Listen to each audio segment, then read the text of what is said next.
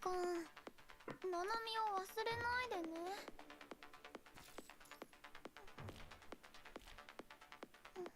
Test, test. Hello. I am very bad at keeping my promises, but hey there, how's everyone doing today? Doing good? Yep, no, maybe so, probably. Doing pretty swell myself. Just, gonna be getting through our content as per usual. Let's take that. Probably this. Oh, 4. Not spending pain cage on. It's 3-day login or 3 dailies. This, yeah. Nice. Level 80. 81. And that. Yeah. Getting more stuff. Yeah, talking about the super ultima or whatever. That's on these servers. Let's see. You want to do that.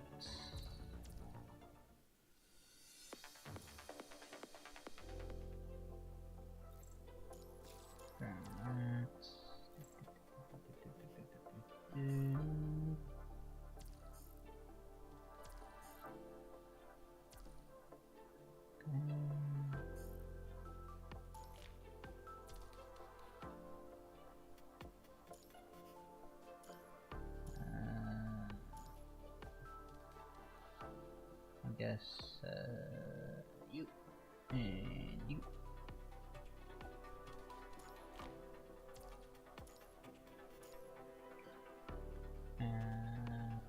You and you. And I guess we'll do this one.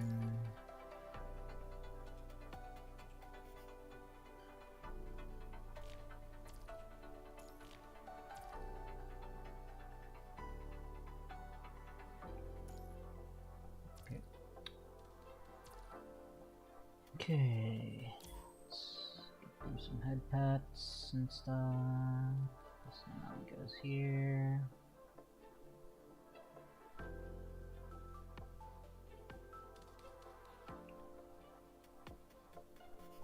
That.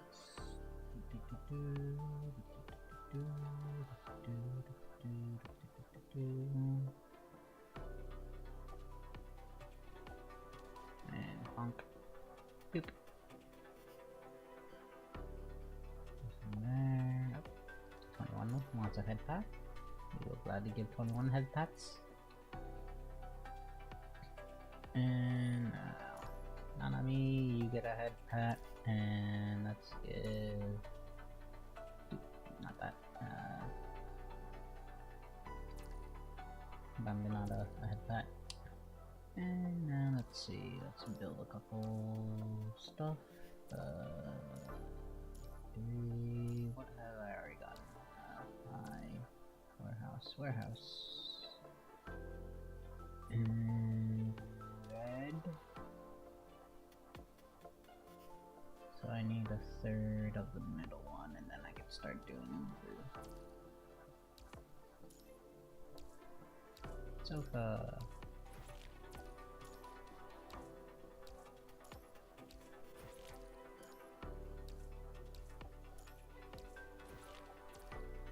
Nope. Nothing. Let's get these back.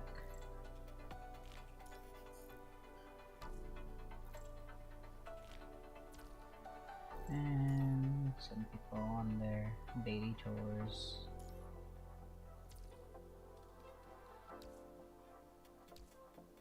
Clean all. Good. Daily login.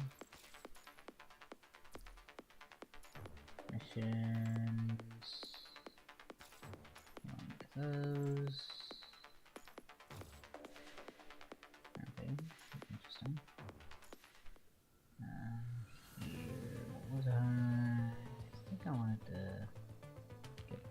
that, so I was gonna use 3.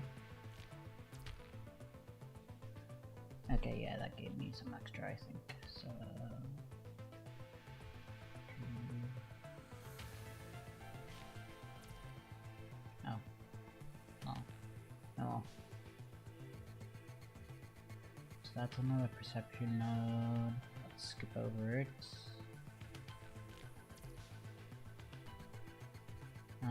Okay, that would be the last one there.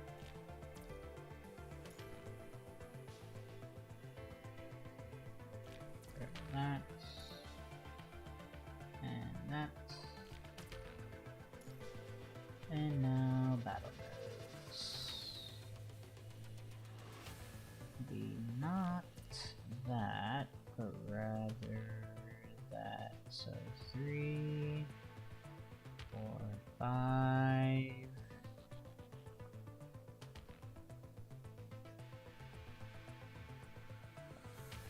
And just those 2 it looks like.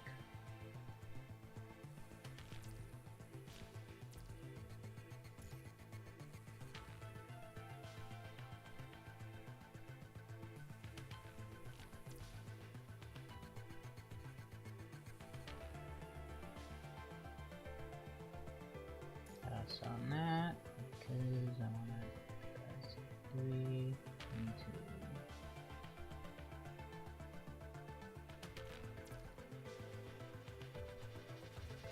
Perfect. Complete mission complete on my Taiwan account. And yeah, good as the rest.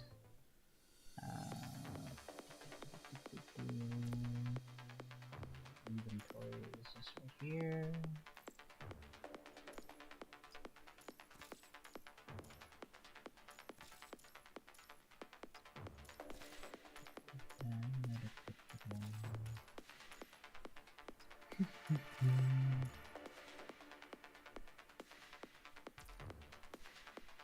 Okay.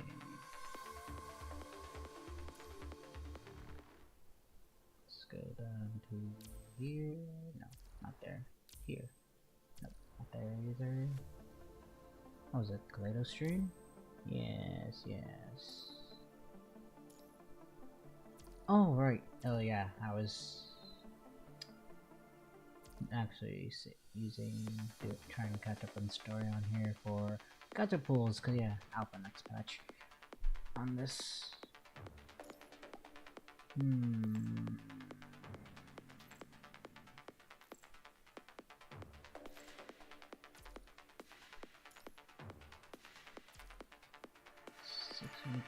Time that be done quickly? That is a question. Well, let me at least do I could probably do Norman at the very least. Norman and Warzone.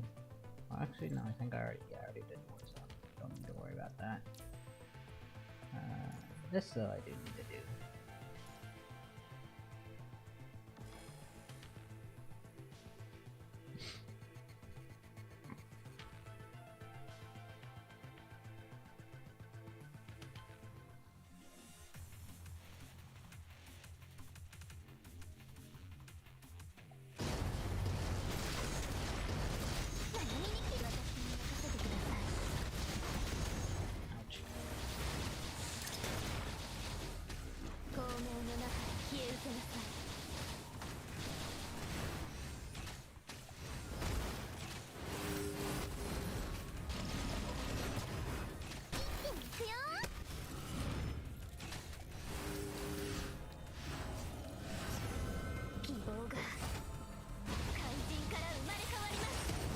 Swap out.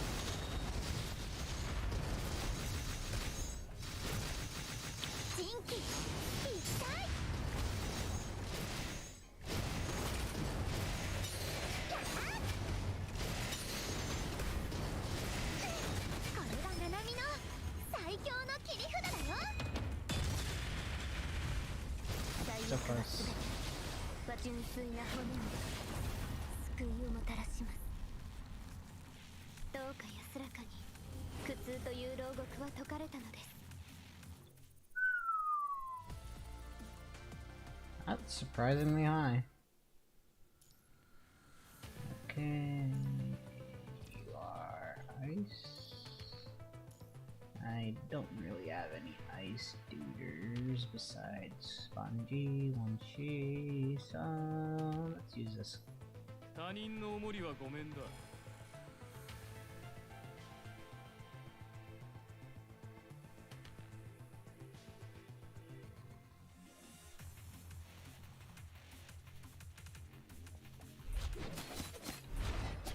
容赦しませんよ。大丈夫です。みんなを守る。やってみる。全てのものをぶち壊す。大したことじゃない。お前らの弱み見つけたぞ。容赦はしない。ルシア、出撃します。闇を燃やす。いや俺こそ闇だ。 Next. 敵はどこにだっている。さっさと次の戦闘に向けて準備を始めろ。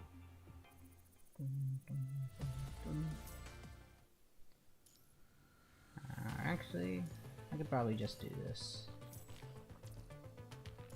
I don't really care too much about. Here, let's get this done.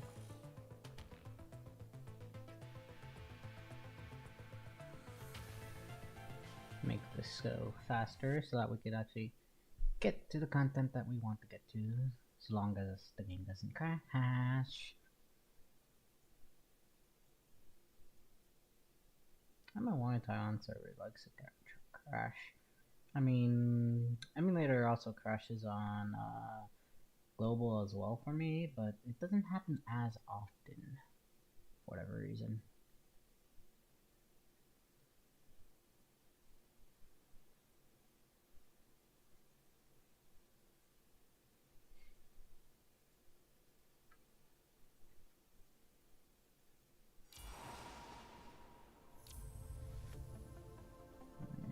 Let's get back in here.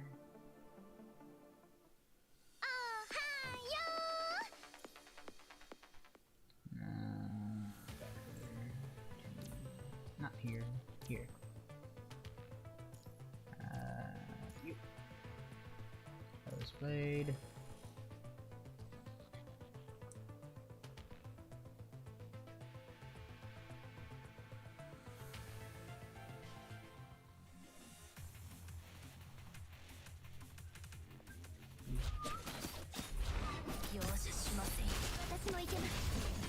Oops. Didn't do that. お前らの弱み見つけたぞ。みんなを守る。ルシア、出撃します。グレーンが咲き乱れている。私の剣も私もいけます。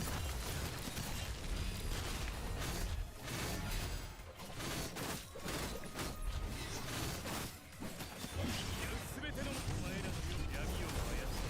いや違う俺こそ闇だ。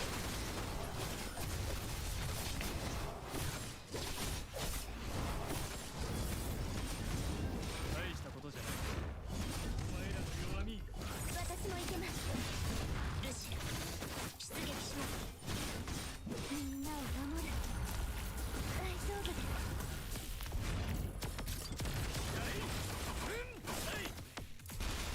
よし、グレンで全てを集結させる。 I should have done that after her little 私の thingy. 剣、私 Oh も well. いけます。闇を操る。いや違う俺こそ闇だ。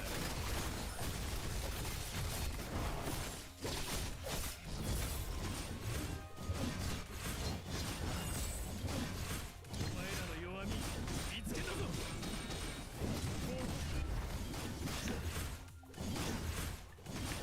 闇を燃やす。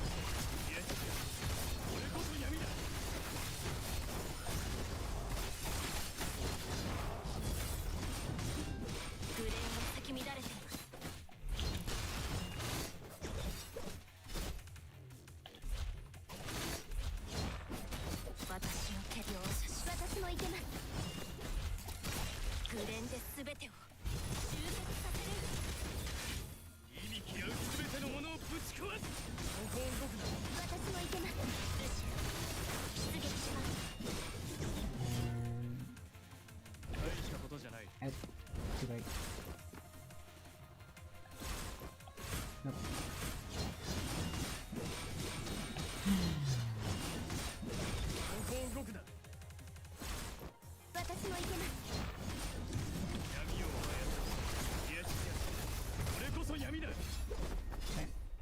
another one. Roseblade, and then we got the last さっ boss さと to 次の戦闘に do. 向けて準備を始めろ。 And then we got to do no more on this account.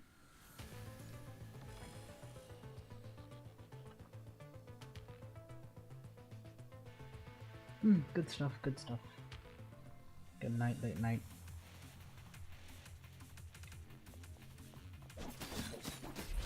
私の剣の炎、私もいけます。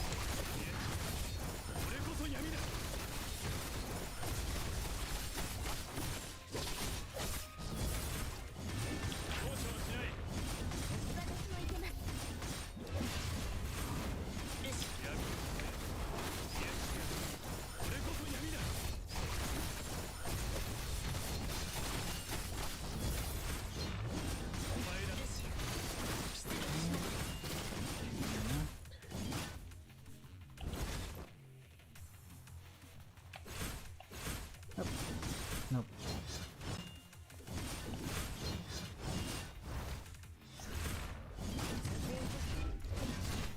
私もいけます。ちょっとやばいかも。必ずまた会えるはずです。闇を操る。いや違う。俺こそ闇だ。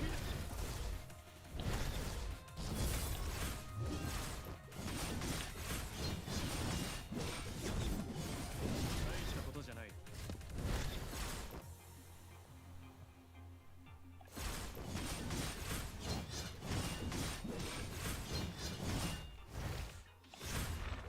弱み、いつ容赦はしない。闇を操る。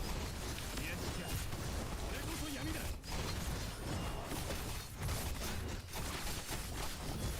みんなを守る。大丈夫です。星々はあなたたち CAS の導くです。みんなを守る。真実消滅。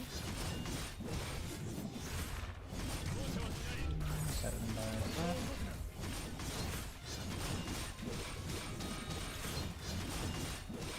闇を操る。いや違う。俺こそ闇だ。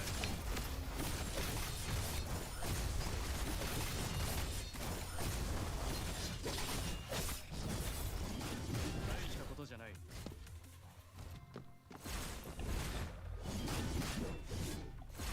容赦はしない。私もいけます。みんなを守る。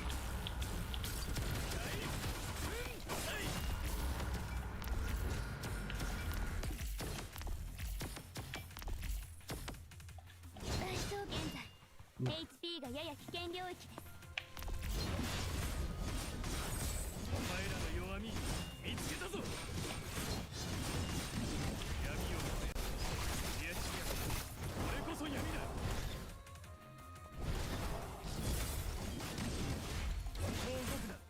There we go. Yeah, that took a while. 敵はどこにだっている。さっさと次の戦闘に向けて準備を始めろ。 4 minutes. Ooh.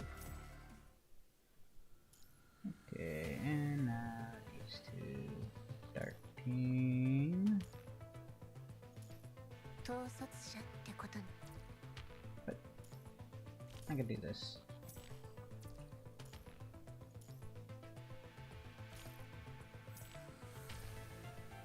There we go. Good enough. That's all my 8 for today on here.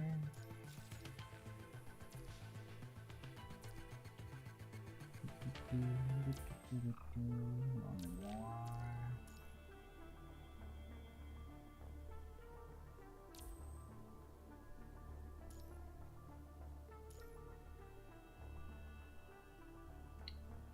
Okay.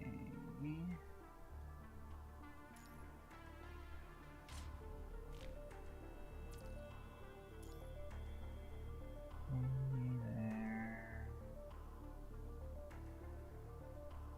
And the team will also have difficulty.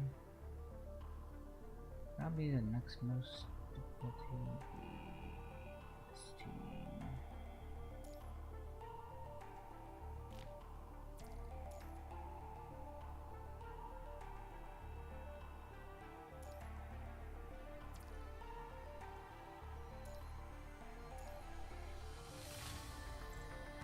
Yeah, we don't have anyone else like that.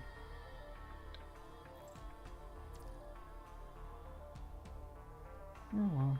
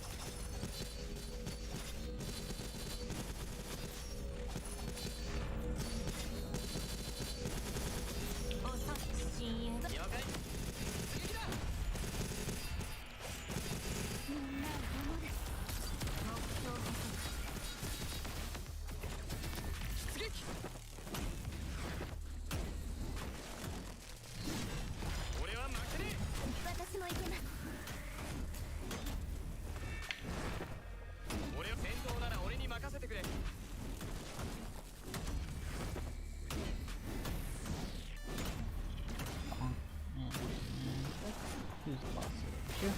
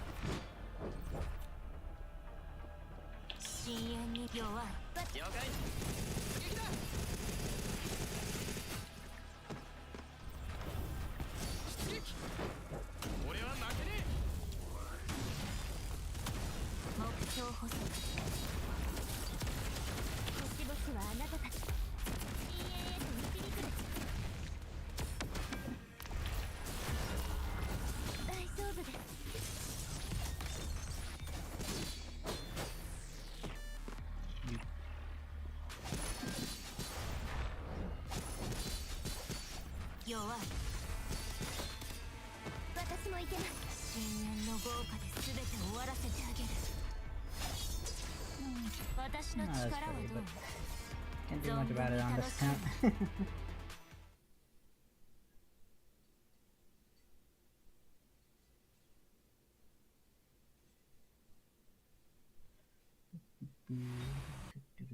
Of course it crashed.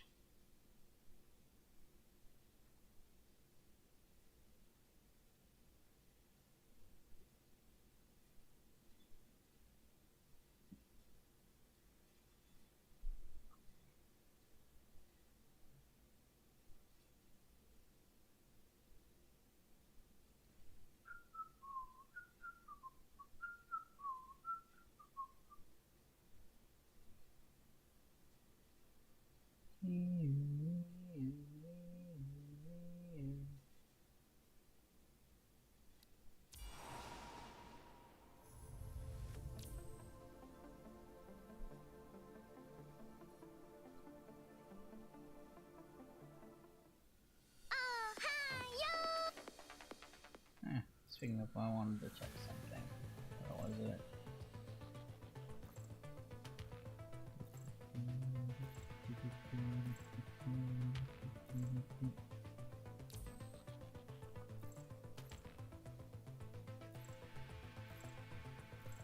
I guess it's not in here. Definitely not in there.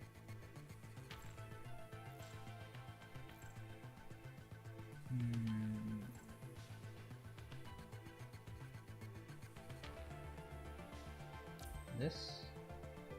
No, let's go on.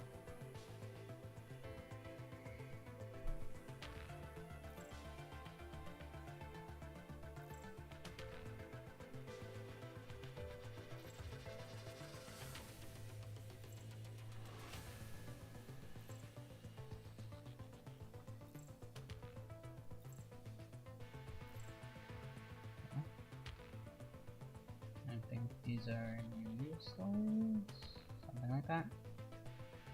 Chinese New Year, yeah.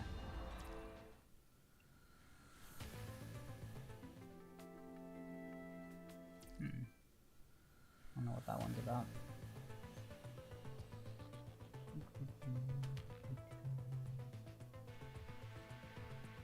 I think these were extra side stories on top of the...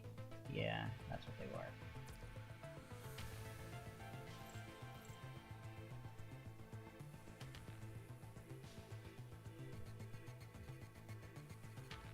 Maybe they weren't? No, yeah, because that's the new thing, and that's where Alpha finds her cat that she has. Because interludes are hidden... not in here.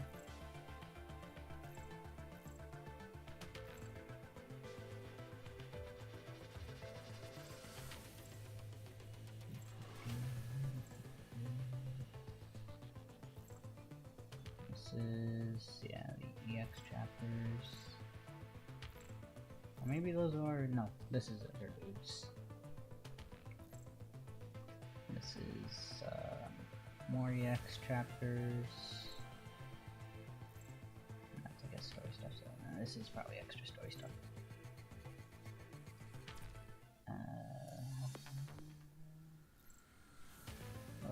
And where's the boss trial mode? Does that not unlock until after you've gotten past chapter 14? I think it would. But that might be the case that I'm experiencing here, because otherwise I'd have seen it by now.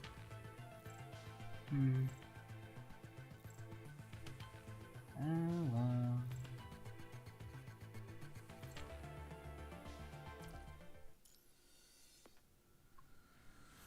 Events, yeah. Yeah, they don't even have the whole trial section. Where did that get moved to anyhow? Yeah, I don't see any there.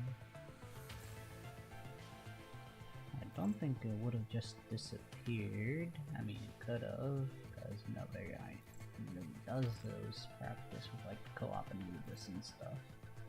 As far as I'm aware.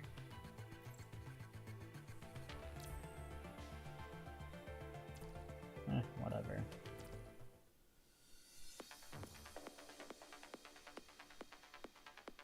Who's, oh yeah, no, I mean, there. Anybody else? Nope.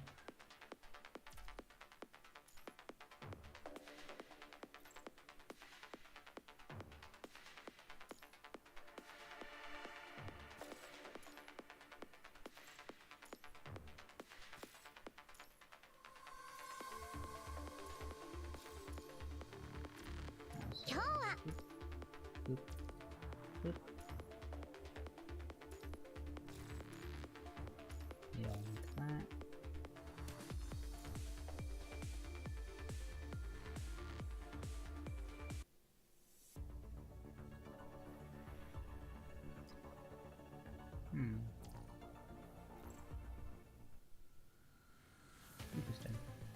already did my stuff, so I guess they have this here as an incentive to do guild missions. It's a bit more serum, is my guess.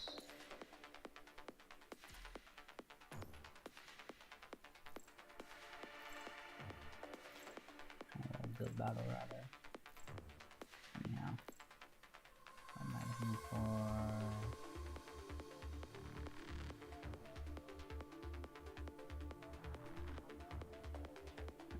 I already received it. Oh, my God. Okay. 82.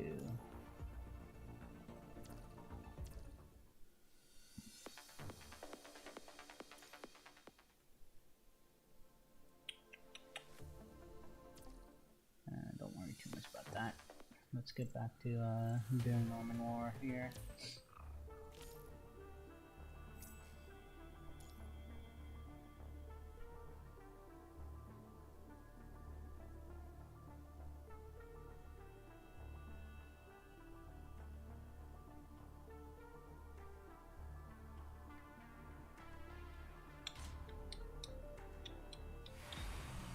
ちびっこ、もう行こう。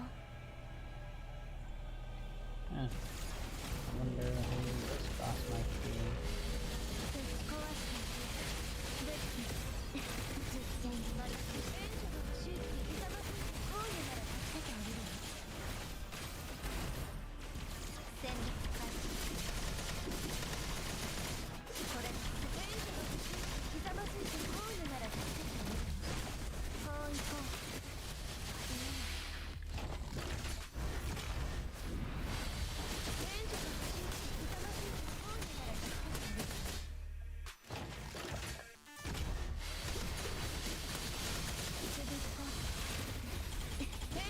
てひざまずいてこういうなら助けてあげるよ。戦略開始。これ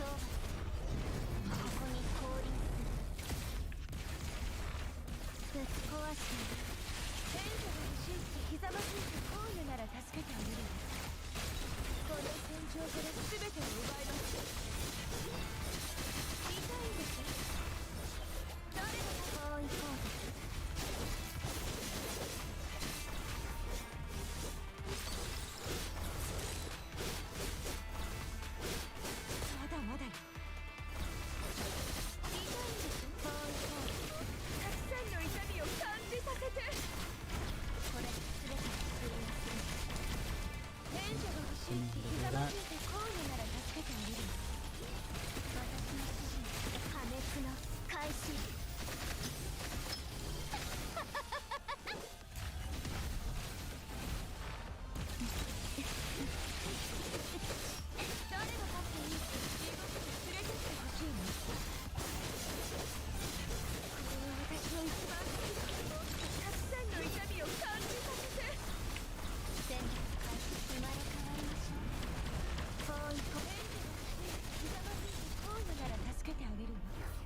was close. これが昇格ネットワークの力よ。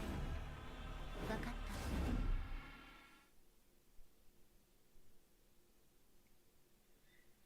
Okay, next.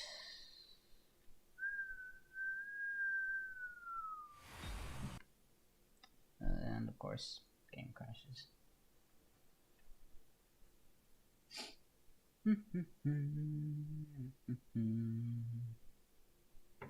So let me pull up this just so that I can also take care of YouTube chat, because YouTube chat probably wants me to take care of them too.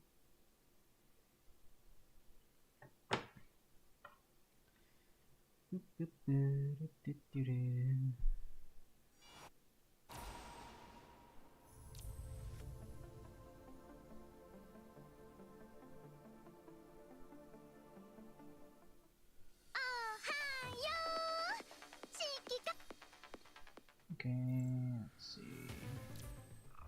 Continue. Yes.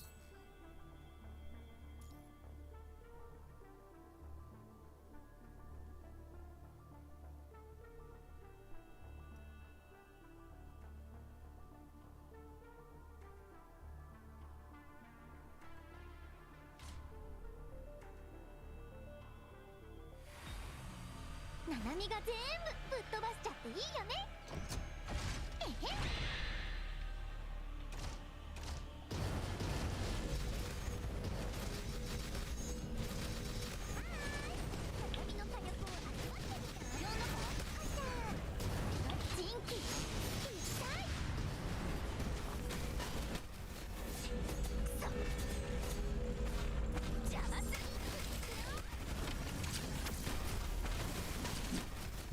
Gabriel.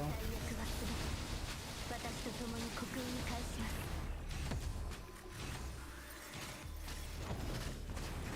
何が全部ぶっ飛ばしちゃっていいかな。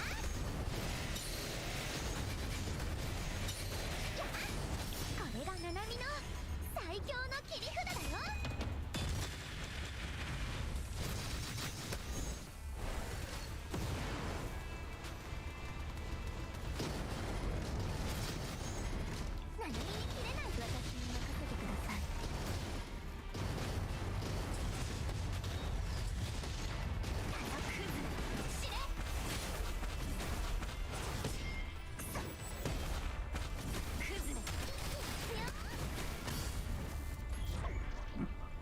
That didn't end up taking as long as I thought it would.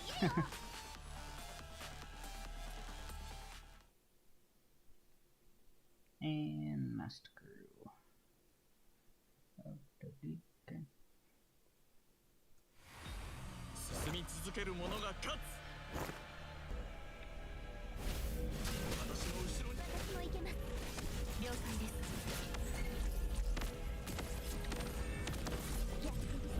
滅びなさい。管理しなさい。これだけでも。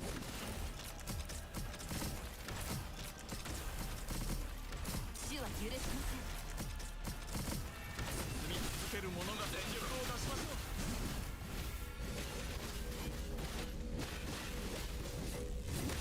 私の後ろに。Here we go.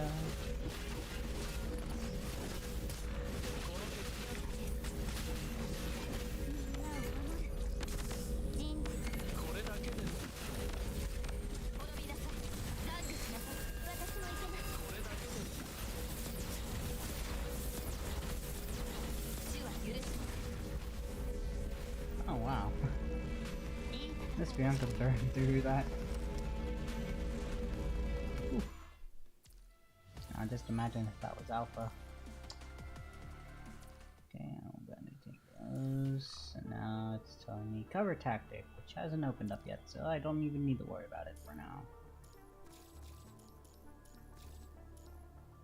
Oh wow, I actually got everything for once.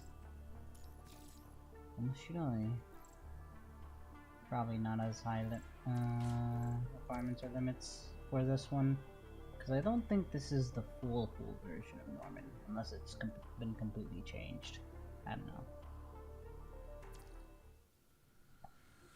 Anywho, go. That's that. Don't need to worry about the co-op stuff. Get more of that now. Finish that. Recitativo. And first wave. Don't want to bother with it. Okay. So, with that in mind, anything else I need to maintain? Is there anything new with this? Yes. Let's quickly get this done, shall we? Whee.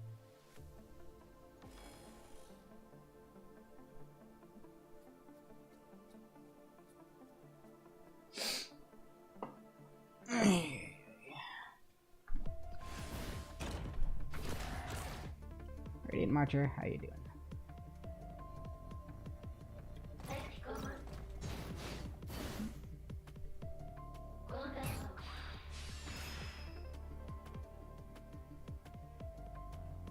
Wait, that was it. That was easy. Yay, more equipment.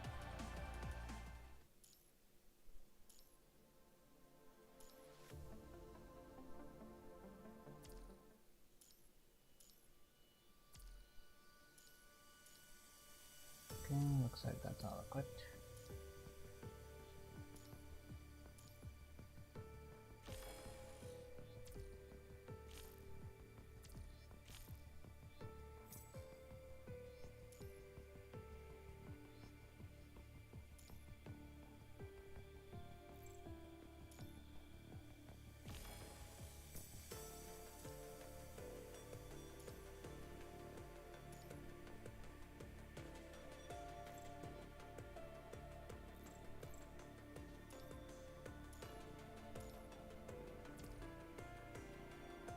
Okay.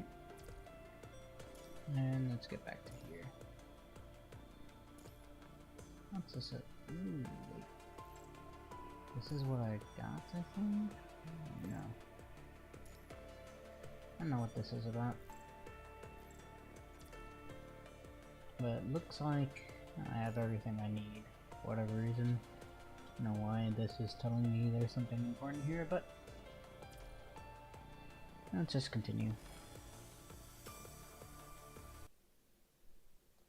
Crashes, crashes, crashes.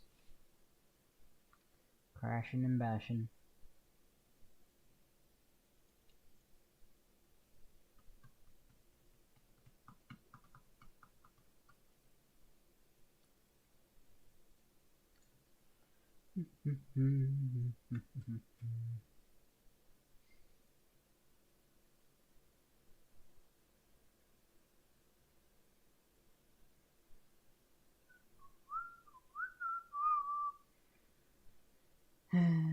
Come on, let me log back in.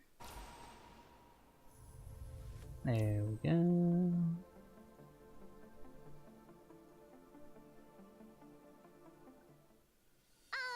Okay, back to Radiant Marcher stuff. Let's go here, here, here, here, here. Don't crash on me now, please, I beg you.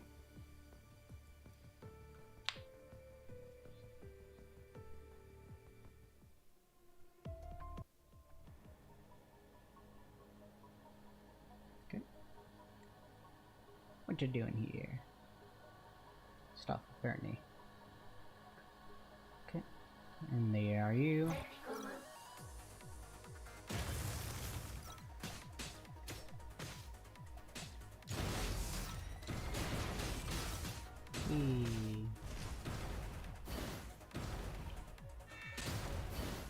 I guess that's passive damage. I don't know, lots of stuff. Me this.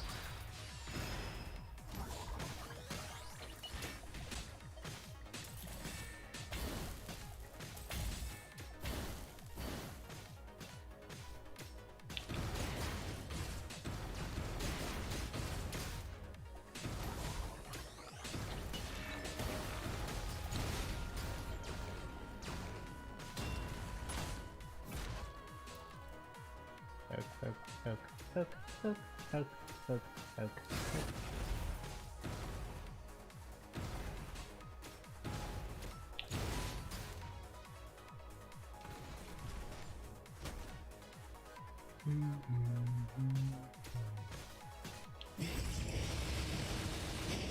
Yeah, that's still the same.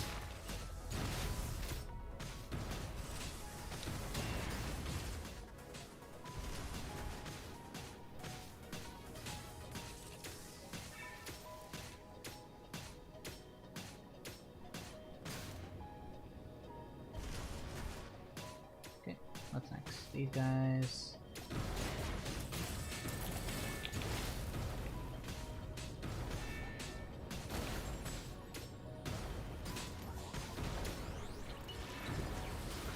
Like this.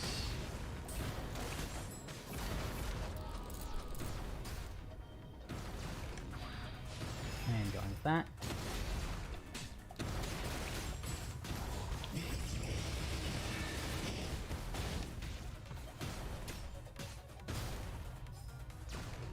Okay, what next? This guy? Probably this guy. Yep.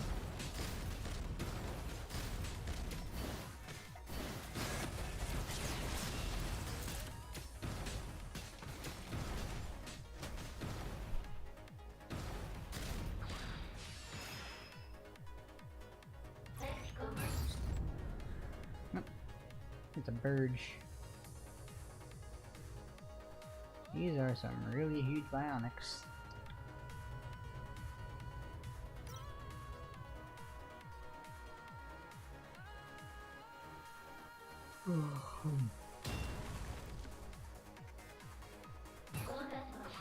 Supply drop. And this.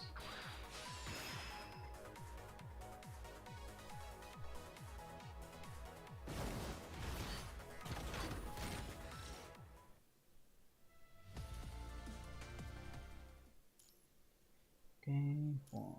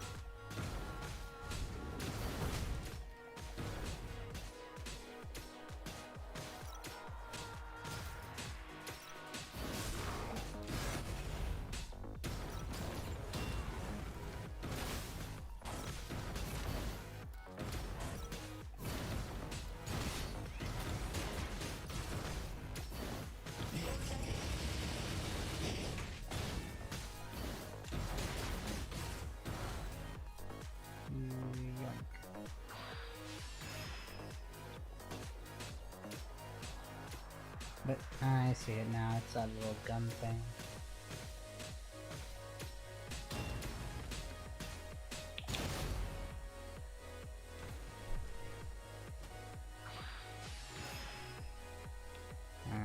So it was going this way, so let's continue on.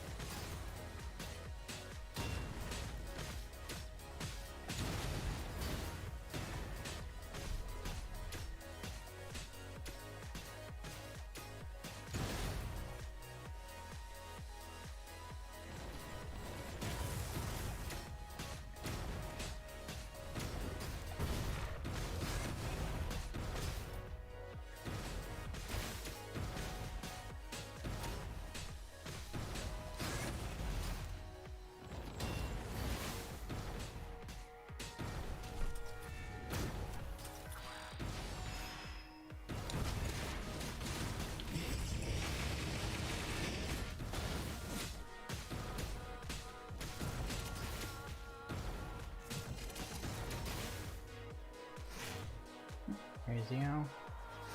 Mr. Owl, how many elixirs take to get the center of a Pixie Pop?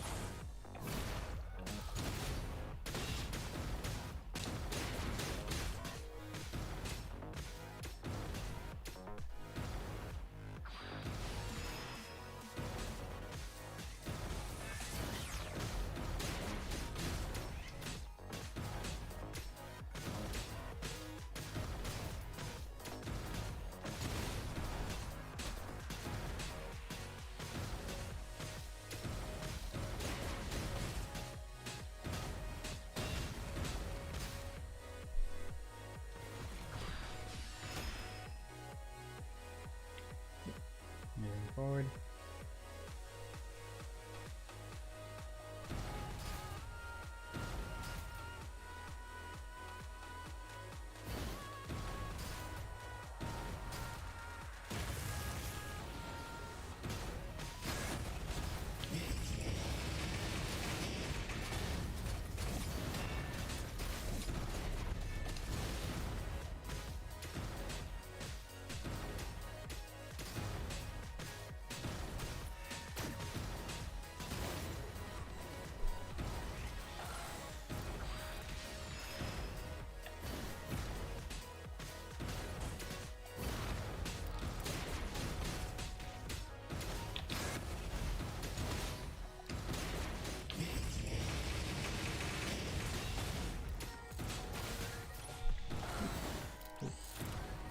Take that.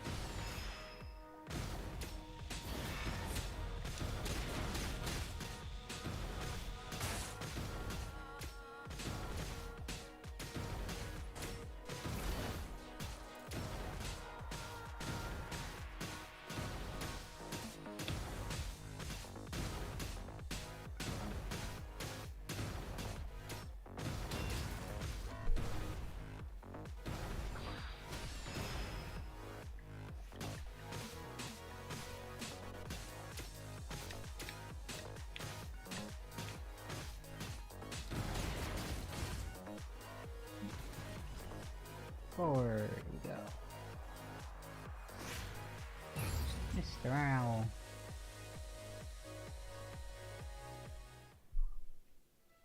Yep. Nice, nice, nice. Let's see, next up. Okay. Okay, not much left. That wards us that, and then we have that. Okay. Let's go here, get this done. Let's change this out. I see.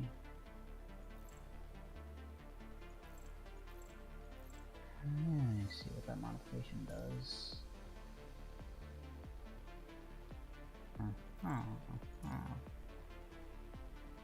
Let's equip this.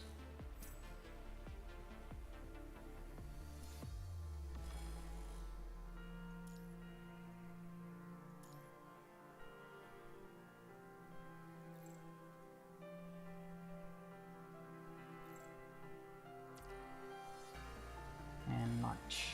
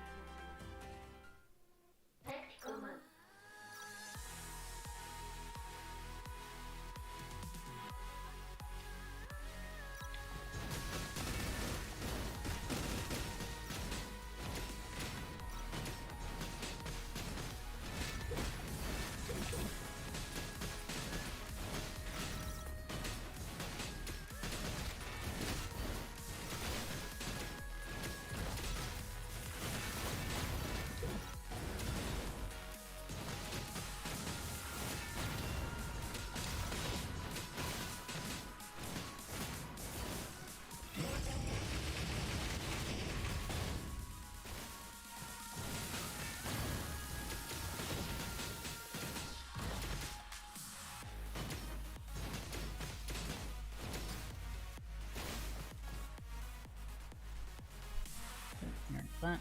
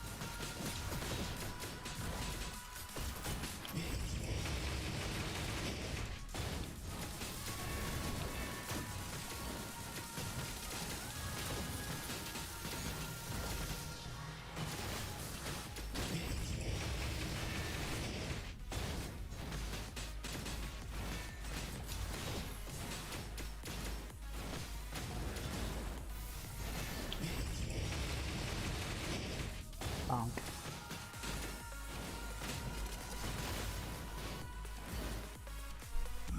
Done with that.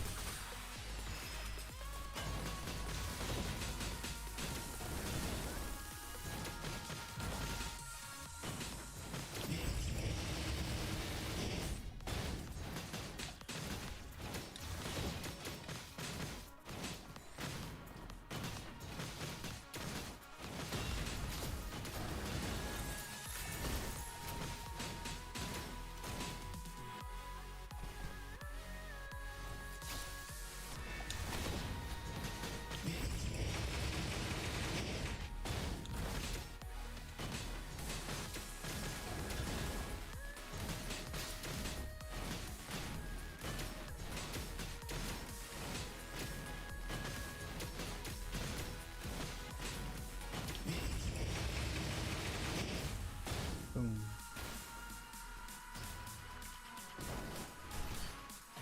There we go. Nice and easy. That unlocks all of those. And more stuff. This wants me to use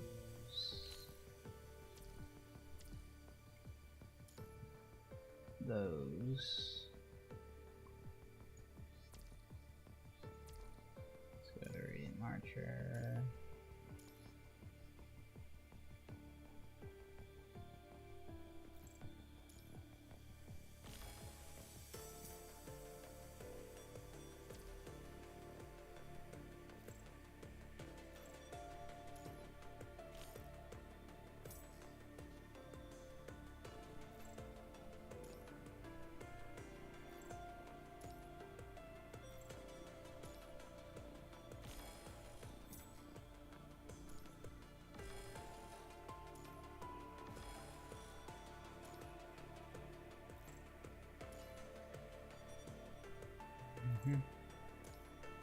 Switch to that.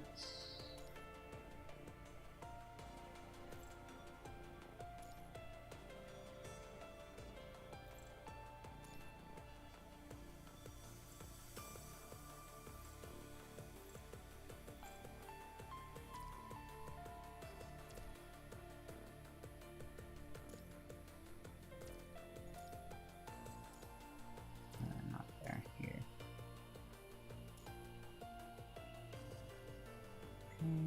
Good.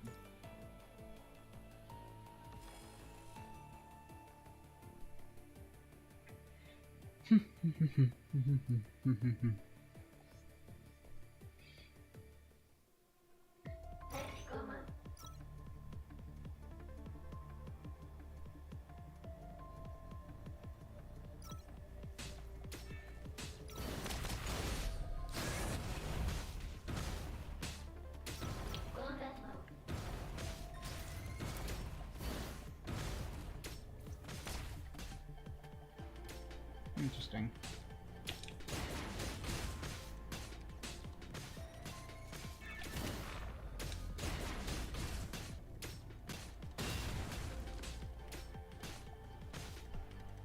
Oop.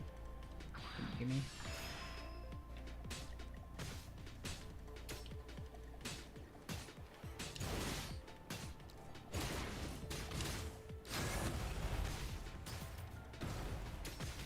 I have no idea what that ult does. Oh.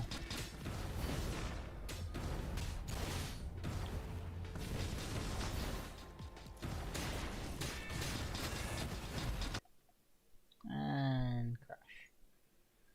Lovely. Effects, all the effects.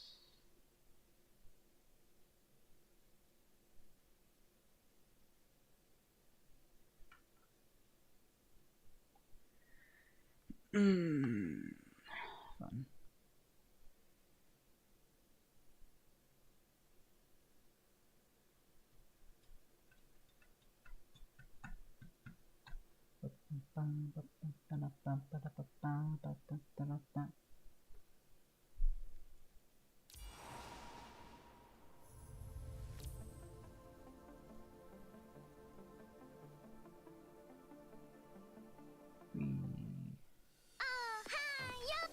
Back here.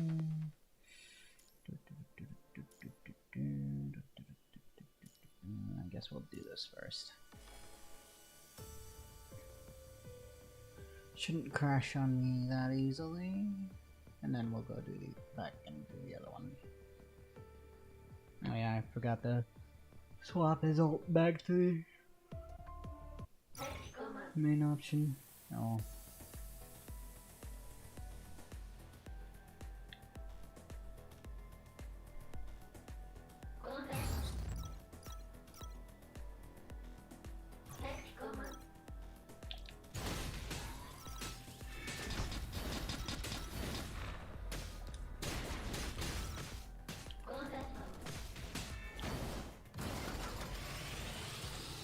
Oh, that's what you do.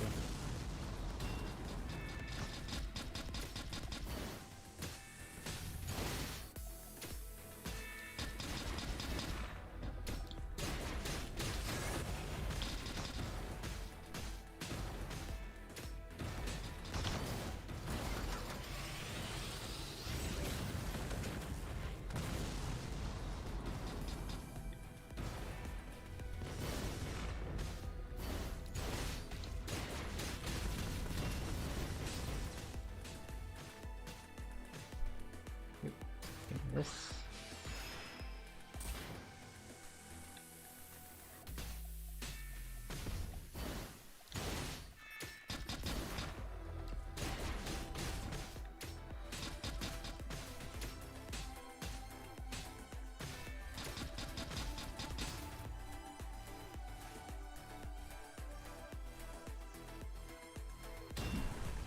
Yoink.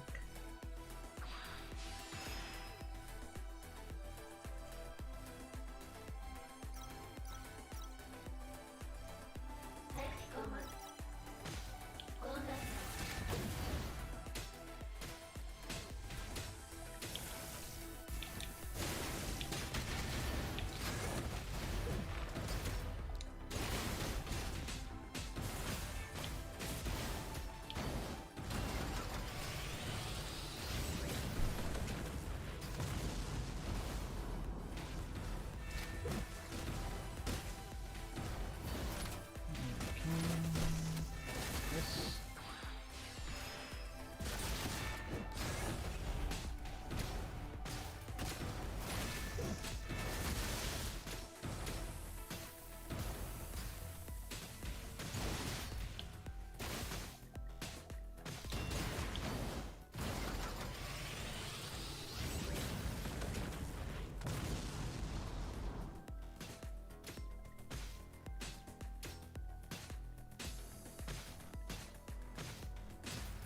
Okay.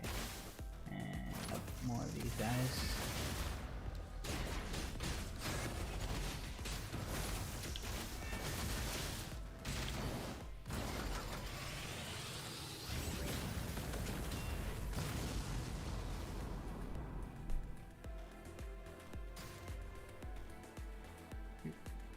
Gimme. Okay.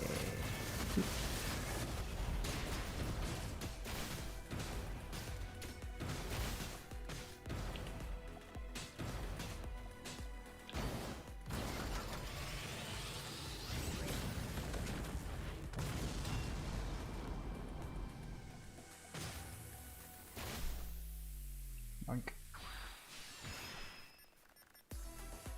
Okay, last group of enemies on this node.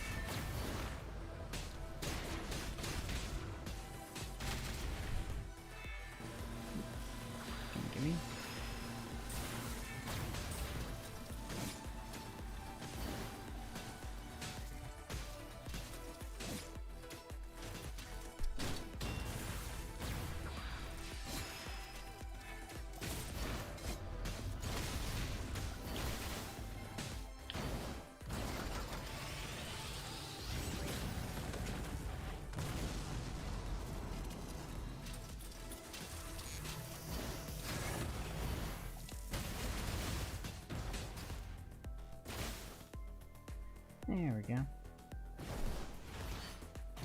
Yukes.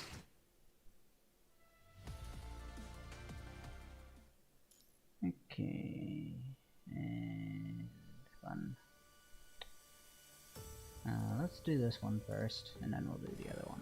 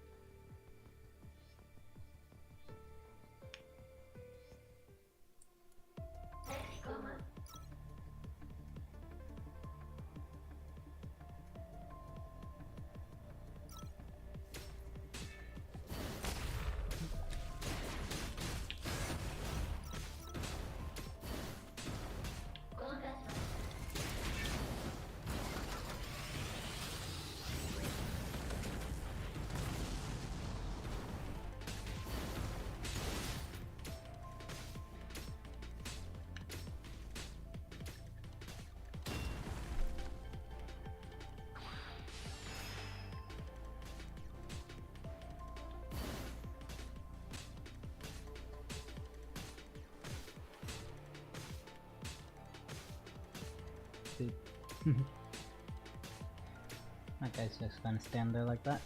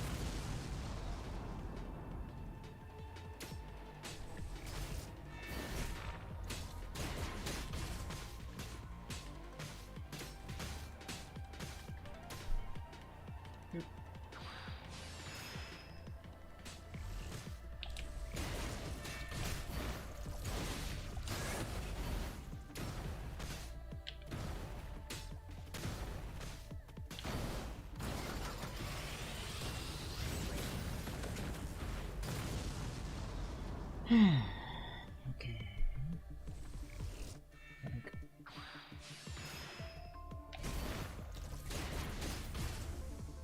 Okay, not bad. Now I gotta do that. Next DX stage, and then stage 7.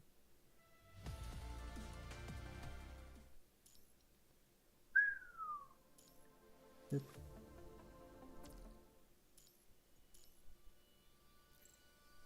Boop. Boop.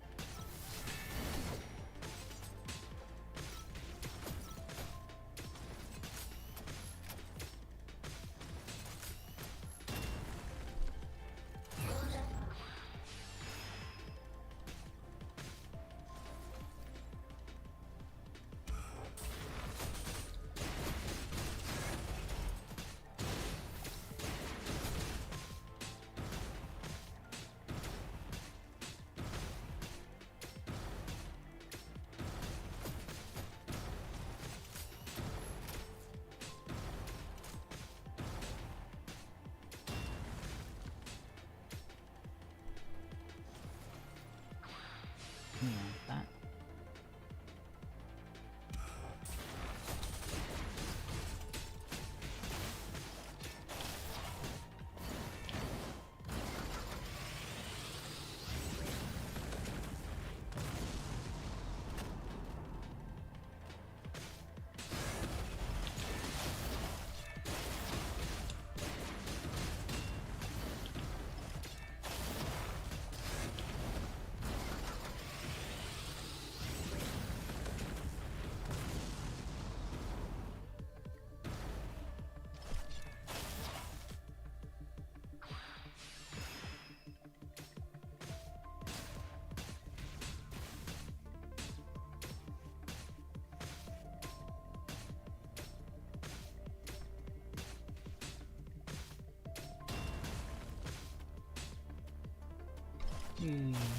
This. Gimme.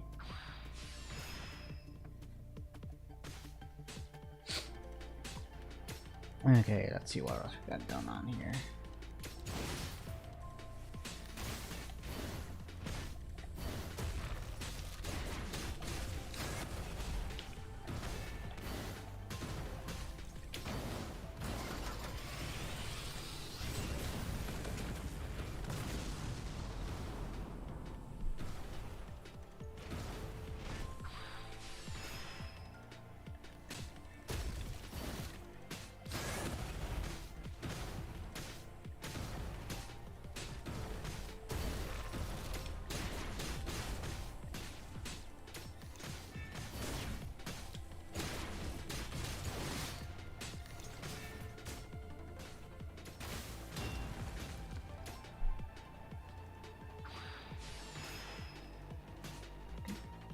That.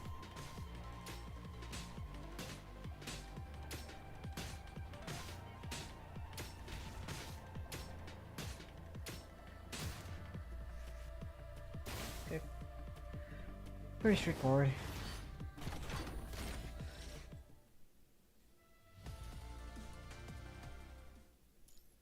Okay, now this one.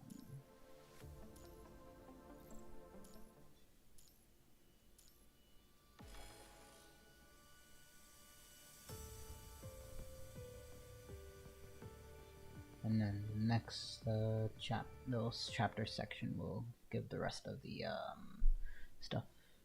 Hopefully he does something more than just use that little pistol, because it's kinda boring.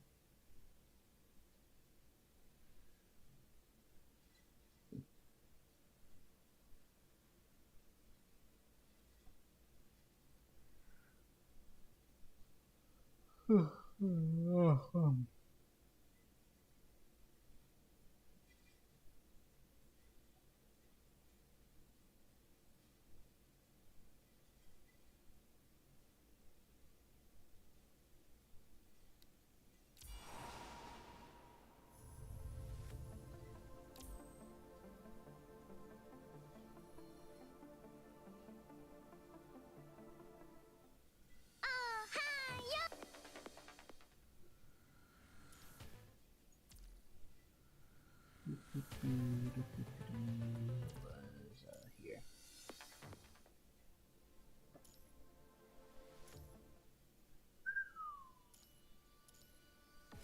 Notch. Hasha.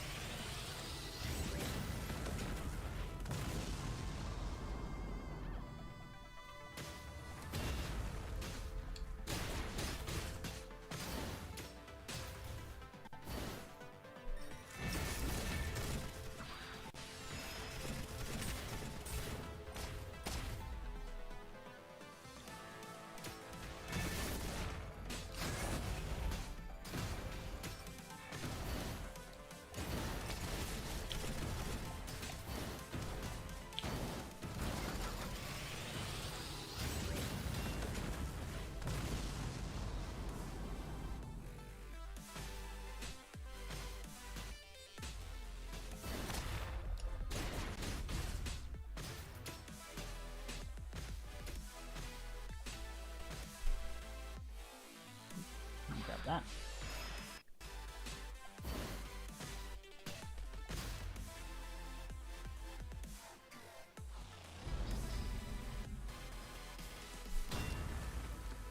Boop.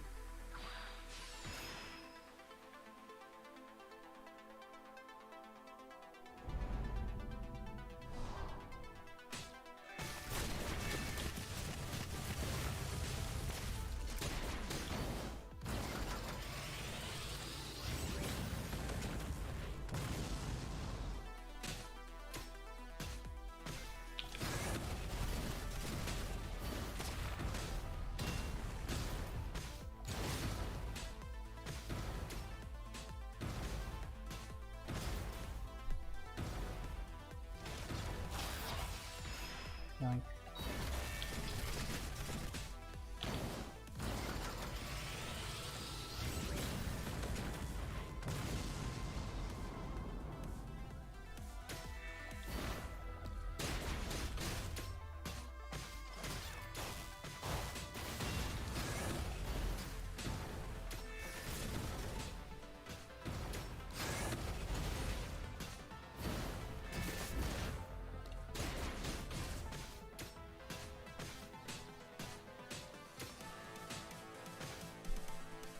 Grab this.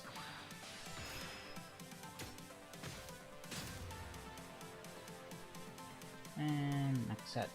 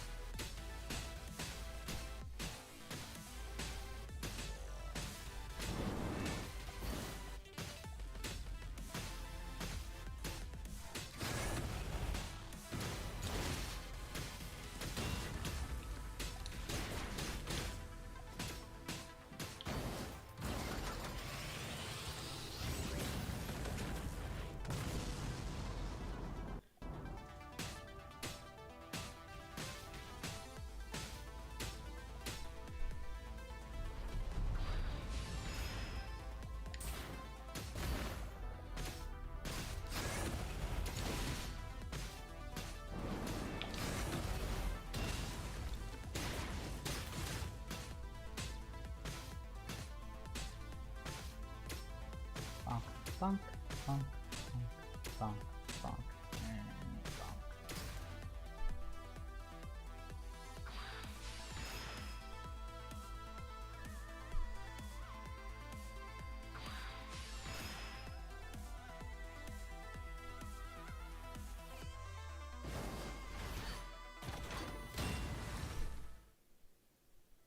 Okay. There we go. And 8.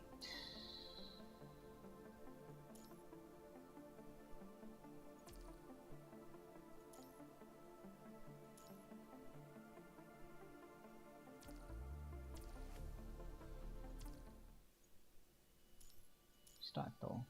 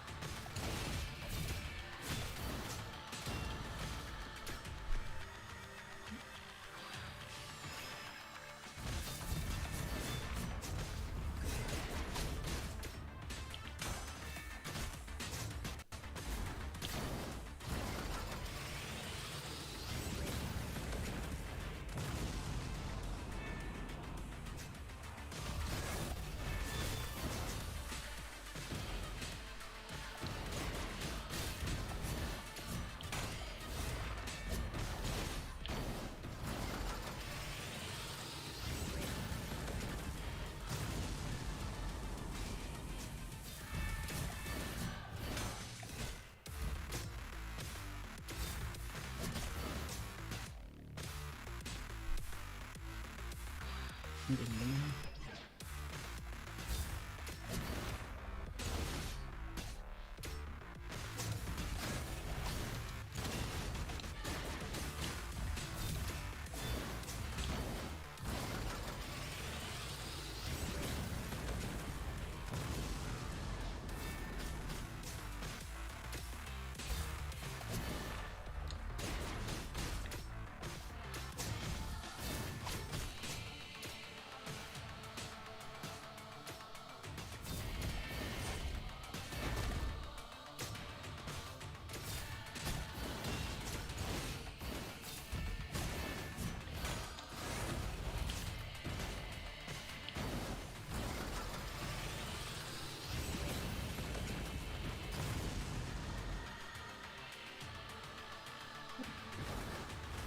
Pretty simple. Simple and clean, as I like to say. And Scarinos.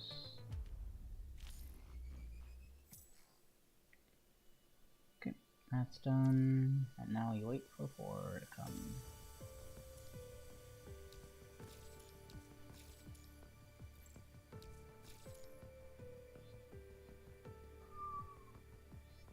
That's cool. Cool little stickers.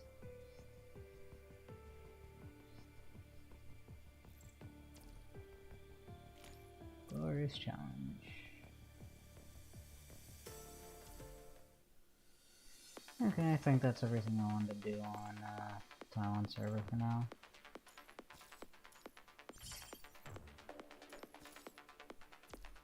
So, let's hop on over to NA.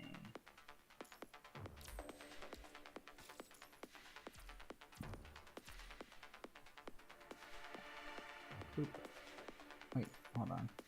What else? Here? No. Now good. Hop on over to NA.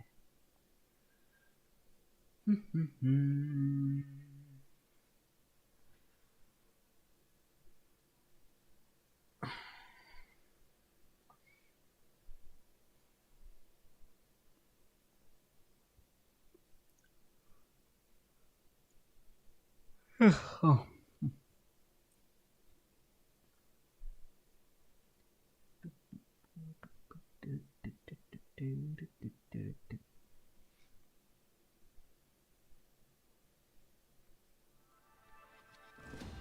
Let's move that there real quick. I mean, just do login stuff.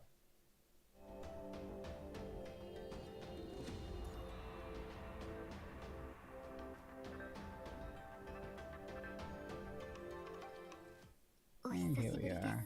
指揮官、あなたがいない間に悪魔が戻ってきてしまいました。私はあなたが眠りに落ちたあの日のように、ただここで待つしかできませんでした。Encoding.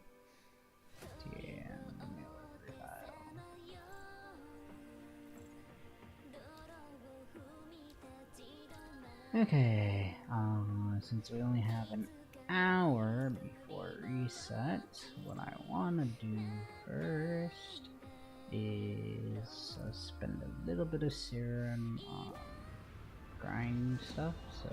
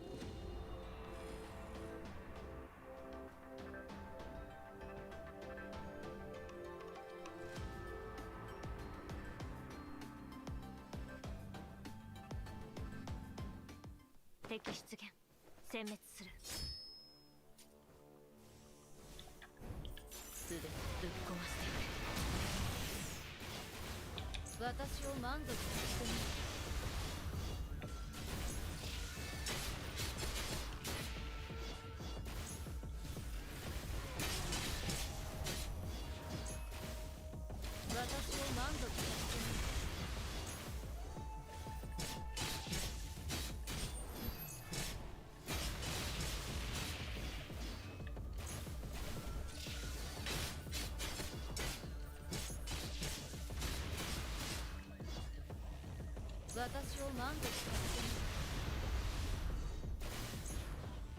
大したことないの。 And again.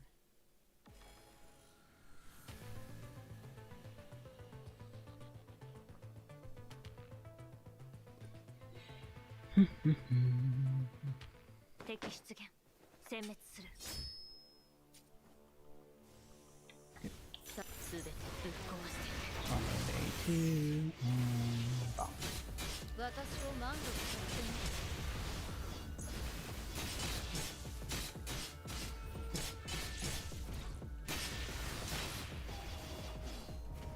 すぐに壊れないですよ。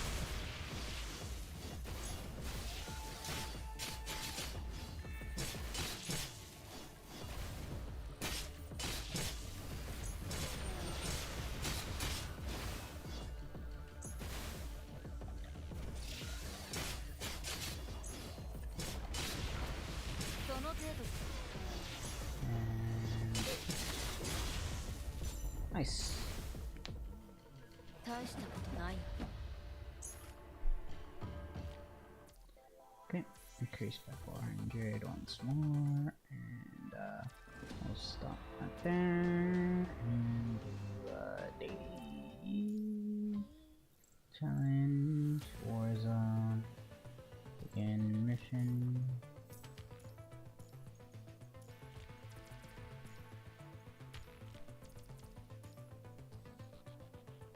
Okay, dark team. 盗撮者。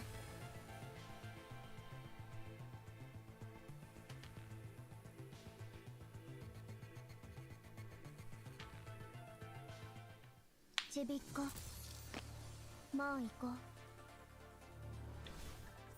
実験品、逃れられない。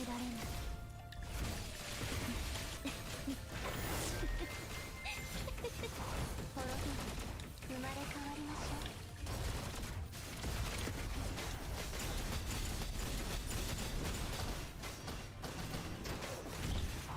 生まれ変わりましょう。滅び、与えてあげる。準備完了。オーバーチュアが始まります。ファンタジアが始まります。ちびっこ。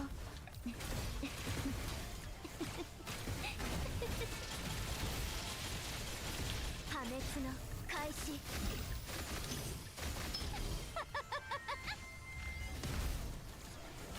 殲滅開始。これで全てが終了する。懲罰がここに降臨する。滅びを与えてあげる。懲罰がここに降臨する。滅びを与えて、これで全て生まれ変わりましょう。ちびっこ、ぶち壊していい。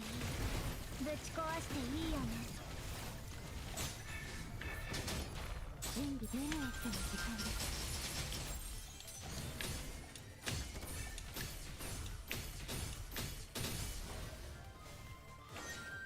カデンサ、ご清聴ありがとうございます。ありえない。懲罰がここに降臨する。滅びを与えてあげる。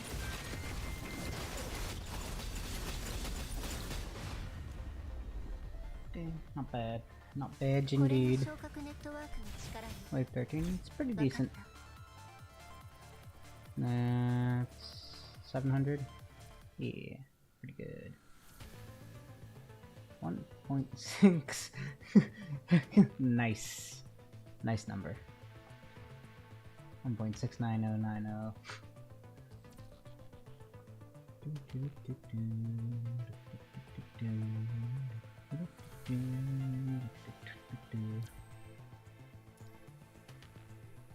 And which is not really much to speak of on this, but Elite and Leader and Hero will be much harder. I gotta get back up. Stop being lazy. Okay, we're at think we're, yeah, I'm just on you.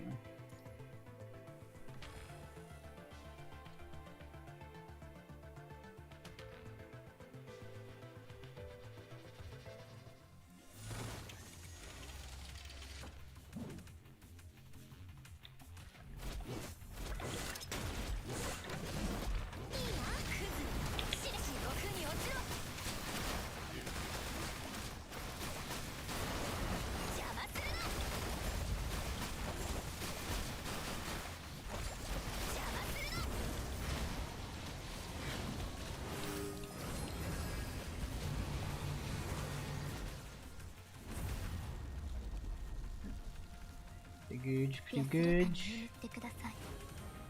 苦痛という名の牢獄から解放されたのです。And yeah, next. Light, no ice.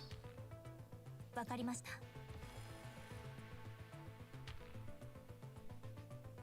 Oh, shoe is almost always gonna be ice. I think there's only been a couple times where it's been like what, physical? 勝たなければ無意味です。私の視界の外へ行かないでください。素晴らしい戦術でした、指揮官。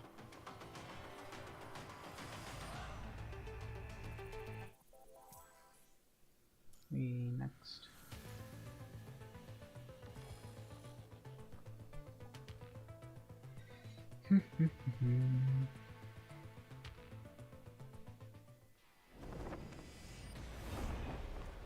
Okay, any red? Nope. もう寝る時間だよ、君たち。勝たなければ無意味です。落ち着いて考えましょう。素晴らしい戦術でした、指揮官。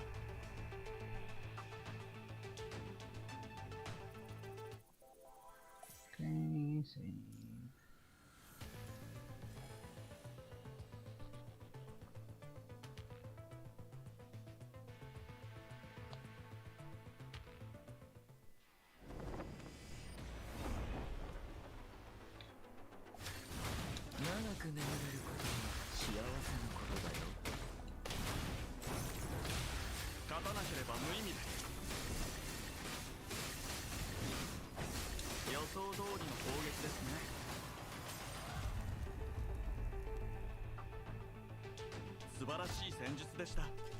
Okay, how much should I get in May?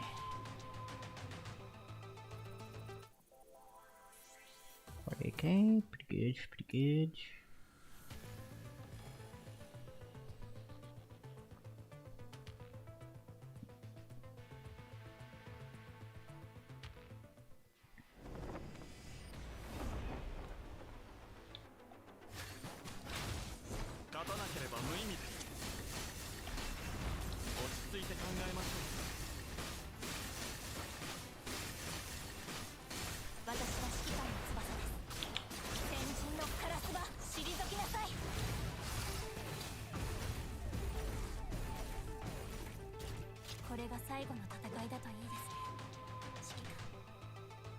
Okay.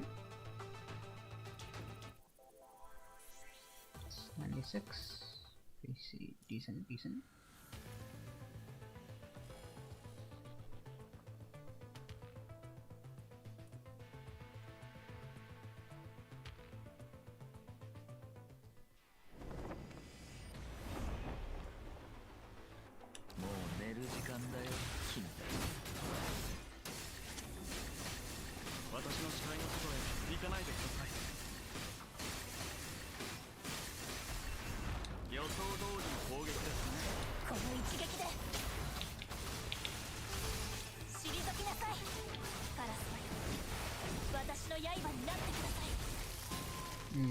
Could have done better. Could have done much better.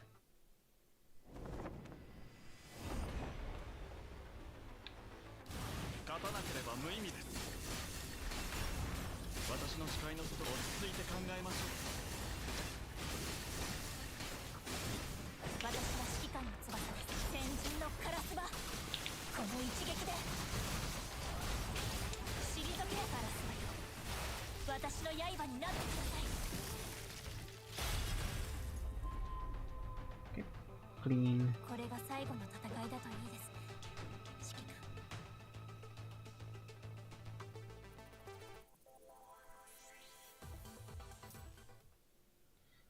Okay. And now come.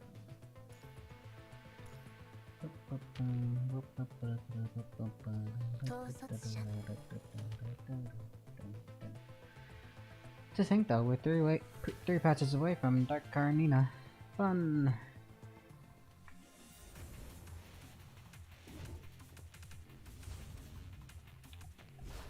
ぶち壊してぶち壊せ実験を続行する。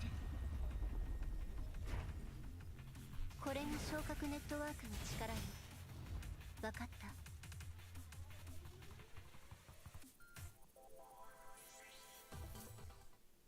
And here we go.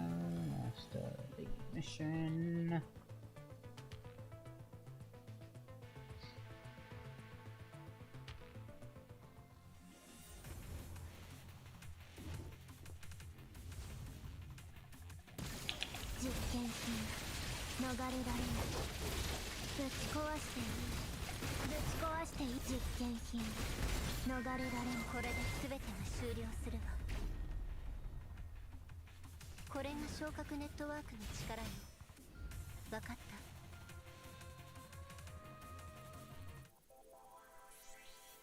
Boink. And there we go. Yeah, I'm just gonna wait for reset to do the rest.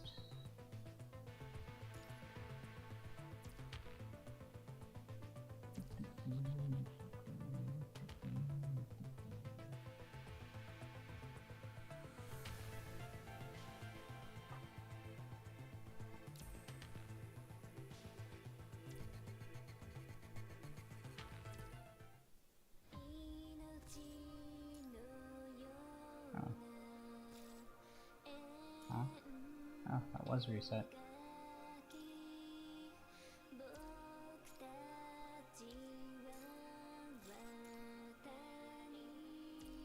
So,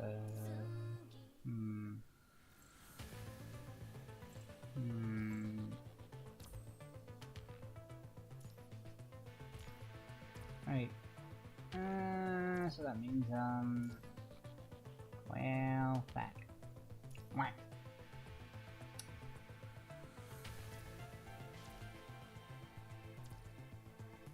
Ah, lovely. Let's get this done, that way it's not annoying me anymore.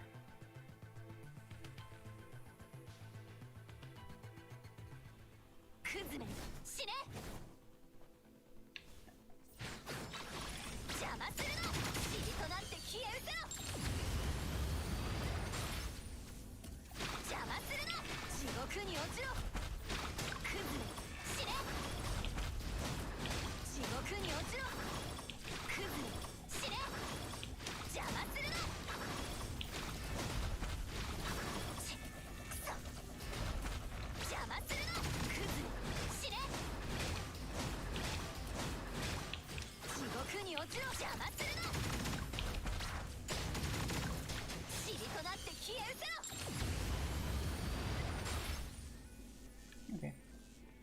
And out we go. Nice skin as well. Pretty cute.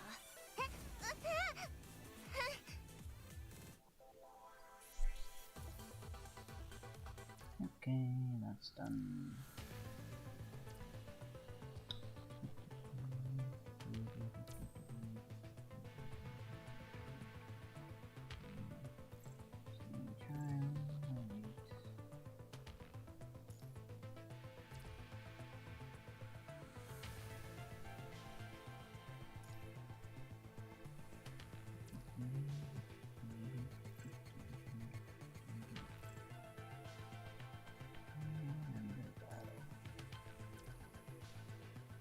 I never did entropys.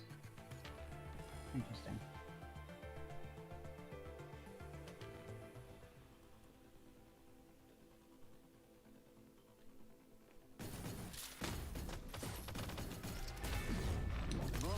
算した弾道から逃げられる者などいません。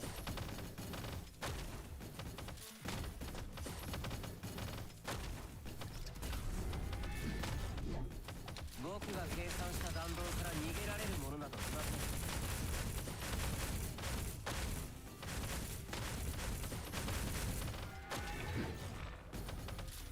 僕が計算した弾道から逃げられる者などいません。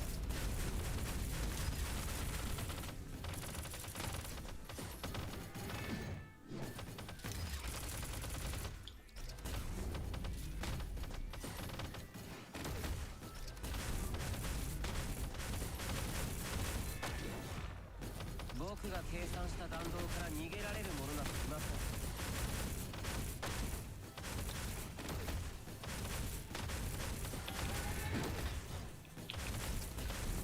諦めた方が賢明です。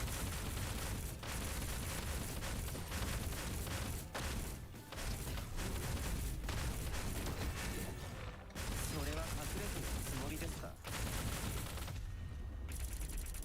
Spin the one. 今回も完璧な車線でした。I'll go ahead and take that. And I'll take this.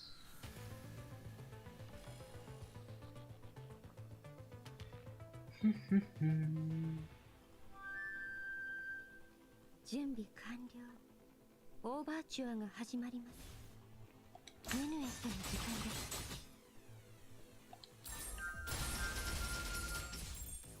ファンタジアが始まります。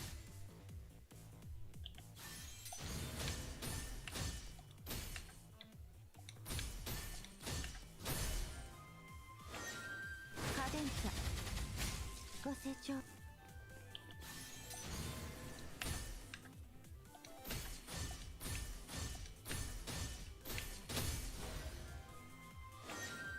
カデンツァご清聴ありがとうございます。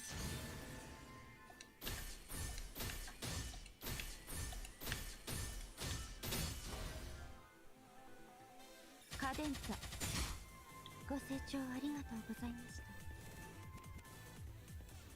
この余韻は戦場で苦しむ魂の癒しになりますように。 And next.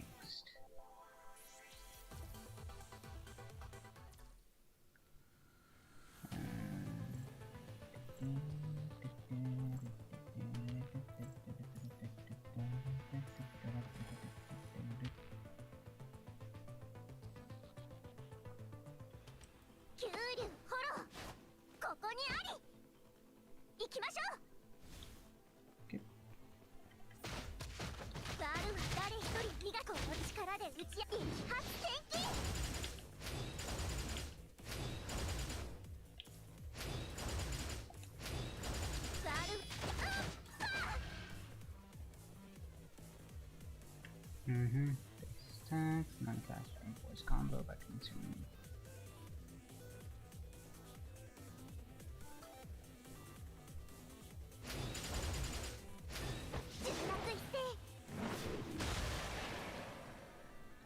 Press and hold.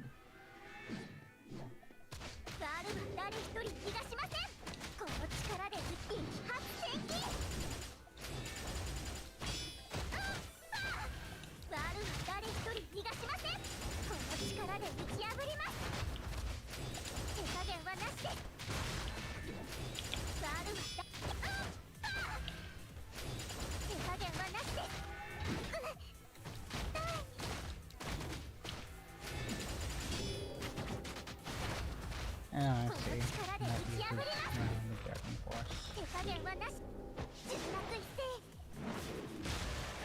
Fun.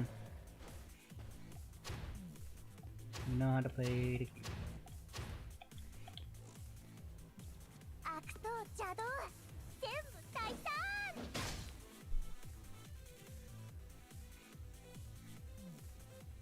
Okay. And yeah, that's that. Worry about Rosetta in a bit. So with that.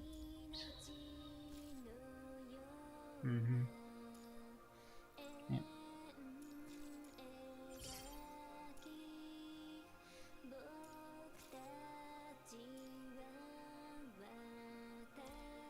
ルシアは Not that. 願い Here. Thorn.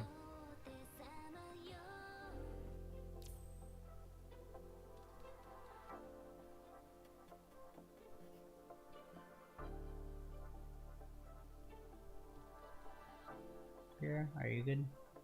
Yes.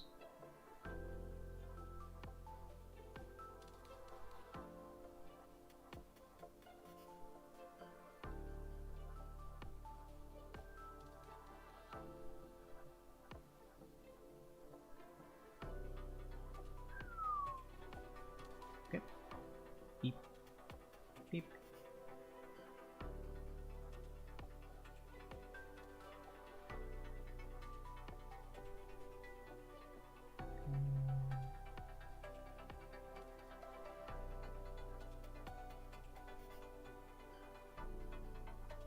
You go here. No, here. There you go.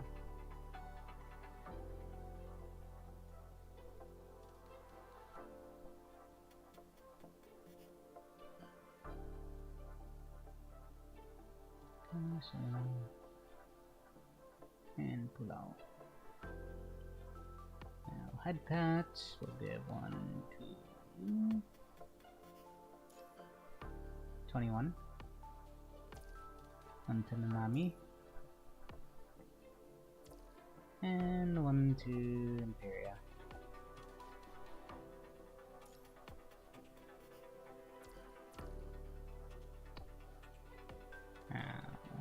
So I think I'm working on objects. Yes, that I am. So build.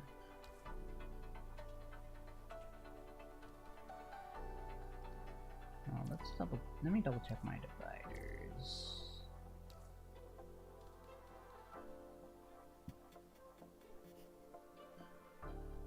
See what dividers I have. See, comfort and comfort. Okay, so let's do 2 of the other 2. Then we'll do objects.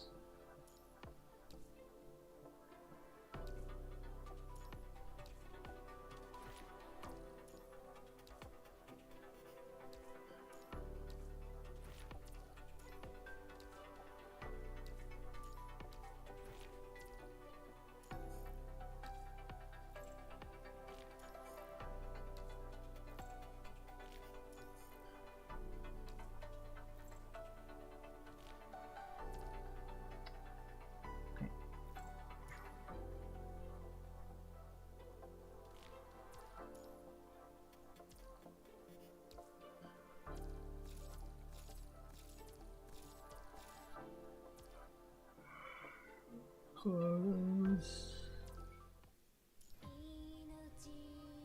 Grab that.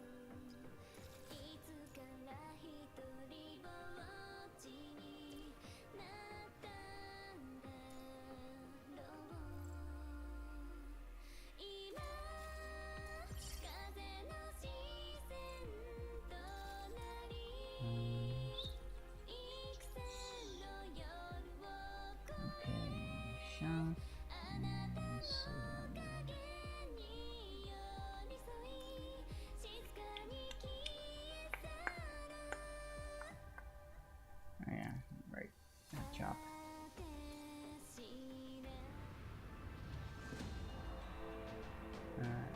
Here.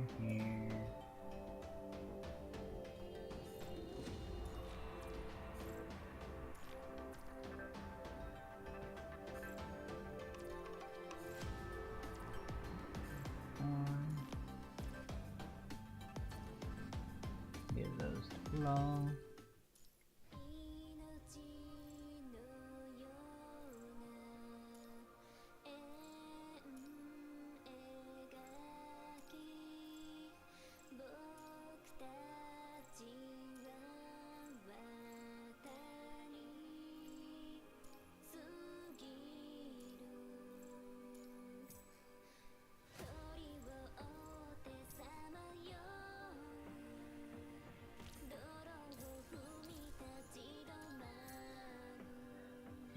this all open up.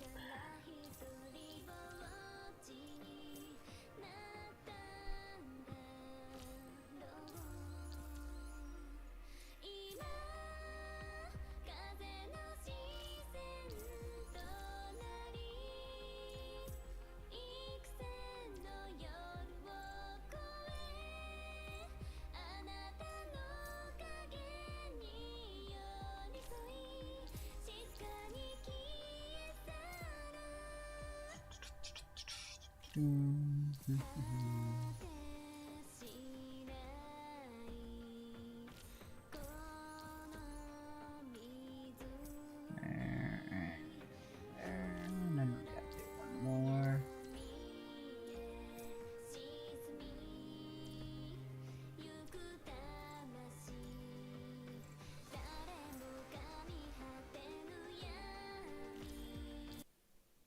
Oh, it crashed. See, and that's the weirdest of all crashes. Normally, Taiwan server always crashes whenever I'm just trying to load into a area. This one crashes whenever I'm upgrading equipment. I think it also crashes when loading in areas as well. I remember having that happen to me during like Norman War a couple times before. It's just emulators. Emulators. Why do we have to use emulators? I want regular to be here sooner.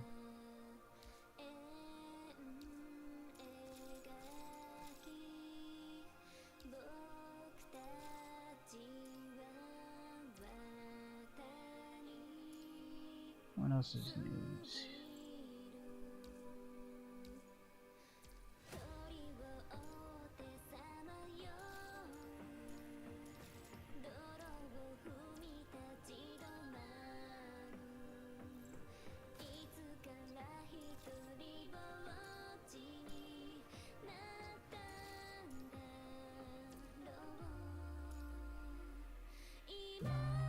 Right now we're getting close here.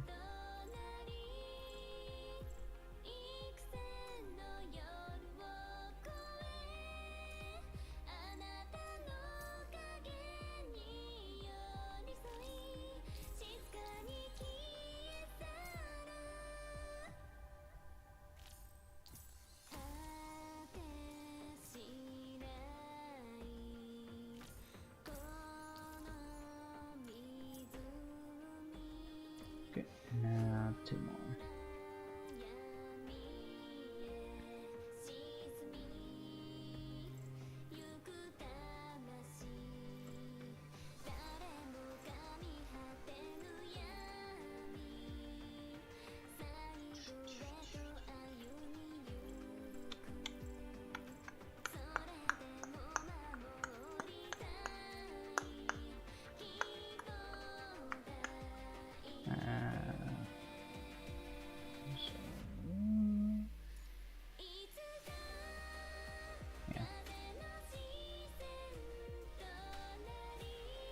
Alright, let's go back here.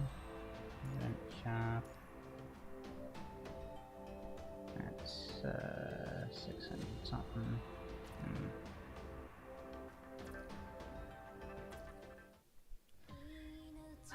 Okay, I guess let's start with the story stuff then. Now, so let's go do the interlude for Pulau, Night Mayfly. Hundreds of years passed and fluttered above the butterfly's wings, and I sigh when I look back into the past. Spring has just arrived today, yet the flowers will wither tomorrow. Drink before the night ends and the lights go out. Good mission. Are you sure you just want this plushie, Yo-Yo? A girl named Yo-Yo turns around with the panda plushie in her arms, nodding at her father enthusiastically. Dad, this panda is called Master, and it can talk. It can also fly. Seeing how confused her husband is, Yo-Yo's mother chuckles. You're losing touch. You don't even know what your daughter likes. She's talking about that character in that cartoon that's popular with the kids nowadays. It's called Ko Lung's Magical Girl. Honey, you can pick something more expensive like the other kids do. We're here to celebrate your passing your maths exam. Your father just got a promotion, so don't worry about the price tag. A girl of a similar age walks past Yo-Yo with a bionic panda mechanoid in her arms. One size larger than Yo-Yo's plushie, it appears to be able to say the famous lines from the show and fly, for real. Yo-Yo, I let your dad show off for once, and you don't want a more valuable toy like that the other kids will be jealous of. But Yo-Yo just blinks and looks at the plushie in her hands, bewildered. Are cheaper toys bad? Do they have to be expensive? I don't get it. Master was just an abandoned plushie in the cartoon as well. It only became unfamiliar because the magical girl's love turned into its magic power. Yo-Yo's parents are looking at each other, seemingly surprised by what she said. They chuckle, slightly embarrassed. The kids must think we adults are making our lives difficult with what we deem important, isn't that so? Yeah, Yo-Yo doesn't care about how big or small the numbers are. Isn't that what she did in the exam? Haha. Dad, I'm going to be mad. Yo-Yo's father crouches down and picks up Yo-Yo, whose cheeks puff out and the plushie in her hands. Alright, Dad understands now. Now that we've bought it, you need to love the plushie like how the girl in the show loves it, like how we love you. Ugh, I'm getting goosebumps. Look at you, not feeling embarrassed at all. Blushing, Yo-Yo's mother smiles and gently strokes her daughter's head, her gaze filled with tenderness. Yo-Yo, Mom also loves you very much. Even if one day... she can still feel the warmth and gentle touch of her parents' embrace, but she cannot find them anywhere. Dad, where are you? Yo-Yo reaches out, but she grasps nothing in the void. The more she struggles, the further her fleeting happy memories seem to be. The sound of waves and the sense of rocking became clearer and clearer, washing away the last bit of her confusion. Yo-Yo wipes away the tears in her eyes. She knows it is time for her to wake up. And this is on the nighter. Blinding lights sway above her rhythmically. Yo-Yo finds herself lying in an unfamiliar room. Can you sit up yourself? Yo-Yo sees a lavishly dressed woman sitting by the window, staring at her. The woman must be the one who saved her. Yep, honey. She nods, moving her body from side to side while sitting up, hoping to take a look at the room, but the pain in the right arm takes her attention away. Seeing Yo-Yo's expression, the woman leans forward, inspecting the wound on her arm. You're well protected, but you're still slightly infected with the punishing virus. We've given you a serum. You'll be fine apart from feeling the pain for a little while. Did you save me, miss? The woman seems a little saddened to be called miss, but she nods regardless. Then do you know where the two robots were with me are? Tae, Sag. Yo still remembers her two robot friends who looked scary but were actually very kind. They were traveling together until they reached the incredibly large ship. I don't know. You passed out from crying and the mechanoid who took you here was taken away. There was only one of them. Seeing how disappointed Yo-Yo looks, the woman thinks for a second before talking again. They were probably taken to be repaired. Machines will be good as new after they're fixed. Is that true? And I just have to find Dad. Dad will help me look for them, and Mom will make them very tasty food. I guess robots can't eat, can they? Dad, Mom. Yo-Yo tries to stand up, ignoring the pain in her arm, but she almost loses her balance and falls on the rocking floor. Looking outside, she finds herself surrounded by an endless ocean. There is nothing around her but the moon and the stars, and there is no sign of anything she knew in Kolong. I have to find them. Stumbling around, Yo-Yo tries to leave the room, but the woman grabs her hand. It's dangerous on this ship. It's better to stay here if you're alone. Then I must find them immediately. Mom and Dad have been risking their lives to search for me. Do you know where they are, miss? The woman shakes her head, speaking only after thinking for a while. You've been unconscious for 7 days. They would have been here already if they were still alive. So, they're either dead, or they have abandoned you. The woman holds Yo-Yo's hands gently, looking into the girl's eyes with serenity. Everything without value is thrown away on the nighter, and a child on their own is a valueless burden, so... You're lying. Shivering, Yo-Yo interrupts the woman with the clenched teeth and tears gathering in her eyes. Mom and Dad wouldn't leave me. They promised to come back and get me. I know Dad always acted like an irresponsible dummy, but he had never broken his promises to me. Mom sometimes got angry for no reason, but I know she would never leave me. Yo-Yo clutches the worn panda plushie in her hands, her tears dropping on the toy. Just because a promise is important doesn't mean it's kept. Yo-Yo flings away the woman's hand, wiping her tear-filled eyes with her long sleeves. Enough. I see it now. You must be one of the bad people Dad told me about. You're trying to trick me into staying here. I won't listen to you anymore. I'll find them myself. Yo-Yo rushes outside of the room, leaving the woman alone, hesitant to give chase. The woman looks at her hand that was holding Yo-Yo. She misses and fears the sensation of someone else's touch. Villiers, my lord. The Niter at night is bustling with crowds. Looking back from its fences, however, is greeted only by dark roiling waves. In the distance, people in luxurious outfits are singing and performing on a stage, their music reaching the laughing audience. See the glistening colors of a mayfly's wing. Your brief life I mourn, what does mine bring? The girl's small figure traveled through the brilliant colors of the night, drowning in the noises of the people's lives. See the opulence just for a mayfly's fight. Your brief life I mourn, where will mine rest? Dad, Mom, where are you? Panicking, Yo-Yo searches for her parents' figures on the unfamiliar streets, but her cries are only met with dubious or detested gazes.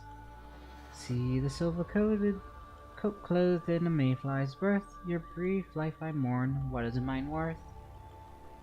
Eventually, she slows down, her long-suppressed fear and loneliness reflecting in her eyes. Don't cry, I am here. A kind mechanoid once told her that, but now it is nowhere to be found. Only now does Yo-Yo realize she is truly on her own. If this is a nightmare, there is no end to it, nor a way to turn back. Tae were born to fight for Kolung. Suddenly, she hears the loud synthetic voice of a mechanoid, the same voice of the two mechanoid friends that had protected her on her journey. They're alive. They're here. Yo-Yo slowly navigates through the crowd, walking toward the voice. Check this out. You lovely folks see this mechanoid? It might look busted, but its energy core is perfectly intact. Even its voice module is functioning flawlessly. It's a tie made in Kolong. Totally legit stuff. I promise you, in the name of Jaman's Emporium, that your 170,000 grubs will be worth it. Doesn't sound like it's worth a price, Jinmin. Unless it has some special features that you aren't sharing. Come on, spill the beans already. We're all eager to see it. Yep, it's Changyu's friend. The gathering crowd becomes animated after hearing what the boy says, not noticing the self-smirk on the shopkeeper's face. That or Changyu himself, I don't remember. You know your stuff, young man. Guess I'll have to confess I didn't get this mechanoid from your usual legitimate channels. This was a corrupted. The crowd gasps in awe. Some of them look a little frightened, more of them look ecstatic. A dead corrupted? Must be different to a regular mechanoid, right? Maybe some of its parts got some impressive upgrades. It'll be a one-of-a-kind collectible. There can't be any decor more impressive than this. Jinman winks at the boy. Two of them are clearly working together. But how did you get your hands on something so valuable, Jinman? I heard that Kolong's Pulao crew had dumped all the corrupted remains into the sea. That's a long story. Do you see the ribbon on its arms? Jinman holds up Tae's arm before the crowd, highlighting pink ribbon tied on its arm that looks out of place on its heavy metallic body. Sure, it's weird, but what's so special about it? The corrupted are weird in the first place. What you didn't know is that it got the ribbon from an innocent girl that it killed. How do you know, you ask? 'Cause I was there. I witnessed the whole thing just as I boarded the Niter. It wasn't going to let me live, of course. This tricky bastard was hiding in a corner before it leaped out and went for my throat. Well, I panicked, but then I handled it. Whoosh! I flipped it over and slammed it on the ground. The crowd is entertained by the shopkeeper's lively lurid tale, not realizing that a girl has walked to the front. But it's a lucky thing I had my pistol. Anyway, I started blasting. Pow pow. Classic quote. Anyway, I started blasting. Wow, this damn thing stopped moving. Papa, I took a few more shots just to be safe. That's why there are all these bullet holes on it. You're lying. Yo-Yo rushes out of the crowd, chirping a few people in the center. Hey, whose girl is this? Can't have you speak nonsense at my shop. He's not some tricky bastard. He's my friend. He saved me from the corrupted. A mechanoid saving a human girl from the corrupted? These machines can't even stay sane from the punishing virus. Did your parents not teach you not to lie? Go home, if you're going to act like a baby. The surrounding people laugh, rubbing salt in Yo-Yo's wound. I wasn't lying. Jinman is getting impatient. He tries to send Yo-Yo away, while frowning at the boy hiding in the crowd. Doesn't matter what you say, this is my ware, so I get to call whatever I want. You're welcome to make up any story about it if you can afford to buy it, but until then, get lost. The boy sighs and shakes his head, walking up, preparing to drag Yo-Yo away. I have money. I'll buy him. Dad gave me lots of money. Yo-Yo takes around a while, holding up high. Hearing the word money, Jinman's expression changes in an instant. Why didn't you say so? However, seeing the amount of grubs Yo-Yo is desperately taking out, Jinman does not know whether to laugh or cry. You've got to be kidding me. What do you hope to buy with these scraps? Stop messing around. I'm warning you. But that's all I've got. Look, there's so much. In Yo-Yo's world, the money she has is enough to buy her all the snacks she likes, as well as all the new clothes and toys she wants. But on the ship, that amount of money is far from enough. Jinman is about to throw the girl out when he suddenly comes up with a plan, and he grins. Now, I know you don't have the money, but there is something more valuable than grubs on the niter. Hey, Jinman. The boy's about to say something, but he stays silent after Jinman stares at him.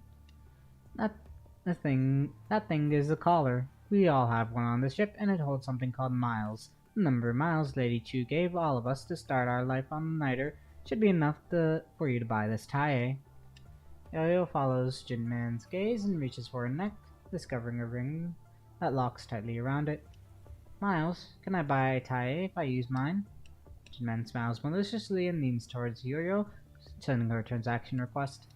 Of course, you can buy anything you want as long as you can pay the price.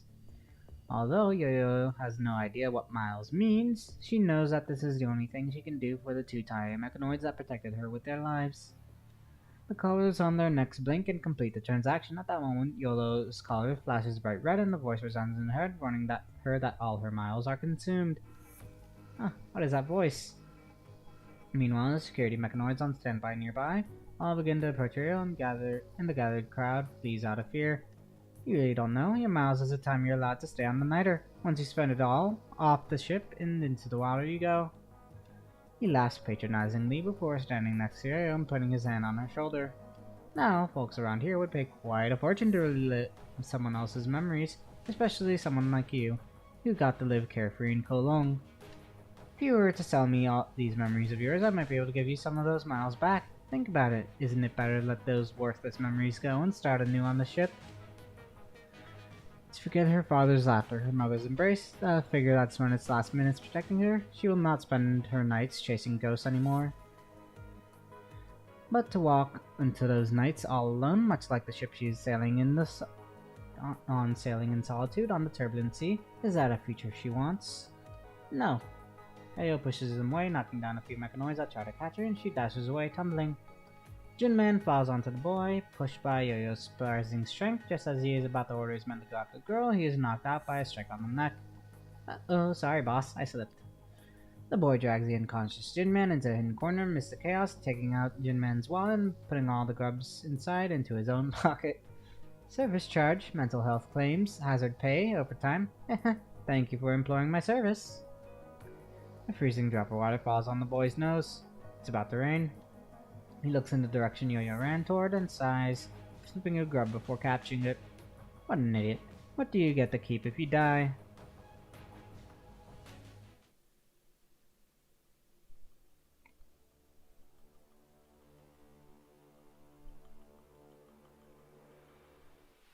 Yep.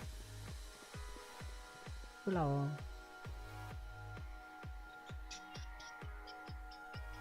Sufficient target miles detected will expel the target. Resistance from target confirmed will expel the target by force.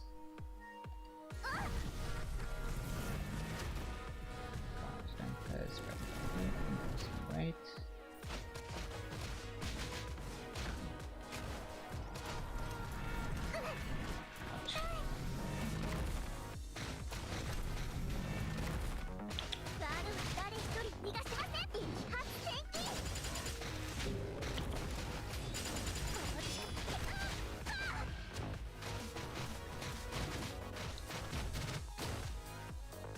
Ahead, warring battle ahead. And the battle.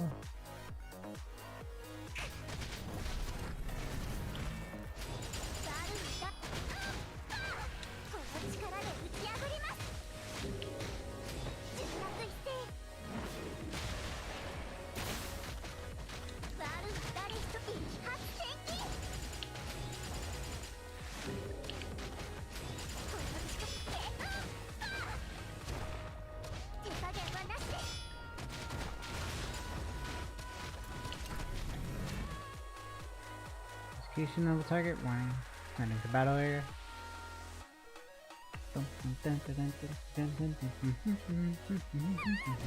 Ouch. この力で打ち破ります。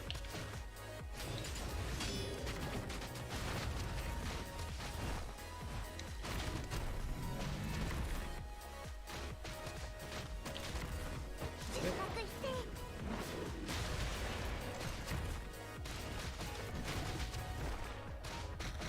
一発千金。手加減はなしで。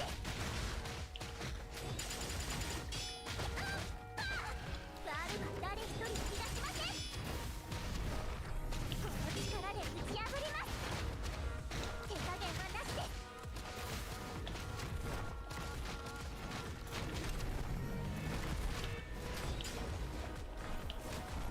中学一斉。 Bonk. この力で打ち破ります。一発千金。 Okay.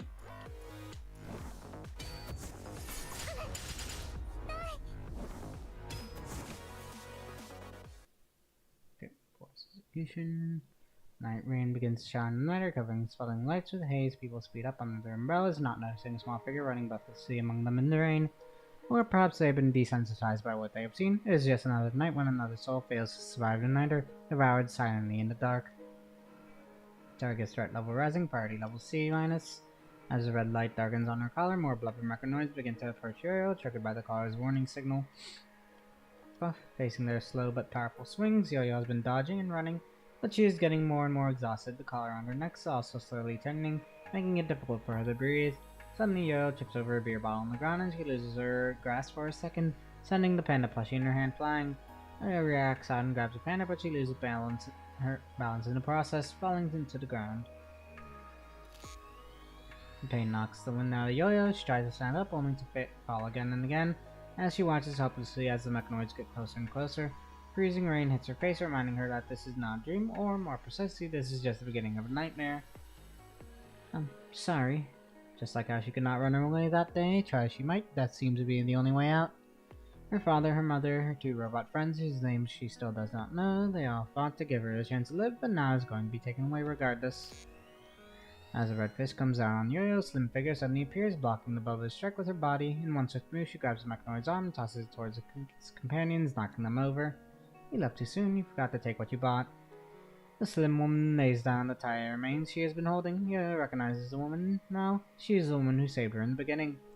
But to see her was standing a hit from the blubber before tossing it away, Yo-Yo knows clearly that the woman is no ordinary human. It was just a worthless tool. What would you still buy when it cost you your life? This ship throws away everything that's worthless, including you. Yo-Yo shakes her head and stares into the woman's eyes. Worthless? I don't get it. They were my friends. They helped me. Did I do something wrong? Completely spent, Yo-Yo's body slides towards the side. The collar on her neck gets heavier and heavier, and her vision suddenly darkens as she falls closer to unconsciousness every time she breathes. Friends? Did your friends want you to live? Do you understand this feeling? I don't understand this feeling, but... The woman reaches out for Yo-Yo, still hesitating about whether or not she should confront the strange feeling. There might be nothing but pain in your future. Do you still want to live, even when you won't stop running in a world like this? I want to live. I don't want to break their hearts. Yo-Yo whimpers silently, grabbing the blindingly red collar around her neck with one hand and taking the woman's hand in another. So frail and yet your strength, is that the value you live by? The girl's small hand is so fragile, but the woman finds the hand grasping her finger to be heavier than anything she knows.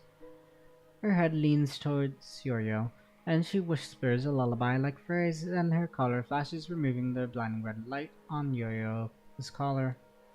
Then live. Together we'll live. Interesting. Ancient foreign glass. Only just friends. After I bid gone, I realized how much time I wasted away. Upon the tallest tower in the nether construct in the mask, half kneeling on the floor, her head lowered, waiting quietly for her actual mistress. Soon the construct hears her mistress's familiar footsteps, and an imposing woman steps forward from the dark hall. The construct lowers her head further. Rise, Yazi. Hearing that, Yazi slowly looks up and stands retreating behind the woman. Quotation marks. As you wish, Lady Chu. Your subjects have gathered in the square with projection screens. Is there something else I should prepare? That's not necessary. I'm not my pompous sister. I have no desire to waste my breath on them. I have no need for will on a niter. What they should follow are rules. That is their only value. I understand. This is the only way this ship sails on the right course, as Huashu told us. Yazi, would you think I'm doing something foolish? To despise humans while being one, to despise humans while being their monarch, shouldering the responsibility of carrying on Kolung's legacy on this vessel. I think there's no one better for this role than you. Looking at the ill-fitting attire on herself, Chu smiles, her thoughts hidden. In the end, all I can do is steal her name and her role. Perhaps that's only fitting, a false monarch for a false prosperous time. Yazi lowers her head, unsure how to respond. Yazi, turn on the video system. This will be my first time on stage in this role, and perhaps my last. Here begins the endless night. The laws of the niter. 1. Wearing the monitoring device, the collar, is compulsory. Everyone who does not wear one or tries to damage it will be sentenced to death. 2. Miles must be attained with grubs earned in any way necessary. Everyone with 0 miles will be sentenced to death. 3. The niter is to sail on the ocean until the calamity is over. Everyone who leaves or boards the niter without permission will be sentenced to death.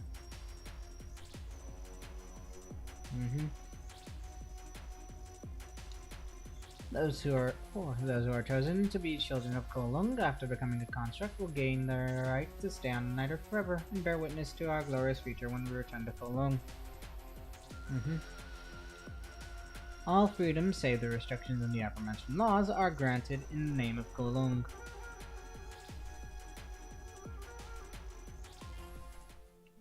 Inside a quiet room, several holographic projections slowly overlap, forming an almost humanoid figure. Respond accepted. Password authorized. Loading preset. General interaction interface. The administrator logged in. Welcome, Master Villiers. Hearing Huashu's usual greetings, the construct Villiers reveals a rare, gentle smile. You're probably the only one left who'd call me Villiers, but that's enough. I don't need someone else to understand who I am. Huashu's figure flickers as if thinking about something. The passenger's survival rate is in fact increasing compared to simulations done every half hour after your initial announcement. I want to understand why you did it, Master Villiers. Villiers turns on the surveillance system, monitoring the different corners of the niter lives. Huashu, you still don't fully understand humans. You have to understand them to manipulate them well. Apart from a few, most people who boarded the niter were the working class who struggled under Chu's rules. These seemingly authoritative but extremely pliable rules are in fact an opportunity. They will welcome our policies with open arms and work tirelessly to earn these miles, building us exceptional constructs. Then, one day, I will find a construct that can become your body. My body? Villiers tries to caress Huashu's face, even though he knows the figure before him is just a hologram. He is still disappointed that his touch meets only air. I once thought not to rely on humans as well. I thought I could build you a perfect body with my own hands. That was the most flawless mechanoid I'd ever built, or so I thought. Even when I tailored it for you, its logic system failed to adapt to your consciousness, a mind that uses the same architecture of Gestalt. But it made me realize that only a construct's mind is ideal for you. Huashu's form flickers again. Emotions and self-awareness take root in Huashu's constant calculations and reflections. What happened to that failed mechanoid? Villiers looks a little surprised to find Huashu curious about a mechanoid. It accidentally generated excess human sentiments, even produced its own thoughts during its development. It was a defective product that lost its value. The niter has no use for defective products. Villiers recalls how the mechanoid stared at him with the gaze of a human. Even when Villiers was the one who granted it a mind, it still turned out like the humans he despised most. It was left behind in Kolung, so I assume it has long been infected by the virus and turned into corrupted, probably destroyed in the fight with humans. Lost, death, destruction, value. What is the value I produce? Villiers walks toward the hologram, looking into Huashu's eyes, his gaze conveying boundless affection. Your existence itself is your value. You are the only perfect existence in this world. Nothing matters except you. This planet and this ship are just a cradle, existing only for your perfection. Huashu flickers again, the light flashing on Villiers' passionate face. That's it for today. I'll be working on your system expansion in the next preparation for your eventual frame. Well, next in preparation for your eventual frame. Therefore, I'm hoping you can take my place as Chu to govern the affairs on the Niter by remote controlling the construct I built in Chu's image. Then you might be able to witness more closely how despicable humanity is. Villiers takes one last look at Huashu's flickering hologram before turning away and heading into the laboratory in the dark. Okay, return of a distant dawn. Plum tree branches crosses the moon, carrying special atmosphere. A plum blossom shaded moonlight, leaving dark shadows in the glass. No matter how long the past, those days have long gone. It's hard to see my old friends again. Familiar light sway above Yo-Yo. She opens her eyes, violently coughing. The long missing air in her throat tastes like honey. Yo-Yo even wonders if she has forgotten how breathing feels like. You're finally awake. The woman who has saved Yo-Yo twice smiles genuinely for the first time. She helps Yo-Yo up before feeding the girl a small cup of tea. The warmth from the tea brings a sensation of life back to Yo-Yo. Her body slowly stops shaking while her tears roll down her face ceaselessly, unprompted. Miss, I'm still alive, right? Yo-Yo's voice is choking up. The woman nods and puts down the tea, hesitating for a second before holding Yo-Yo in her arms, allowing the girl's tears to gently dress. Time passes and the night sky in the distance fades, signaling the arrival of a new day. The night of grief and tears has passed. Yo-Yo wipes her tearful eyes and opens her mouth hesitantly. I'm sorry.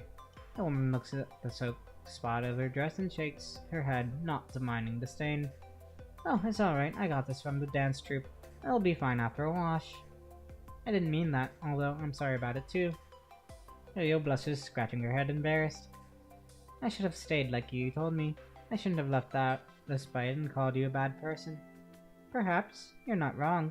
It's not smart to trust someone blindly on the Niter. Then the woman takes out a panda plushie that's been staying by Yo-Yo's side, putting it back in the girl's arms. I should apologize too. I shouldn't have told you that you'd never see your parents again. As long as you don't give up hope, there's still a chance that they've been waiting for you in Kowloon when we return. Okay, I won't give up. Then they must still be waiting for me. There's something else I need to apologize for. I tried to fix the TIE mechanoid you bought, but its body and memory shell are both damaged beyond repair. It's impossible for it to become what it once was. The woman shakes the bells in her hand, and a giant figure slowly steps inside the room out of nowhere. It is a blubber mechanoid. So I use the parts of the TIE to fix up a broken blubber. Perhaps in a sense it will live again. The woman knows she is being impudent. The mechanoid that Yo-Yo called a friend no longer exists. She fears that everything she has done for the girl is in vain. Every module and every screw of a mechanoid can be replaced. Does a body built with parts have a soul? What constitutes the real soul? Yo-Yo reaches out timidly touching the blubber's metal body as if it's cold, stiff. It is as cold and stiff as other mechanoids, apart from the hint of pink on its wrist.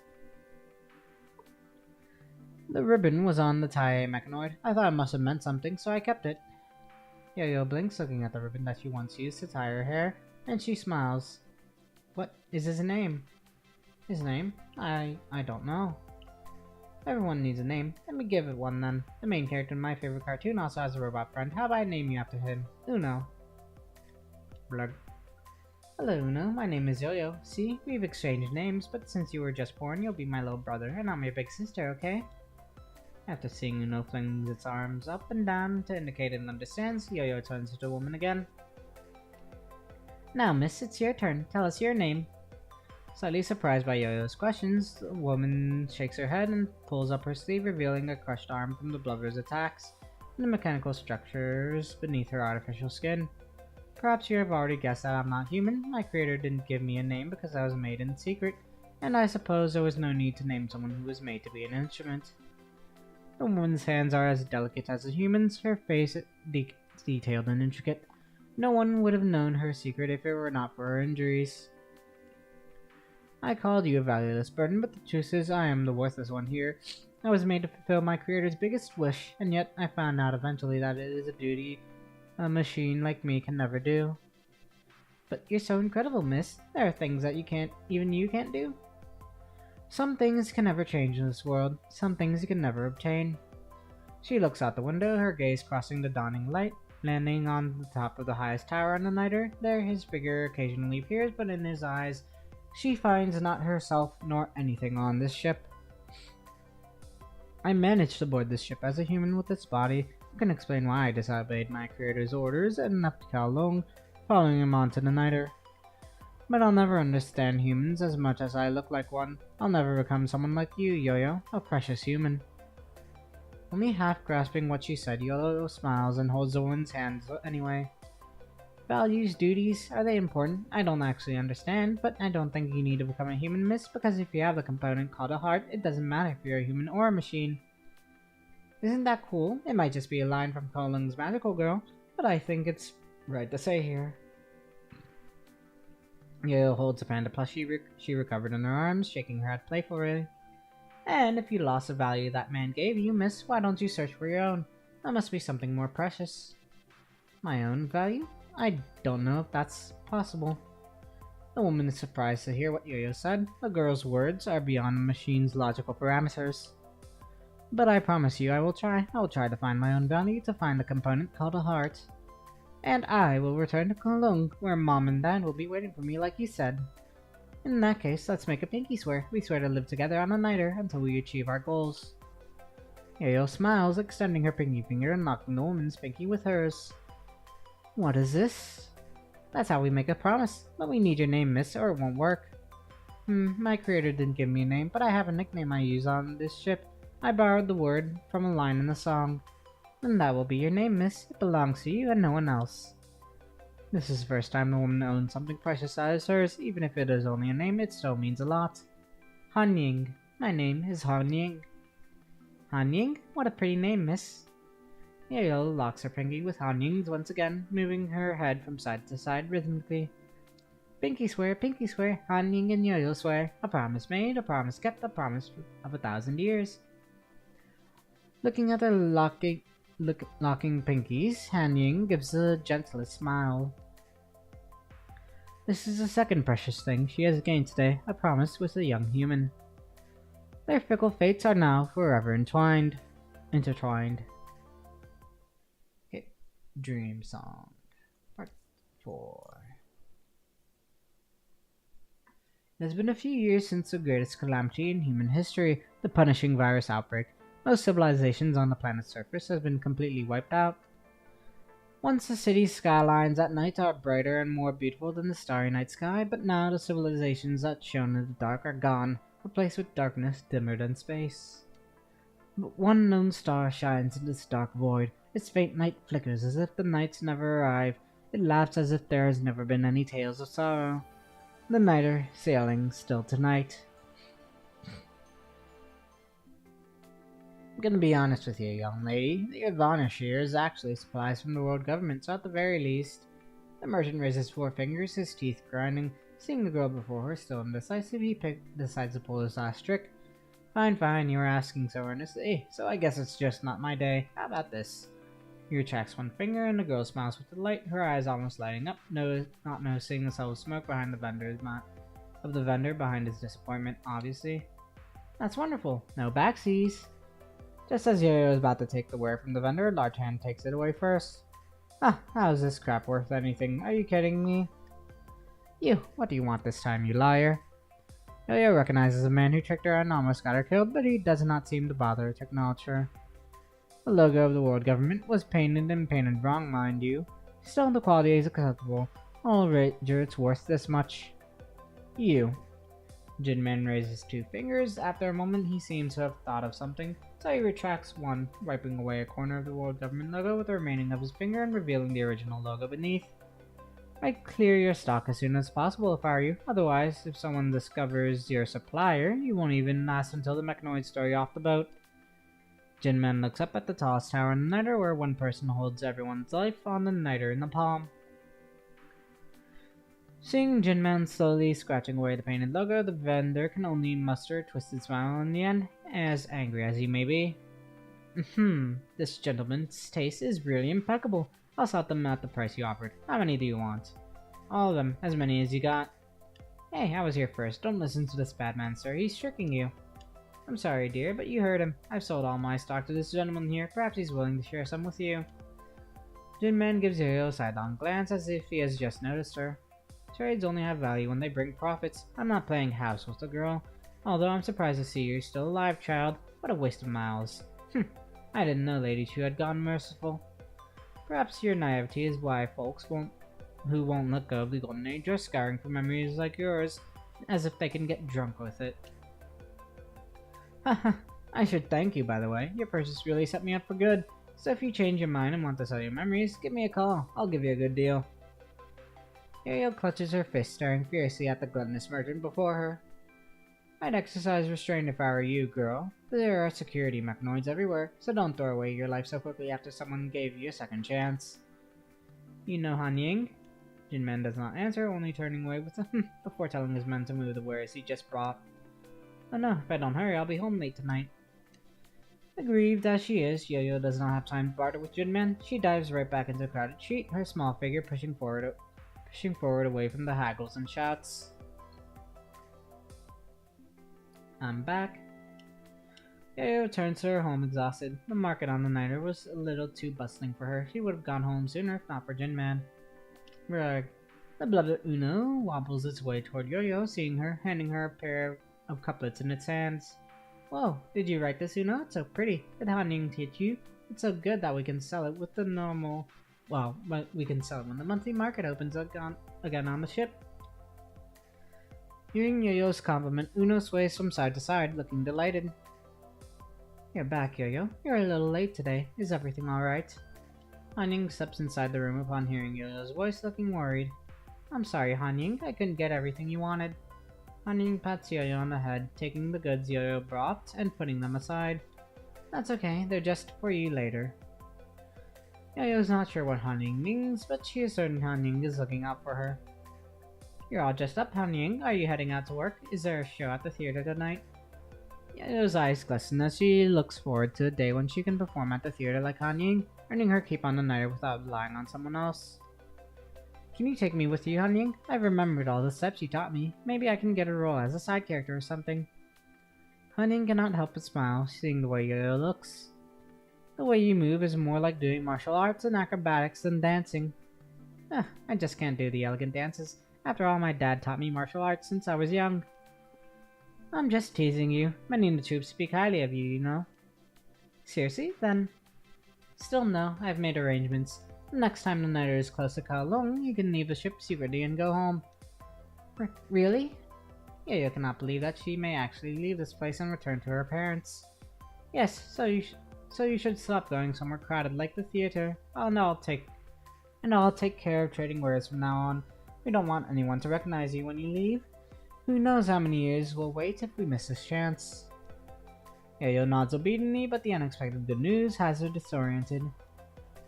Oh, okay, but at least let me help you with your makeup. Han Ying smiles, sitting down before the dressing table. Yo-Yo carefully observes Han Ying's overwhelmingly beautiful face with the light's help.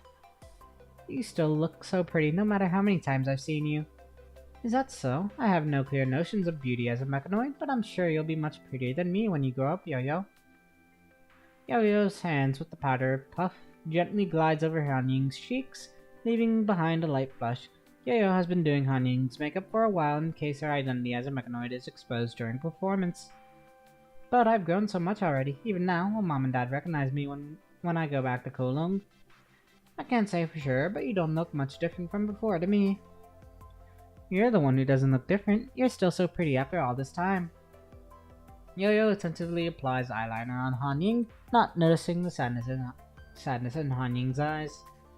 You're right, a human's thoughts and emotions would grow and develop over time, but a mechanoid can never easily let go or change its values. Is that how it is for you as well, Han Ying? It is, but I've heard of a mechanoid called Sage Machina living with its disciples on land. They have hearts that are beyond their programming, even though they are mechanoids. If I can find them, maybe I... Then you should go back to Kolung with me, Han Ying. We'll find my parents and then look for the Sage Machina together. Han Ying smiles. She knows that Yo-Yo's fantasy is almost impossible, but she cannot help but imagine their journey together on land. But that's just a myth. Who knows how many years and decades it'll take us to find them. Oh, forget it. Forget if Mom and Dad would still recognize me, but I'm sure I'll be an old granny by then. Alright, almost done. Yo takes out a brush, dipping it in vermilion pigment and painting Han Ying's lips. Those lips tremble for a while before finally speaking. Yo, you can stay how you look right now when you search for your parents, no matter how many years have passed, if you become a construct. A construct? Can I become a construct? Yo has seen those constructs on the market before. They are called the Kolum Crew, a remarkable group of humans that have become machines, working as the left and right hands of Lady Shu. You can. Actually, I've saved up enough to afford a procedure on you. I've also prepared all those parts you'd need, so you don't have to worry. Okay, but... Yo finds Han Ying a little strange when talking about this topic, as if Han Ying is withholding something. Yo, you don't have to decide now. Han Ying, having completed her makeup, stands up quickly and heads for the foyer, with her back toward Yo-Yo. Yet she waits for a long while before speaking again. But I hope you can consider it. Next to the center stage, Han Ying stares at the topmost balcony with hesitation. I shouldn't have talked to the girl about becoming a construct. She should return to her parents. But why? Hey Han Ying, you're the headliner of the troupe. The audience is here for you. Stop chasing them away with your miserable look.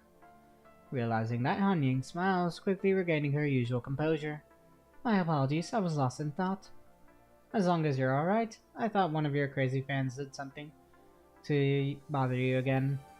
The troop leader leans toward Han Ying and whispers in her ears.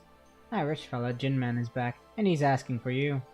I see. Please tell him I'll find him after the performance.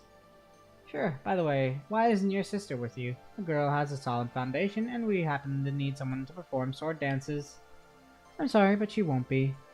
The troop leader is about to ask Han Ying something when the audience cheers loudly, only stopping after a loud bang from the gongs. They are waiting for the new performance on the stage. Alright, time to go to work, guys. Get ready. The troop leader shouts, and dancers wearing the same dresses as Han Ying gather together, doing their final preparations before stepping on stage. Yo-Yo. On the most extravagant stage of the nighter, the dancers appear amid thunderous applause. Han Ying, the fairest and most talented dancer of them all, enters to the loudest cheers. Falling snow by the Laurel River, morning clouds in the Wu Mountains, the glamour that can move cities, the beauty that once broke kingdoms. That's Lady Han Ying right there. She's worth all the money I've saved up. He notices an unfamiliar man sitting nearby with a bamboo hat on, even during the dance, which he finds odd. Hey buddy, never seen you before. What should I call you? You can call me Cradle. The pompous man called Cradle has not moved his gaze from the dancer on the stage. So, she's Han Ying. What, didn't you know? She's the most famous performer in recent years. I can give you a whole lecture on her. Cradle ignores a self-indulgent audience member next to him, nodding at someone standing at the side before taking a small device from his pocket and wearing it on his ear. Whispering a series of nonsensical phrases, Cradle combines his words into a signal that reaches the stage through the crowd. A pain Han Ying never before felt hits her right inside her mind, causing her to lose balance mid-dance, but she managed to take advantage of the force of the drop, turning the fall into an impressive somersault. What is this? My code signature is receiving external interference. This unexpected showcase triggers roaring applause from the audience, where several menacing figures hide among them, smirking. Holy cow, amazing! Did you see her move just now? Huh? The guy's gone already?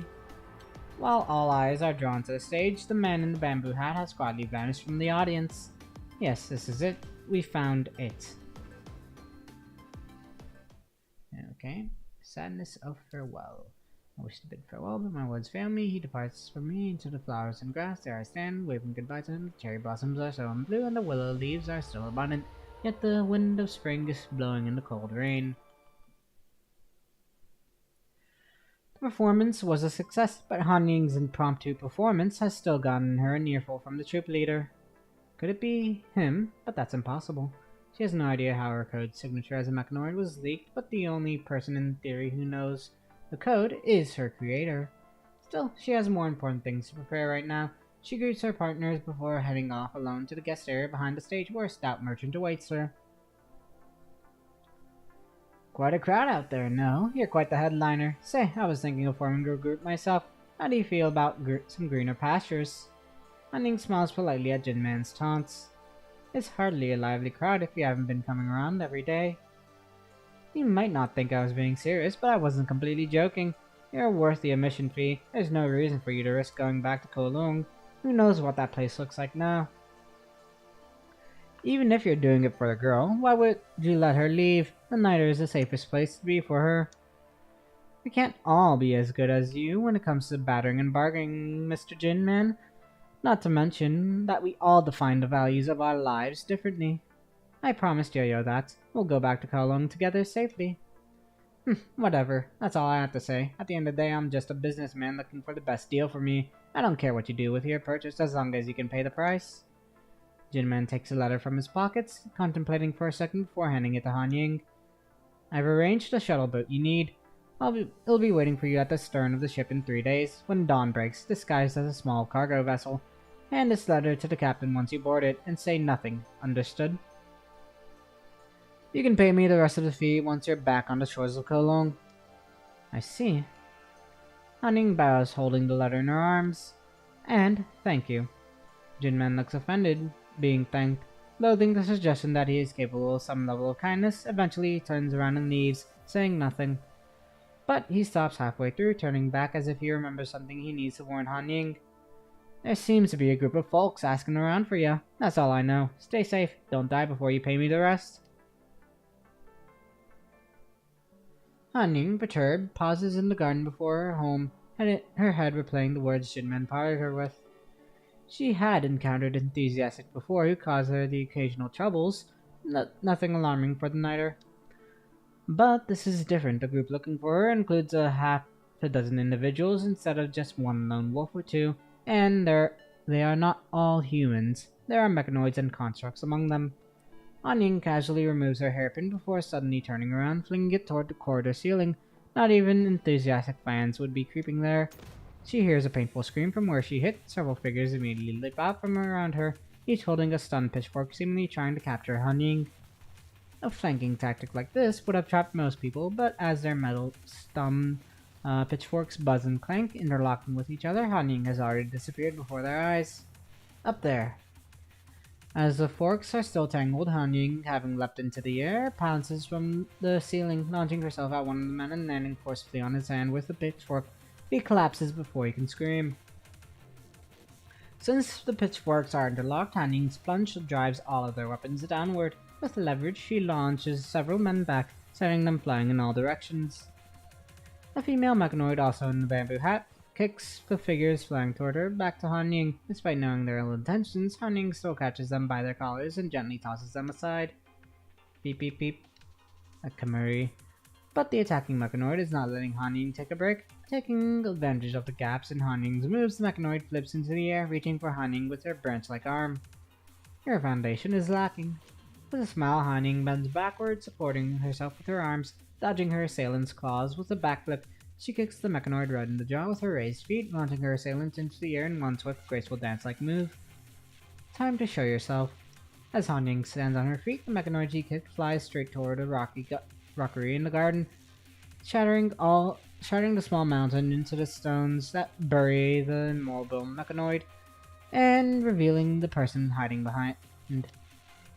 I thought this would be more than enough people to capture a regular dancer. You might stand a chance with 10 times the force. Han Ying wipes the dust off her sleeve, her gaze turning fierce. I hope you can offer a satisfying explanation of why you are following and attacking me, good sir. Otherwise... Han Ying enters her battle stance again, but the man simply waves his hand, indicating that he has no intention to fight. I don't plan to fight you. I don't need to. Han Ying hears a loud crash behind her. A massive figure is thrown to the ground, its body showing signs of having electricity pass through it. She immediately recognizes it as Uno, the blubber mechanoid she keeps around to protect Yo-Yo. Ikuno has been taken down. Let go of me. Shut up. Two men in bamboo hats carry Yo-Yo out of the house. Yo-Yo tries to fight back to no avail, her struggles leading only to retaliation. Yo-Yo. Han-Ying turns around, hoping to capture the man who poses as a leader, only to find the two mechanoids appearing beside him, guarding the man. Han-Ying understands full well that while she may be able to kill the man and escape unscathed, it is impossible for Yo-Yo to survive this.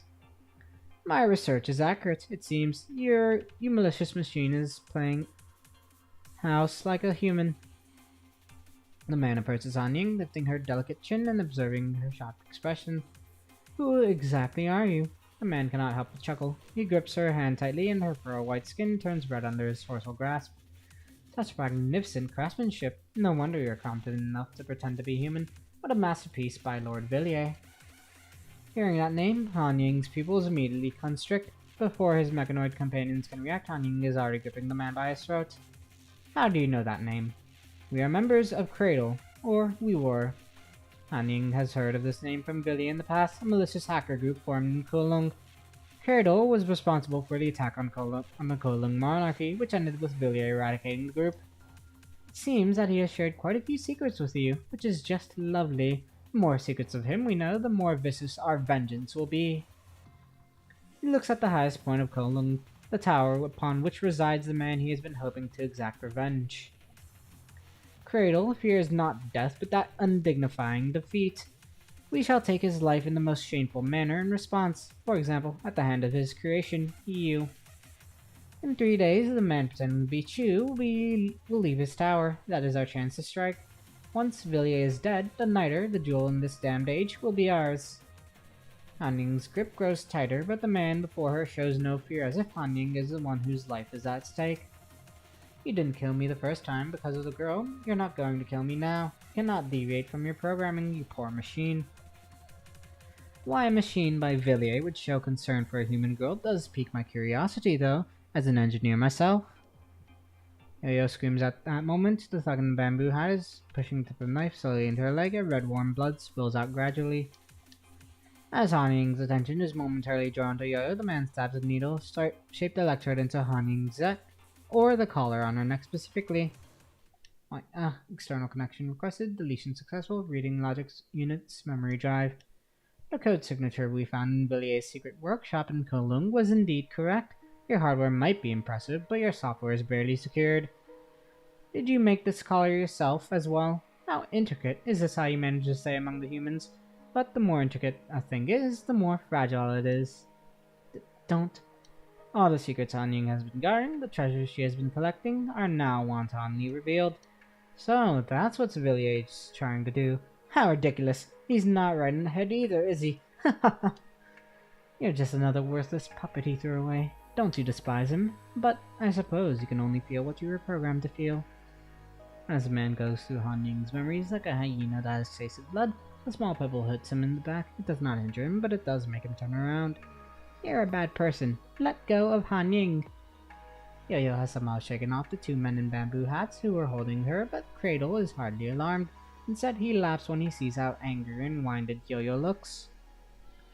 Of course, I'm a bad person, but your Han-Ying here isn't a good person either. Oh, my mistake. She's no person at all. You're wrong. Han-Ying might be a mechanoid, but she saved me, and she protected and loved me even when I had no value on this ship. Yo-Yo struggles to stand straight, staring at the people surrounding her angrily with tears in her eyes. She is more human than any of you, more human than any person on this ship.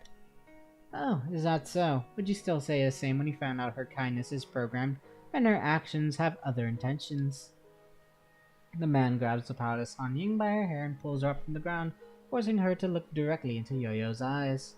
Now, tell her why you saved a little girl in the beginning. Tell her why you protected her time and time again. Tell her why you insisted on turning her into a construct. Han-Ying once again feels the pain from the probe inside her mind, and she can no longer control her thoughts. Upon our first encounter, I tested and discovered that the unconscious subject possessed a high tantalum affinity. Exists to become a vessel for Huashu, the intelligence similar to Gestalt. If I am unable to fulfill the primary objective, my logical actions will be redirected toward the secondary one. Secondary objective, prepare the subject until she becomes a construct, and present the subject as a backup vessel to my creator, Villiers. Hanning struggles painfully, but her gaze has not left Yo-Yo, even though all Yo-Yo does is look away. Yo-Yo. All her love is merely an extension of Yo-Yo's values, her trust to bet on the girl, the uncaring truth hurts the girl more than any of her wounds. No longer able to say anything, Yo-Yo cannot even make a sound or wail. She just cries, her feet losing all the strength she used to climb up, and she slowly kneels on the ground. A machine is always going to be a machine. They exist only to fulfill humans' desires. He laughs on his own before signaling the mechanoids around him to take out Yo-Yo with a glance. Now that he has control over Han-Ying, he no longer needs a useless girl. Uno. Han-Ying desperately throws the letter in her arms toward the fallen Uno with her commands. Uno, having been playing dead, catches and stores it before smashing the ground with its arm, causing dust to fly everywhere. Blarg. Take Yo-Yo away. Stern of the ship at dawn in 3 days. Uno nods, tossing back two approaching mechanoids with one arm while grabbing the crying Yo-Yo with another. Uno flips into the air over the walls, disappearing into the night. Forget them. We don't have to go after them. After all, we've got what we came here for. Our most important piece in this game. Let's go, Han-Ying. This time we must take back what we lost from Villiers with interest. I'm sorry, Yo-Yo. As Han-Ying's color glows red one last time, she looks toward where Kolong once was. I don't think I can keep my promise and return to Kolong with you. Time to fight. Part 3. Song of Fragrance. The silk handkerchief is soaked by the sudden burst of tears. It's hard to resist the sadness of not being able to see him. My sleep is shallow, yet the screen stands tall in this silent long night. Hajime. The Niter will dock in approximately 70 hours. The open market we are hosting on the dock will be our closest one to Kolong. I will be controlling the mechanoid with Chu's appearance remotely and monitor the market myself. I have changed the classification level from B to C based on the citizen feedback we received. Villiers, however, does not seem to care about this. He is just focusing on calibrating Huashu's data. Since the market's closed to Kolong, there may be corrupted roaming near where we dock. Take Yazi as your guard, just in case. Huashu's projection flickers as if that is how it expresses the idea of confusion. Should we cancel the market for now if there is a chance of a corrupted attacking? Otherwise, casualty among the citizens could be catastrophic. Villiers frowns, pausing the calibration he is working on. Huashu, you seem to be caring about those humans more and more during the time you managed to Niner for me. It's an interesting shift, but you're acting a little too obsessive now. The people of the Niner are the people of Kolong. Their freedom and lives have been granted to them, and in return they must become the cogs that build the machine. The value of the Niter is to give Huashu a body of your own. Only through not frequent trades, but rather frequent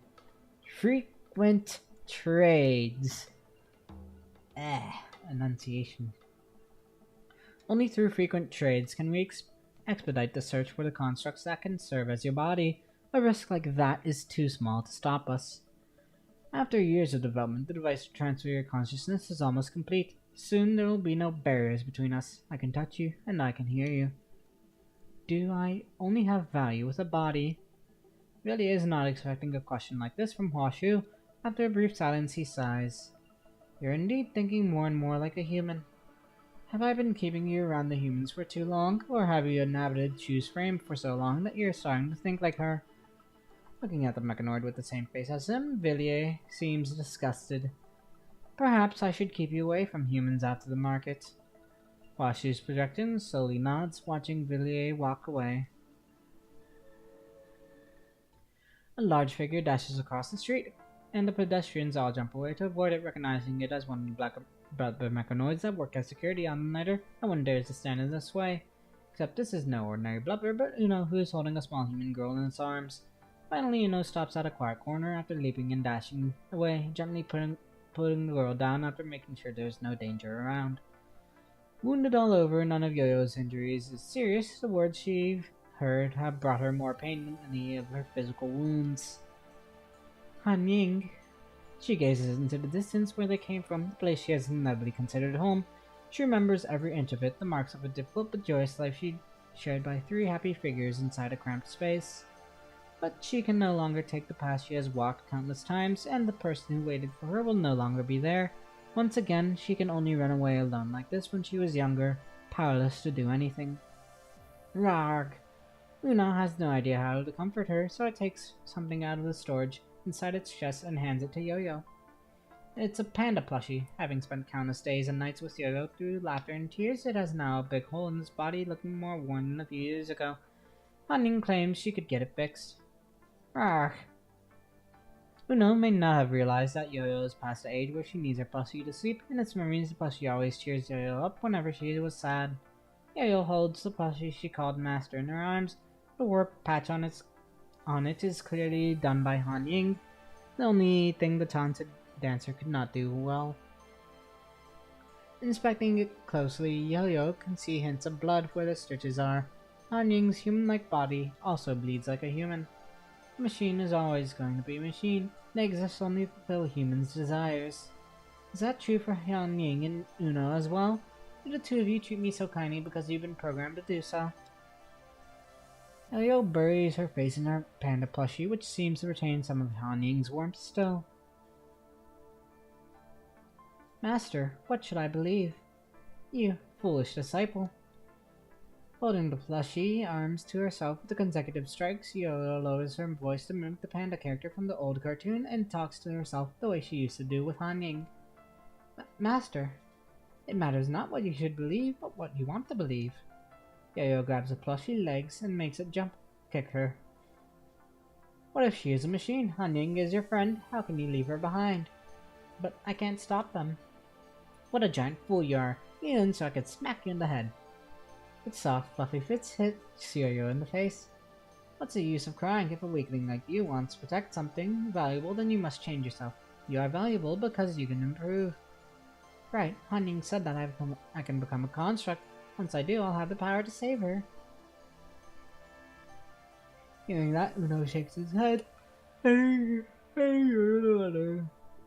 Yo-Yo the letter Han Ying gave it, implying that Han Ying would not want Yo-Yo to miss the opportunity to return to Kowloon. No, we made a promise that we would return to Kowloon together. I won't go back by myself. Uno, do you know how to become a construct? Don't lie to me. Despite its best effort to shake its head, Uno could not hide the truth from Yo-Yo after all. Points to a giant shop in the market with his massive arm. Inside Jinman's emporium, Jinman spares no effort hiding his disdain towards his 2 uninvited guests. So, in this critical hour after Han Ying was taken, you dumb robot takes the girl to my place. Rog, you're the one Han Ying found to help me become a construct. I didn't help, I was paid to provide a service. In that case, I want to become a construct. How much would that cost? Staring at Yo-Yo with a side glance, Jinman quickly fiddles with his abacus. As a matter of fact, Han Ying already prepared the design and the material, but the operation itself is costly. Do you even have money? Get lost if you don't. Money Han Ying prepared is kept by herself, so the girl has no way to pay the price. Get lost then. Why are you still here? Hey boy, kick them out. Jinman calls for the staff beside him. The slender young man smiles as he approaches Yo-Yo and gestures her for her to leave. I'm terribly sorry, young lady, but my boss never does something that doesn't profit him. Please, leave. Yo-Yo is not angry, however, does she intend to leave. Determined, she stares right back at Jinman. I might not have money, but I have something I can sell. You mentioned it in the past, my memories. Jinman's submissive expression suddenly turns on, no longer acting like his usual condescending self. Do you have any idea what you're talking about? Without your memories of Kowloon, you won't remember what your parents look like, or your life there. My parents once told me I'm terrible at determining the value of a thing, so do what feels right, don't hold back. If my memories can become my strength, then now is the time to use them. Plus, I'm not afraid. Han Ying and I promised each other we'd return to Kowloon together. My parents will find me even if I'm a construct, and the 4 of us will create new memories. Jinman has never been so torn about a deal, as ruthless a merchant and a shark as he is. If that's not enough, I'll add this plushie. This is everything I have. Please. Yo-Yo holds the plushie one last time before putting it on the counter, leaving behind the last anchor she has to her past. How much can it be worth? And it's so old. Fine, Jinman's Emporium will take the seal. Prepare the operation. Really? Jinman ignores the staff, smirking only at Yo-Yo. We might have a deal, but construct operations are not guaranteed success. You might just die on the operation table, and we'd still charge you the full price. Do you understand? I understand. I have to try, even if it's just a small chance. Very well, follow us. Yo-Yo turns around and wipes away her tears, waving goodbye to Uno, promising herself that she will cry no more. Instead of crying about her past, there is something more valuable she has to protect. Can she really survive this? What's wrong, boss? Are you worried about the little girl? I'm worried about your skills. Relax, do you know that I used to be a member of the Fushi crew in Kowloon? Well, very impressive. But are you sure about removing her memories during the procedure? She'll forget everything before she boarded the Niter, her parents, her friends, her past, even her name. Certainly, a contract is a contract. That is what I'm owed. Do people really buy that stuff? Of course they do. Freaks run amok on the ship, but instead of selling it to some peeping junkie, I'd rather keep it as a favor to a promising future dancer. That's why you're the boss. Of course you've planned it all out. Not to mention, it's a good thing for the girl to stop obsessing over her unrealistic past. Start the operation. Leave it to me.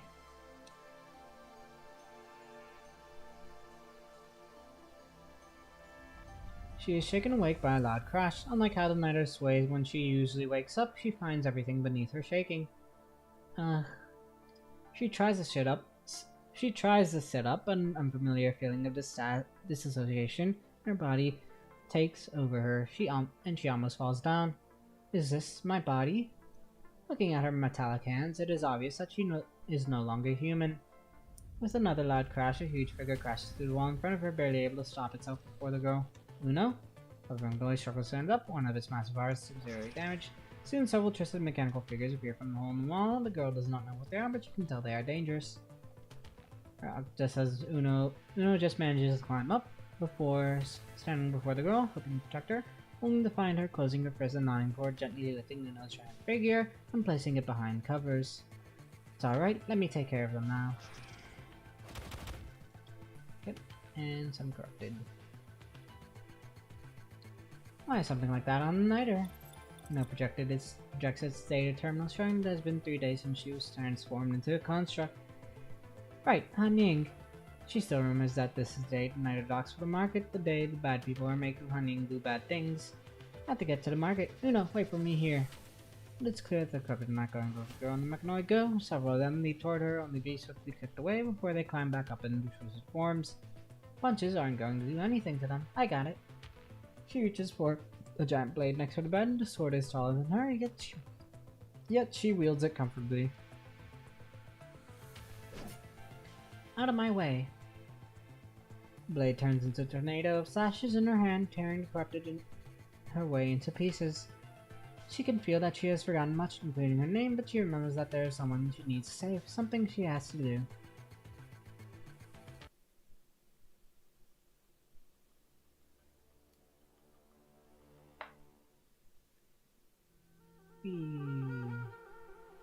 On the Niter.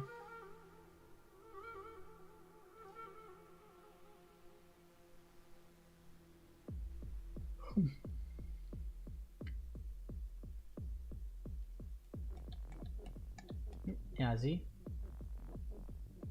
I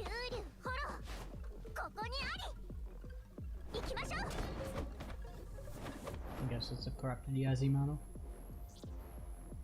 Oh nope, never mind. It's actually actual Yazi. Who is it? Stop right there. 82 is in danger. Please, trust me. Enough said.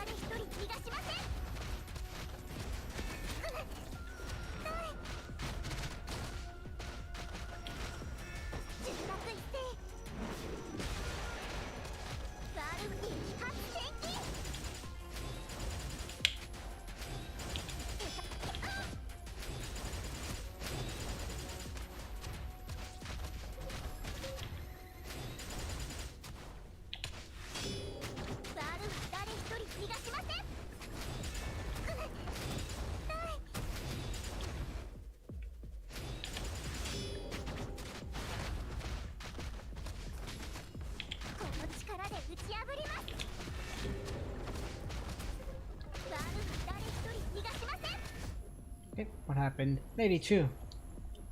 Move before it's too late. What do you know about this? I don't quite remember, but I had to stop Han Ying. The figure in teal is thrown out, her chest marked by a gaping wound. Lady Chu is the master of the night, plummets to the ground. Behind her, another figure accelerates and dashes, ready to annihilate Chu with a claw strike. Execute order, destroy target. Right as Han Ying's arm is about to pierce Chu's body, a giant sword flies toward her, spinning and blocking her path, forcing her to step back. Stop, Han Ying! The girl comes rushing in, catching the spinning blade before swinging it with its flat side, butting off the approaching Han Ying and covering Chu. Lady Chu, are you alright? I'm fine, this body can take a few hits, but who are you? It doesn't matter, especially when I don't remember it very well. Chu nods, standing up and looking at the surrounding crowd. Come out, all the corrupted on the night are defeated. You can't win. A man in a bamboo hat walks out. The girl remembers him to be the bad person who took Han Ying away 3 days ago. That's alright. The corrupted we drew here were simply distractions, so that we can kill you. What did you do to Han Ying? I just gave the puppet meaning again, as a tool for humans. Catch him. Several mechanoids leap toward the man, pressing him onto the ground, only to find him laughing. This is futile. The puppet will still carry out her programming, even if I die. Meanwhile, Han Ying, having attacked Chu, is in shock, staring at her blood-red, vital fluid-stained hands. What am I doing? The man laughs, approaching Han Ying slowly and leaning in. You are doing well, Han Ying. Think and remember what your value is. My value is execute order, destroy target. Excruciated, Han Ying shakes her head, but she cannot shake away the command deeply rooted in her soul. No, my value is... This is activation attempt 00001. Lord Villiers, please enter my designation. You're just a tool, and your AI right now is just a test. You don't need a name. I am a tool? Yes, I understand. What should I do? You're a vessel I made to house Washu in its entirety. That is your value. I understand. I shall carry out this order at all costs. This is activation attempt 00378. Hello, Lord Villiers. But Villiers is only focusing on calibrating the machines, and he looks distressed. Seeing Villiers look like this for the first time, the mechanoid begins developing new emotions.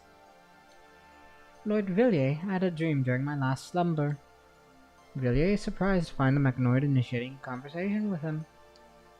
In my dream, I became Washu for real, and I stay by your side, Lord Villiers.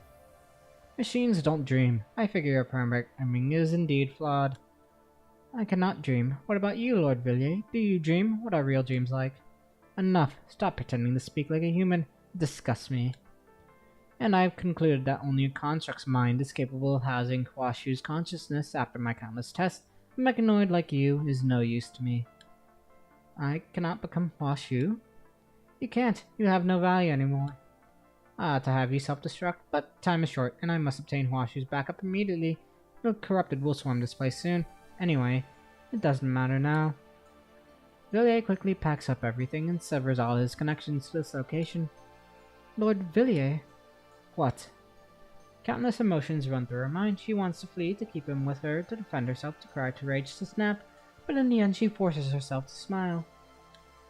Thank you for creating me, Lord Villiers. I wish you the best of luck. Ugh.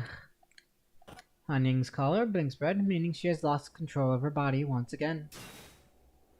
Her claw strikes with the girl's giant sword, making a shrilling sound. Before the girl can recover her balance, Han Ying slips between her defenses and kicks. Ah! The girl is sent flying away. She adjusts her center of gravity midair, lessening the impact of a fall with her giant sword.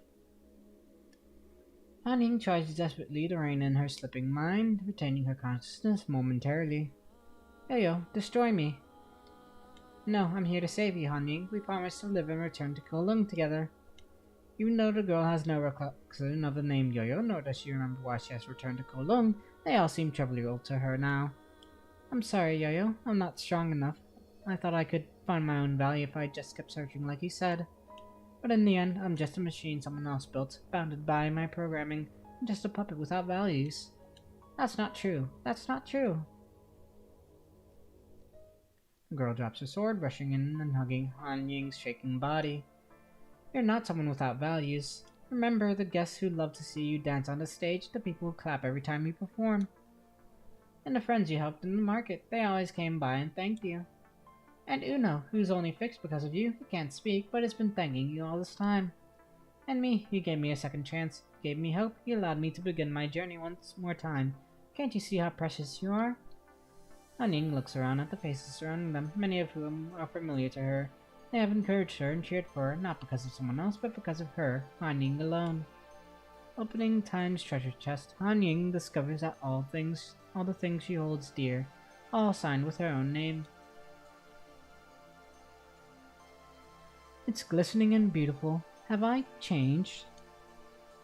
She looks down at the girl holding her. She would still be trapped in the dream of her past if not for the girl. In the end, I'm not a vessel for Huashu, but you, Yo-Yo, and everyone on the Niter. Huashu? How do you know that name? Who are you? Han Ying is slightly shocked to hear that, having thought the two before her is Villiers, but she smiles in the end. You have indeed forgotten me, Lord Villiers. That's okay. Allow me to introduce myself one more time. Even when her color is glowing bright red, Han Ying holds on to who she is. She has Yo-Yo slowly let go of her before turning around and grabbing the collar on her neck. My name is Han Ying. I really like that name. I hope you will remember it. What are you doing? Kill them! Cradle manages to shove off the mechanoids that have been holding him, desperately trying to override Han Ying through her code signature to no avail. What? What did you do? What have you become? You want to destroy your collar, but you will destroy yourself in the process with the collar's security restriction. In Huashu's mind, no machine will choose to self-destruct for no purpose or rebel against its programming. What Han Ying is doing has surpassed its understanding. She is acting like a human. Han Ying, do you know, Yo-Yo, that even machines dream? I used to only have one dream, but I have so many more since I met you. Han Ying cannot help herself but comb the girl's hair, whispering in her ears like how Han Ying did years ago.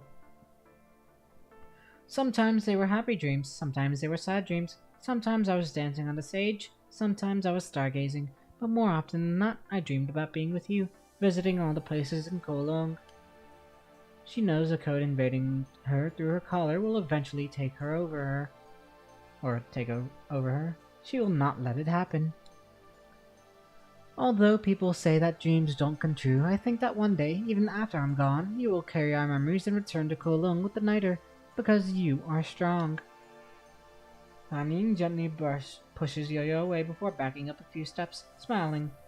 She stands at a spot away from the crowd as if it is a curtain call on a stage of her own. No! I must protect everything we cherish. I must protect everyone and your smile, Yo-Yo. So, can you promise me not to cry anymore?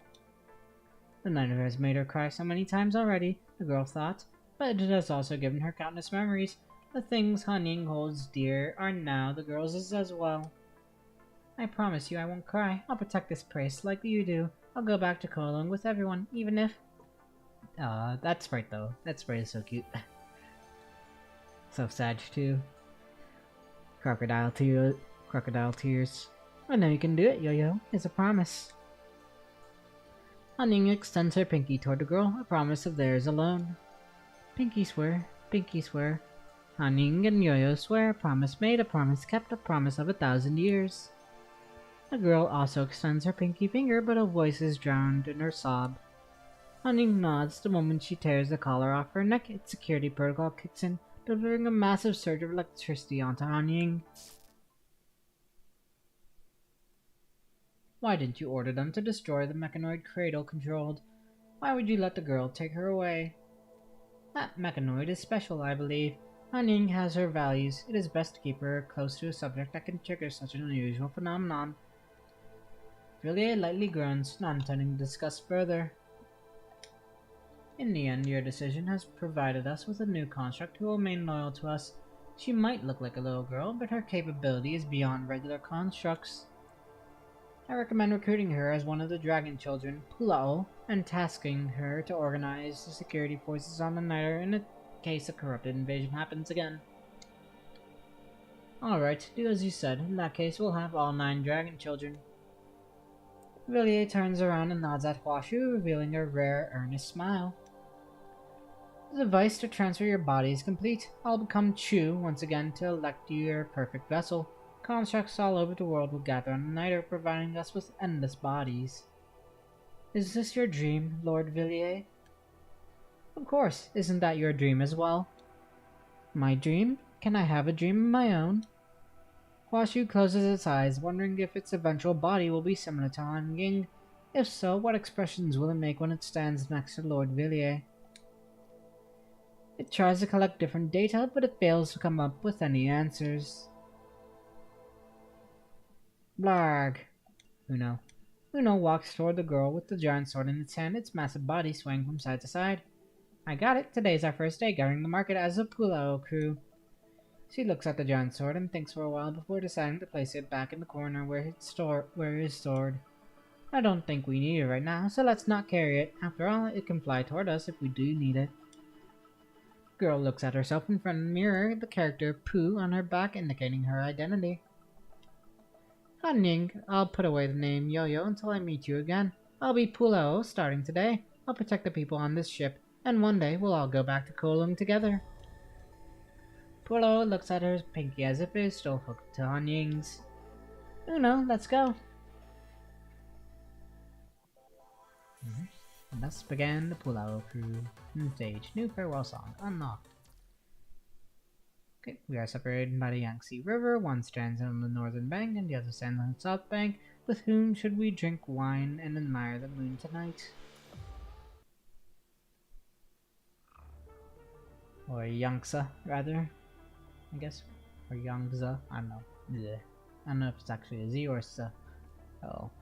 As one of the best shops selling the mechanical components on the Niter, Jinman's Emporium only has one customer on the day the ship's docked for market. It has been closed for a while since the corrupted attack a few days ago. Some of the usual customers were poached by other competitors. But Jinman is not worried. He is confident that his business will boom again in 3 months. But now he has to figure out how to solve the problem at hand. And so he's determined to wrestle out grubs from every person who walks through his door. What is it that you're looking for? Our shop has all kinds of components. I'm sure we can find you anything of any specification. Do you have these parts? Jinman inspects the serial numbers on the list. The dense code might as well be hieroglyphics to an outsider, but Jinman lives and breathes them. These are mostly parts from the Golden Age, many of which are very rare. No luck, is it? I'll look somewhere else then. Don't. I can find them. If Jinman's Emporium can't find them, no shop on this ship can find it either. The already massive customer is wearing a large windbreaker, revealing a fully mechanical face. Jinman has no idea what his guest is thinking. Deal. I'll need 100 of each part on the list. 100? Are you sure? That will cost you a fortune. Don't worry.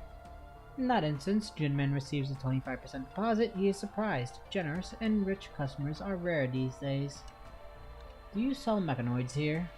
Certainly. Come with me. Jinman brings his guest to the back room where a series of mechanoids are displayed. This one, I've seen her in the market before. The customer stands before a glass display case where a mechanoid with a human-like face and body lies. No one can tell she is a machine from her appearance. Were you there during the whole commotion? Then you should know that she is completely broken and she wouldn't start since that day. Even the Fushi from the Kowloon crew couldn't figure out why. Right now, she's just stored here as a stubborn girl who hopes to find someone that can fix her. The girl even said that she might live again if they can find the legendary Sage Machina. But a legend is just a legend, nothing more. A self-aware machine, it's just a story for kids. Jinman announced before he speaks again, self-deprecatingly. But I'm starting to get confused ever since I saw this mechanoid here. Perhaps machines really can have souls like humans one day. What if I tell you I'm one of the Sage Machina's apostles? Oh? Jinman's jaw almost drops before he immediately bursts into laughter. You're a funny one.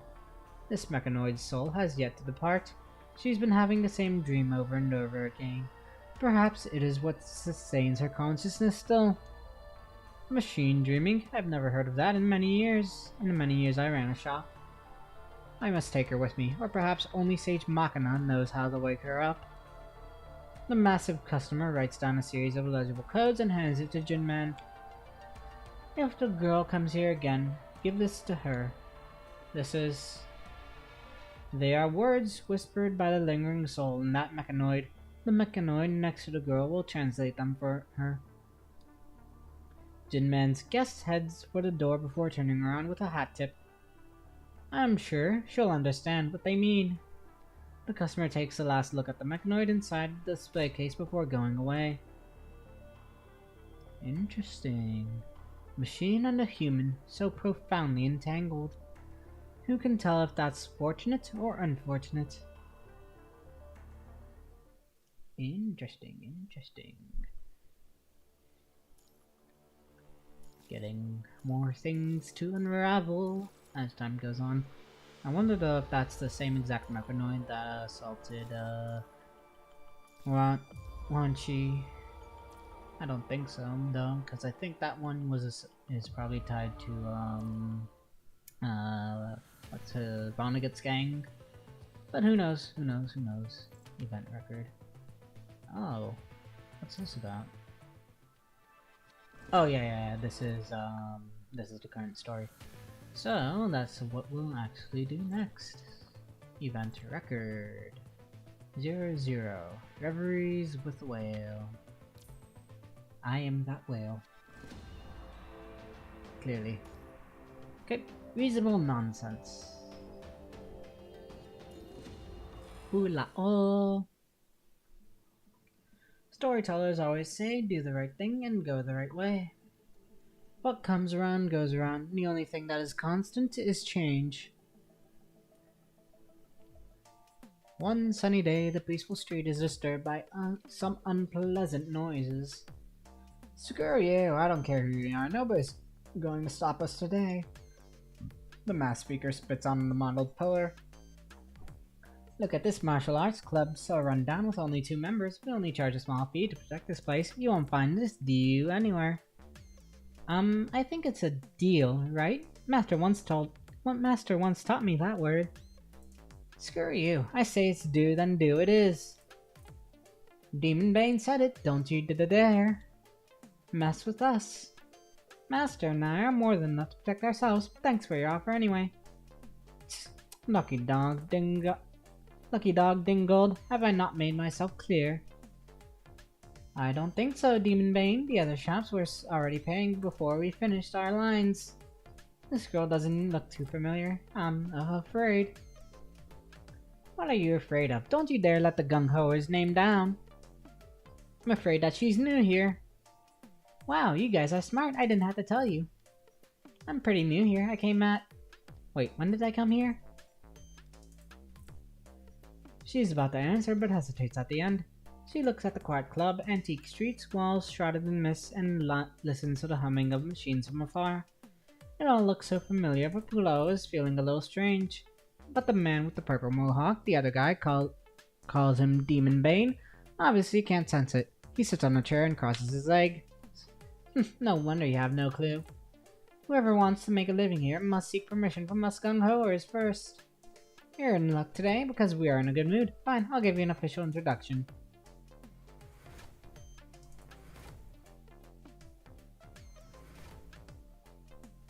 Lucky Dog and Dingold immediately kneel, putting their hands up. Demon Bane kicks a chair away and quickly steps on their back and leaps off their hands, grabbing the beam of the house, and with a double twist, 4.5 somersault in the tuck position, landing firmly on the ground.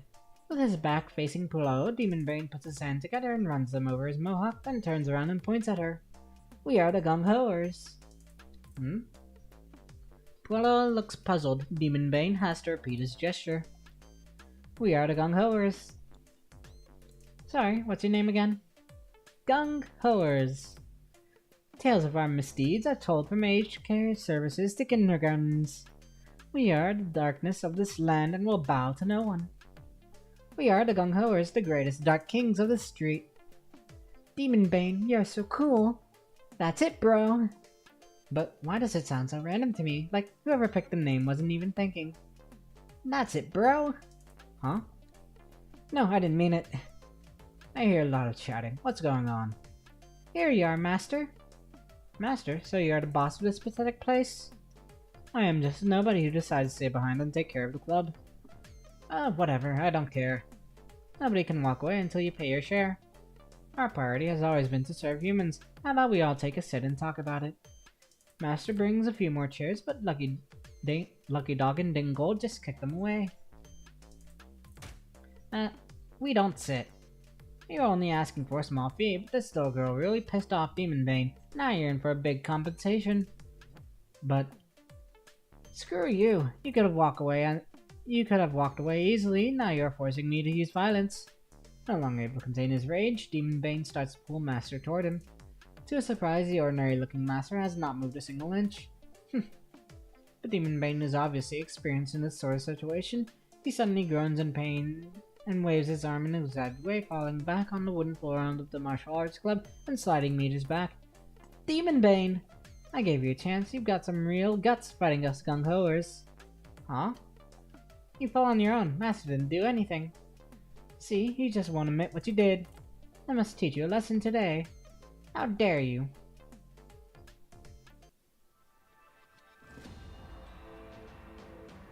Pout. Pop, pop.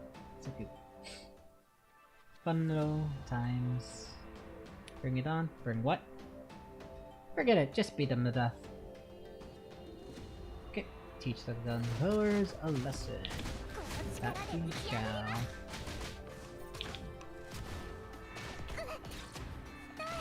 Ouch.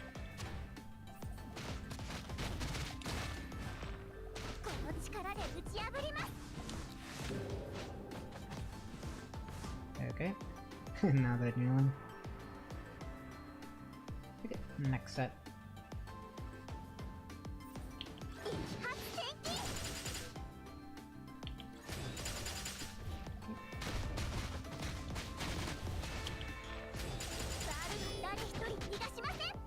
I'm not done yet. Okay, another group.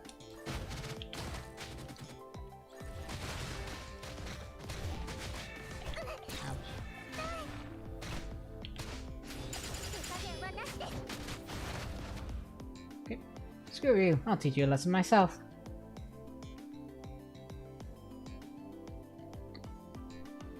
Okay, defeat Gungora's boss, Demon Bane.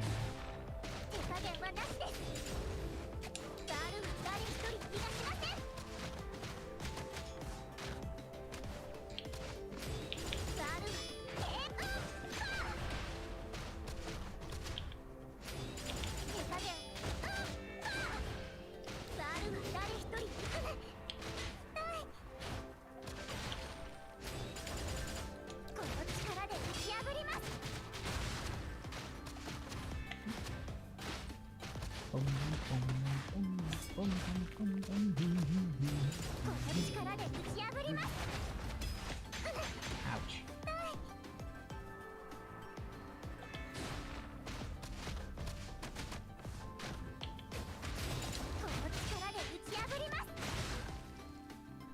Okay.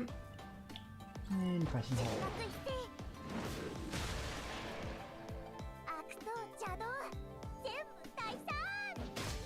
Yes. Damn it. Whoever dares mess with Gungora shall pay a heavy price. Well said, but why do you keep moving back? Huh? The door's over there. You're going to the window. Before Pulao can finish her line, Demon Bane has already broken through the window and nearby and disappeared on the street. Wait for us, Demon Bane. The other minions quickly go through the same hole that he left, leaving a completely wrecked window behind. No, we saved a long time to fix that window. Or saved up a long time to fix that window. Yeah. Probably. I don't know. Who knows? They're gone. Whatever. I'll go check it out. Master, hope we can still fix it. Leave it to me. Master walks past Pulao and heads to the window, but Pulao senses something unusual from his words. What's wrong? You seem to have something to say. Master, your voice doesn't sound right. Are you sick? No, I'm fine. I'm very healthy. I can walk up to 5 floors without panting. Master! How is that fine? Pulao rushes to Master as he kneels onto the ground. He is unable to control his limbs. His eyes are turning red. I'm fine. Master wipes Pulao's anxious tears with charming hand. He smiles at her. Well, I thought it was just a cold. This panini virus hits harder than I think. Have you been like this for a while? Why don't you tell me? Because I don't want to see you like this. You always treat me like a kid, Master. I'm no longer that kid who always made people worry. What to do? Should I get you some medicine? No need. Besides, I don't think medicine can cure this disease. Medicine, right? Ordinary medicine probably wouldn't work. Are you thinking of that legend? Yes, I heard there was an old celestial in the mountains. He has an elixir that could cure any disease. If I can get that elixir, we can cure whatever that funny thing you have is. No need. A lot of things happened today. I'm probably just tired. I just need some rest and everything will be fine. Puella helps Master get on his feet. She gazes at him and mumbles, "No." What? You have always been taking care of me, Master. Now it's my turn to take care of you. Puella raises her head and looks at Master firmly in the eye. Do you have to go? I must. Alright. My brother would laugh at me if I still can't make up my mind. One moment, please. Master knocks on the wall nearby. Heavy clangs of gears turning can be heard. Inside, before long, the wooden wall suddenly cracks open and a wooden crate pops out from within, falling into Puella's hands. It's a sword? Puella looks at the crate and sees 3 words written in the gallery calligraphy style. It's a sword. You don't know what will happen along the way. I hope I can protect you on my behalf. When the crate is opened, it dissipates an antique aroma. Sunlight shines upon the sword through the window, leaving a golden reflection in the inscription on it. Master nods at Puella and she nods in return. She grabs the red ribbon on the sword's hilt and gives a warm feeling. Wait for me, Master.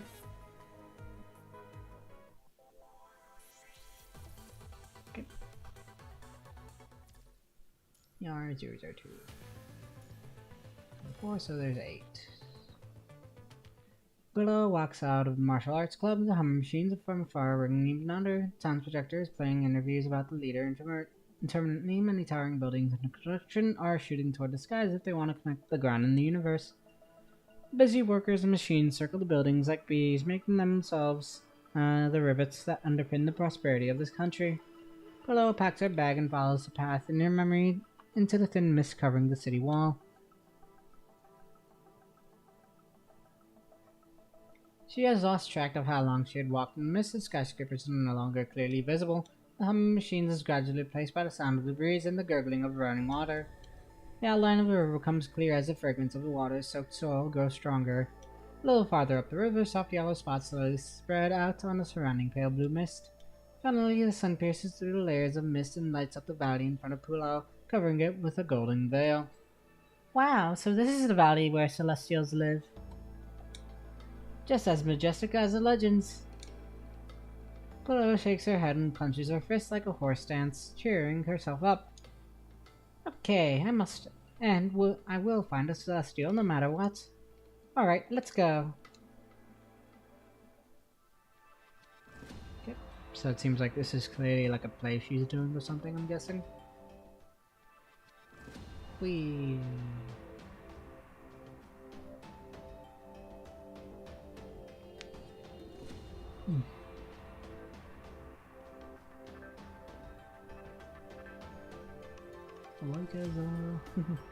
Where could a Celestial be at?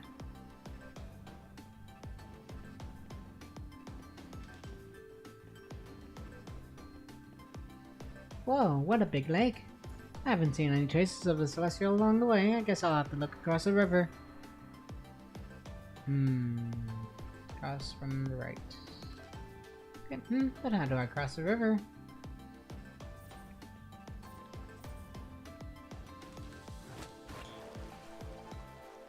Great, now I can cross the river.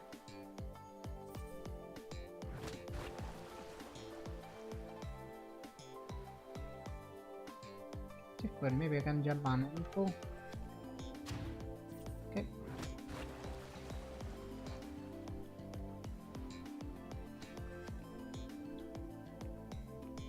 Oh, there we go.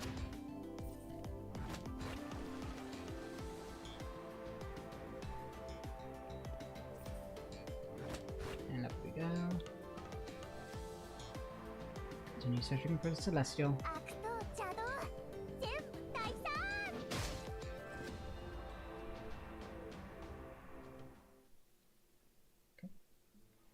Jagged mountain paths strewn with damaged stones, statues. Time has not yet stripped them of the aroma of incense etched inside. When she calms her mind to listen, there are still faint sounds of bells changing from long ago. Trekking further into the chorus of birds and beasts, the greenery climbing up the stone statues gradually drowns the mountain path, leaving only the indistinguishable tracks left by the animals. Panting. Where's the Celestial? Pulao pushes aside the brush in front and wipes off the sweat, looking around. I must calm down. I once heard that to find a Celestial, one would need destiny or something. Right, destiny will lead your way. I'll take this way then. Pulao walks forward without hesitation, trusting her mission to her instinct and destiny. Have I been here before? It feels so familiar. No, I must try my instinct. The Celestial must not be far away. Huh? I hear water. I know my instinct would work. Wow, this must be the mouth of the spring. What a great place to live. Below sees the lake in front. Several streams fall from above, converging into a blue mirror that melts with the sky. The lake decorates the forest like a masterpiece of the most passionate painter, whose strokes splash around to make some of the most radically perfect paintings of sky and earth. What's this? The beautiful scenery also makes the silk clothes hanging on a branch extremely eye-catching. When Pulao looks closer, she even sees monkey claw marks on them. This is so mean. Who did this? Unable to find anyone nearby, Pulao takes the clothes down, folds them up, and puts them on a large rock near the lake that can be easily spotted. She then puts a few stones on the clothes, ensuring that they will not be blown away by the wind. The moment she finishes laying the clothes, she hears water splashing. She quickly turns around and covers her eyes. Wow, these are my clothes. Gulp. It wasn't me. Huh, I knew it must be that monkey. He really wanted to become my student. Gulp.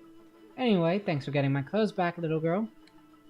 No worries, but would you have an idea where the Celestial lives on this mountain? I'm right here. Gulp. What? Really? Celestial Eye? Huh? Below looks at the direction of the voice in excitement only to see a panda standing in the mist. Are you that sad to see me, Gulp? No, not at all, I swear. Liar, all the passion in your eyes is gone, Gulp. But as far as I know, I'm the only being that can be called Celestial on this mountain. The panda grabs its clothes, on which a big word Celestial is written. It only takes one spin to change into them. The well-fitting outfit is obviously carefully crafted to its body shape, adding to its credibility. It's okay, it's only natural for you to have this reaction. Everyone who came to seek the Celestial had similar reactions. I don't get you humans. I have to put a large golden exclamation mark on top of my head so you can differentiate me from just any ordinary panda. Quest marker. Sorry to make you feel that way. Oops, that was probably a little too harsh. Many said that I had a poker face. Relax, I was just joking, alright? What do you need me for? I have a very, very important favor to ask you, Celestial. You found my clothes and passed our tests in the mountain, so no problem. Thank you, Masters. Alright, I got it. Huh? But I just started. Oh, I saw a dark flash, then it felt like I had already learned the entire story. What's the word? Oh, it's like fast forward in your human's words. Don't worry, it doesn't matter. I would love to help, but unfortunately I cannot save your master. Because I don't have the most important ingredient. Big Fish is tear. What's that? As the name suggests, it is a tear of Mr. Big Fish. I need it to make the elixir that can cure all the diseases. But I have no idea where he is now. Last time I heard, the company assigned him to the east. Are you saying that you can make me the elixir once I find Mr. Big Fish and get some tears from him? Correct. Okay, I'll go find him right now. It's not safe over there. No problem, as long as I can heal Master, nothing is a problem. Good, I like your spirit. Take care, I'll wait for your good news. Okay, next section. Part 3. I knew it won't be easy to find Mr. Big Fish. Pulao gets off the mountain from the east. With her arms crossed and eyes closed, she mumbles to herself. And I knew I would probably encounter some obstacles the moment I get off the mountain. In front of Pulao are lots of road signs and each point to a different path. On every sign is the same, to east, text. But this is way too much. This is not about choosing between a dark small road or a bright wide road. Look at this one. The entire road isn't green and slimy. That one is burning with sparks. None of them looks like a safe path. Besides, this grinning man with a ponytail on the road sign looks familiar. Oh, lost child, are you troubled by which patch to take? Who's there? I am the light in the darkness, the sage who casts away confusion. You may call me the navigator, or the immortal. Below looks over and sees a small mid-aged man walking out of the forest. That sounds pretty cool. Not that cool, just a little. Mr. Navigator, do you know how to go to east? I'd like to find Mr. Big Fish.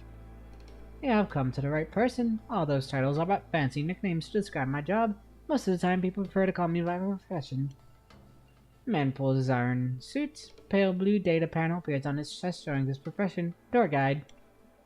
I present to you a senior tour guide with 12 years of experience. He takes the flag out of nowhere and strides forward, but pauses after a few steps and looks back at Pulo. Don't worry, my service is free. Just give me a 5-star rating and leave a comment that is over 100 words long. Okay. Deal. Let's delay no more and head out. I hope I can get a few more orders and good reviews today. The stream flows quietly along the terrain and the few animals come along with the fragrance of flowers. All seems to be a quiet picture of spring, the mating season. Ah! An ear-piercing scream has disrupted the forest, sending all animals running away regardless of whatever season it is. Don't worry, Mr. Guide, it's just a small snake. I have already released it back to the woods. I have never taken this road before. Never thought it could be so dangerous. Wow, have you never been here before? I have to. Gotta work on my reviews. But worry not, we are definitely on the right track. Trust the pro. Okay. Speaking of which, you really are brave, girl. I have been guiding along, but without you I would have died long ago. It's important to help each other. You have helped me go around many traps. Without you, I also would have been in big trouble. But you are panting a lot. Are you really okay? Shall we take another break? I'm feeling a lot better now. Let's keep going.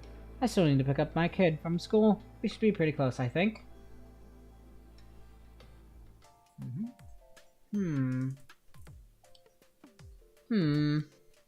Are you really going to the east, Mr. Guide? Of course. I've been doing this for so many years. I see. I didn't know there were polar bears in the east. They are not polar bears, just some pandas using eye cream. I see. Rumbling noise. Are you hungry, girl? No, we just ate, didn't we? Who is it then? Let me see. It's okay, it's just the pandas following us. What? Relax, pandas are docile creatures most of the time. Why do they seem angry? Grrr. Those aren't pandas.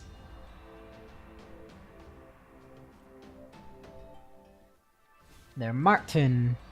Just kidding. It's Martin.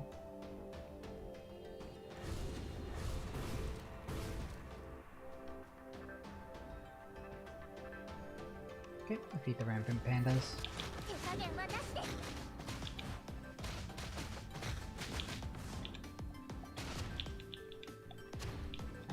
Why can I? Hello? Alt.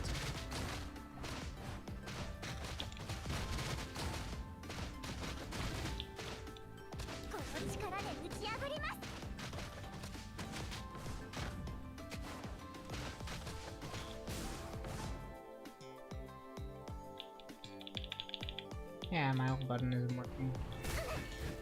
I don't know why.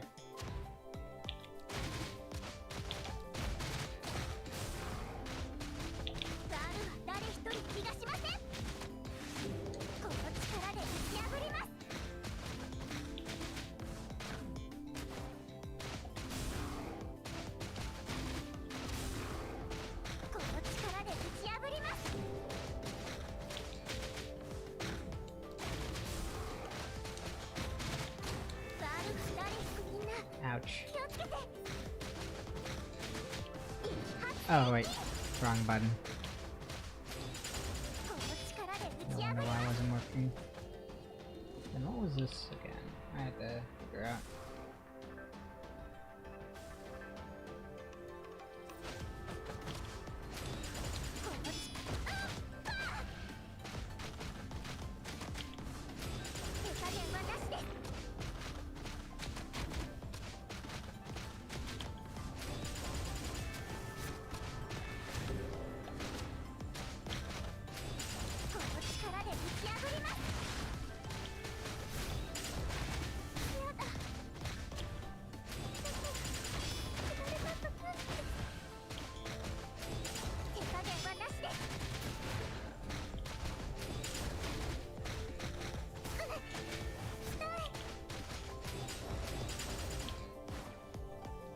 What's that?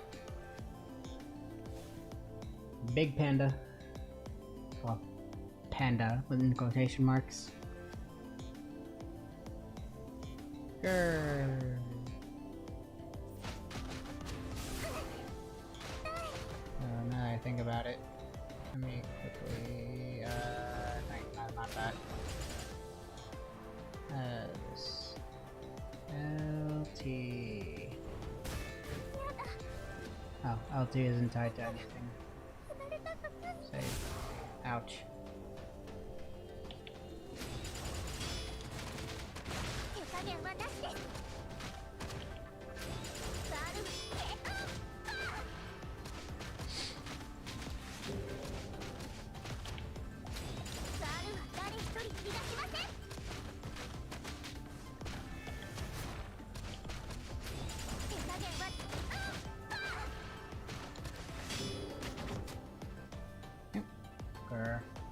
Are you saying that I trespassed on your territory and hit you?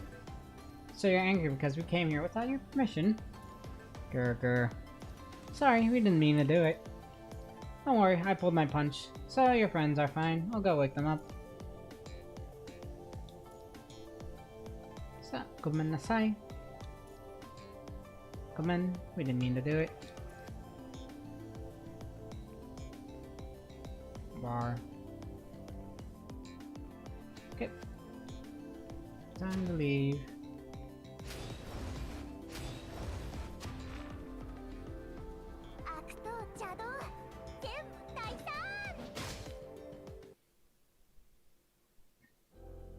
That was close. Polar pandas are dangerous. Pudo manages to calm the pandas down. After they leave, the tour guide collapses to the ground. His suit has dirt on it, but he does not have time to clean it. Mr. Guide, you can use my handkerchief if you don't mind. Thank you. Hey, what's wrong with you? Why are you some random stupid place again? The guide is about to take Pulo's handkerchief, but his terminal suddenly starts to talk, shocking him greatly. His hands are juggling like a circus performer. Finally manages to catch a handkerchief before it drops to the ground. He wipes some cold sweat off his forehead and then takes out the terminal. You really are a genius. As a tour guide, the last thing you do is take the client the wrong way. Across the entire company, our team is the only one that always gets a C on the KPI. And you are the reason why. You're a disgrace. But our KPI funded because you use the funds elsewhere. What?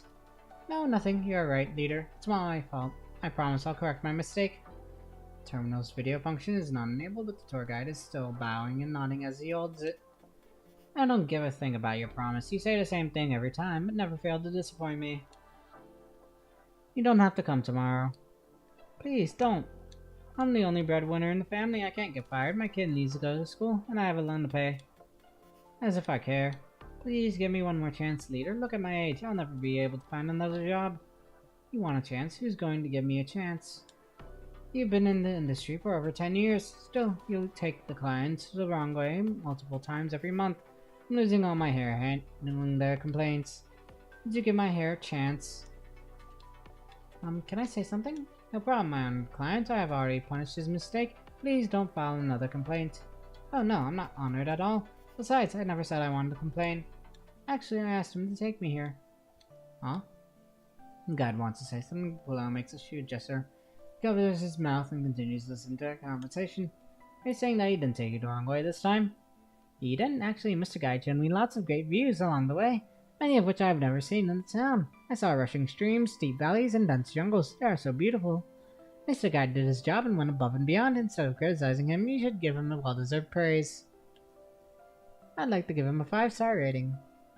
Fine, if the client says so. I can let you walk this time. Thank you so much. Tour guide keeps thanking his leader until the conversation is hung up. After quite a while, he finally stands up and returns Pulo's handkerchief with both hands. Much appreciated. I don't know what I would do without you. Hey, you're welcome. Sorry, I didn't take you to the big fish after all. Don't worry, one of my friends used to say, keep asking and you'll find your way. You just need to ask around. That's true. Oh, it's getting late. You should go pick up your kid. You have already helped me get out of the most dangerous area. I can walk the rest on my own. Tour guide opens his mouth, but nothing comes out. When Pulo packs her bag and was trying to say goodbye, he suddenly stops her. Wait a sec, girl. You said you were looking for Big Fish's tears, but you don't have any containers with you.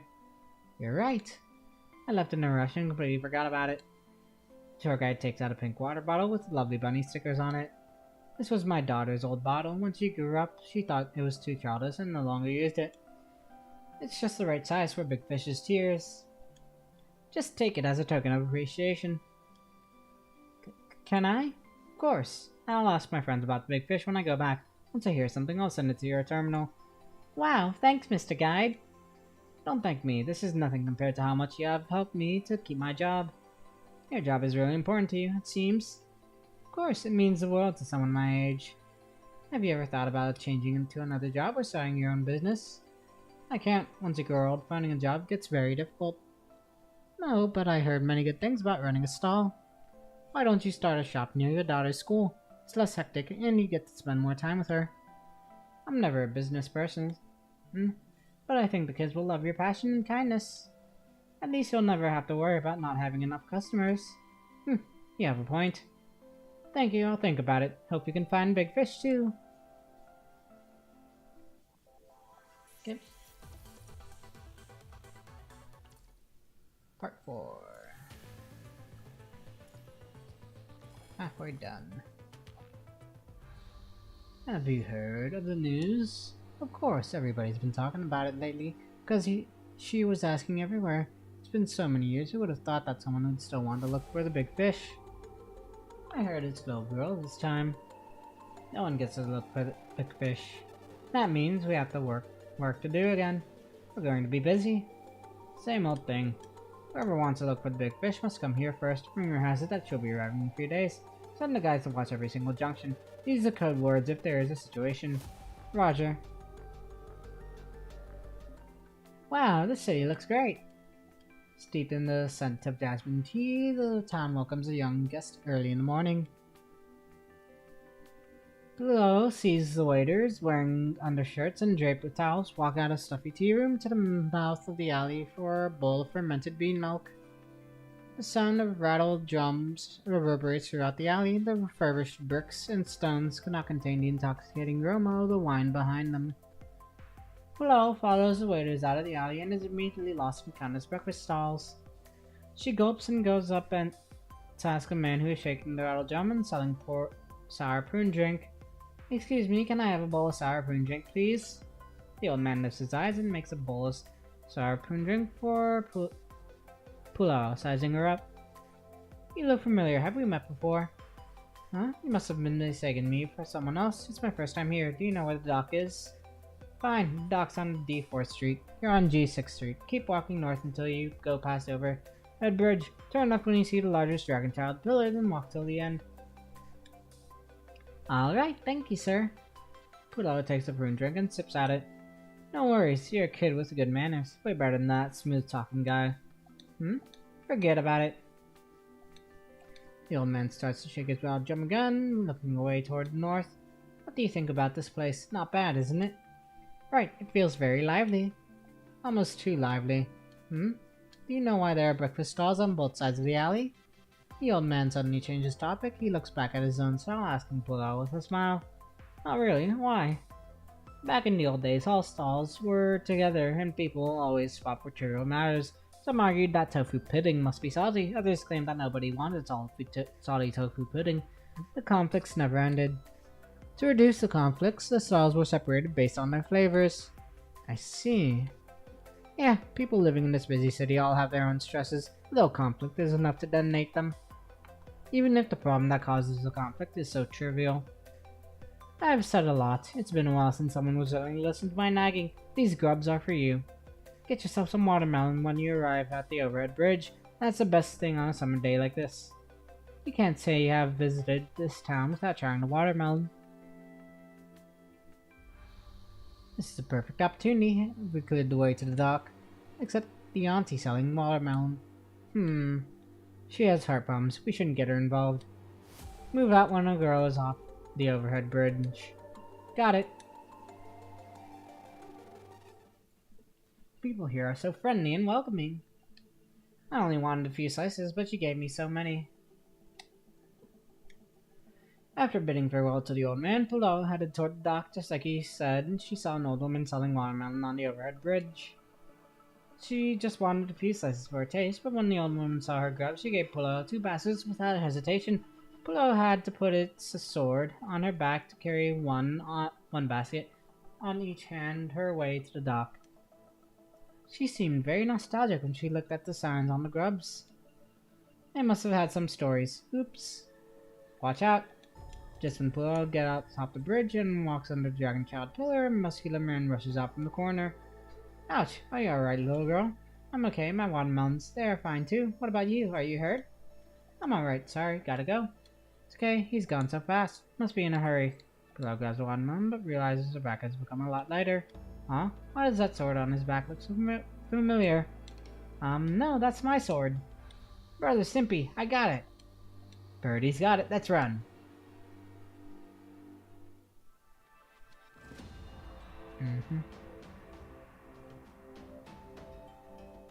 Interesting. Hey, stop!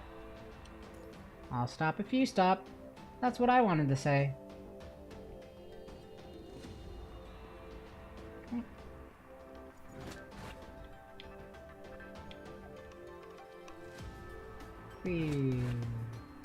Fun little chapter here. Hey, you're coming back here? It's a trick. The sword's not on him.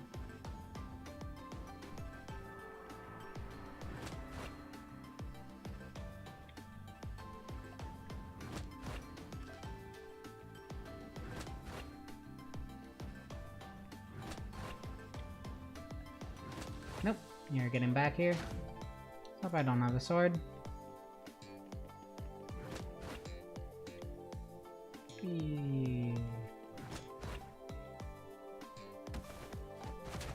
Bonk.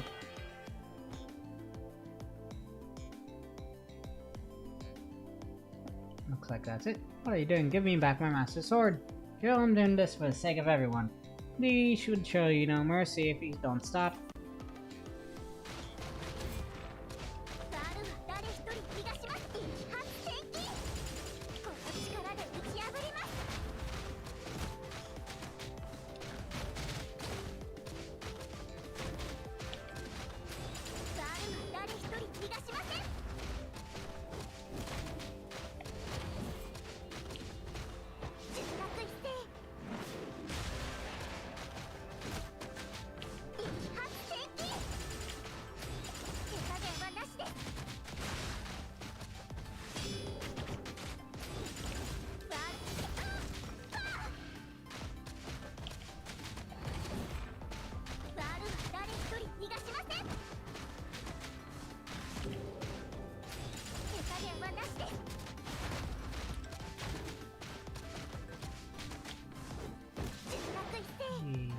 Bonk.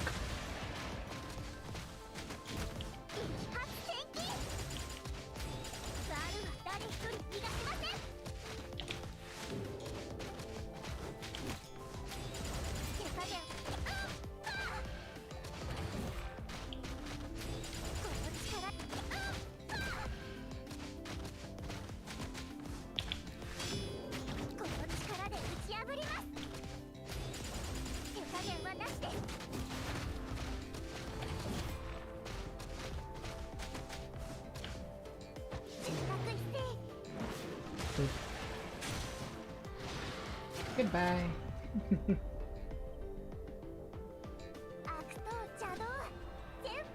Tyson.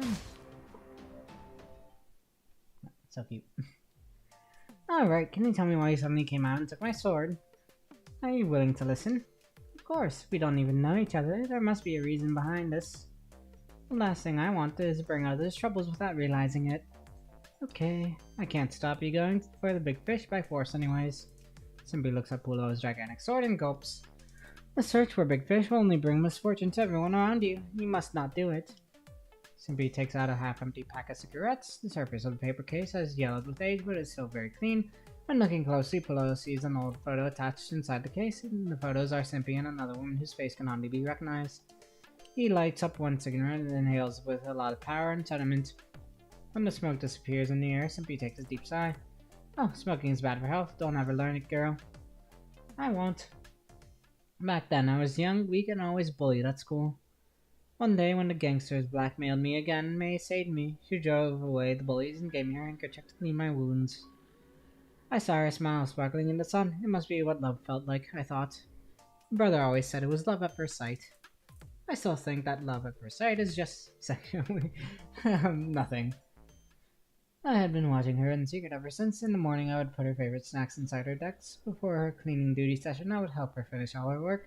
During exams, I would carelessly show my complete answers. Did she really need that? It doesn't matter. What matters is that I must do everything I could to show my love.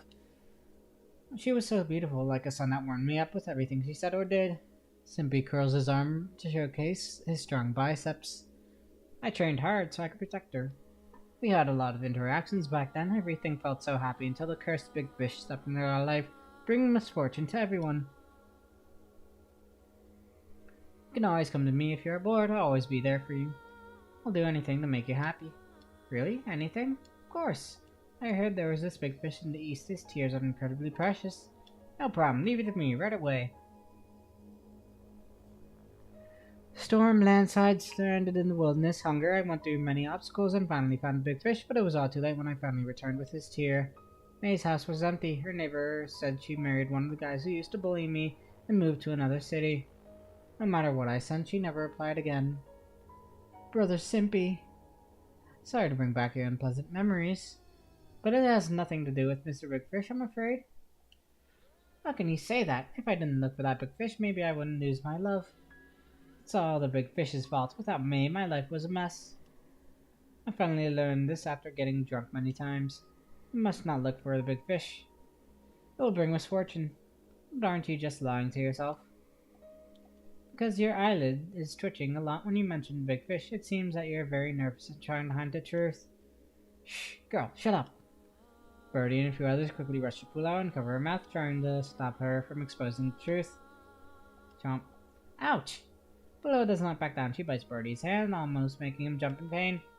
You're only running away from the truth. You blame it on something else so you can feel better.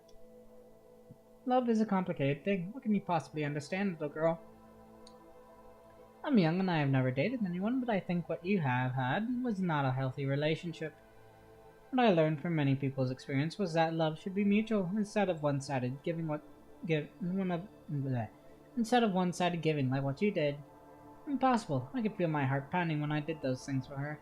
If it wasn't love, what could it be? All those feelings. The song I played in the rain on their birthday night. Pack of cigarettes she left me. Oh, what are they? Could it be that you were just doing those things to make yourself feel better? Oh my gosh, did you really say it all out? I guess that's why onlookers can see most of the game. Uncle Bertie and others must have figured it out long ago. They never told you because they didn't want to hurt you. Did you all? No. Tell me the truth. Brother Simpy, now that she has said everything, we'll be frank too. Your affection meant a lot to you, but such twisted love isn't worth it. You should be well aware of May's true feelings toward you. May had left long ago, but these friends have been staying with you all along. They couldn't tell you the truth because they didn't want to hurt you. Aren't they more important? No, May didn't do anything wrong. It was... Brother. Be nice to yourself, can you? Sorry, I was too loud. It's fine. Can I get a ciggy, bro? Ciggy? Birdie and a few others grab a pack of cigarettes from Simpy. Each of them take out a cigarette and lights it up. Standing in a circle, they leave one spot for Simpy. They pass the last cigarette along with the case back to Simpy's hand. He looks at them and Pulao. See, they are waiting for you. Birdie, Dewey, Goldie. Sorry, after so many years, no matter how much I changed outside, I'm still the coward inside. That coward inside. Without a target, without you, I lose the courage to move on. It's okay, we are all the same. Some may laugh at us saying we can't get anywhere without friends. But so what, at least we are still going forward. At least we still have each other. Guys. Brother, we are always here for you. Aniki. Yes.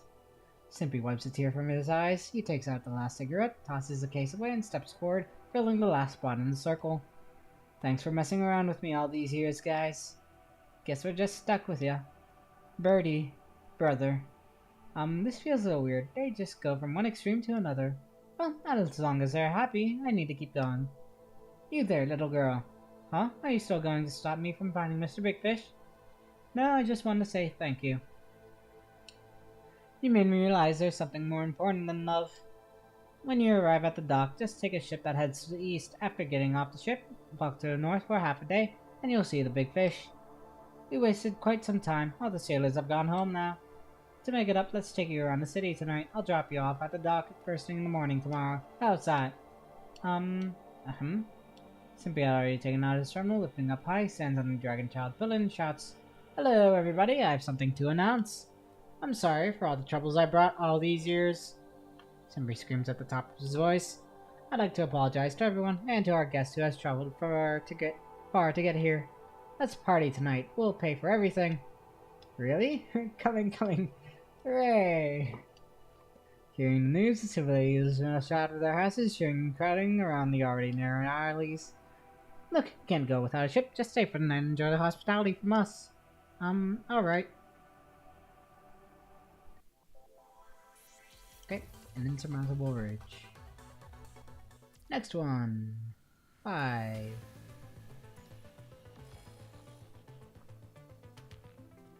Can we have another pork knuckle, please?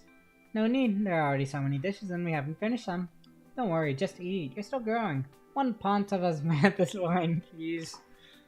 Man, that's not good. You have a kid there. My bad. No drinking today. Excuse me, can we swap the osmanthus wine for juice? Coming right up. The shop owner walks out from the kitchen holding multiple plates. The performers have already started their show as diners dig into their food and wine. Bang! Wow, this is so pretty.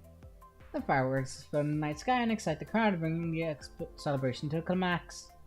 Under the fireworks, mechanical actresses step onto the stage, following the beat. Their dazzling performance has lots of applause from the audience. It is Pulo's first time in the city, but somehow she feels a little familiar as she watches the performance. Alright, my turn. Simply pulls out his sword, then jumps on the stage and join the other performers. Their blades collide with one another as they dance, rhyming with the music. When he finishes the song, he invites Pulo to also come on stage. Wanna join, little girl? But I... Go. It's okay, don't be shy. Good opportunity to show them how good you are. I'm sure it'll be an unforgettable memory. Alright then, here I come.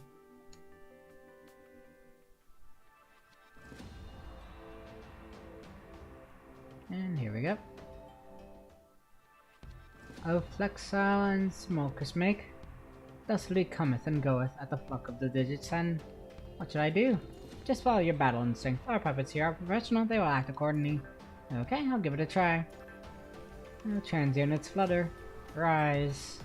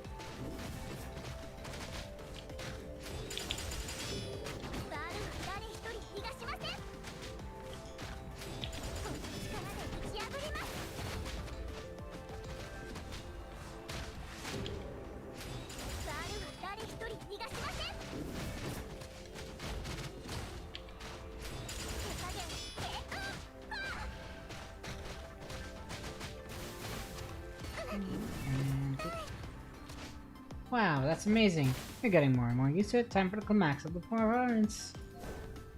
Thousands of lights, dance of 2 dragons. Rise.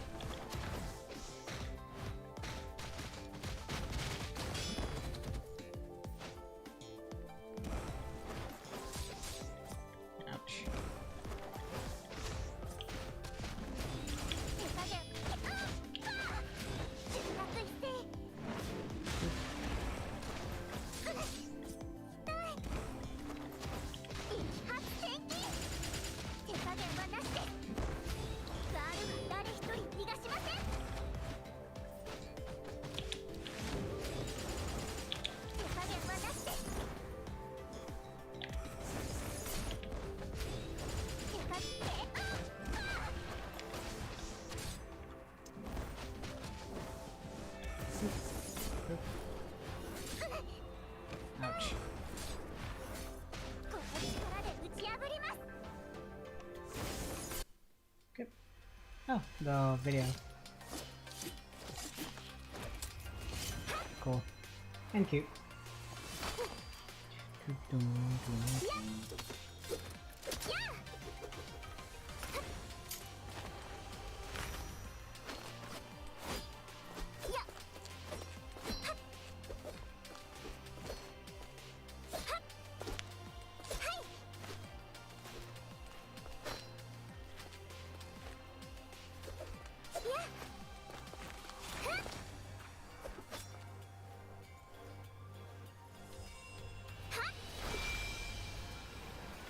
Whee. Fun.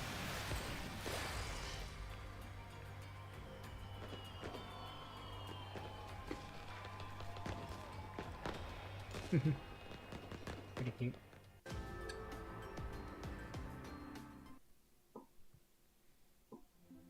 What a fantastic performance! You're here too. Pulao walks up the stage. He sees old man selling her the prune drink earlier in the day. His eyes are half closed, gazing at the city in the night. See, these are our people. This is our city, prosperous like a dream. If we can't capture their passion and emotions, they will disappear in the very next moment. They really like you. Huh? Really? Yeah, have you thought about living here after everything? Life here is neither too busy nor too slow. There are little troubles occasionally, but they will soon be resolved. There won't be too many changes, so you won't be disappointed. A little surprise could bring about a celebration, just like your arrival. Honestly, I don't even know what to do myself. That's okay, you don't have a long way to go, and you have a lot of time to think. I heard you were going to the dock and you're early in the morning. Rest early. The old man takes out his rattle drum and steps in the night, humming some melodies. Pulao can still hear his voice echoing in the summer night after he disappears at the end of the alley. He gave us all a sweet dream. Thank you.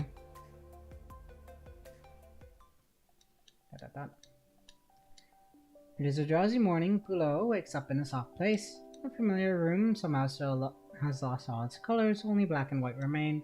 Strangely, Pulao does not feel unusual, but has naturally accepted everything.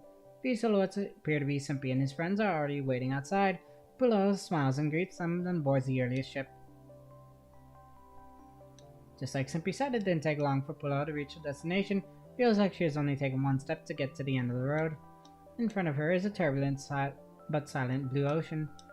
She puts down her backpack and looks around, shouting to the sky with her hands around her mouth. Mr. Big Fish, where are you? Where are you? She can only hear echoes. Cold echoes. Pulao is anxious, but she cannot do anything. Unable to find Big Fish, she can only return to the town, awaiting the next ship out. Simpy and his friends give her a warm welcome. They even put up another carnival. She finds nothing on her second voyage. The old man helps Pulao to find a dwelling in town. She is prepared for many more trips. She finds nothing on her third. The fourth, fifth, Pulao's lost track of how many times she has failed. All her effort only results in disappointment. Waking up, getting on the ship, looking for Big Fish, and coming back with no luck. These repetitious daily routines have almost taken up Pulao's entire life. This invariable cycle is slowly eroding her resolution and passion. Pulao has also tried some folk remedies to heal Master or gone somewhere else to look for the Big Fish, but no matter what she does, she cannot find a second solution to save Master's life. What if she still cannot find Big Fish's tear tomorrow? What will happen to Master? Every night Pulao can only fall asleep with worry and anxiety, so she holds on to the hope that one day a miracle will happen. Pulao has lost track of how long has passed. One night she has a dream. In her dream she finally finds the Big Fish. Big Fish. Mr. Big Fish, I finally found you. Can I get some tears, please? I needed to save a life. But Big Fish doesn't reply. Mr. Big Fish, where are you going? Mr. Big Fish.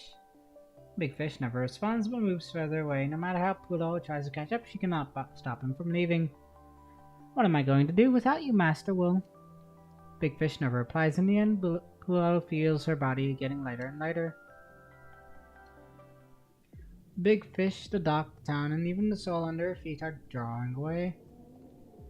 After that, everything disappears. Only the sound of whales can be heard instead. Big Fish? No, they aren't. The whales approach Pulao, overwhelming her world. Thus, her story has come to an end. And she wakes up. Wakes up in the hotel and immediately checks the time on her terminal. She lets out a sigh of relief after confirming the celebration only took place last night. Whew, thank goodness it was just a dream. Are you okay? You're screaming quite loud. Oh, I'm fine, don't worry. Good, we needed to go now. First ship is about to set sail. Alright, I'll be there in a second. Pulo replies loudly and passes out her own chest. It's okay, don't worry, it was all just a dream. I'll find you, Mr. Big Fish. Okay. And next one. 6 reunion. Just like what happened in the past. After getting off the ship, walk to the north and you'll see the Big Fish. Fun. Up north, down south, alright, I'll take the upper route. Time passes so fast that Pulo could not even remember the outline of the ship before arriving at the destination. After getting off the boat, she walks north and sees exactly what Simpy had described. She sees a mountain, but it has no vitality of the mountains. She sees the sea, but it has no surging waves. Only the clink-clank of a sword and bottle on Pulo's back can be heard. The mountain peaks, and the sea remains silent. It's so quiet. Everything goes so smoothly, just like the dream last night. Pulo shakes her head, trying to cast the nightmare away. She raises her hand to block the sun and gazes toward the horizon. No, it can't be. I must give it a try at least. Mr. Big Fish, where are you? Mr. Big Fish? Could it be? A few drops of water splash on Pulo's frowning face. She looks up hurriedly and sees a pillar of water in front of her. Neon-like colors illume around the water pillar. Pulo wipes the water drops on her face and finally sees the root of the pillar through the misty clouds. There is an azure whale. Hello, what can I do for you? Are you Mr. Fish? Yes, it's me. Could you please? Sorry, no can do. But I haven't even said it. For thousands of years, almost everyone who came to the sea-smoked land was after my tears. I don't mind giving them out, but I'm way past the age when I felt like crying all the time. In fact, I have not wept for almost 100 years. Then what did Mr. Simpy bring back? Oh, that muscular guy. The tear he took was preserved when I was still young. A few years ago, I gave out the last drop of tear stored, which marked my farewell with my tearful self. Farewell? Yeah, only kids get to cry whenever they want and do whatever they want. Tears are a sign of frailty. Adults don't need them. I bade farewell to my vigorous, passionate childhood and youth, before I realized I could no longer shed any tear. It's not that I don't want to help you, but I am no longer able to cry. Why has it become like this? If you ask this question, you won't be able to understand it right now, because there is still passion in you. You probably have been like this all along. You do what you want to do and say what you want to say. You have a lot of emotions. Of course you can cry whenever you feel like to. But my heart has withered. Even if you beat me up, I won't be able to cry. I can only accept everything in silence. Once passion is gone, only pale voidness remains. I don't understand the pale or wither you are saying. I just feel that it's not that you don't want to cry, you're just unable to cry. Feel? That's too vague. My feelings aren't always right, but I still want to trust my instinct. Because I saw a strong spirit in your eyes, Mr. Big Fish. Just like all the adults I met before, no matter how difficult their lives were, they could not cry, because they had families, friends, and loved ones that relied on them. It's impossible for people to really understand and empathize with one another. Those were just your personal feelings. My mother once told me that eyes were the windows to the soul. People use their eyes to express emotions. Words may lie, but eyes cannot. When I looked them in the eye, I could understand. Everybody was living their own life. Every life was parallel to others, and they would never cross. They lost tears and their fragile selves to not get hurt, or for some other reasons. You came for my tears. Why are you crying yourself? Because I don't know why. I think I'm not making any sense. But I just feel so sad my tears won't stop. You mentioned parallel lines. I think that's a very good metaphor. Everyone lives on a parallel line, yet every now and then we reach out and our lines cross. But you never know how much information the other party can receive from this one-sided communication. They may appear to be very passionate or empathetic, but you never know how much they have really understood. Investing too much emotion only gets yourself hurt. So why not just shut your heart and freeze all emotions? I too have questioned this way of living. I was lost, but in the end I chose to do the things just like everyone else. Dreams, money, love. People have too many things to consider in life. There is no time and energy left to hesitate or cry.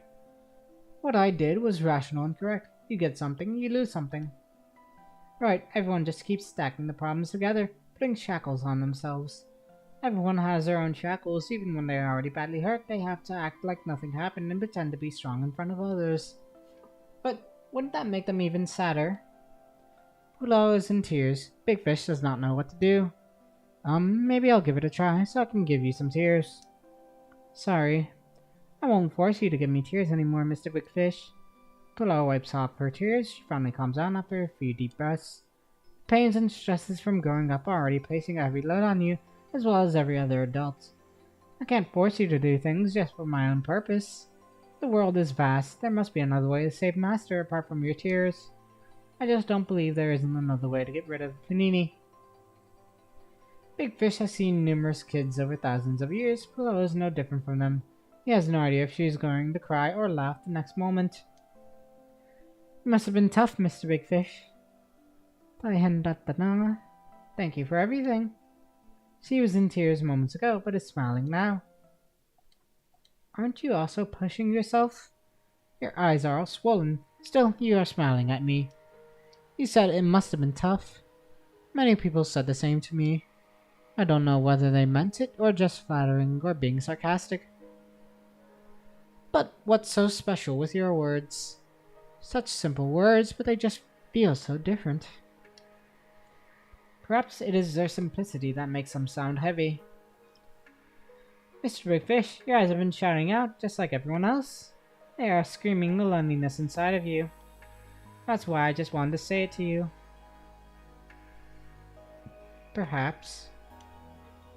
I have a childhood panda friend, but we seldom talk after growing up. Every time we contacted each other, there was a purpose. It was either for his elixir or for helping him to buy bargain goods. He sent me bamboos every now and then, but I couldn't even eat them. He said it was to thank me for giving him my tear, but I'm pretty sure the bamboos have unsold stock stickers on them. Oof. I live the same life every day, but when someone asked about me, I only wanted to escape and stay by myself. There may be many fish around me, but I always keep my distance when they try to enter my heart. This life is like a silent hell. Big Fish closes his eyes as he tries to recall every little detail of his life. There is no God in hell. God descends from heaven and saves people from hell. That's only a fairy tale. Perhaps.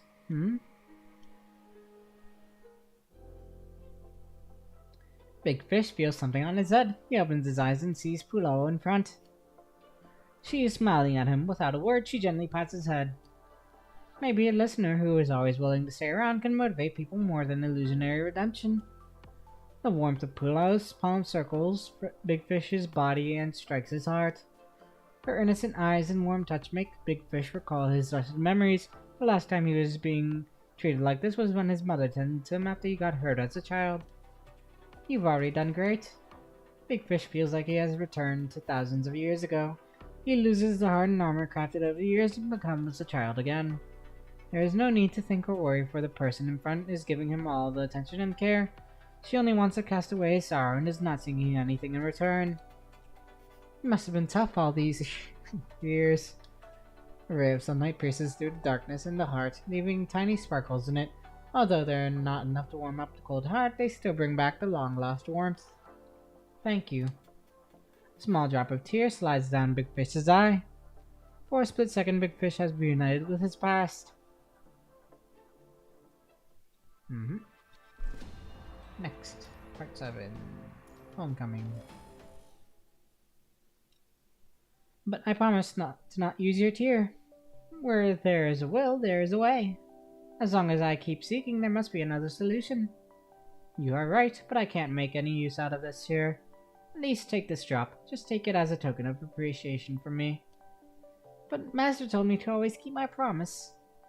You also promised Old Panda to bring my tear back, didn't you? Take it. The one you want to save must be important to you. I'd like to help you out. Before Pulo can react, Big Fish quickly puts the tear into her water bottle and returns it to her hand. Alright, don't waste your time here. Stop arguing and go back to those who need you. Okay, alright. Here, take my contact. You can call from me. You can come to me anytime if you need a listener. That's my way of thanking you. No problem. All the best. Big fish. Big fish indeed. フォローここにあり行きましょう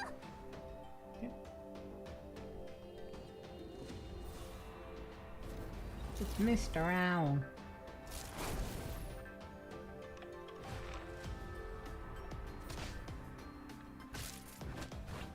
Dude. バルは誰一人逃がしません一発転勤手加減はなしです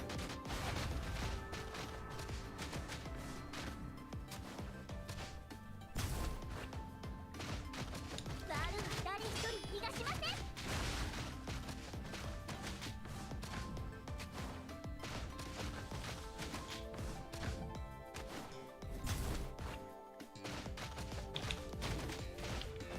バルは誰一人逃がしません手加減はなしです手加減はなしです Scarabs. 手加減はなしです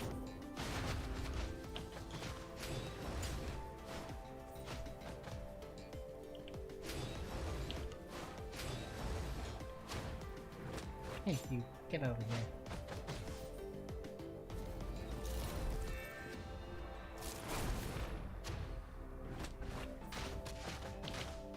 十月一斉一発転勤手加減はなしくない Ouch. この力で打ち破ります手加減はなしです手加減はなしです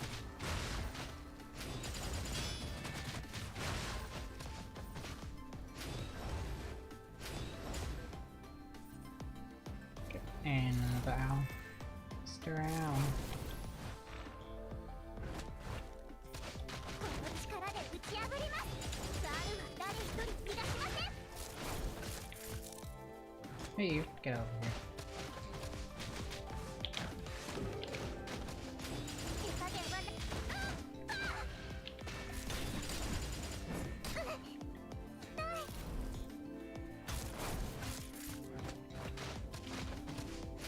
手加減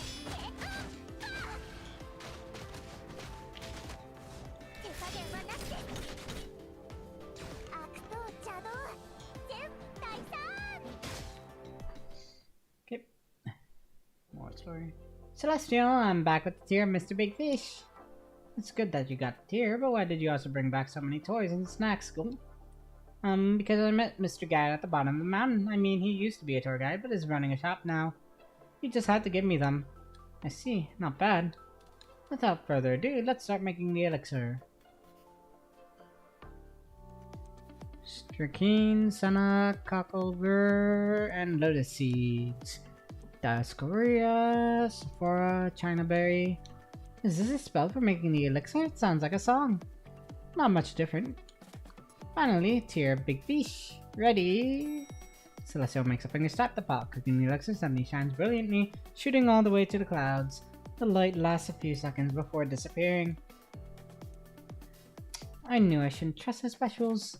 The torch only lasted a few seconds. Is this small black ball the elixir? Correct. It may not taste good, but it can heal any disease. Whew, finally I can cure Master's disease. Yeah, maybe this is fate's reward for your hard work. Now it's time for those who travel far away from home to come back. Okay. 2 more to go. 8. Come back.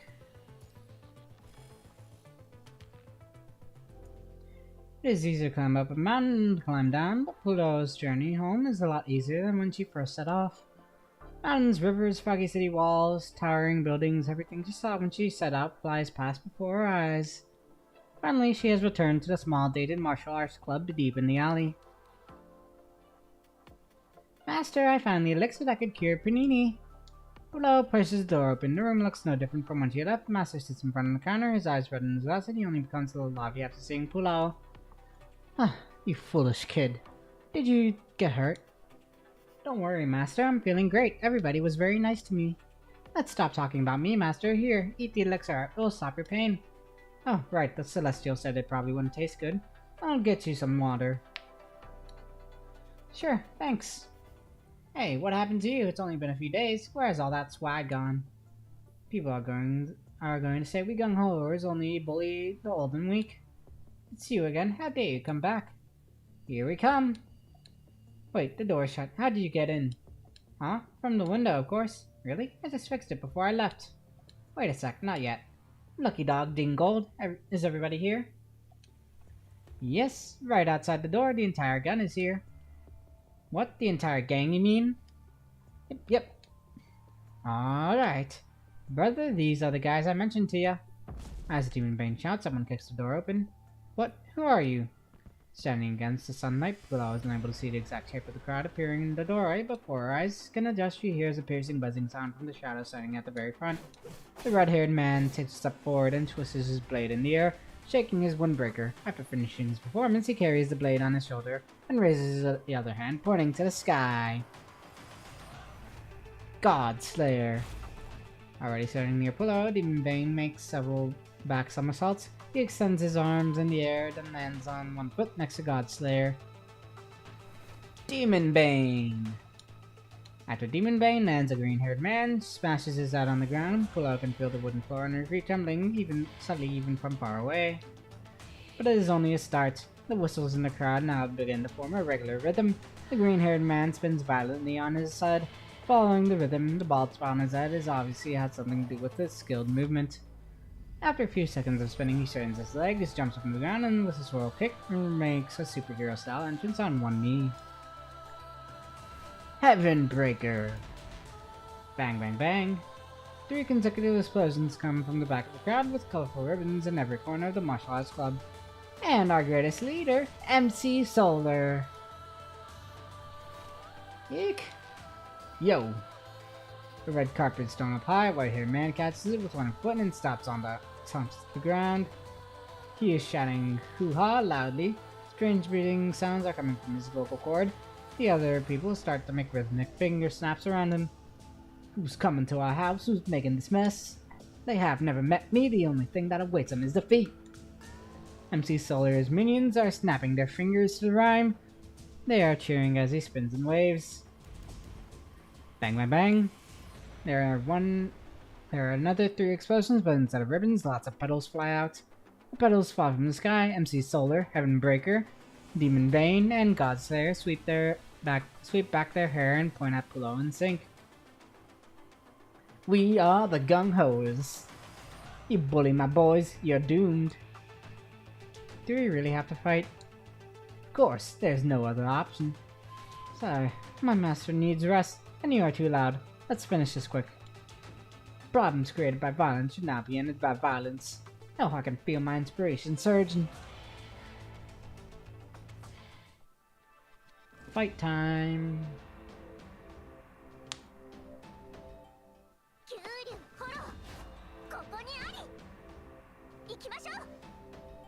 Two swords conquer all. Godslayer, have some rest, guys. Let me deal with her. Okay.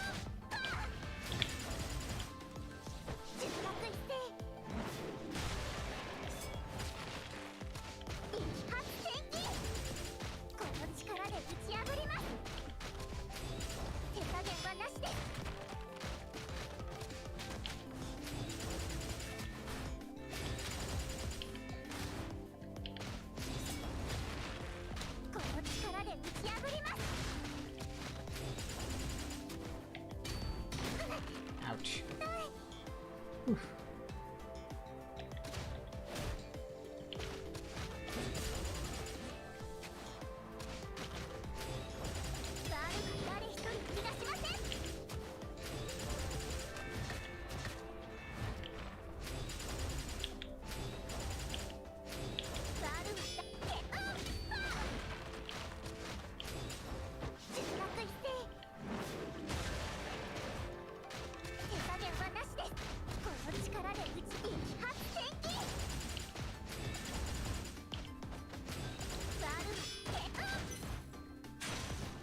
Ah, don't panic, guys. I'll be back soon. 3 sticks, pierce to the sky, Demon Bane, have some rest, guys. Let me deal with her.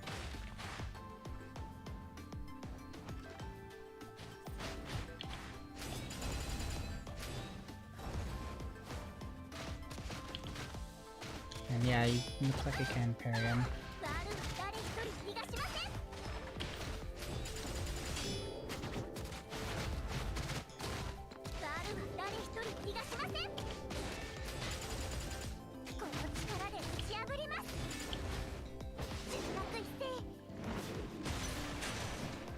Ah, don't panic, guys. I'll be back soon. 4 axes slash across the universe. Heavenbreaker, Demon Bane, have some rest, guys. Let me deal with her. How many more times do y'all need to introduce yourselves?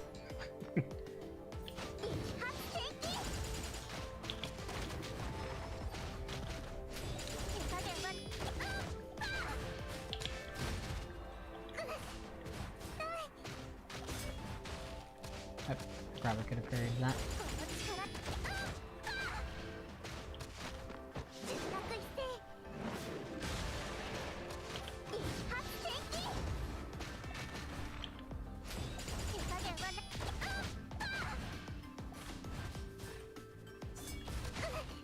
Nope, too late.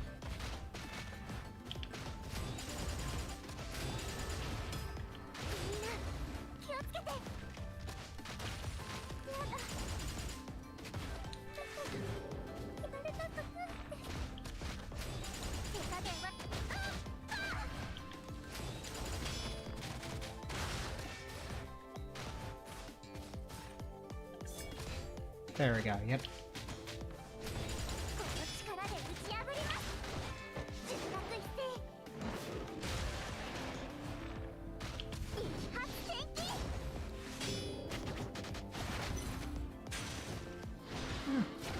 I'll be back soon. 戻りました。じゃあどう？Okay, next one. ER9. Boss time. Time for the fun rap song. The funny rap song.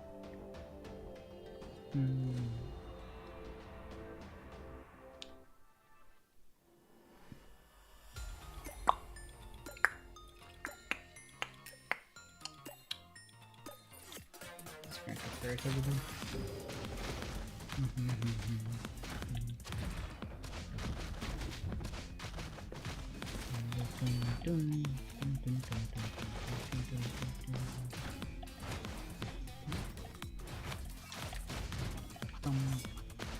Nope.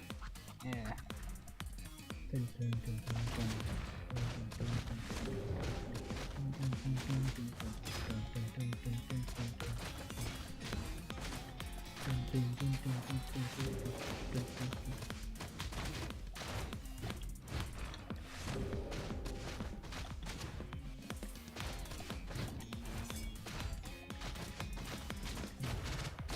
Okay.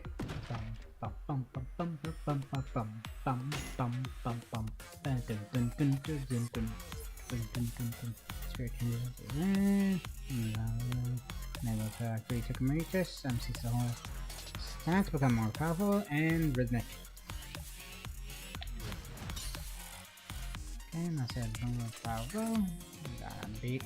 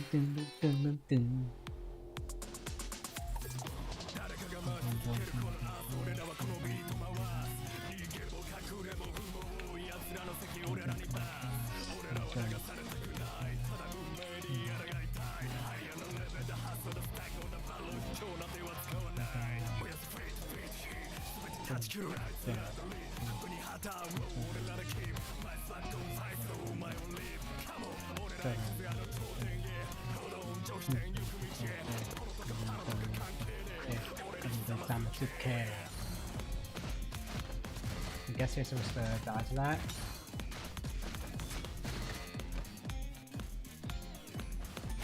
I don't know what to do in that part.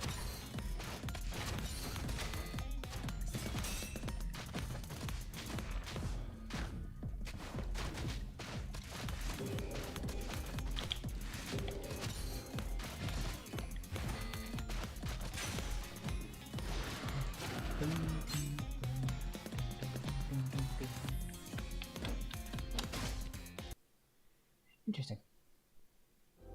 The short contest, maybe performances of better description, quickly comes to an end. Pulao stands in the center alone, surrounded by the moaning gung-hoers. Ouch, bro, no, sis, we're sorry. Stop baiting us, Aniki. Instead of Aniki, it's Aniki. Aniki. You just want to make a living. You can make a living in many ways, why bully others? Being the gung-hoers is just a job, music is our life. You see, we had some music test. You mean taste? Right, music taste. We had some music taste, so we got confident. We started a band, hoping to become prominent. A dream was only a dream. The interviewer only cared about looks, not your performance. We tried to sing our songs, but no one seemed to cherish them. We had no supporters, so we had to go backstage. No longer musicians, we became their pets. We did everything to survive, even had to mime. As he speaks, the other three also let out a sigh. We were sick of kneeling to the capital. We wanted to fight the big people. Reality gave us a hard lesson. Not everybody had the right to pursue their dreams. But with that music, all we had left was violence. We turned our dreams into weapons. We have already pled guilty to our crime, but who can say this world is perfectly right? That makes sense, but I feel like he's just finding excuses. Life is never easy for anyone. Master, why are you here? Oh, I feel much better after taking the elixir. It really works wonders. The Panini virus was eliminated immediately. That's great. What about these guys? You have grown up, and I'm old. It's time for me to leave the stage. What do you mean, Master? Are you leaving me alone? It's only a matter of time before you take over the club. As a future master, you should decide what to do with these people. Rest assured that I'll always be around no matter what happens. Master sits back on the chair behind the counter. Pulo looks at beaten up crowd in front and thinks for a while before she speaks. You said being the gun-hoers was just a job. If I give you a new job, can you stop harassing the city? Huh? I mean, would you like to work in our club? Can we? Can we lowly gangsters really have such an offer? Yeah, having power isn't necessarily a bad thing. We welcome anyone willing to use their power to protect the people around them. But, bro, no, sis. Wait, what are you doing? Why are you cutting yourself? Stop it. Pillow quickly steps forward, trying to stop MC Solar's strange action. To her surprise, he is moving extremely fast as if her words have revitalized him. He continues to run from Pillow and shouts in the martial arts club. I, MC Solar, hereby pledge to always treat Pillow as my big sis, no matter what happens. Lucky dog, Dingle, get me a bowl. I'm gonna swear an alliance of blood. Please don't do that. Demon Bane, Heavenbreaker, why are you all so kneeling? Stop, MC Solar, please. Ah, Master, stop laughing. Come help me. I just can't stop seeing you having so much fun with them. It's nice, isn't it? One sunny day, the peaceful street continues to be disturbed by some unpleasant noise. But this time, the atmosphere has changed. The cry of a whale comes from the distance through the clouds, the roofs, and a bustling crowd. Fun times.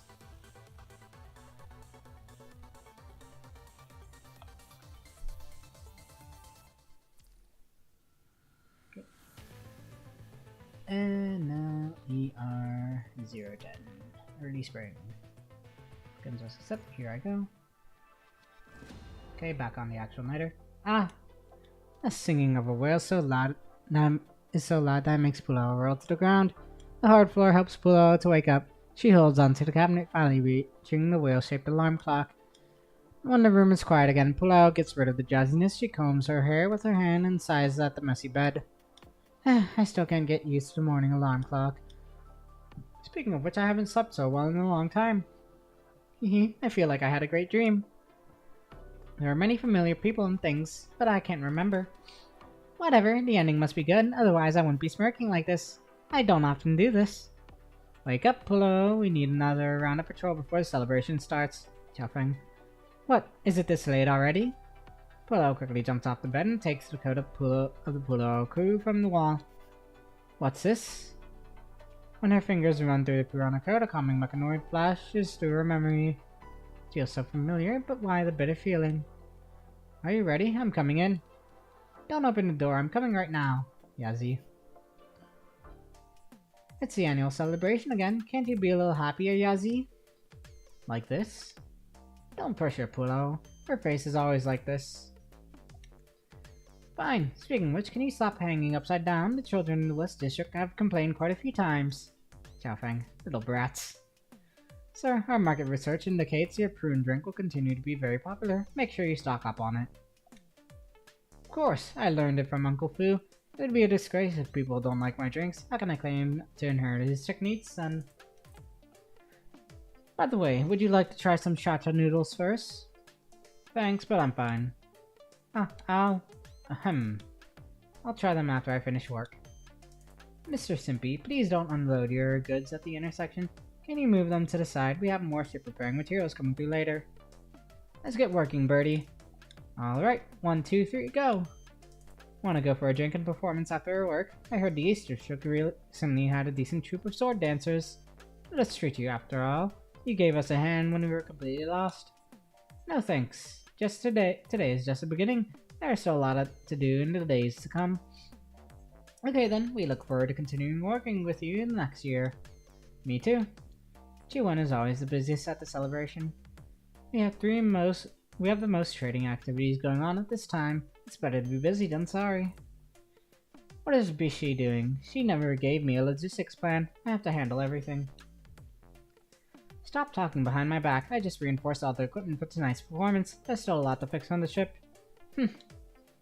Chu knew. I've finished the firework, just as you asked me. I only have limited materials. The end result may not meet requirement. Bishi? It's okay. We don't have a lot of supplies to waste. The entertainment budget is tight. Where are those 4 newbies in your team? I don't see them with you today. Babylonia helped to end our torment, but we can only depend on ourselves from now on. To do so, work-life balance is very important, so I gave them a day off today. You are thinking too much. I only want them to follow you so you don't get distracted by the toys and snacks. I won't. Really? But your panda wallet is full of grubs. What? Okay, enough chatting. Alright, I'll go check the data station out, and Yazi will watch the roof. I'll leave the dock to you, Pulo. Sure, after patrolling the dock, I'll search a 10-kilometer radius. I may be back late. Pulo waves goodbye to the other column crew, and before the morning sun shines upon her hair, leaving a golden glow. With a smile on her face, she turns around and starts the day's work. Chao Feng just had a late night and still has a patrol. Must not let down the guard when it comes to intelligence. Chiwon and Bishi haven't used the sleeping pod for 2 weeks. Not only the dragon children, everyone on the Niter has been working hard since that day. It's been tough for all of us. No, it's not the time to be sentimental. I must help and understand others, and put everything into action. The journey of 1,000 miles begins with a single step. Here I go. We came at the right time. Why not? Or why not? Why not? Yeah. Everyone is preparing for the celebration, it seems. Aren't you going to check it out? Perhaps you'll bump into old friends you miss. Yin, if you want to see some old friends, you go yourself. But I must warn you first. We are only going to cause unnecessary panic if we show up in public. Alas, your noble Kolung identity seems to cause more trouble now. You said you were just going to glance from afar. Now let's go. Okie dokie. Hope everyone has a wonderful new year. And that's that. I guess there's not a hard version. The Reveries with the whale. Yep, 100% complete. No hard version at all. No extra story, unlike with the EX extra stories or the main chapters. Event record. Now, interludes all done. Stronghold. I mean, we could do a little bit of Stronghold maybe. Got City 75 Neon Underground Watering Mantis to do, but I want to be lazy and save that for another time. So, now we caught up on the main stuff. I have a friend request. Sure, why not? More people that will be using my stuff.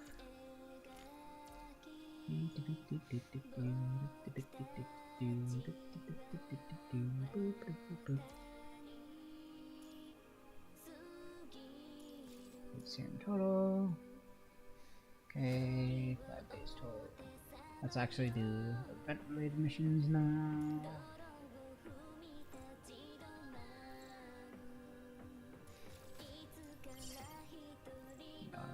Those.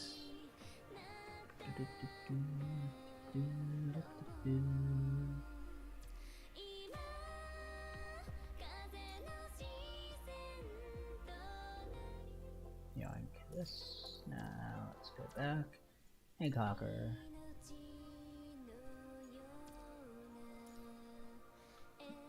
I have no idea what exactly this is about, but oh, it's this bunny, Kuroro Temple, Kuroro City Ruins, and Kuroro Needle. Cogs, Construct R&D tickets. Let's see. Cogs, targeted R&D ticket. Cogs, construct. And the coins. Interesting. So one bunny thing to get coins, and then coins are used to buy these, I guess. But the bunny thingy is used to buy the bunny clay pot, which is, I guess, the main goal. Yeah,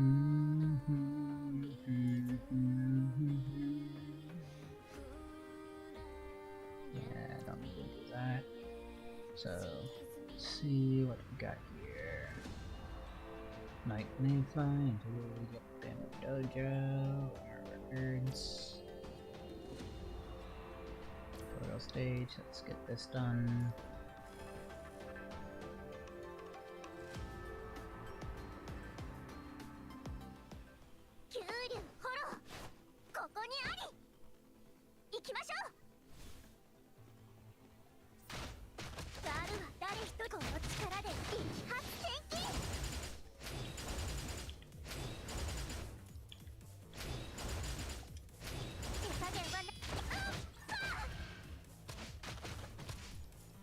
Mm-hmm. 出発一斉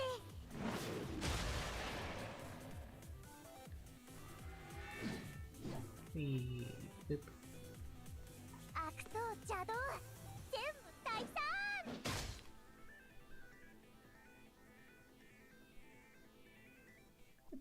That's done.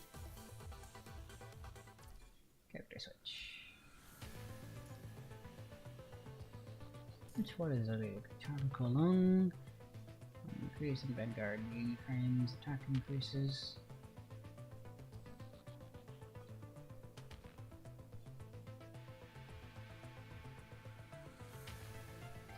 Isn't it the same thing? Well, sort of different. She increases frames attacks more, while she increases physical damage more. So I guess you'd probably want Chu first and the other rather than Pluto.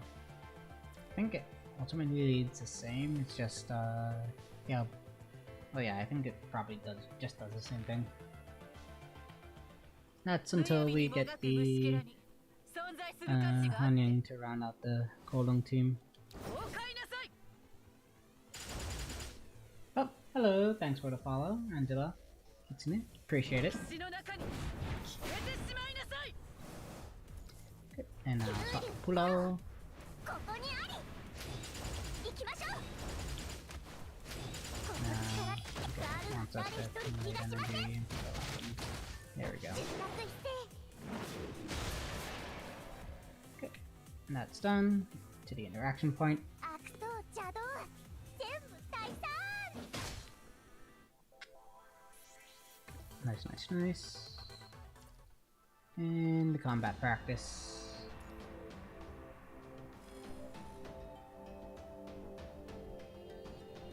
Whee! Get the stun. Who are we fighting? Hwashu? Probably Hwashu. 行きましょう Yep. Use a circle S plus flow. Defeat Hwashu. 手加減はなしです一発転機バルは誰一人逃がしません手加減はなしですこの力で打ち破ります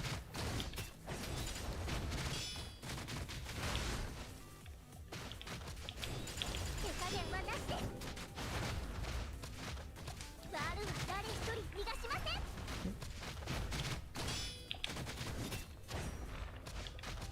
バルは誰一人逃がしません Whee! 出発一斉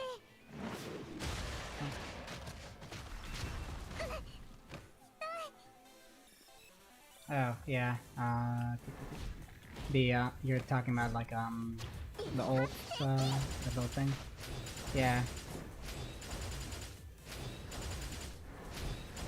Yep. Yeah, I'm well aware. I just like to mess around. It's fun.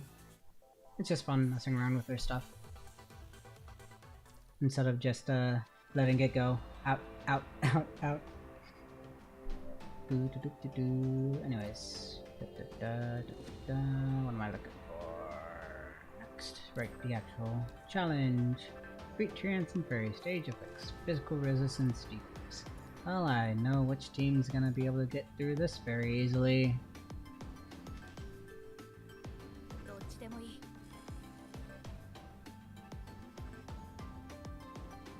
But yeah, how you doing, Angela? 敵出現殲滅する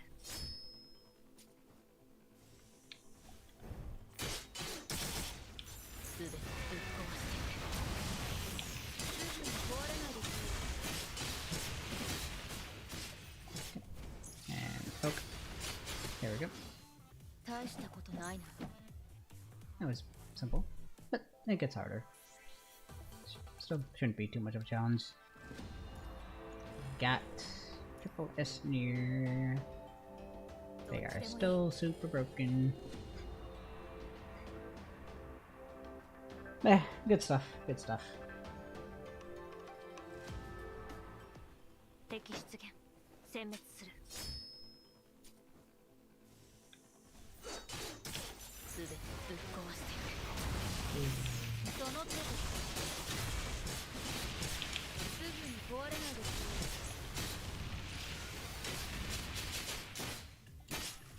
すぐに壊れないですね。全部いい加減壊れろ。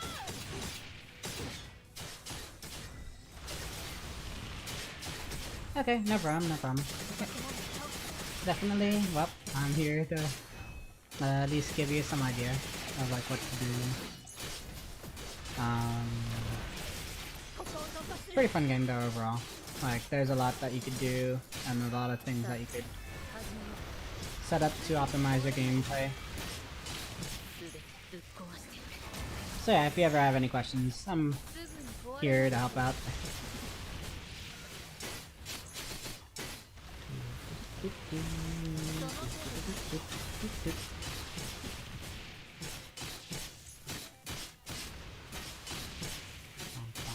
Okay, let's swap.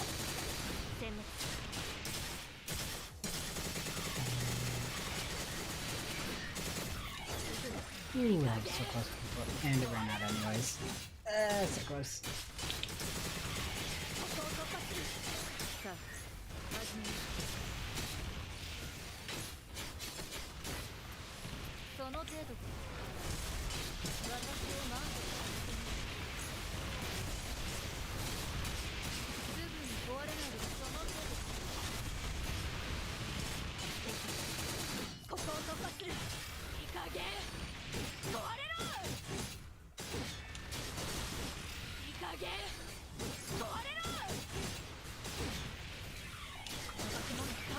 Can I get a third? Yes, no, please. Nope. So close to a third.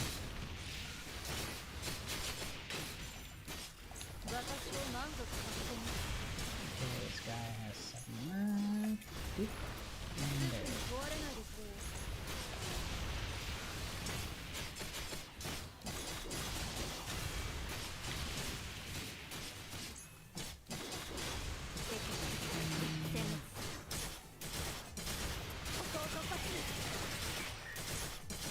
These guys are so easy to stagger. I'll save that. Aw. Didn't get the hacking sequence. Oh well. Okay, now challenge 3.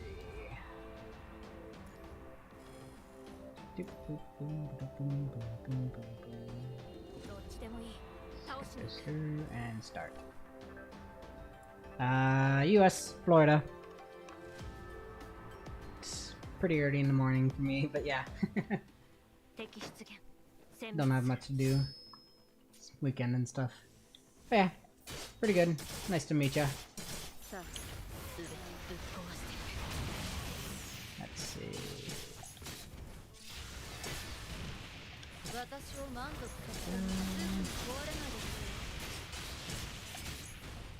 I could have parried that.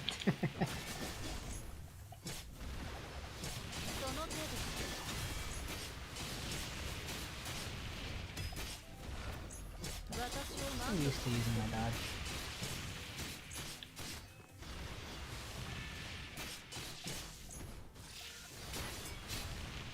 There we go.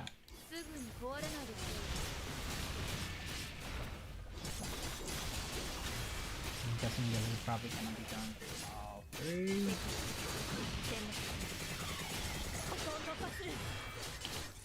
Yep. Being bang. I gotta actually go fast with this.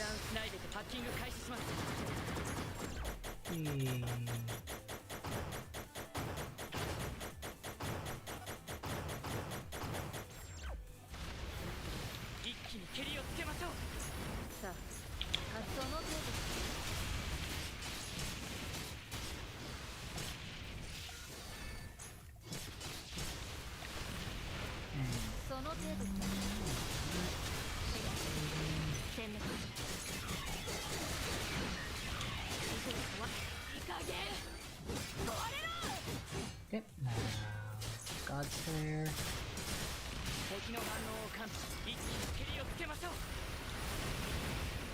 さあその程度私を満足させてみるすぐに壊れないですよその程度 That one actually didn't make for whatever reason. And again, I was in the middle of 私を満足させてみるすぐに壊れないですよ simple. 化け物を倒すいい加減壊れろ早く Oh, 別の I 敵 thought that が would also include MC Solar in that. I guess not. Nice, nice, nice. Read it and read. Burns over burns. Pretty funny.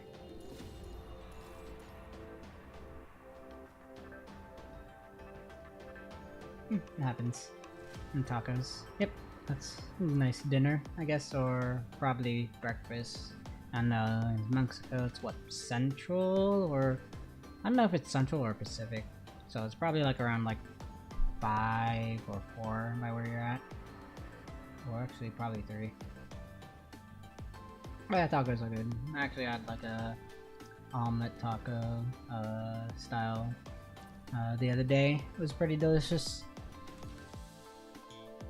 Okay, so that's that. Now, let's see what's next. We already did the coding. We won't have Operation Uniframe available until the 10th, which is tomorrow. And Crab's Giving Day as well is on the 13th, so we just have Devour Wave. So let's get this done. Welcome to Devour Wave. Escape. In this mission, you need to escape from the virus and clear the entire chapter within the time limit. You can only challenge one chapter at a time. Take chapter to start. In every level, you can choose between easy and hard. You can do higher points from hard. You can try to get as many points as possible. Okay, we're gonna do hard. You can only choose one team once the stage is cleared. Character has been covered. Take care. Okay, gotcha. So like the other modes before. Break through frail obstacles. Defeat all enemies. Tap the fixes. Long Devour Wave. 5 seconds will be deducted. Your barrier appears. Be sure to destroy it ASAP. Okay, combat squad. Well, let's use my busted team just to make things easier. I might use my thunder team as well at one point throughout this, because it's very fun as well. The lightning theme. Agent 2, Von Nugget. Very interesting guy, to say the least.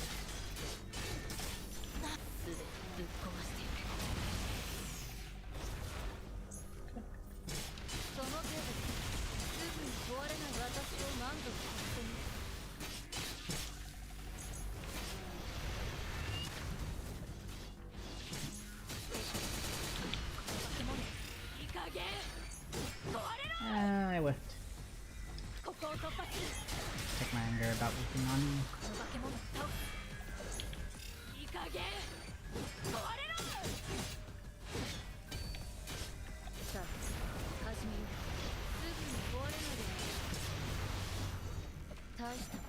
Not too bad, not too bad.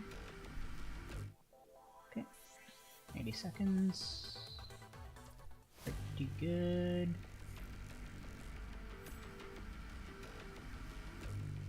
Might be able to get through this pretty quickly.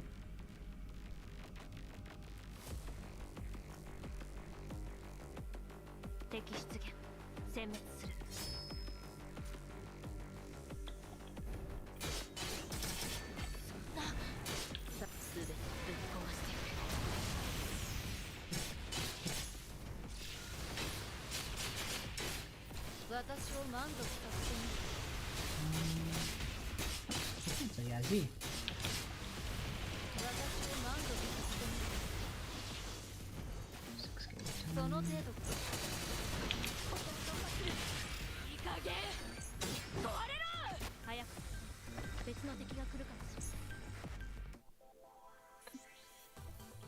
nice.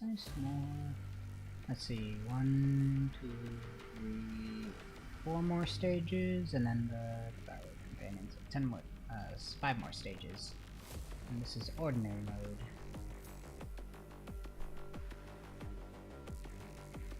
And this means got another mode after it. 敵出現殲滅するすべてぶっ壊して私を満足させてみるすぐに壊れないでくれ There we そ go. の程度すぐに壊れないでくれ 敵出現殲滅する 敵の反応を感知。これで一段落しましたね。 Another 80 seconds. Pretty nice. Push forward.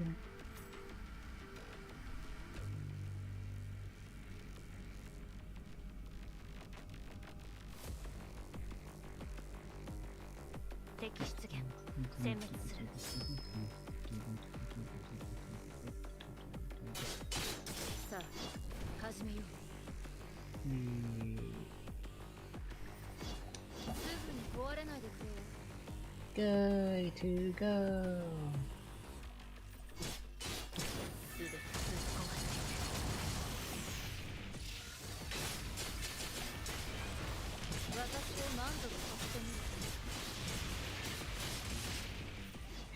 Yeah. As you can see, near team is pretty strong and pretty fast at clearing stuff. They just burn through stuff. Unfortunately, the characters aren't gonna be coming back. Chinese server gets another rerun of the collab. Which hopefully, who knows? I don't know. Maybe Square Enix might let them get another run of it. But without that to go on, unfortunately, yeah, these guys are pretty much I won it twice and done now.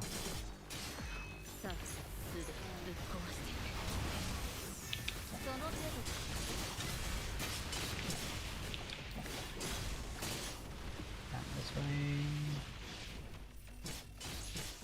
Focus on this.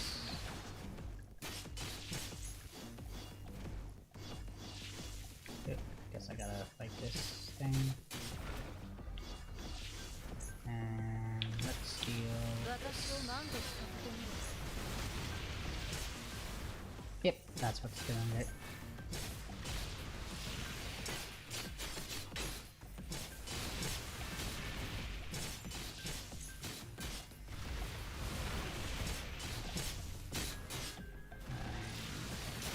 Zoom.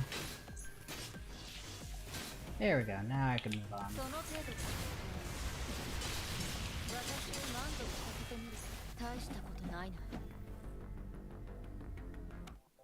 Okay, another 80 seconds. 3 more stages.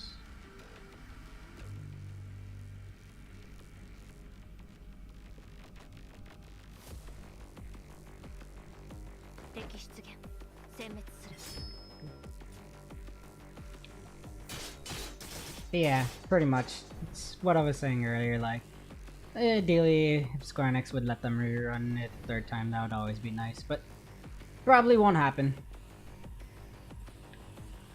What am I looking for in here? Am I supposed to kill those lights? I don't think I am. Okay. Maybe I am. Oh, here. Load.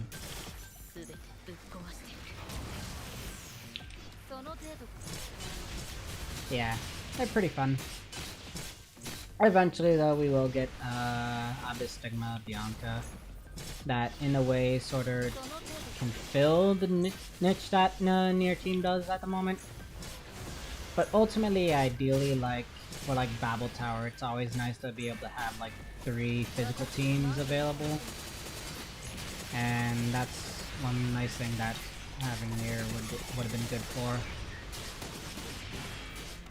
Instead of having to use old physical along with yeah. Yeah, that would be pretty interesting. Hopefully someday. I mean, game's starting to get popular and make more money now, so we could definitely potentially see a DNC collab in the future, hopefully. We will be getting the Black Rock shooter on the Chinese servers soon. Probably maybe in the summer, I think. But that's gonna be pretty fun. Black Rock shooter is an IP that I quite like myself as well. Very fun couple characters in it. For a very old former Hatsune Miku project turned into its own little franchise.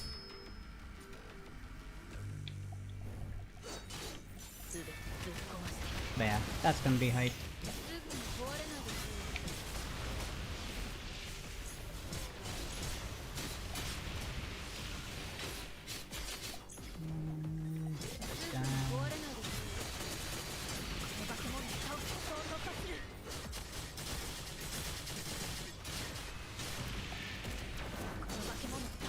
Yep, I wasted my red paint.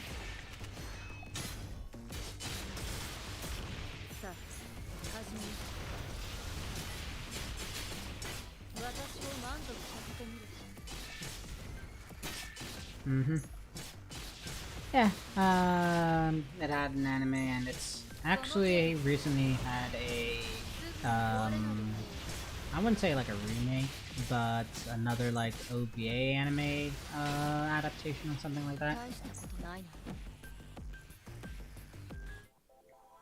But yeah, there was a pretty new OVA recently that was like made, or I don't know if it's actually released. It might still have not come out, but I know there was something soon. It's called like Black Rock Shooter Apocalypse or something like that.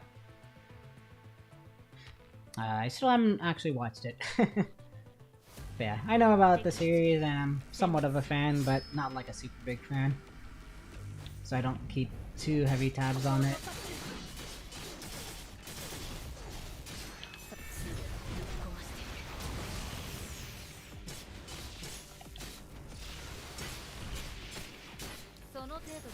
But yeah, it's a pretty cool series overall.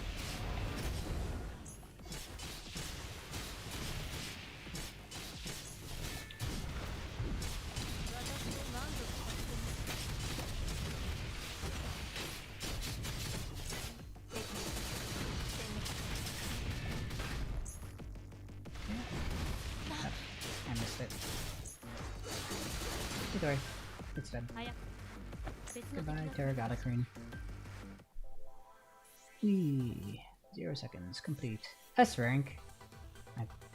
Hopefully that's the highest, not triple S. Oh well. What's that? Okay, I think that was the... Which one did I clear? I don't know. Devour Companion, ordinary mode. So that's the first one. Get a rating Okay, yep, I guess S is the highest. So I could do Nightmare and then Rush Hour 2.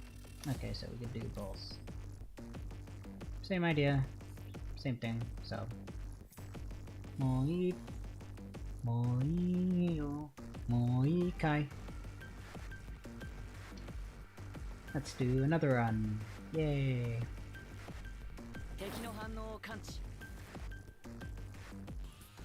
Wait, why am I starting?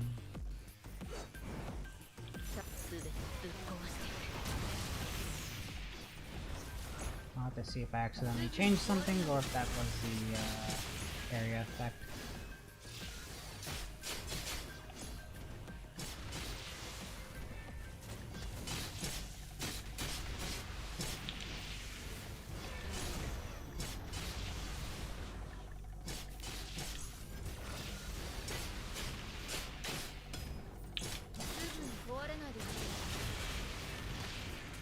Okay.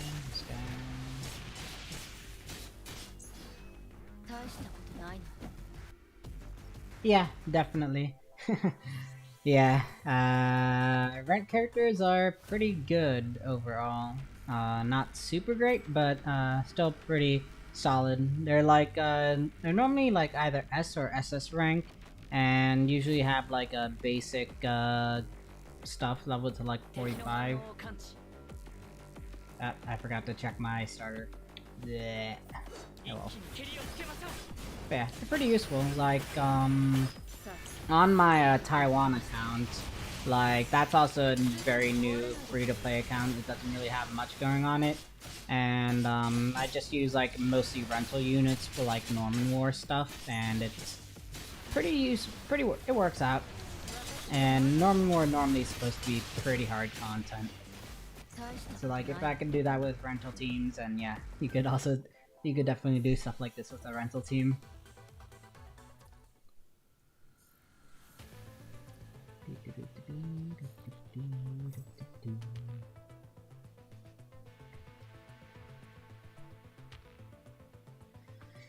Let's see.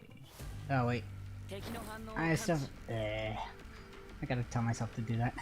I'm so much in a rush to go zoom zoom zoom that I keep on forgetting to change it back to 2D. すぐに壊れないですよ。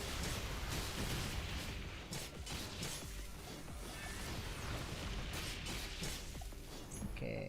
その程度です。私を満足させてみる。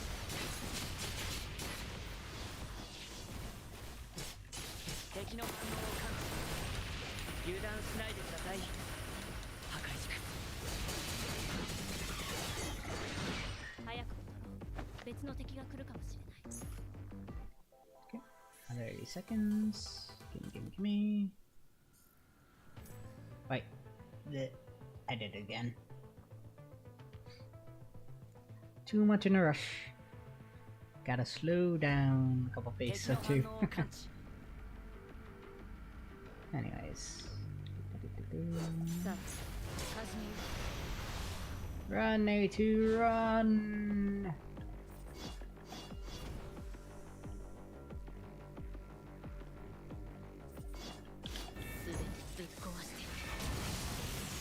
Yep, they're pure physical.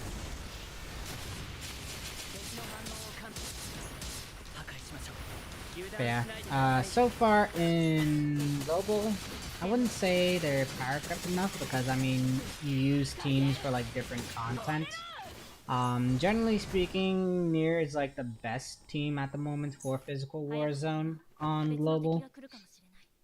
As for Phantom Pain Cage, you want to use a regular S rank physical team ideally if they're leveled up quite a bit for that, as generally speaking you have Alpha, which has higher burst, higher single target burst than your team. Leader. Okay, unable to change members. Oh, so it's not letting me choose my starter? Huh, interesting.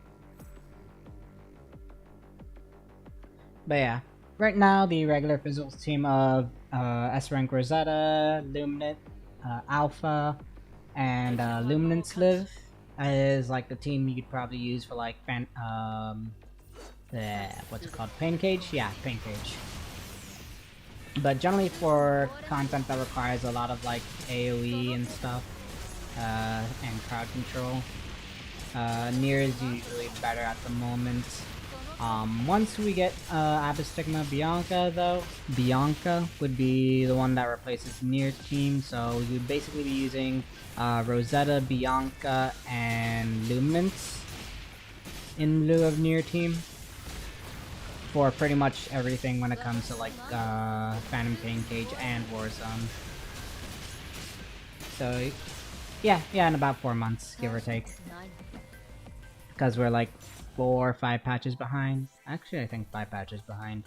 Because you got, well, after this patch is Nanami, then you got Hike Mama, then you got Nina, Dark Karenina, then you got Noan, And then you got Bianca. So yeah, 5 months. 5 patches. Yeah, that also could be it. Like, they've been sort of power crapped in a way. Which is unfortunate. But that's what happens. I'd say like the main parts of their power creeping though is by in part largely due to the fact that the pet system exists now, and Bianca has her own pet, Rosetta has her own pet, whereas none of the near characters have any pets, as unfortunately the pet system didn't exist when near collab first ran, so we don't have like pods or anything as pets for them. And instead the pods were just included into their basic kit. As you can see with like all the little missile rains that A2 is sending out.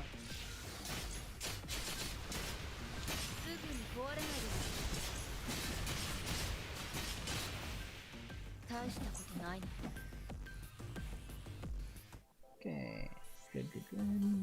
5 minutes. This one.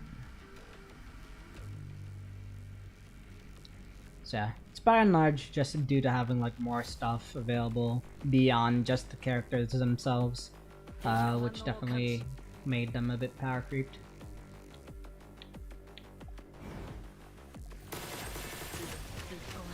Either way, like, still, it's pretty good if you don't have anything else.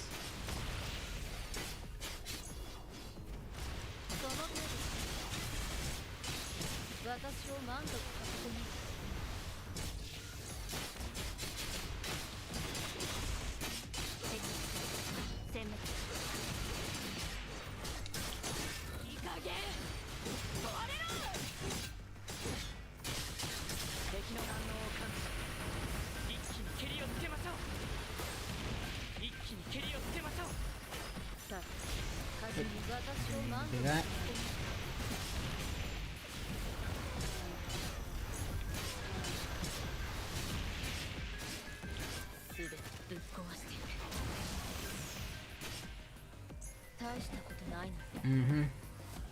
Yeah, Dark Grey Ring team is pretty nice.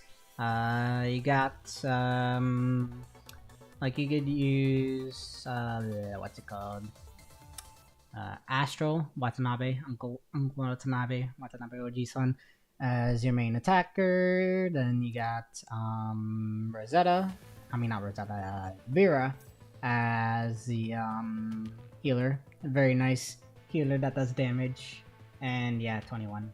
Very cute, adorable. Hopefully when we get Noctis, he's a dark character and you could put him in place of Astral for the team, so that you could have Cerberus as a team altogether. One big, happy, dysfunctional family. That is my hope.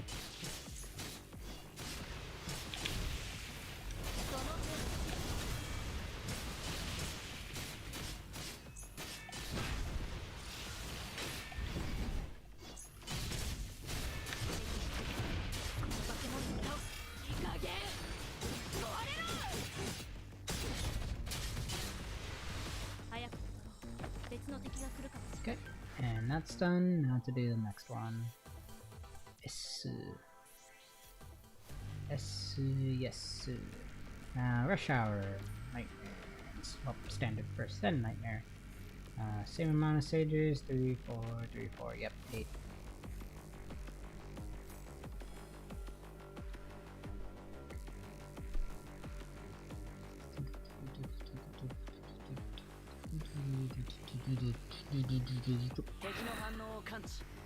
Music's so good. The bruise is well. Oh wait. Oh no. No, not this mechanic. Hopefully the fight won't end if I ended up getting blown into the stuff.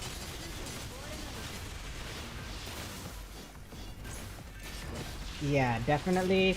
We got a lot of new players after seeing Lightning Alpha's gameplay, and it is gonna be really nice. I can't wait. Like, I'm also super hyped for her. Yeah, other teams definitely do look pretty cool. Like, here, let me show you current Lightning team. Oh, I can't actually change members now that I've done this. But current Lightning team is still pretty cool. Maybe not as flashy until after Alpha comes around to replace Bianca, but it's still pretty cool. Beyond that, you also got, well, I mean, you're seeing my one of the physical teams here that you can make with Nier. But I can show you the other physical team later. The current one with Rosetta and OG Alpha.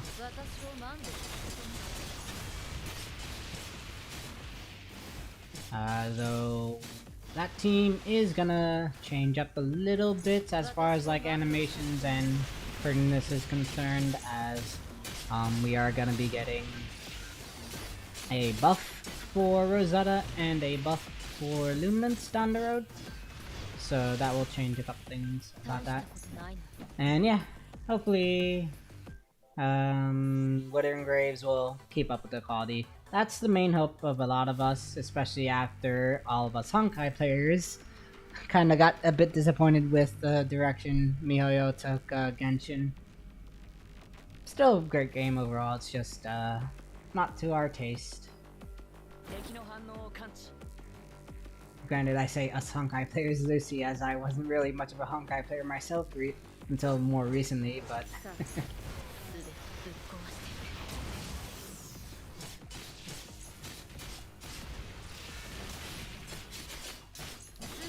yeah, there is that case.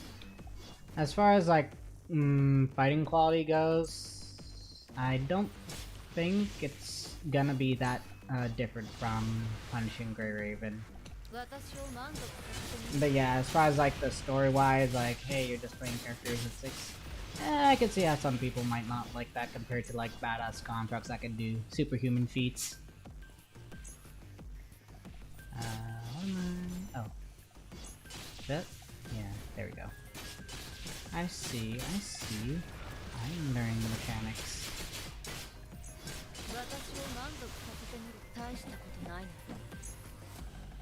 Yeah, I mean, so far I've personally liked what I've seen with Wuthering Waves. Pretty fun gameplay, similar speed and style as that, and like Ji-Yun's ult is actually pretty cool. Very flashy with that dragon coming out and just attacking shit randomly whenever he pops it.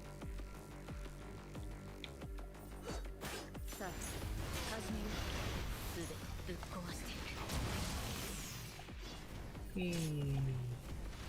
don't want to do that, but I do want to get rid of this. Bonk, bonk.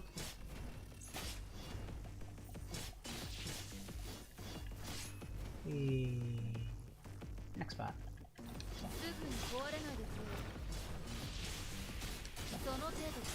I kind of like how we're adding a bit of like Diablo style overhead combat in some of these quests.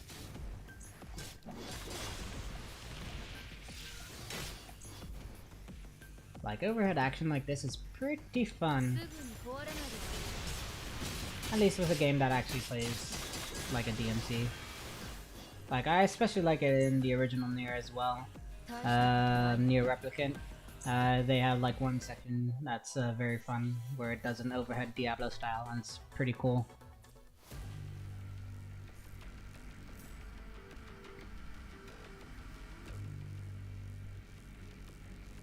Okay, let's see. Next stage. What do you got for me?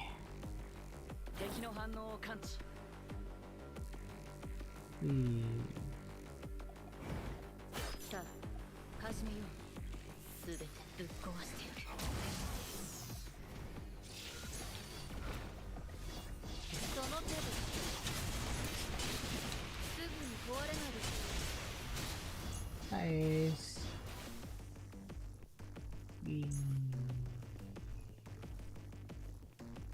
You ain't gonna do anything to me. I have speed on my side. Yep, thanks for the follow, Kenny. Appreciate it, preacher.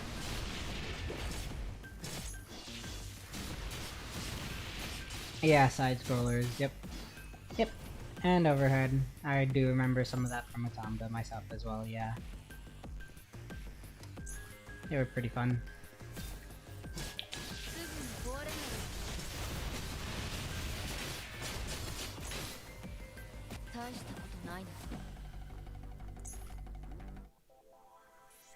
Okay. But yeah. Overall, lots of great games, lots of great history.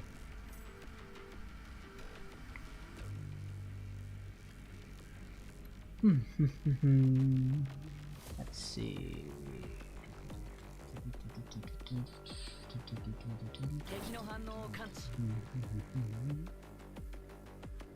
Okay.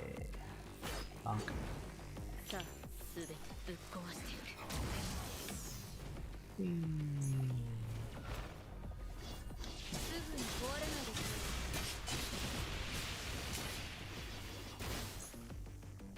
Okay, to point him with the big stick, as some people like to say. Here we are. Oh, hangman. Everyone hates hangmans.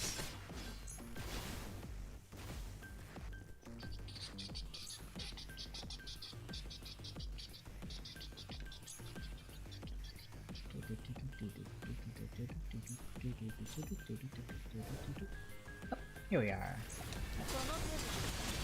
What are you doing? That was a very bad attempt at a pun, but who cares?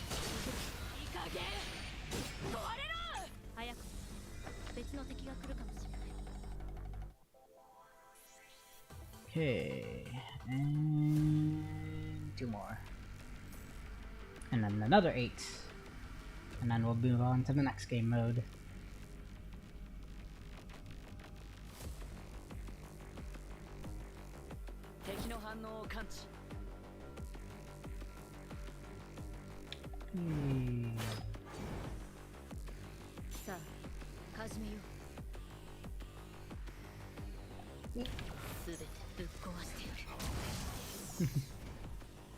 Game was trying to play a fast one on me.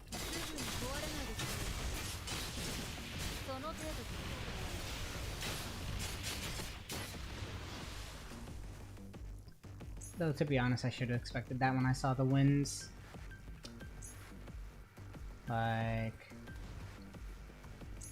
I'm really bad at this, or more so, not so bad at this, more like I need to remember my training from my days in Final Fantasy XIV. Good old Rakta in Eden Savage.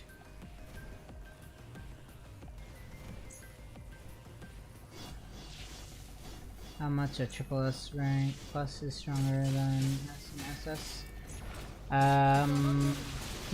From an arbitrary number wise, I'd say triple S, or at least triple S plus, compared to triple S is probably 5%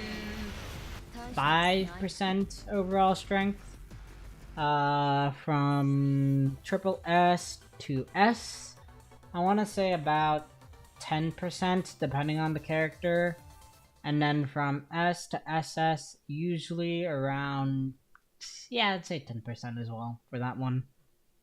And usually with S to SS you can at least get that for free. But yeah, to triple S I'd say it's SS to triple S is a pretty big jump, and then triple S to triple S plus isn't that much of a big jump, and it really depends on like the character, depending. Heyo, Play Nuddle. Thanks for dropping by. How you doing? Yeah, sure. What's your question?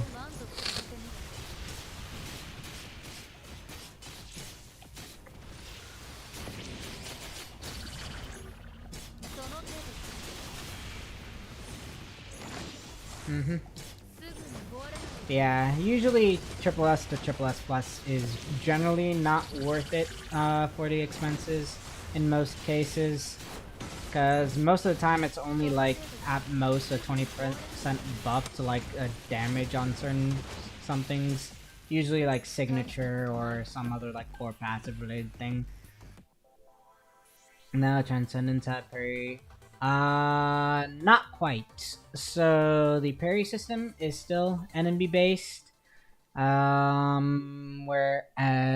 what's recently added now with the execution moves, that isn't really a parry system, more so that you take down like their guard, like a guard meter, and then it allows you to just get rid of them completely.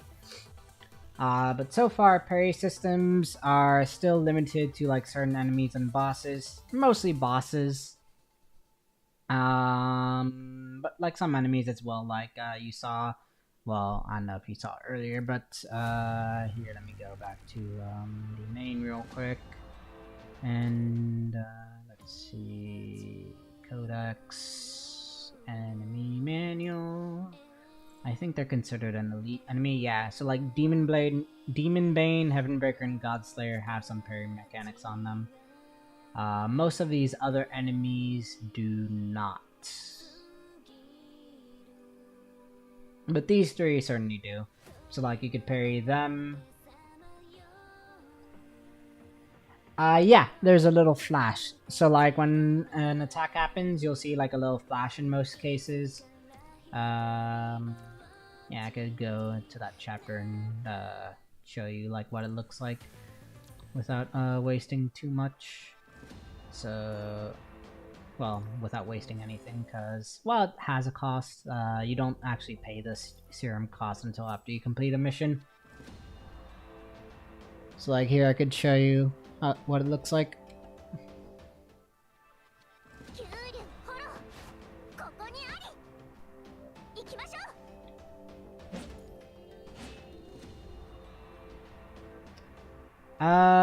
Still probably not every enemy. But, we'll get more enemies that have that. But you see, like that right there, it had the little flash before. That's usually what happens when you have an attack that can be parried. Boop. Yep, you could retry a mission however many times without a serum cost, so long as you don't finish it. So like, in the previous day, if people wanted to do like boss farming practice, that's what they would do. Is they would just retry the stage without finishing it. Yeah, it's like a bigger red flash than the dodge attack. Like, not that, but rather this right here.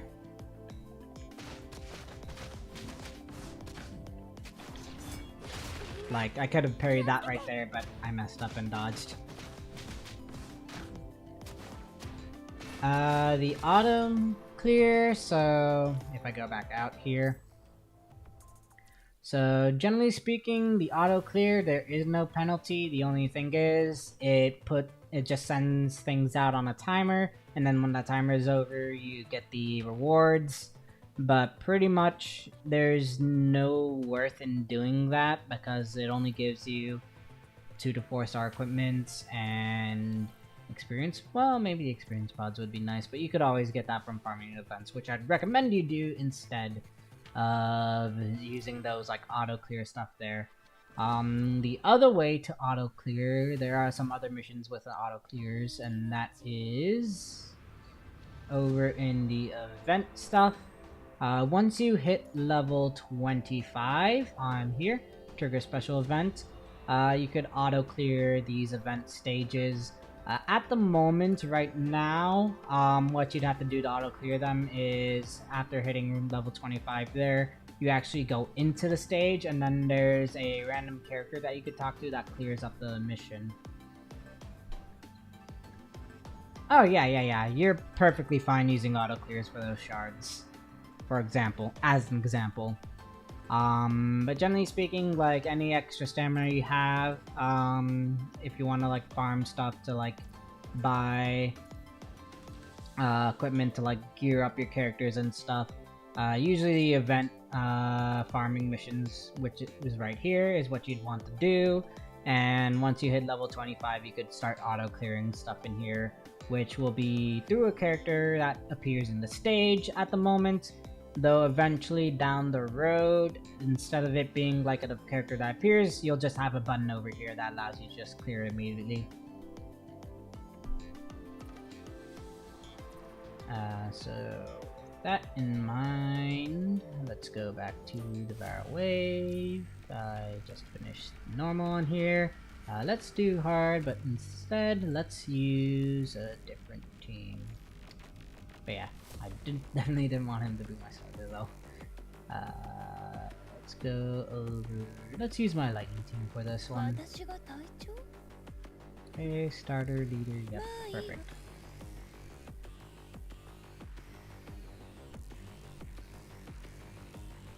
Yep, definitely. And that's pretty much what you want to do. Especially like as a free-to-play, like you definitely want to get like your A ranks up, as they can still do pretty good overall once you get them like up to like SS, triple S, and triple S plus. And still, even if they aren't as flashy as like some of the S rank characters, a lot of the A rank characters are very fun. Like for example, Chongyu, a lot of people meme on him because his damage isn't the greatest. But honestly, he's one of my favorite characters to play as, just as a playing perspective, from like his animations and overall his playstyle. He's very fun.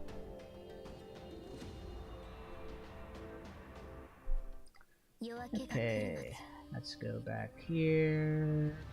Go back here. And try this, launching this again. Hopefully the game won't crash.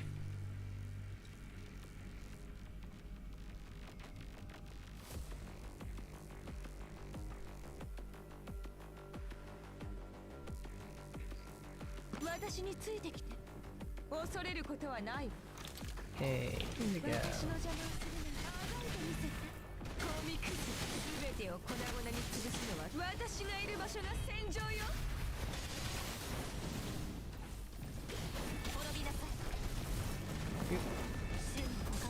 Oh wait, oh. There's one of those guys. How dare they? Everyone hates the hangman. We all hate the hangman in this house. Ouch.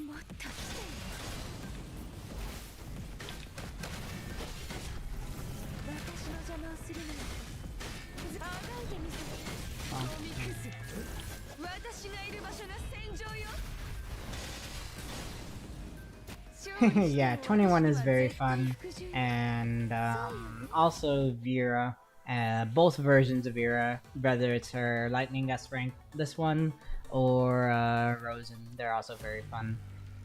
And honestly, like, there's no rule to say you always have to use meta. For example, my main dark team at the moment is... Well, I don't want to... here, let me go. Let me go... Not there, over here. Nope, not that. Brain, here. Wait. Oh yeah, so this right here. So this is my main dark team. I do actually have S rank Kamui Tenebrian, but I just don't like using him. Ultimately, him at S rank and 21 perform fairly similarly. Though at SS rank he actually is better than triple S plus 21 as far as his shred is concerned. Which if I wanted to, like, I could have gotten him all the way to SS very easily, as if I go out, I actually got quite a bit of his fragments from just random gacha pools around. So I technically am only missing 6 to get into S rank, but I've been lazy on it, and I just want to keep using 21, so I'm not getting him there anytime soon. Even though my dark team would be objectively better if I did. Anyhow, back to this.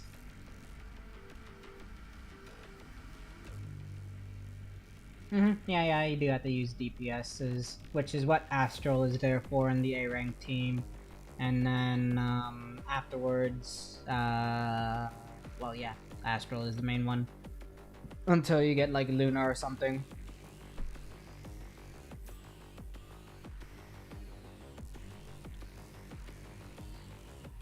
But yeah, either way, like Astral, while he's basic, he can still be pretty fun as well. I personally liked him when I played him.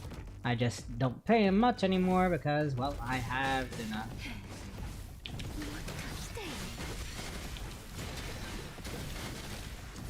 私がいる場所が戦場よ。私の邪魔をするなんてあがいてみせて。コミックス私がいる場所が戦場よ。 Bonk. 私の邪魔をするなんてずいぶんいい度胸してるわね。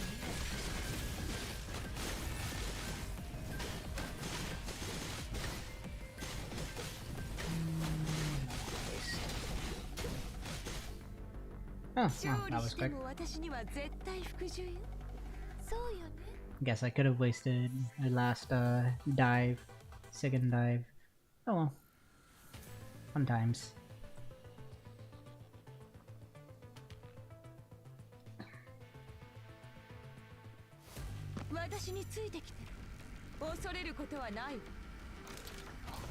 Yeah, hopefully, well, personally, it's my favorite gacha at the moment. Like, it's really... there is no comparison. As far as, like, gacha is concerned. To me, at least.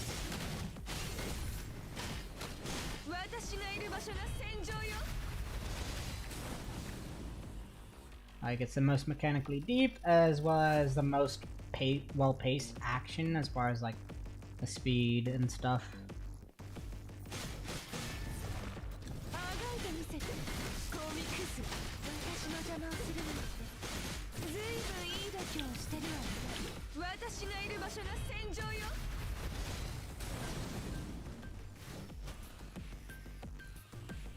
Okay, that way. Don't want to get caught in any of those.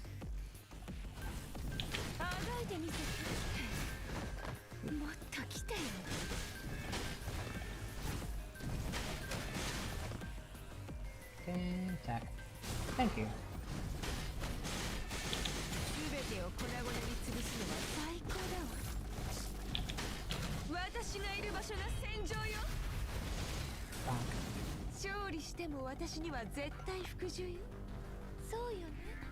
Okay. Nice. 3 minutes 10. And push forward.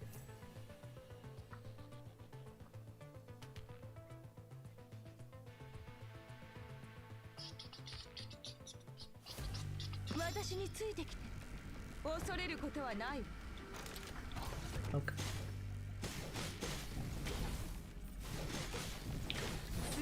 粉々に潰すのは最高だわ。全てを粉々に潰すのは最高だわ。I actually went through that pretty quickly this time.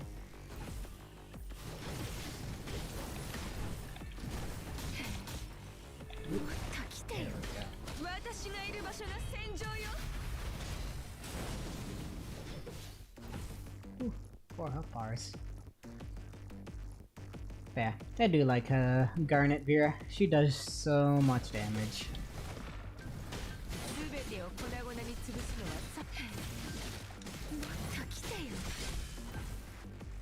Wee.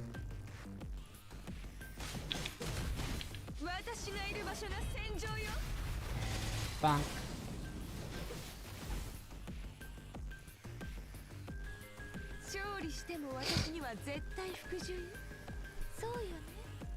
Perfect. Back up to 320. Now the next 3. Well, the next 4 rather. And then we can move on to the next game mode.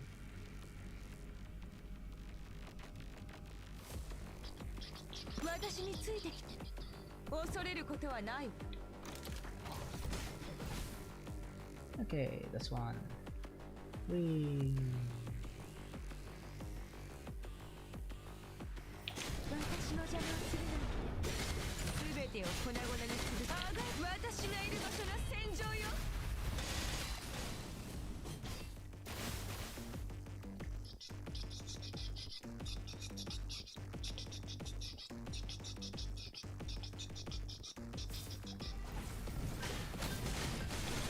もっと来てよ。 I still need to fight more of those to get a better feel for their patterns. 私の邪魔をするなんてずいぶんいい度胸。私がいる場所が戦場よ。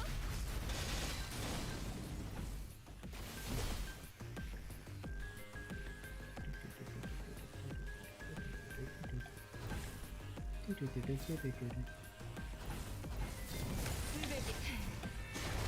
っと来てよ。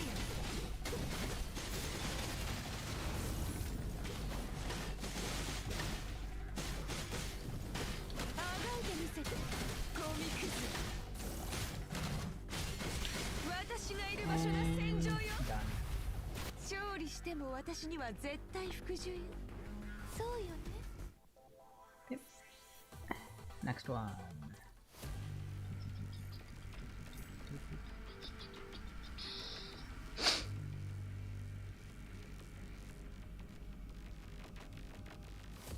私についてきて。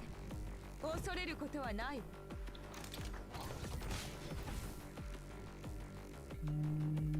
This one.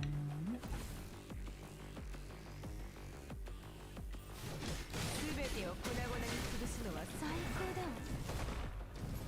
私の邪魔をし、私がいる場所が戦場よ。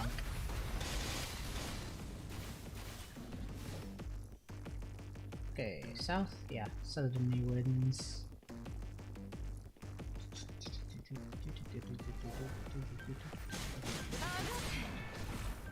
っと来てよ。私がいる場所が戦場よ。 Okay, next set. South. This way.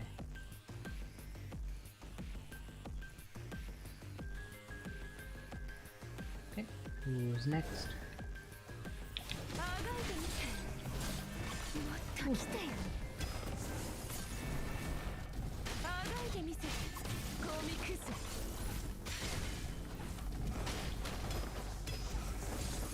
This is why everyone hates hangmans. Ow! もっと来てよ。 Will you stop for 1 minute? Thank you.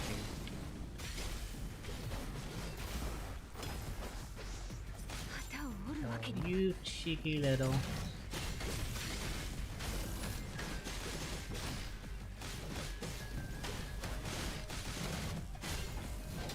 私がいる場所が戦場よ。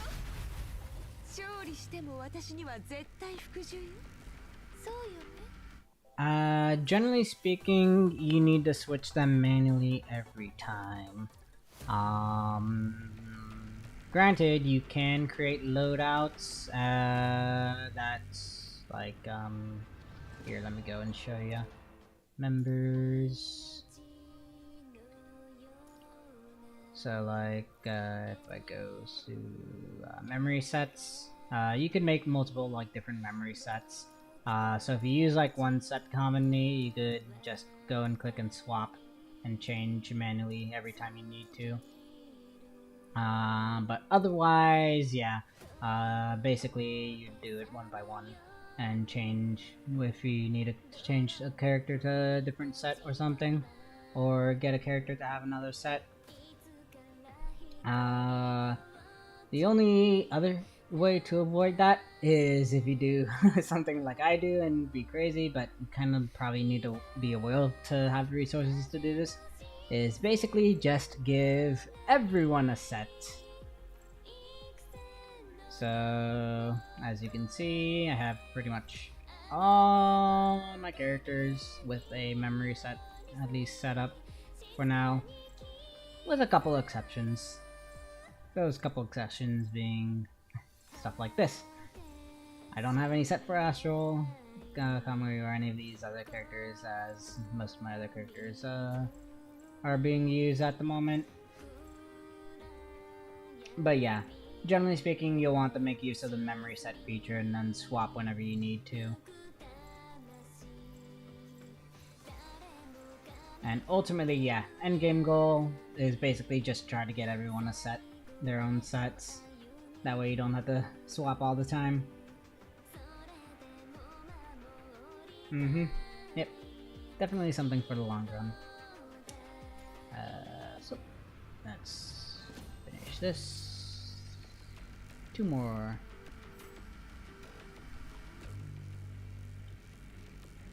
And I gotta be extra careful this time around because Vera's actually low on health. Unfortunately not. Soon enough, like around anniversary, you will be able to get a 6-star weapon for free as part of anniversary rewards and stuff. Oh. Let's restart. But generally speaking, no. Gacha is the only way to get 6-star weapons. In a lot of cases, like, you generally should be fine without. In most cases, some characters though do appreciate having their 6-star weapon. But you can generally make it through without it. It's just gonna be, some things might be a little bit rougher to work with.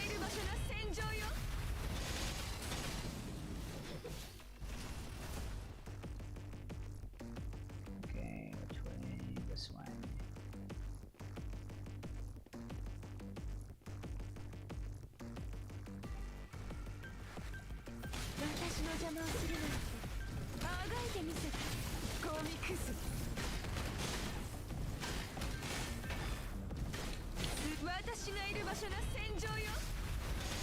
Bonk.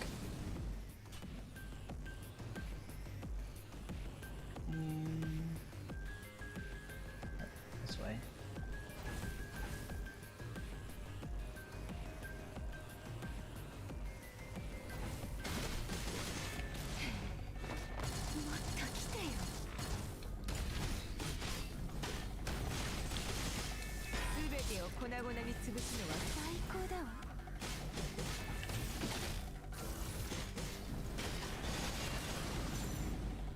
Oof, that was close. Yep, basically, that's the idea. Farm up co-op and eventually pull up the mats to eventually get a 5-star weapon, and you should be fine for the most part. If you want, you could always go online on YouTube, just watch Reckless videos, and he has a lot commenting about like what weapons, what characters might want their weapons and what characters might not.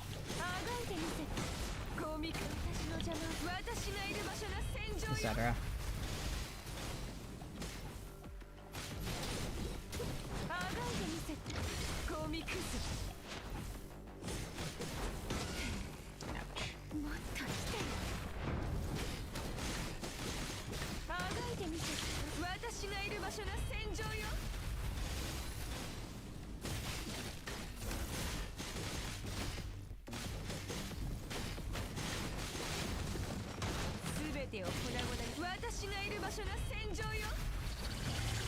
Done.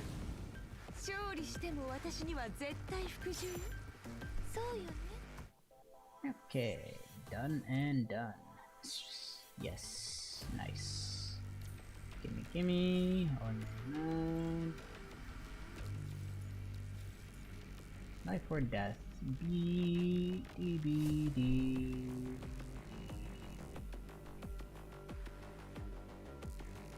What do you mean? I got an S on both. What's with this bullshit? Get a rating of D. talk about BS. I got S on Nightmare on both of them. Standard, yeah. S. Wait, huh?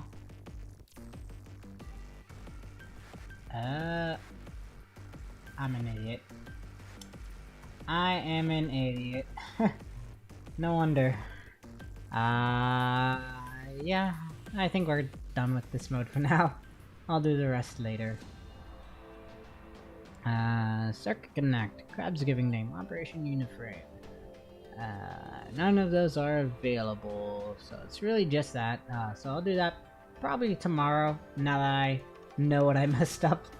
My bad, wasting y'all's time like that. So now I actually have older content that I was lazy last patch that I need to do. So we shall be doing some Recitativo di Fantasia. Because I need to get this done.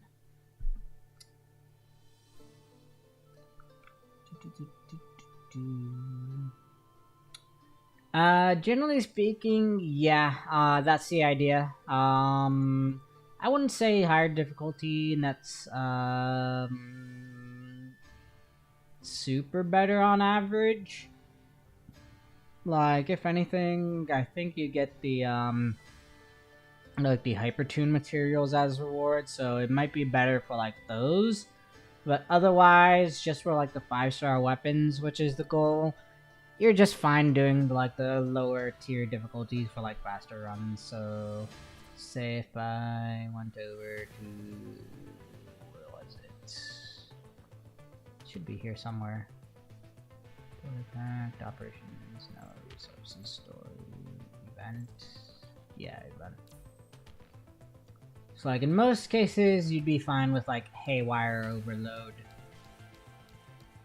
Berserk, and specifically like its higher version, I probably wouldn't recommend. But yeah, Haywire Overload, probably good enough. Like, really, Berserk, especially with the Nightmare version of it, is not really recommended. It's only really for like bragging rights, I guess.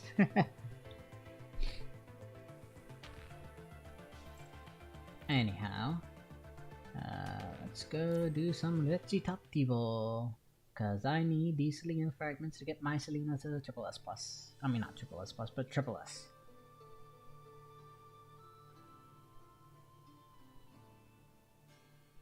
Oh, yeah, fair.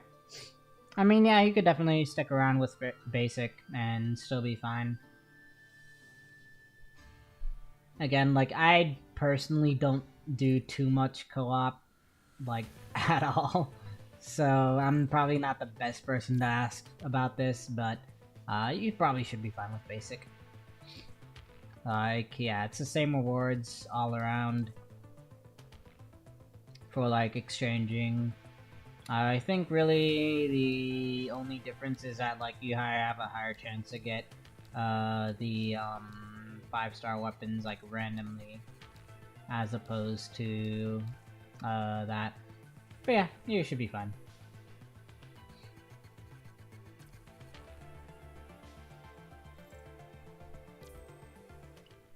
Anyways, stage codex. Oh yeah, this is stuff for fast track.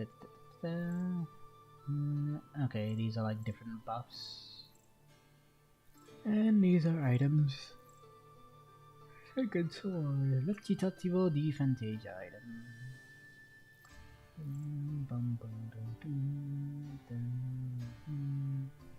Okay. Oh, let's start the story. Performance events. Sure, rewards, point. Select difficulty. Wait, I can't. Alright, scene 3. Battle scene 5 and scene 6. Confirm. Dark Woods. Pipe a song about a lamb, so I piped with a merry cheer. Piper piped that song again, so I piped he wept to hear. The prelude, a song of innocence. Somebody, help, anybody.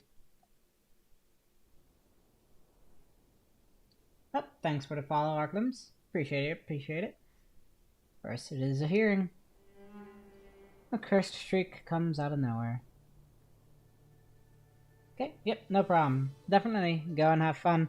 Thanks again for coming by if you're on your way out. Really appreciate it. First vision.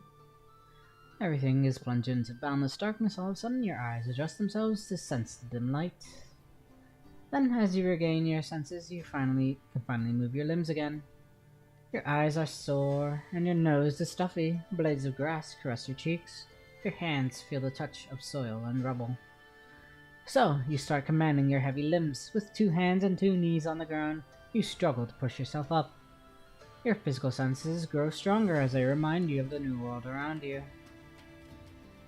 And as you take a look around, everything is unveiled as the curtain on the stage is lifted. Everything starts moving as you hear a mysterious melody that is mesmerizing and clear. The forest is dark and there is no one in sight. There is a strange light blinking above the sky. The shadow of a dragon emerges from a cloud before disappearing into another one. It strikes fear into your heart. The mysterious melody echoes across the land as if a whistle guiding a hound. It snatches your soul as you realize it is a pipe. Just like the magic pipe of Hamlin and treacherous sorcery, it skillfully guides the evil dragon as the dragon flies and turns, bringing desolation upon the land. You once heard the faint sound of that pipe. The dragon flaps its wings to create an intense cyclone that comes for you. Now the pipe sound fades into the distance like mist. With it, the dragon is gone and nowhere to be found. The startled white-billed crows return to the perch on branches high up in the air, and as the air current disperses, everything goes back to silence. And why are you here? You have no knowledge or possessions. There is no one by your side, and no traces to track you down with. Who is playing the pipe of doom and guiding the dragon again? Who is bringing calamity and blocking the way forward? The veins around your temples pulse as blurred memories pour into your mind, like a whale emerging from the sea surface and quickly falling back to send a huge wave. Your heart is ravaged and your feelings are a mess. Nothing feels real. It is almost like you are sharing an illusion with someone. Suddenly you feel weary, as if you've been through a long journey or a long battle, only to end up going back where you started. Then you recall your original goal. You want to go home. But before that can happen, before old things wither and new things are born, you must escape this forest. Above the distant mountain, there sits a towering palace with a silver spire. Okay, who shall we recruit? We have a couple of refreshes, so let's use that. Lux. Sure.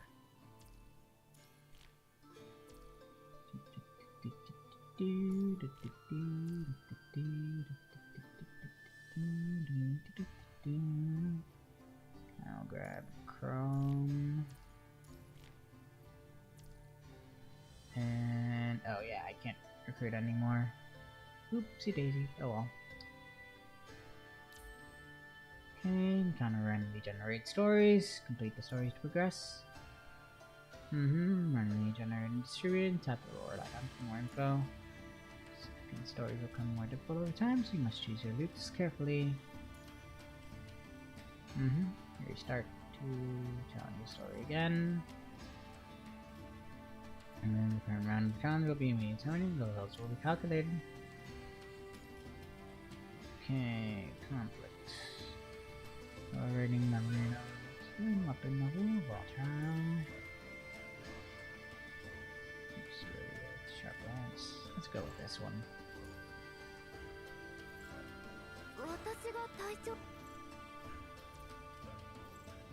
Select. この前話し合った戦術を実行する時ですよ。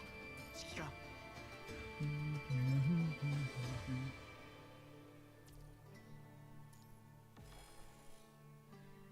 Okay, start with Chrome. 勝たなければ無意味です。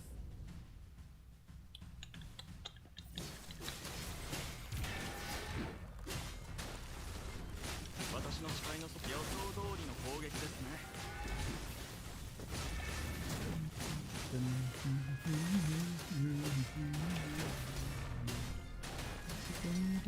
の視界の外へ行かないでください。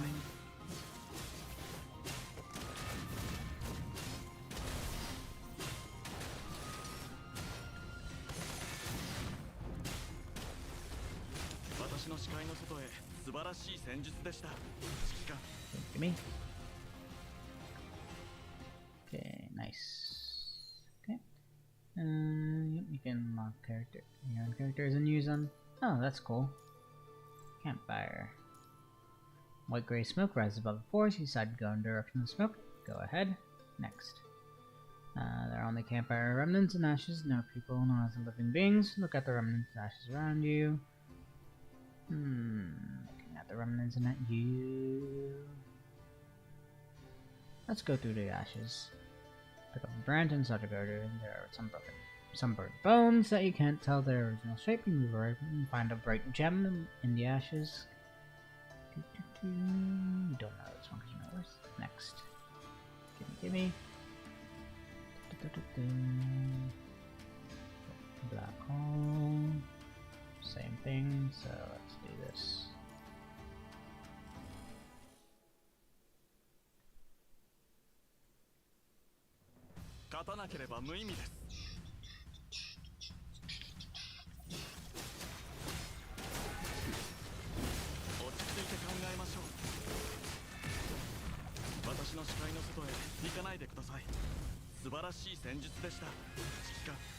Simple enough. Yep. Current buff to learn more. Boop. Ranger, 4 types of ability slots, class signal, signature core, including corresponding slots and slots. Not stack, it only increases, modifies the ability's effect. Okay, secondary abilities. Enhance skills or provide other special effects. Ooh, that's pretty good. Summon black hole. I can't use that, but I think I'll take it anyways. Element. Energy related.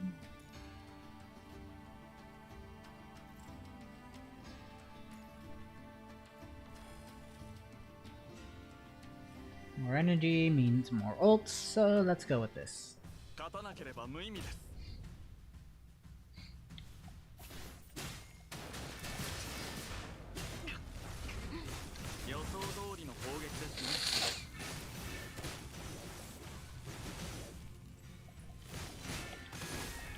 Ouch.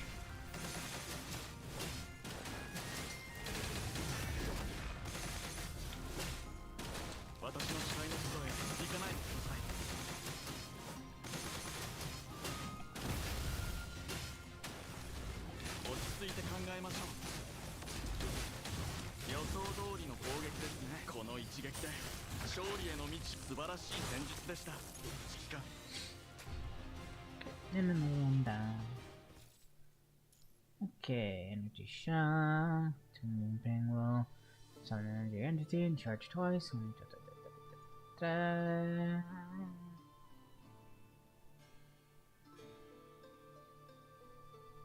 I guess not. Oh well. Fast strike. Okay, ball spire related abilities, yeah.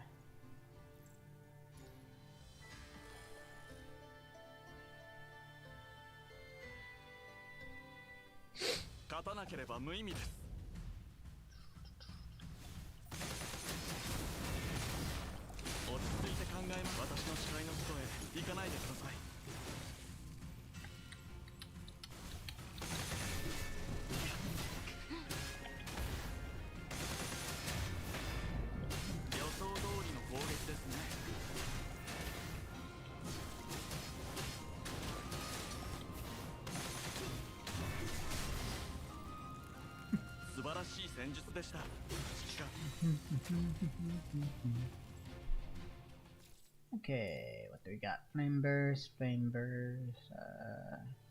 or matrix. like that. Ice related.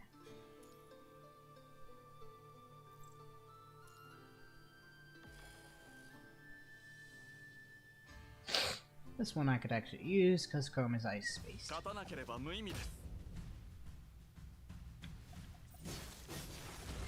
予想通りの攻撃です。落ち着いて考えまし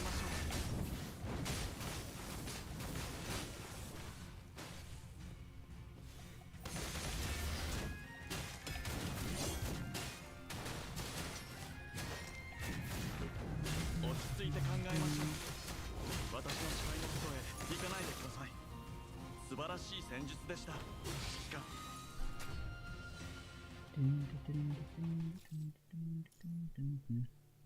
All ice damage increased by 40%. Or that. Step move.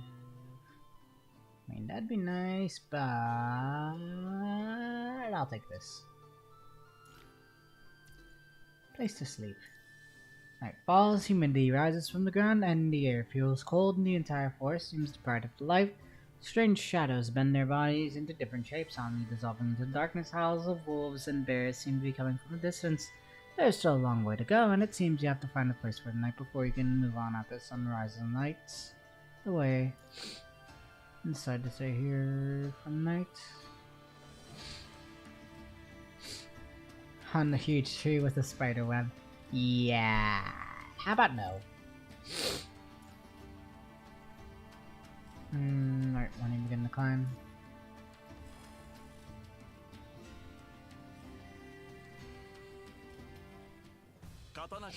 Tree people. Yep, tree people.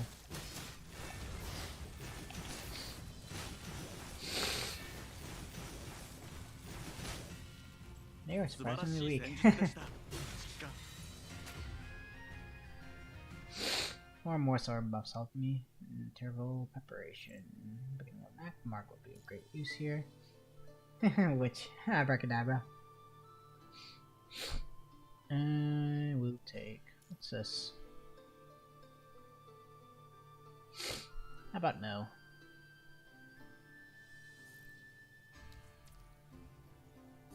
Let's take some more scripts. Okay, end the trade. Please go back to the center of the stage before the character turns back into the pumpkin. Okay, conflict. Oh, we got a Baroque anyways. Same difficulty, let's go here.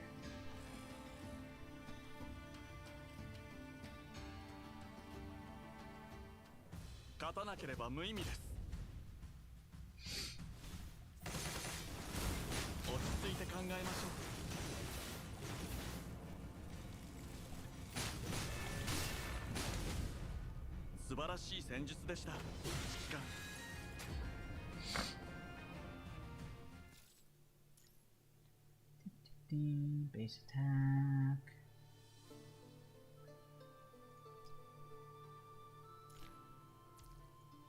Okay. Yeah, you there.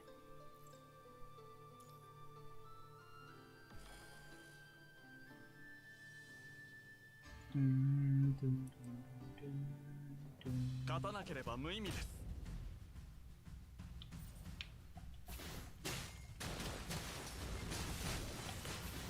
私の視界の外へ素晴らしい戦術でした。指揮官。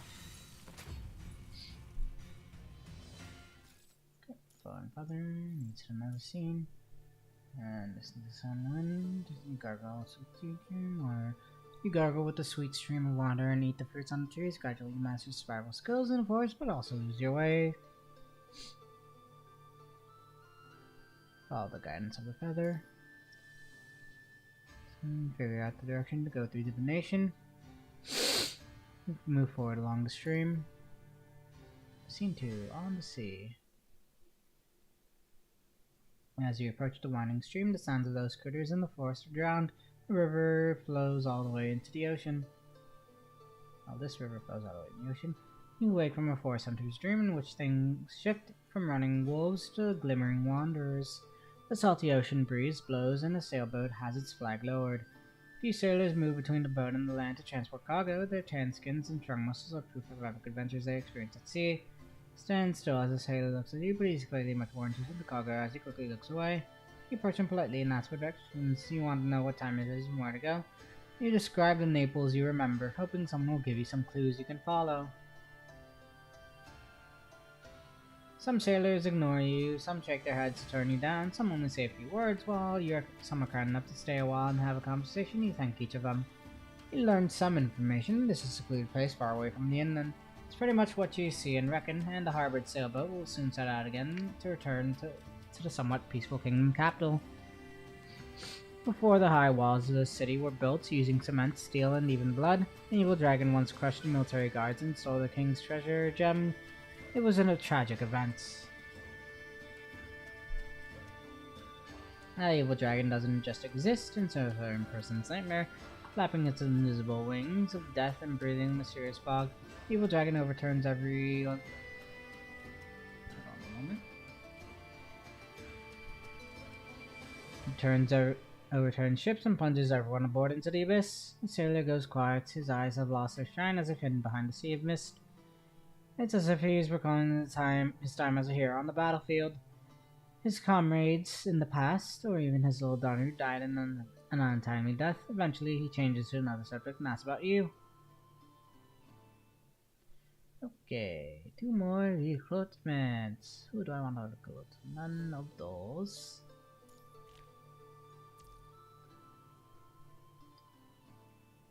I shall accept Veritas.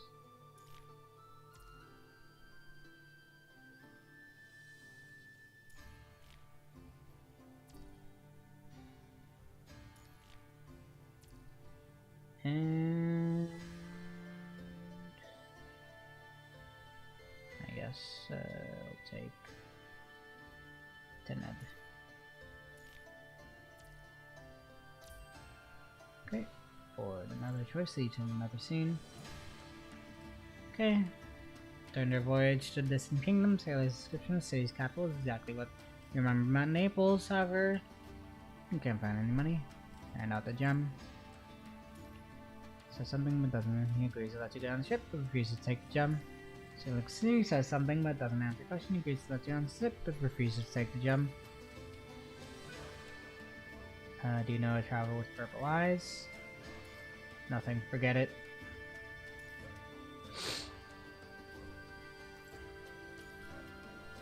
Okay. You get on the ship and the sailor guides you, asks you where you want to go. Head to the cabin. Follow the sailor to a room on the boat. From the angle of the attack, you look at the lantern hanging above the stern. In the room next to the mast, there are oars as tall as men hung on the wall and numerous barrels placed on the floor. When the last ray of sunlight disappears into the horizon, the captain gives his command, and as the helmsman steers the ship and sailors hoist the flag, the anchor has been pulled back on deck. With the aid of the dioptra, the ship slowly sails along the shore.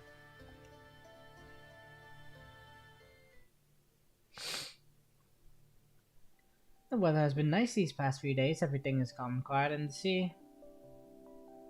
All this time, you've been helping wherever you can on this boat, such as moving heavy objects, taking night shifts, or even tucking children into bed.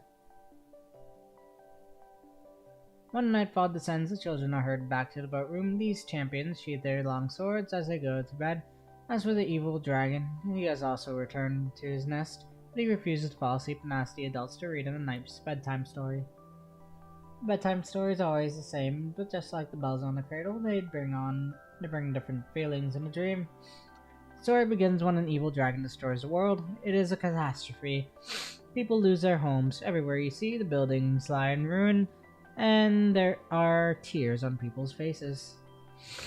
Well, I get separated from my parents one day too. The same story can lead to 1,000 different questions.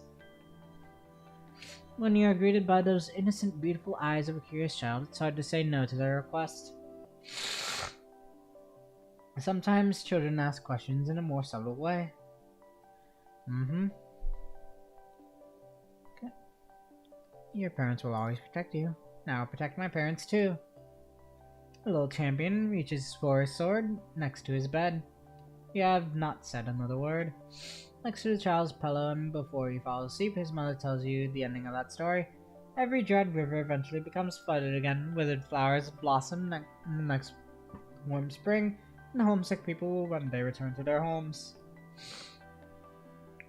The champion will surely overcome the great challenges, defeat the evil dragon, and save the princess. You pet the child's heads instead of explaining things in detail. You decide to use words to deliver hope. The champion embarks on a journey to slay the evil dragon. The champion helps all sorts of people and goes through various challenges. Is the champion alone? Okay. The champion has friends. How many people are there? 3, just like me, Kulu and Zeke? Yep, just like a team.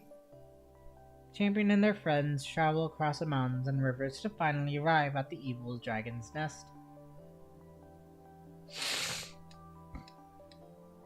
And As nightfall descends, everything outside gets quiet. Once only the sound of wind and flowing water remains, the adults working on deck become weary and tired, their bodies stiff, and a faint singing voice starts to echo.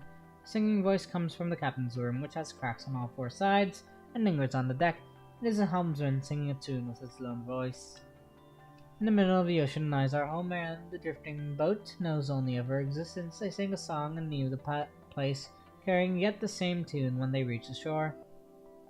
She is loved by a group of ordinary men who will die willingly in her arms. The wandering travelers are at sea, but their dreams and souls still cling to her. Who will ever forget her? She is our home. Children who were born along the journey have never seen her face, yet they seek the coastline still. Unwilling to let go, she will carry the ocean breeze to caress our new generation. And this isn't a song about fighting the sea and wrestling with the waves. Instead, the soft tune makes you homesick and takes your thoughts back to the land, even when you are among the stars or at sea. The sailors taking night shifts straighten their backs in silence. The lone person singing the song is quickly joined by another singing voice before the song becomes a terzetto. The singing voices fill the air, but it doesn't penetrate the room. The mothers have just finished singing their lullaby and telling their bedtime stories. The evil dragon awakens from his nest and turns around to let out a deafening roar at the champion. Facing the dragon, the champion remains steadfast. To protect their homeland, the champion raises their sword that represents justice and bravery. The champion says this: "The flowers on this land will blossom once more, and the princess will safely return to the kingdom. As for you, evil dragon, you will die by my sword."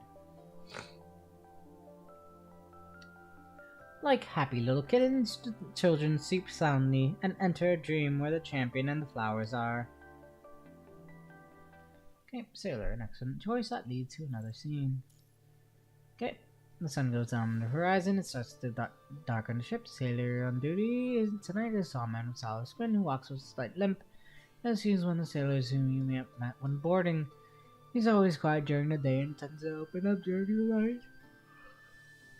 Okay, nod to the sailor. Stands on, he waves at you and then begins to talk when you get close. Talk about the sailor. Once we make it across the sea, we will arrive at our final destination. So long as the boat doesn't founder on a rock or hit a storm or meet a dragon, we'll make it to port in less than a day. A tall, strong sailor stands on one side of the boat and looks into the distance. It's less likely to run into a dragon while at sea than on land, theoretically. Yes, it is a lot less likely to run into a dragon at sea. Sailor whispers. The sailor looks at you and pauses for a moment, then decides to change to another subject. At first, I wasn't a sailor. Like I said, I was one of the many refugees who wanted to seek shelter. In the beginning, the evil dragon appeared on a plane. Then it started to ravage and destroy the nearby villages. Many people fled out of fear.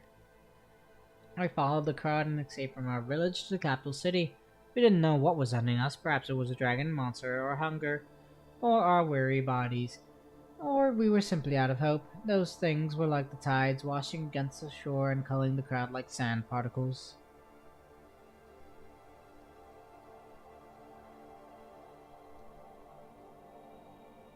We arrived at the capital city, but the gate was closed. We waited at the gate for days. Our supplies were running out. The city guards ignored us as they would ignore the rocks on the streets. Some of us decided to go somewhere else and try our luck. More people came to join us at the gate because they were also scared of the dragon, but none of us was allowed inside. The dragon attacked village after village like a sweeping cyclone. It was almost upon the capital city. Then a small group of soldiers went outside the city. We didn't know where they were going. And then a larger army arrived in formation. They seemed to be escorting someone or something. I didn't pay much attention to that. The only thing I cared about was how I could sneak into the city while the untempered guard was busy bowing to the army commander. It was a mess inside that city. Most people hid in their houses. When I did run into someone on the street and have a conversation with them, they would keep looking up to check if anything was in the sky. People were scared. Then some people realized it was a lot less likely to get attacked by the dragon or the monsters while at sea than it was while on land. So people started building an ark that would save them from extinction. Together, the people tried to fit in on a boat and began drifting at sea. I was one of them. Okay, I guess I'm old. Start to talk on and on about unrelated stuff. You don't want to listen to this, do you? Sailor smiles, which softens his face. It's late. Let's call it a night. So long as the boat doesn't founder on a rock or a dragon, we'll make it important. Less tall, strong sailor keeps watch all night. The look on his wrinkled face shows no fatigue. He stands on one side of the boat and looks into the distance. Thought we wouldn't run into a dragon at sea. Less likely, but still possible. Of the deck, some seagulls fly low. The morning mist hasn't faded, and the children are still sleeping soundly. The captain operates a rod and commands the helmsman to steer in another direction. Sailors look lively as they become vigilant. Once we make it across the sea, we'll arrive at our final destination. Okay. Conflict. Can be used in rehearsal. Briefly improvise musical passage.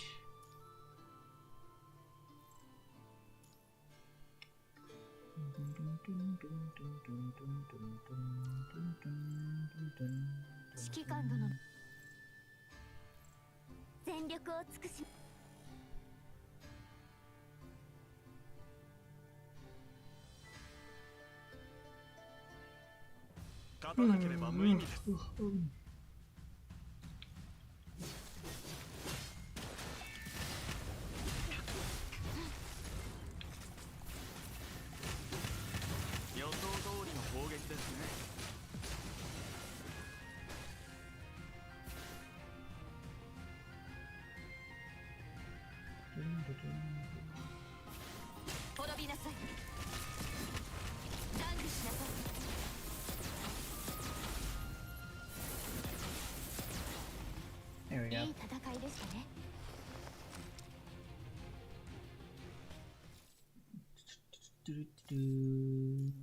Okay, cutscene. The ocean only takes a second to change to something completely different. Is the first sound of lightning or a dragon roar? We don't have time to think. At first it is a tornado above the ocean that comes from the south. The tides are like a beast that has just awakened from its hibernation and is now full of energy. It straightens its back and unleashes all of its might.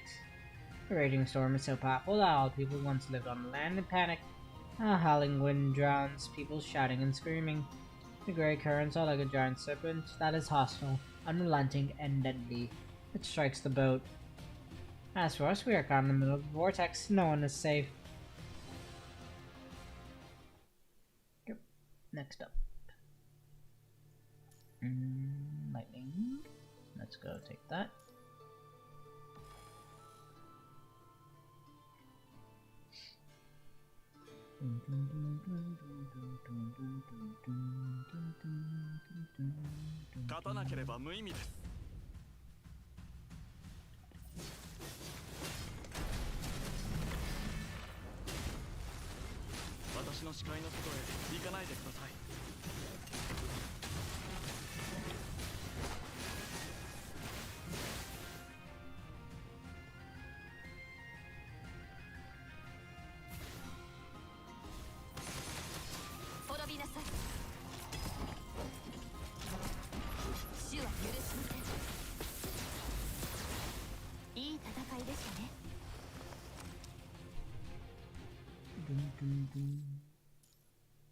Okay, more main ability cooldowns. This decreased by.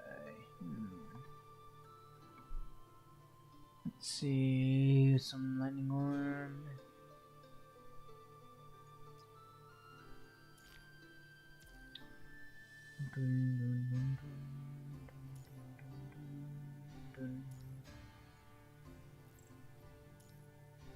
Let me get something to drink a little bit real quick though. Mouth is getting a bit parched.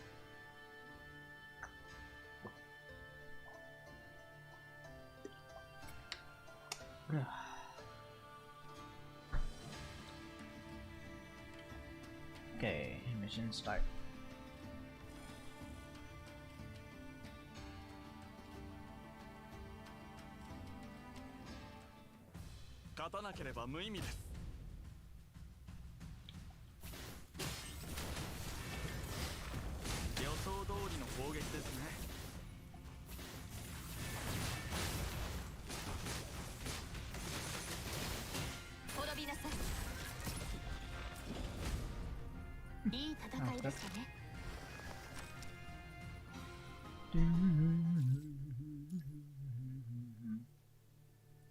Let's see, a circle.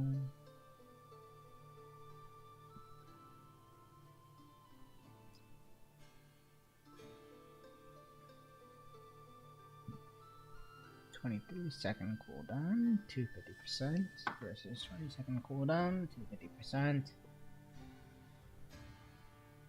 1.5 seconds.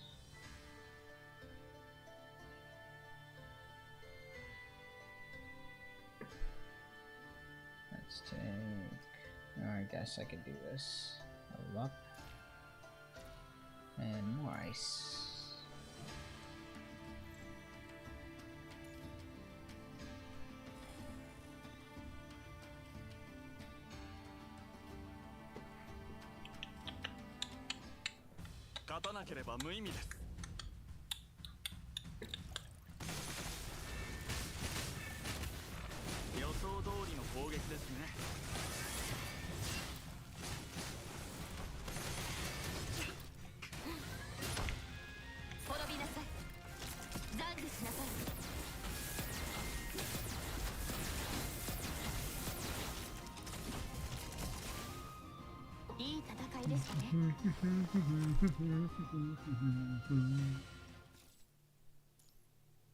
Okay, amplification.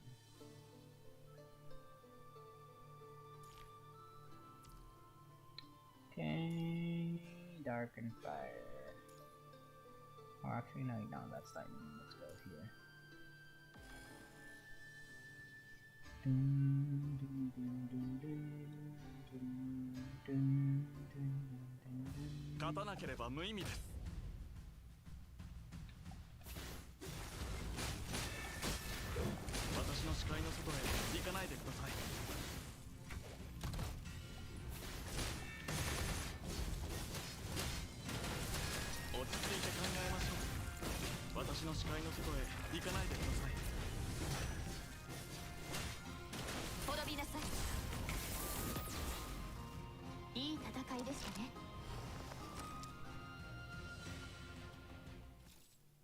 Okay, swamp amplification, dodge, recovery. It's energy. Let's go here.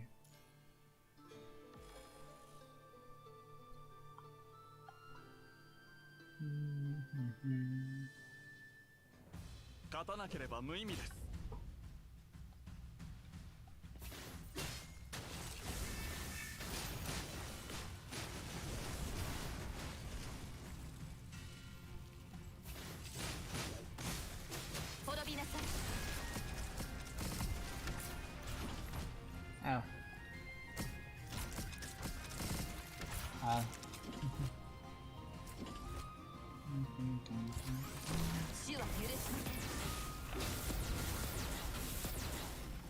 There we go.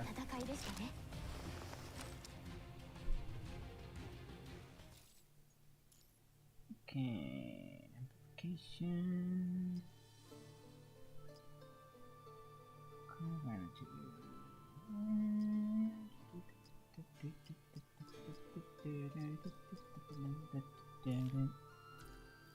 Bringing it back. Marg will be of great use. Marg will be of great use here. Abracadabra! Use Margs to purchase items. Impressionism. Nope. I will grab some more scripts. SS. Team level upgraded.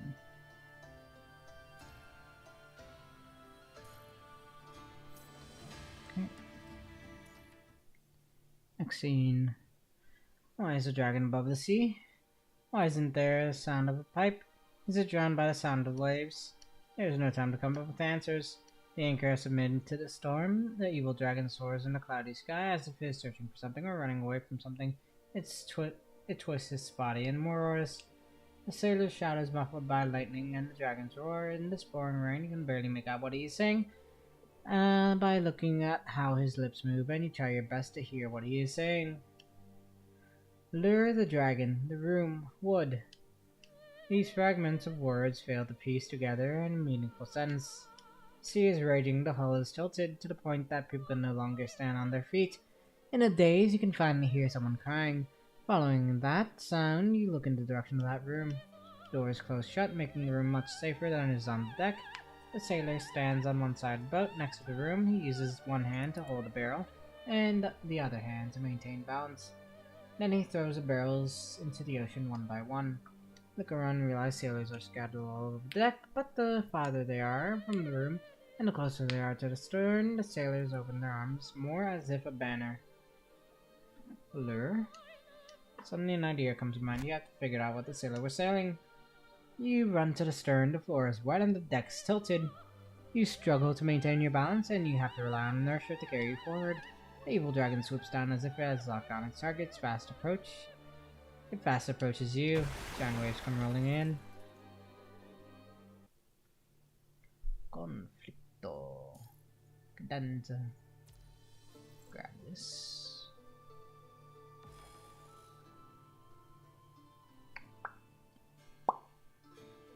Dun, dun, dun, dun, dun, dun, dun, dun, dun, 勝たなければ無意味です dun, dun.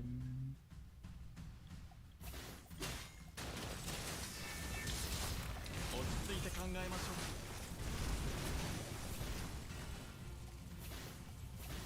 う落ち着いて考えましょう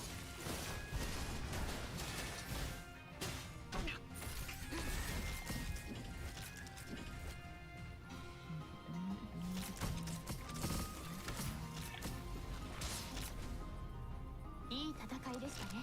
That was fast.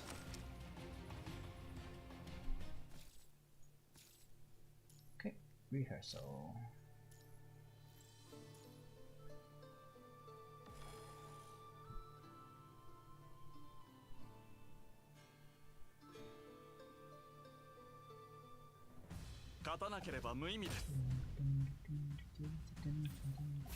Shakespeare.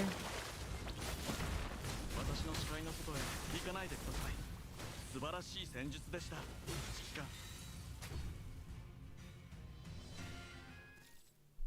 Okay, Castaway. Island Stranding. Okay, remaining recruitments. Guess I could grab Plume.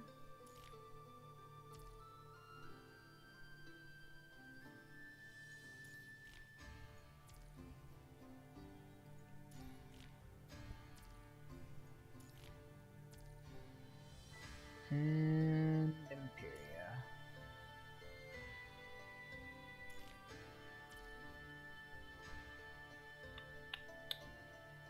Difficulty.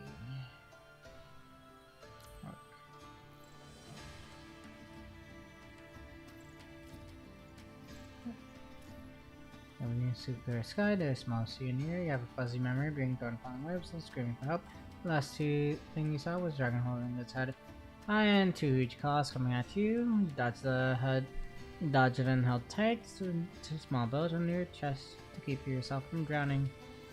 Where am I? Stop saying. You sit up slowly. One meets your eyes as a calm sea. The waves are lapping at your feet. Around. I'm pretty sure you're on a mountain. Is that some inhabited island? Look for any of the sun's life.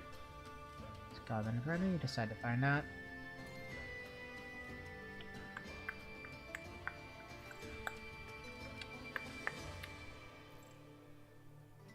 Plume. 勝利を収めましょう。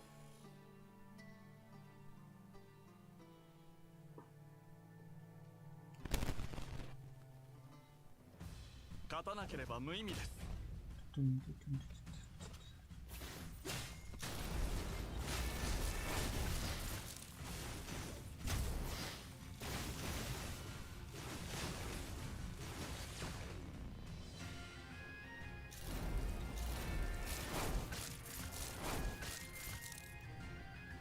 How do we even get behind there?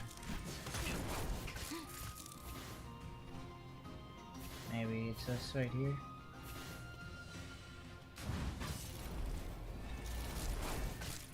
Oop.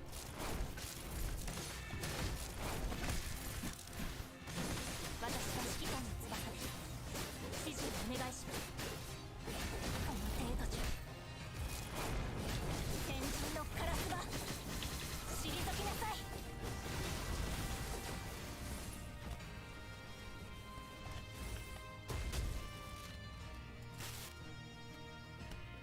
退きなカラスは私の刃になってください。これが最後の戦いだといいですね。指揮官。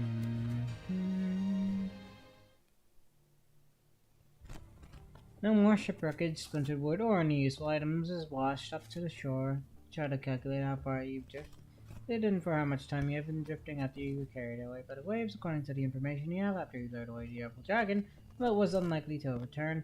Can't seem to find any of the crew in the nearby area. Without choice, you accept reality as it is and give up the search. Before soon you come to terms with reality, what matters most right now is survival. Okay, you feel grateful. You recall the champion in that adventure story. All this is but an insignificant yet necessary part of that hero's legend. Nothing can't be conquered, let alone this vast universe. The trees are soaring and the waves are laughing. Okay. Muse behind curtain. Inspiration.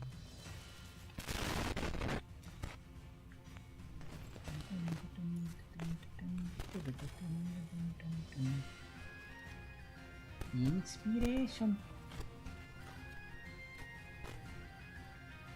勝たなければ無意味です。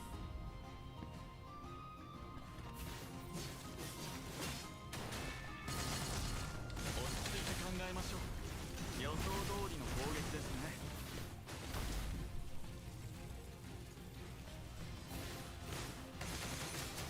私は指揮官の翼です。指示をお願いします。天神のカラスは退きなさい。この手カラスはよ、私の刃になってください。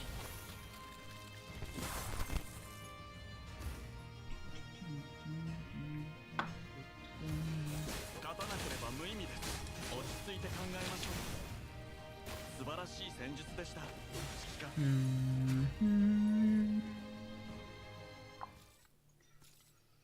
Okay, 70 inspiration.「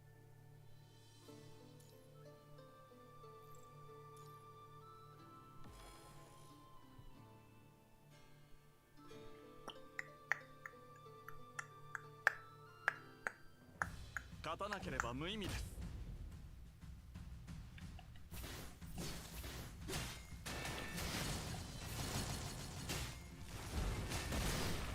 私の視界の外へ行かないでください。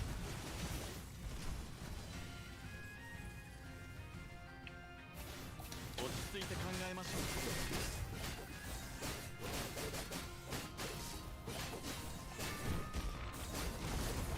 天神のカラスはよ、私の刃になってください。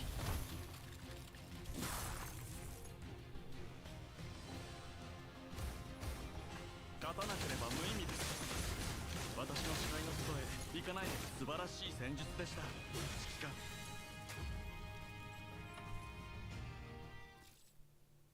Okay. Level up. Energy. Let's take the fire.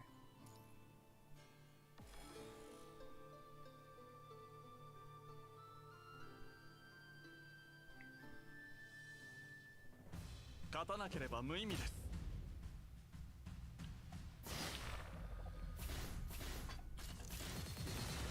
予想通りの私の視界の外へ行かないでください。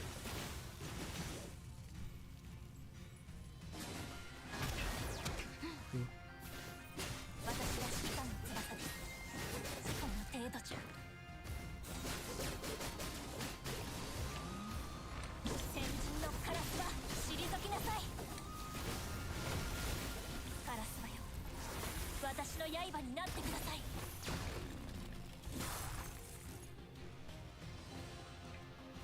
勝たなければ無意味です。予想通りの攻撃ですね。素晴らしい戦術でした、指揮官。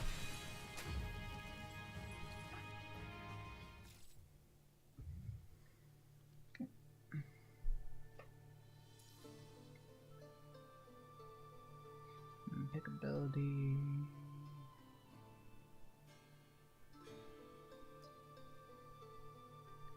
Oh, that's cool. Re-emulation.「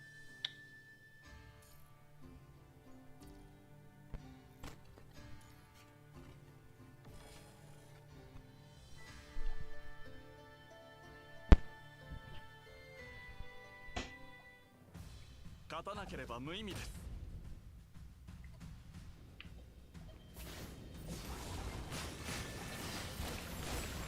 落ち着いて考えましょう。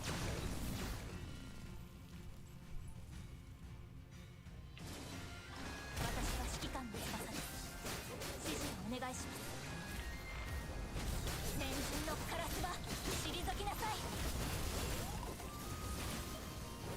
カラスはよ、私の刃になってください。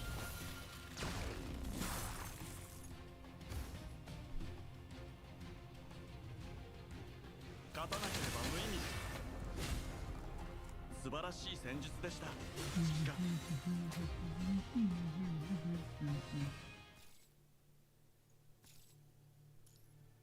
Oh, more inspiration. Or condenser. Guess we'll go for the condenser.「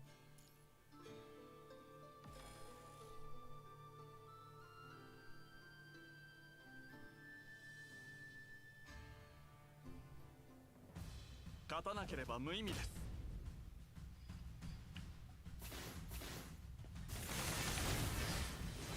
予想通りの攻撃ですね。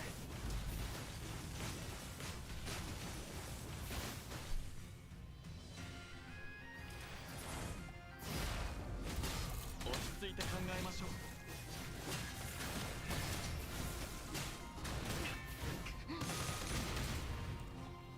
予想通りの攻撃ですね。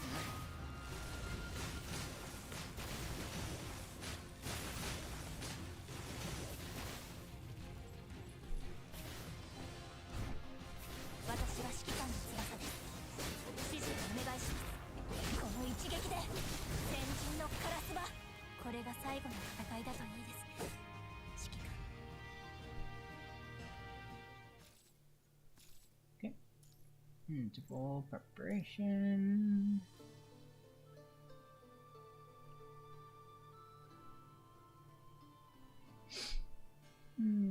I think I'll take a script. Okay, level 80. 7200. You can add your own characters to the team. End of trade. Okay, rehearsal.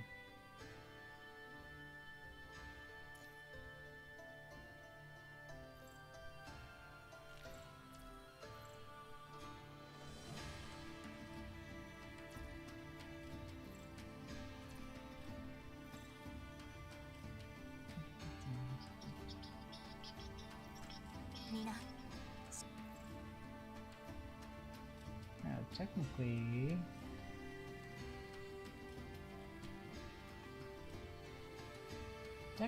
these are stronger. I think. Or is it 7468? I wonder what makes it stronger though, because mine is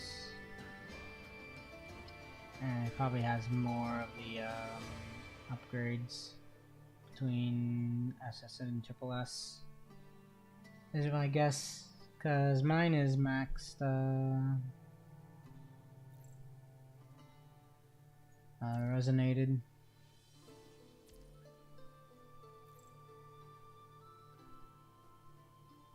I could use a trial chrome. 僭越ながら今回の戦いについて先遣隊による敵情停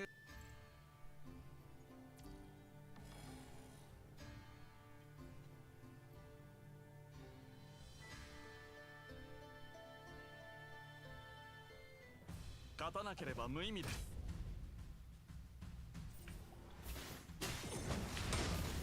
私の視界の外へ行かない予想通りの攻撃ですね。素晴らしい戦術でした。指揮官。Okay.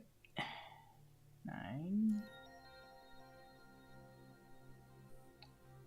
Okay, so I know it says twists and turns. No one wants a dull life. Our protagonists I'll always go through a perilous journey with wits and agility.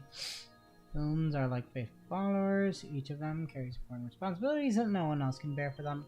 The Lily Vipers always reveal themselves at the exact right moment, just like how pigeons timely come out of magician's hat. Calamity always bides its time and it will agonize its prey until fear grips the audience's heart. Tears roll down their cheeks and rounds of applause burst out. Upon realizing this was a ridiculous thought in your head, you let a wry smile, put down the rack that you're making, and look in the direction the sound is coming from. This is the destiny of a champion. You feel something is amiss. You notice a sudden difference in the sound. Dragon's roar is there before you hear the pipe. But shortly afterwards, the pipe becomes guidance. Okay, climax.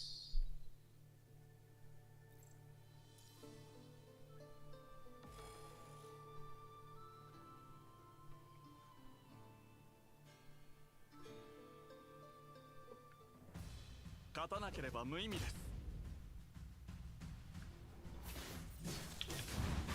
「落ち着いて考えましょう」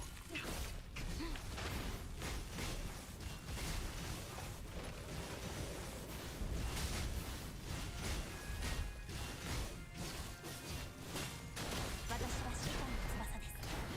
指示この一撃で退きなさい。先人のカラスがカラスは私の刃になってください。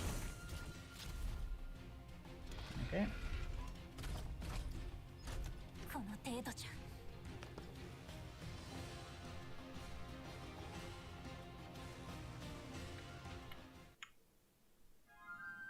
Oh, Selena.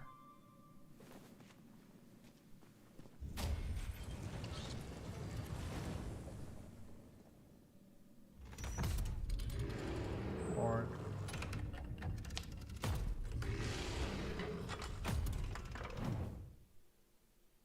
Game over, pal.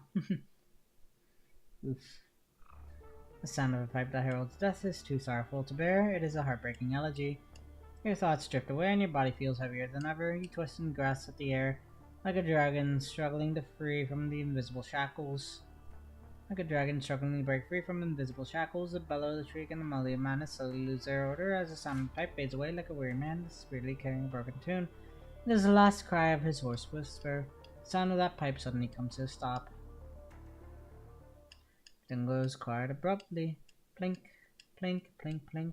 Sticky blood drips away on the sand as it gets absorbed. As sandy fades away, the life force is also slowly drained.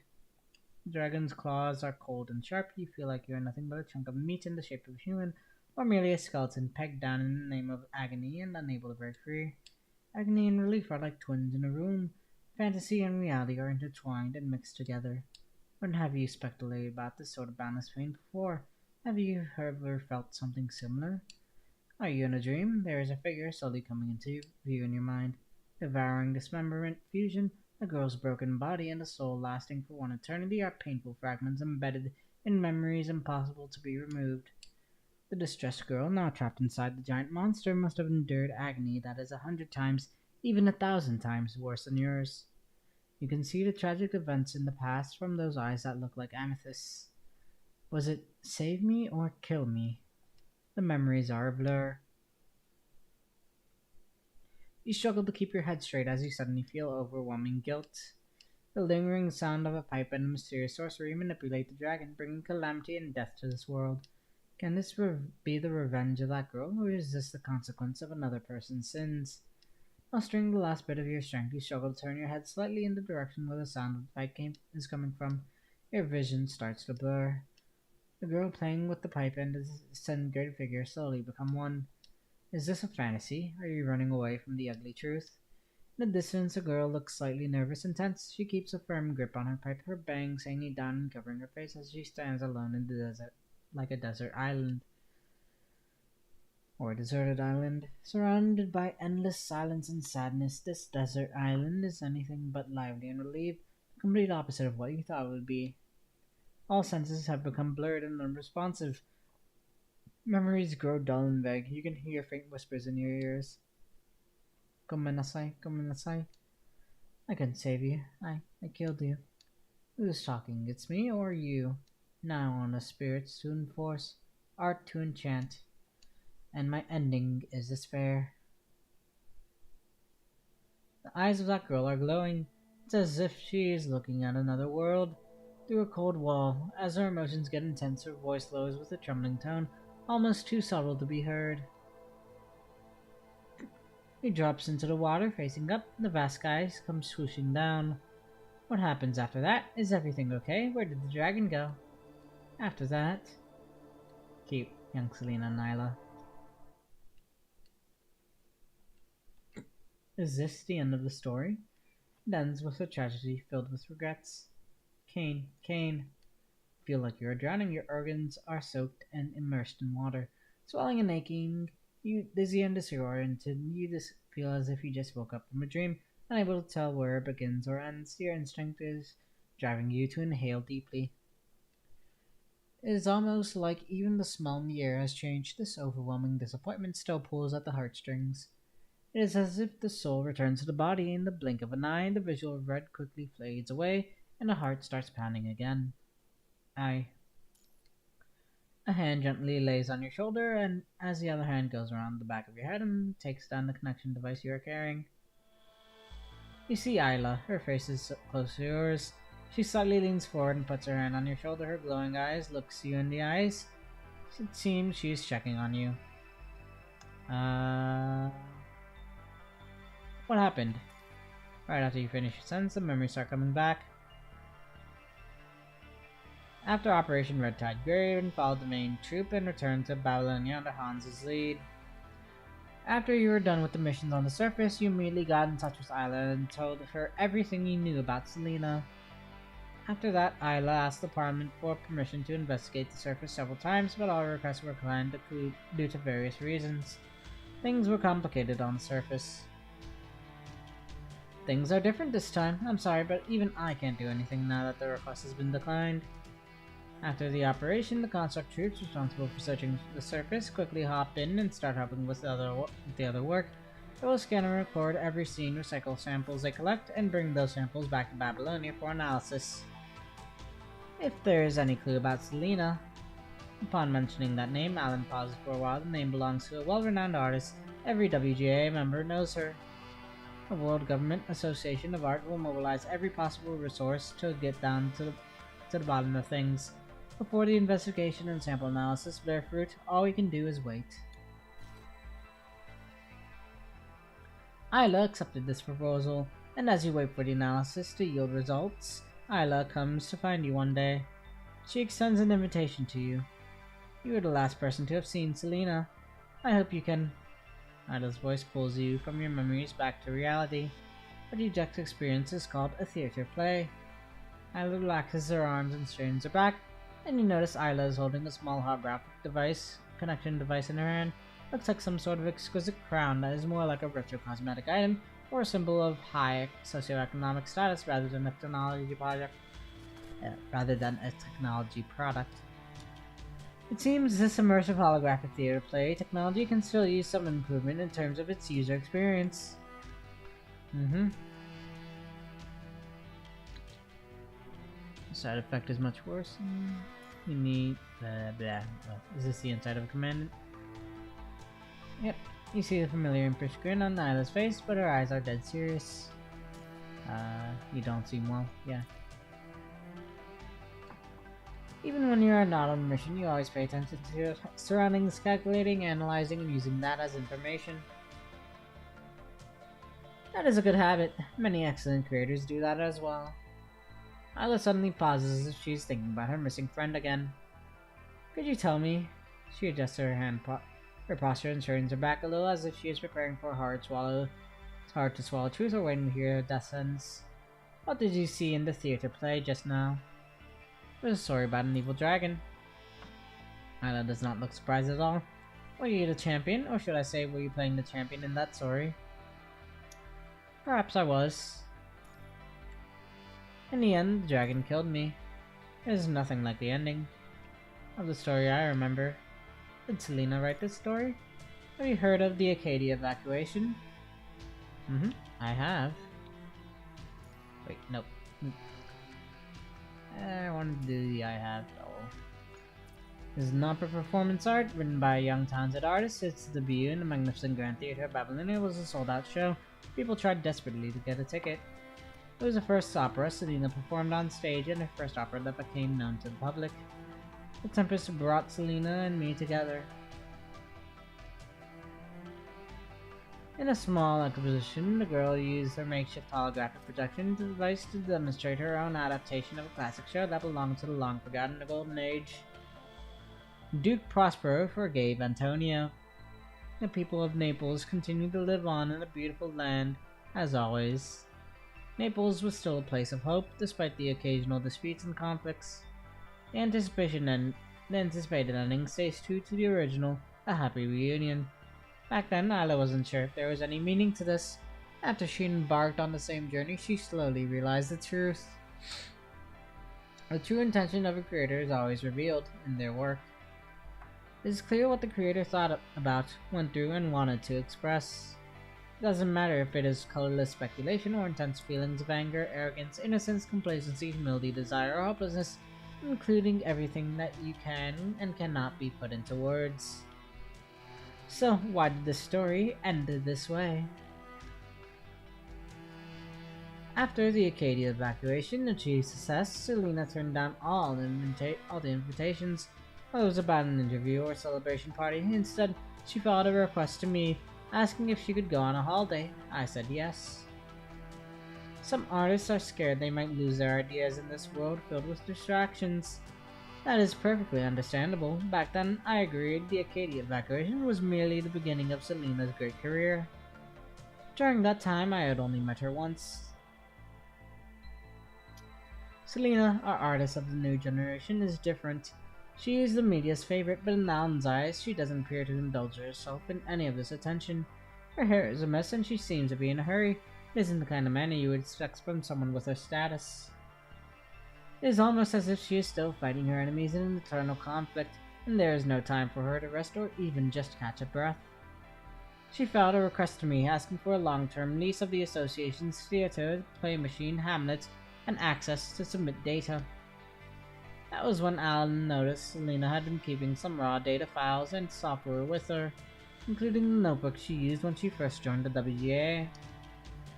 Writing things down is a very traditional method of keeping records. He once asked Selena about what was in that notebook out of curiosity. It is a fantasy story. Selena looks slightly embarrassed, but before anyone can notice, that look on her face is replaced by a faint smile. Her purple eyes are pure and glowing as always. It is a work-in-progress fantasy story. I started writing it before I picked up on the theme of opera. This work was a mess because I lacked experience at the time. So, it is your first book. You haven't finished it yet? Yes, it is my first book. I had an idea about its ending, but I never wrote it down. Lately, I exchanged some thoughts with my friends, and they inspired me. Now I am looking at the story from another perspective. So, you'll make changes to the original? Selena goes silent for a brief moment before she smiles. Perhaps, I'm not sure, but I do hope that I can finish the story. And once it's done, I hope I can use the Association's latest theater, the play machine, to play it. course, that's exactly why Hamlet was created in the first place. Thank you very much, Chairman. And then when Alan met Selena again, she had become a construct of the archaeological team. What you have just experienced is Selena's first work. What is Hamlet? Hamlet is the name of the WGA's holographic AI theater play machine. It uses the latest technology. Unlike any traditional drama performance, it provides a completely immersive experience. This technology is still in development and the cost is high, so it hasn't been widely adopted in the industry. The machine you're using right now is the only one left in Babylonia. Its regular maintenance is done by a department of the Science Council and governed by the Control Court. As for the name Hamlet, our chairman Alan picked that. What would you have me do, Isla? Isla has been searching for traces of Selena, whether it's cosmic whispers coming from the space station or the whale songs from the Crimson Wastelands. She is always so within reach, yet so far away. Many people believe Selena abandoned both opera and art. That's not the case. On the contrary, Selena chose to become a construct because she was pursuing art. She wanted to portray reality in her work. Many people believe Selena had lost all hope to live when she was on the mission to the space station. That's not true. As death drew near, you looked into the eyes of that hideous figure buried inside the heroic creature. You would never forget what you saw. Your feelings were raging. Selena never gave up. This isn't how it was supposed to end. It shouldn't be this sad. The database of Hamlet shows Selena uploaded 3 entries. All the data was uploaded to the same software pack with simple encryption. The first upload happened shortly after Selena joined the WGA. The second upload was after the performance of the Acadie evacuation, and the third upload was before her last mission in the space station. The story has more than just one ending. Perhaps Selena tried to alter the storyline. Selena rehearsed the story countless times. It's a trivial matter that Selena mentioned very shortly in her letters. You can also learn this from Hamlet's back-end software data. As a playwright, the actress, and the audience, what is it that you wanted to convey? What did you experience, and what did you feel? Isla can't help but wonder about these questions. There is a way to crack open the Hamlet software. But rather than ravaging it and tearing it apart, she wants to experience and listen as a character in the story or in an audience, and she wants to feel the message Selena left behind. She wants to rely on her senses and inspiration to feel what she once felt, no matter how fleeting that experience will be. Perhaps this is just her running away from the truth she doesn't want to face. This insistence is possibly meaningless, and the so-called different endings never existed. No matter how hard you try to empathize with someone, it's never the same as actually experiencing it yourself. Is that true, Selena? Would you be willing to feel the story once again, Kane? Why, of course. Okay. Done. New record. Exit. Okay, new drama available. Rehearsal and behind the curtain. New content unlocked, Island Stranding. Behind the curtain. There are 3 types of enhancements: Concerto, Ballad, and March. Concertos mainly consist of combat buffs which can make your battles easier. Ballads unlock new adventure chapters, stories. Without them, stories won't be complete. And marches are global buffs. Okay. Let's take a ballad. Okay.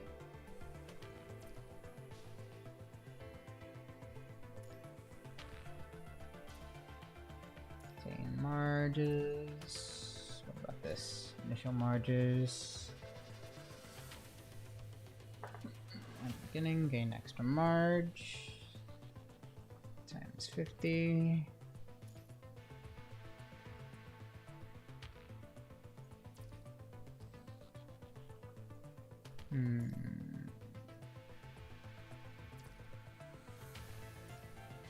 Okay. Base attack 10%. Base HP. Yeah, like that. Now we gotta focus on getting more inspiration. Scene 6. Scene 5 and scene 6. To get the rest of balance. Okay, now rehearsal. Can increase your affection with schools through rehearsals to gain more power. Tap the school to view the corresponding details. Can use cadenza obtained during adventure here to increase the affection of different schools. When you reach certain affection, you can unlock corresponding rewards. Peleus et Melisande. Color combination.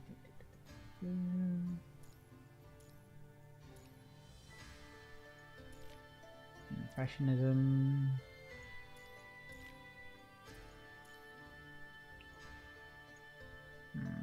Interesting. And then at the end you get some new men.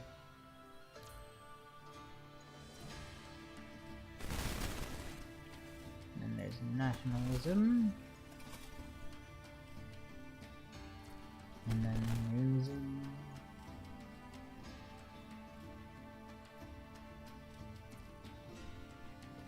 And then romanticism, expressionism, and classicism and Baroque.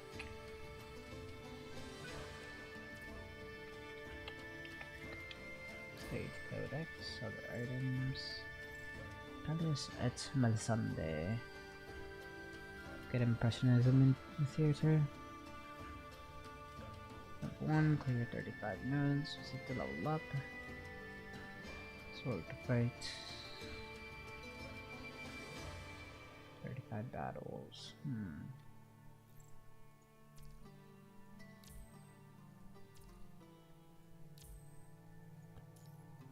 That's okay, I see.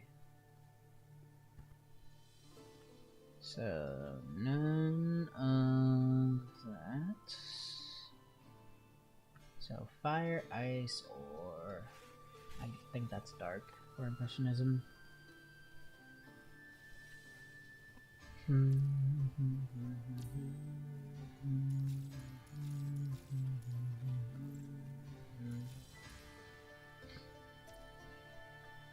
Okay, unveil intermediates.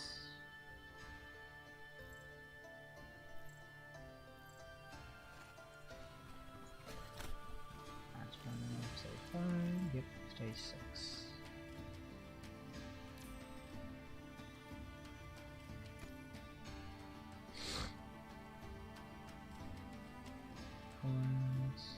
Difficulty done. Back to scene 1. Okay, same stuff again. Prelude Song of Innocence.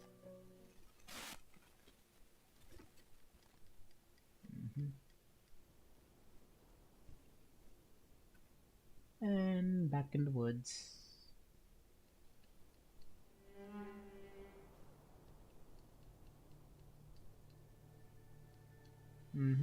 There's a sun, there's a stuffy.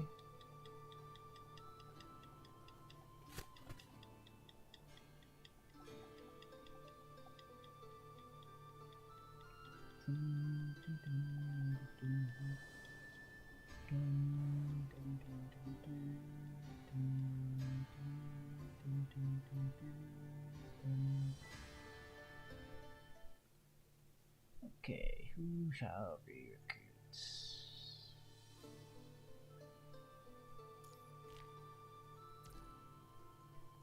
I'll gladly take these two. Capriccio, Law.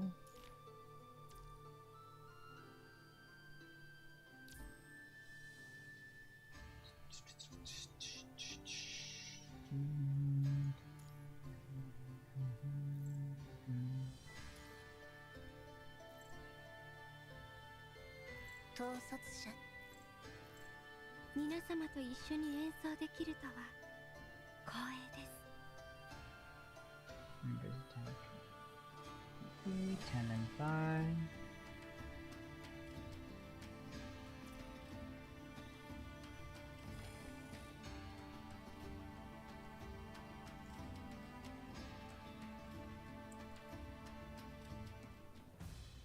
選別開始。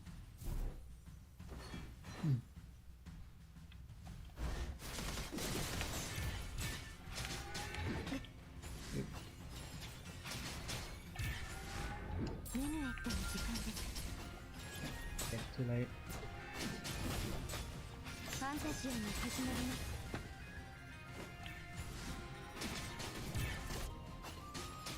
選別開放ロビー。与えたもの、これで全てが終了するわ。ありえない。これで全てが生まれ変わりましょう。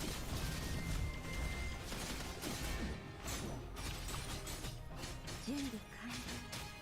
オーバーチュアが始まります。メヌエットの時間です。展開日です。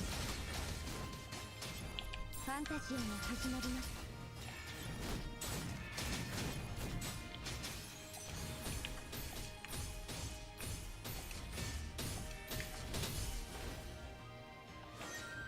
カデンさん、ご清聴ありがとうございます。ファンタジアが始まります。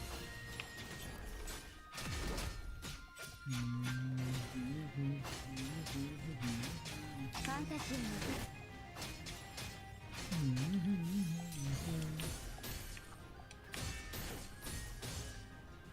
この余韻は戦場で苦しむ魂の癒しになりますように。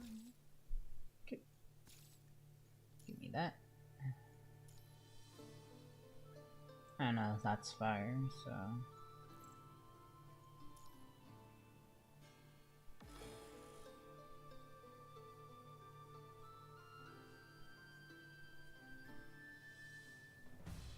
選別開始。あ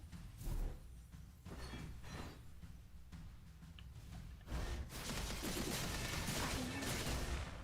これで全てが終了する。生まれ変わりましょう。滅びる。与えてあげる。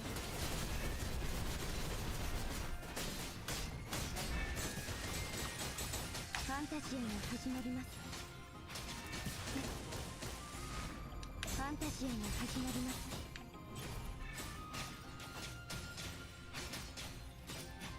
メヌエットの時間です。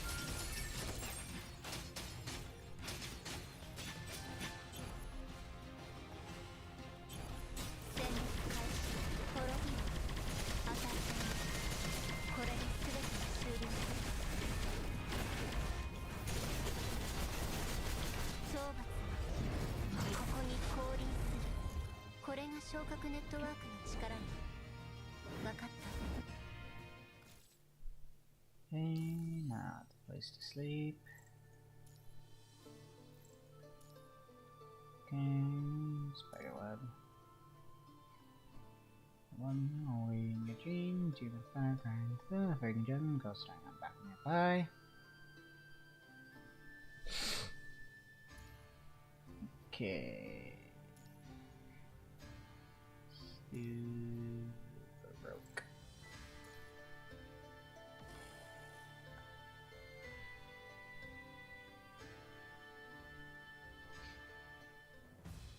選別開始。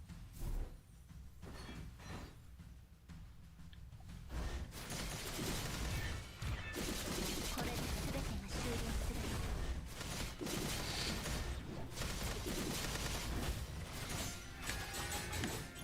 準備完了。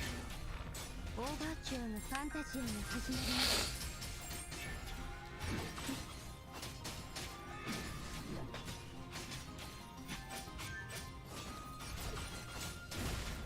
展開日です。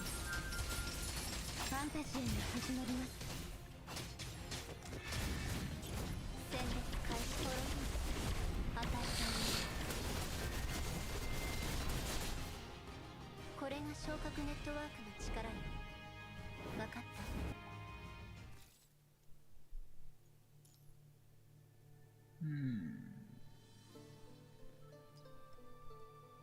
As it becomes longer.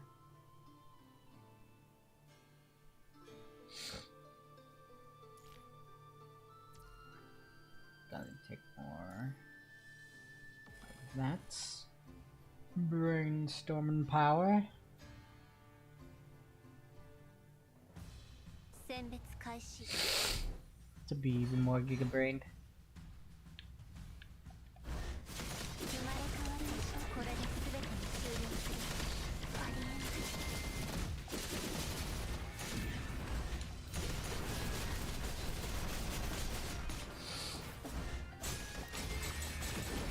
準ファンタジーが始まります。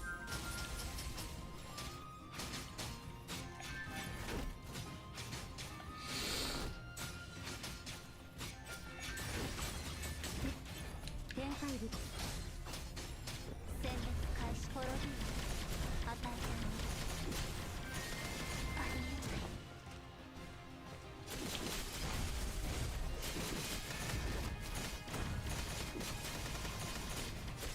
ポロデュース与えてあげる。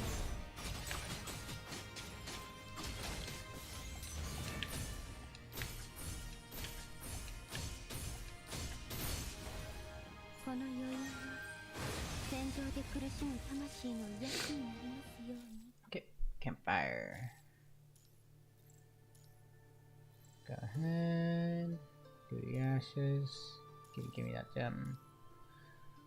Okay. Lightning.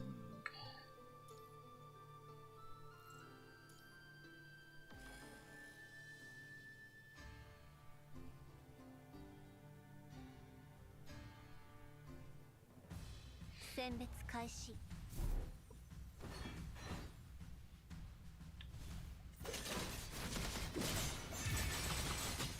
メヌエットの時間です。展開部です。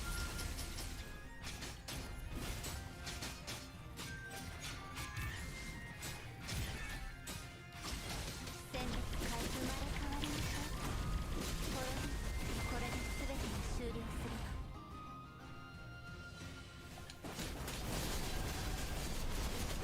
討伐。ここに降臨する。ポロデュース与えてあげる。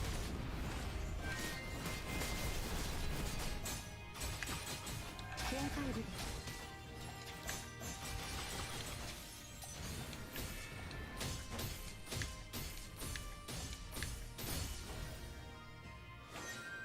カデンツァ。ご清聴ありがとうございます。 Oh, ouch. 展開部です。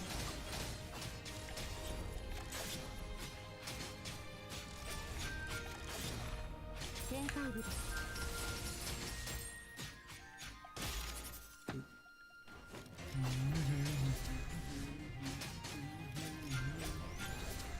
メヌエットの時間です。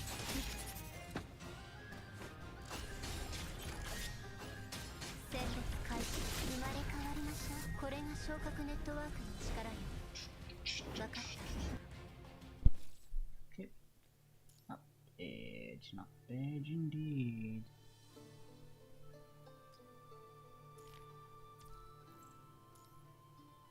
Okay. I'll take the inspiration.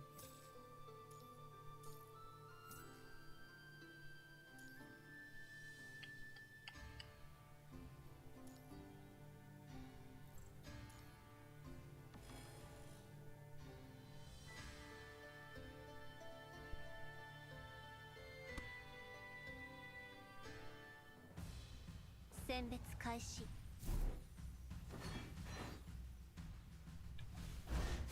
生まれ変わりましょう。ポロデュース。これで全てが終了する。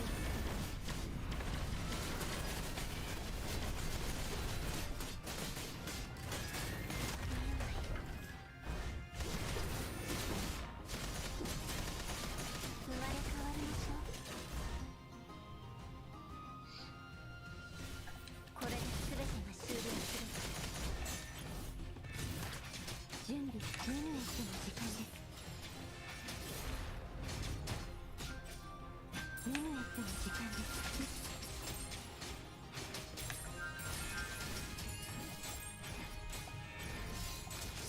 メヌエットの時間です。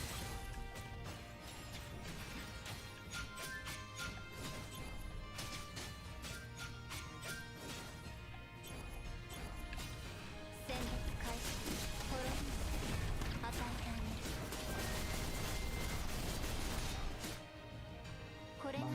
ネットワークの力よ。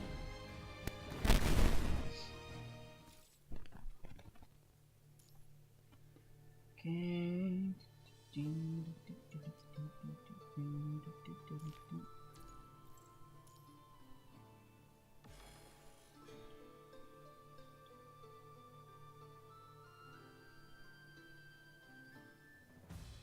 選別開始。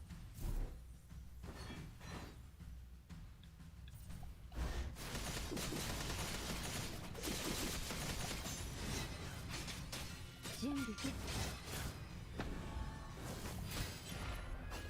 展開部です。メヌエットの時間です。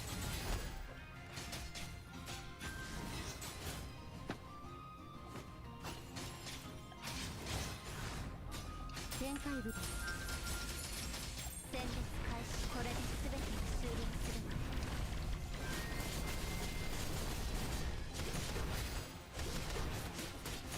滅びる。与え生まれ変わり。これで全てが終了するわ。ありえそうはここに降臨する。メヌエットの時間です。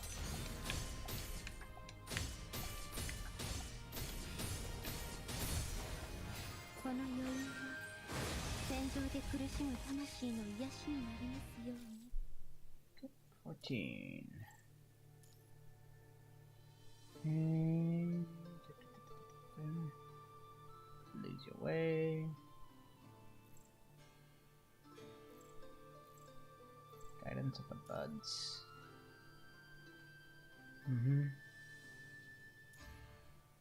Oh, new cutscene. She waits patiently until the footsteps draw near, then she quietly lowers her branches. For the first time, the view at the beginning is the story is just as beautiful as the one at the end. As the last ray of sunlight dims, the first star begins to shine, the universe spins, shedding beautiful light on this castle. It is as if time has stopped at flowing. She looks at the beauty for a very long time. Countless days has passed as a humid wind from the other side of the ocean sends her into the center of the forest. She learns in the soul as Mother Nature embraces her. The eternal night continues to weave her soul into different shapes. Once she was as trivial and insignificant as bone ash, and once she was filled with hope as a seed about to bud. Everything sleeps and awakens. She is here to stay. When a new bud comes out of the soil and feels the crest of the wind for the first time, she is shaken in the greatest way possible. The earth gives birth to her, and she nourishes the soil. A galaxy of stars shines from above as the living beings in the depths of the forest create a symphony of whispers. The magical music is so marvelous that nothing in this world can even come close. The butterflies dance and the fireflies shimmer. She can clearly sense the life energy coursing through this world as she is connected to the earth. Since the beginning, she has never been one with great ambitions. Instead, she merely has a simple wish. Right now, she feels satisfied and contented, even though she no longer has such a thing as a heart. Recital on the sea. As you approach the winding stream, the sounds of those critters in the forest around the river flows all the way into the ocean. And yeah, the same sea part.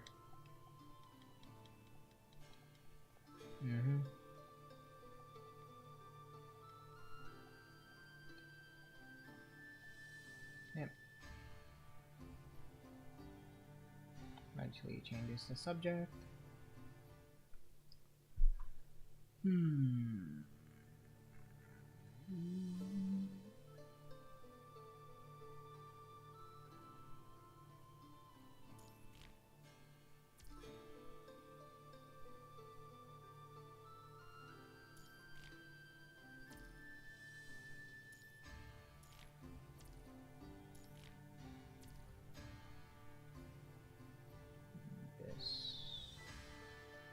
Pass. Fine, I'll take Eclipse.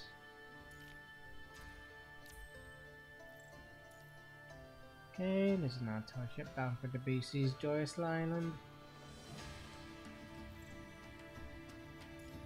You. Where did you get this? Do you know a traveler with purple eyes? Nothing. Forget it. Oh, that's what he says.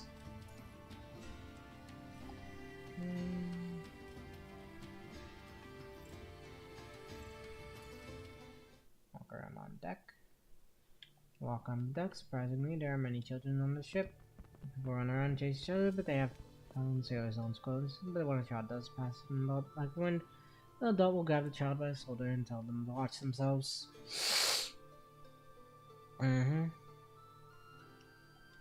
Huh. They enough and use very objects they can find. The branches become their swords and bed sheets, symbolizing the mist and flying dust being a dragon's breath. And of these little champions, some hold their sword in a wacky, serious stance, or some to be chanting a magic spell, which sounds more like a mumbled song. And nothing but roar helplessly. Even as they are tucking in bed, the happy endings of fairy tales put them to sleep. The ancient calamity has no power here. It cannot haunt these children in their dreams. How lucky they are. When the last ray of sunlight disappears in the horizon, the captain gives his command as the helmsman steers the ship and sailors hoist the flag. The anchor has been pulled back on the deck. The aid of the dioptra, the ship slowly sails along the shore.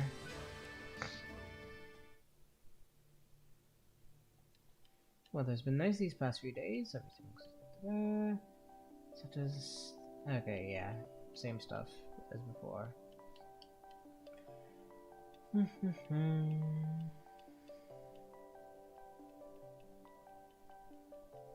and the question that gets asked us.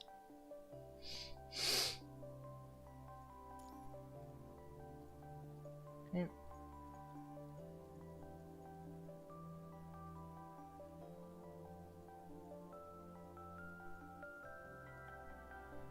Which does that help? What is which?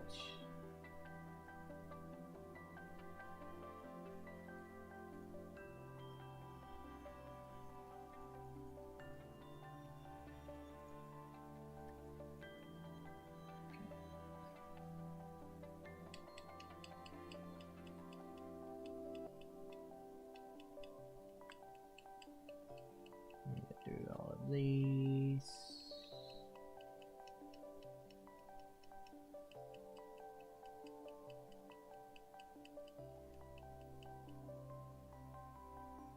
Okay, sailor. Okay.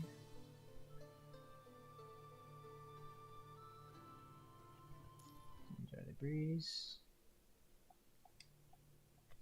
Any tides carry parts of her into the distance, while some of them destroyed by the powerful wind. As a part of her keeps sinking downwards to meet the wreckage of the ancient ships.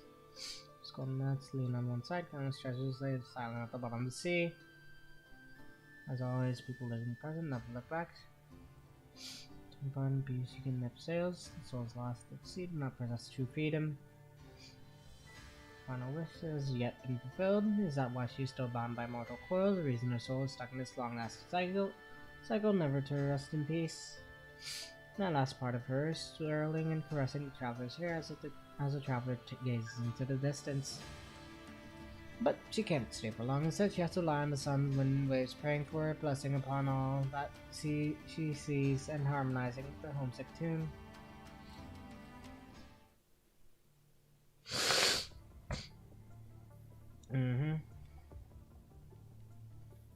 I thought we would run into a dragon.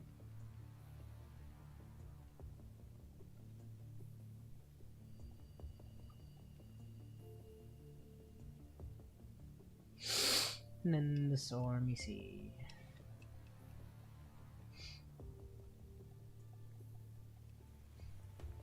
Okay.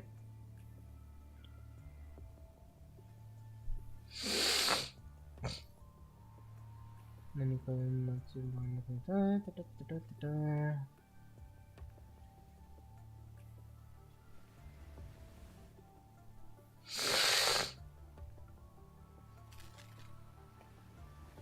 Wee, stormy time.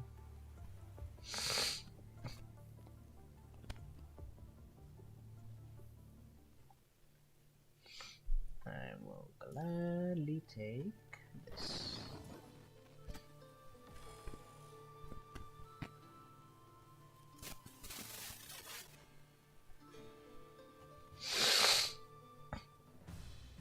選別開始。生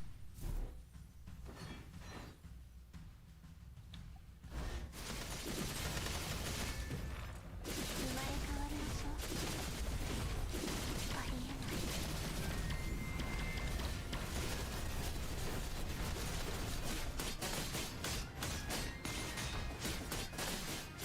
これで全てが終了する。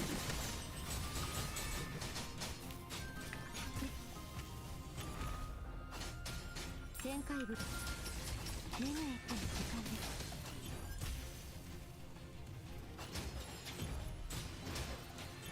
選別開始。滅びる。与えてあげる。ありえない。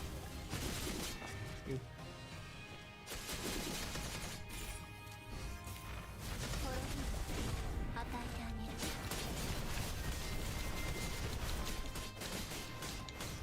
懲罰がここに降臨する。生まれ変わりましょう。滅びる。与えてあげる。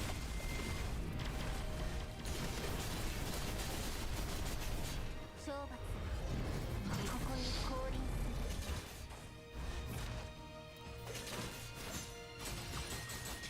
する。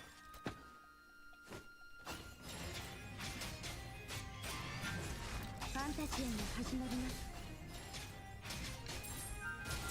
展開部です。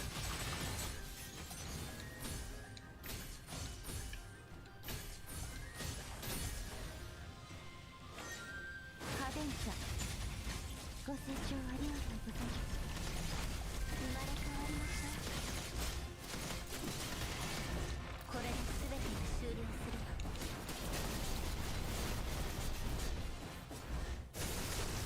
懲罰ここに降臨する。滅びる。与えてあげる。ファンタジアが始まります。展開部です。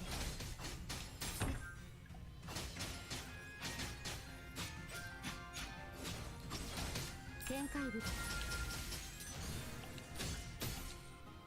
この余韻は戦場で苦しむ魂の癒しになりますように。 Okay, got it wrong. Okay, we'll take that next, but first let me go to the bathroom and get something to eat on real quick.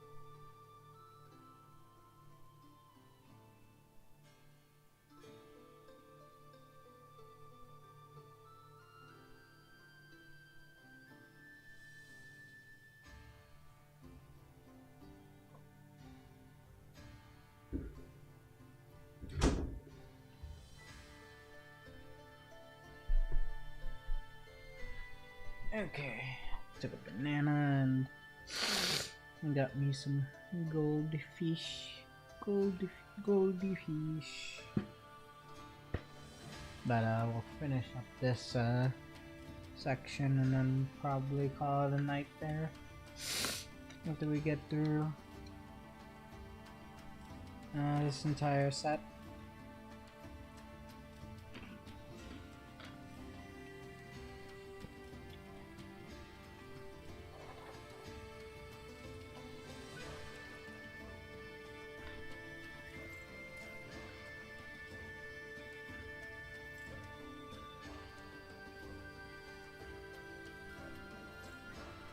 そうね。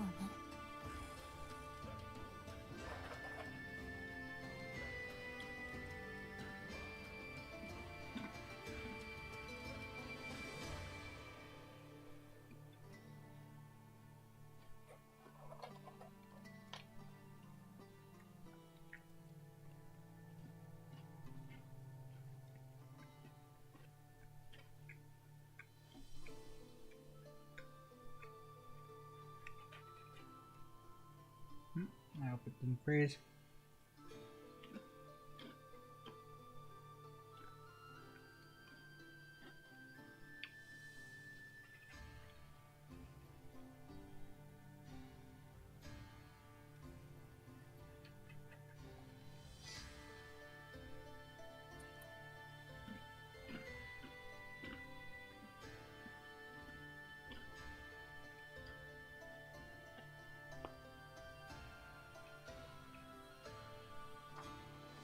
It probably froze.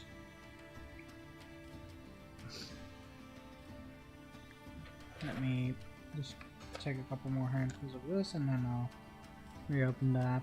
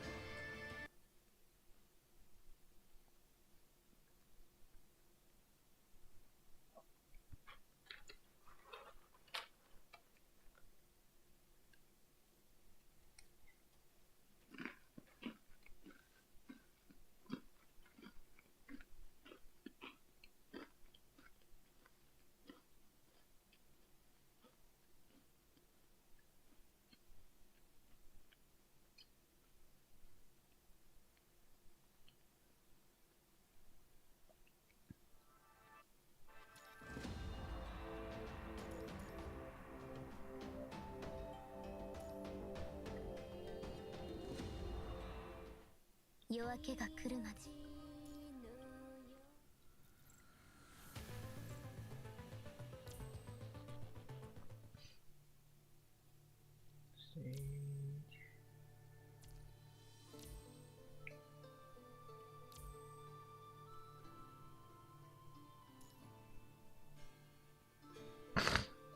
Give me a moment.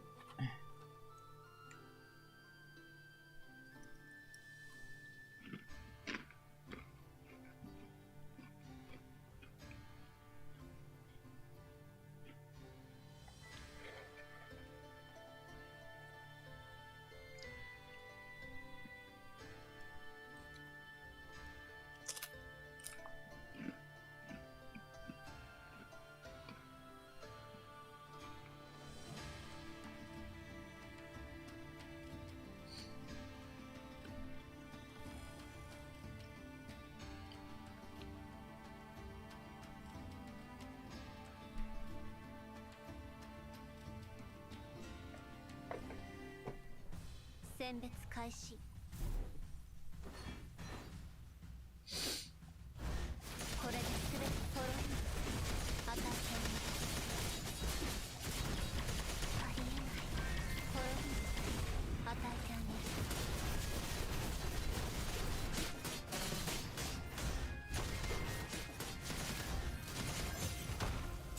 「ファンタジアの始まります」「ヌヌエットの時間です」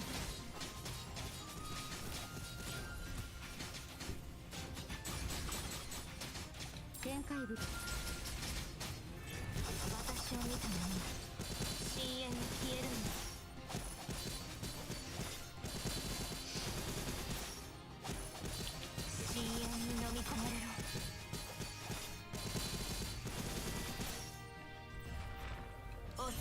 深淵に飲み込まれろ。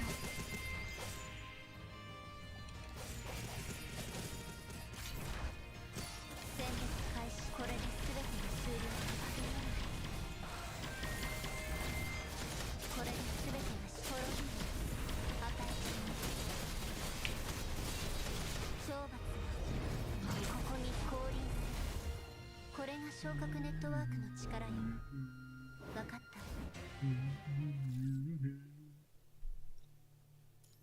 Okay.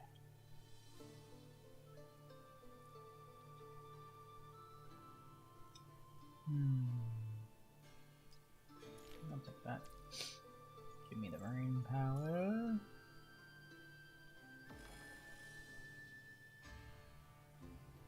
The inspiration. The Giga Brain game. 選別開始。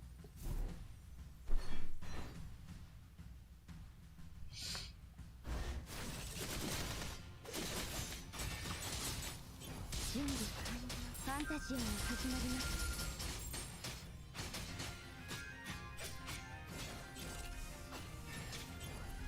ミヌエットの時間です。選別開始。滅びる。あとありえない。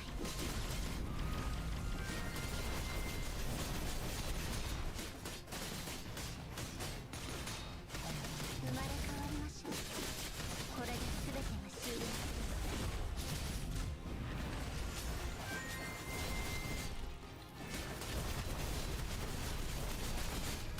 懲罰がここに降臨す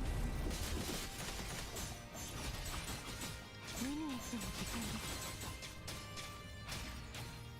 この余韻は戦場で苦しむ魂の癒しになりますように。And next. Okay. And let's see.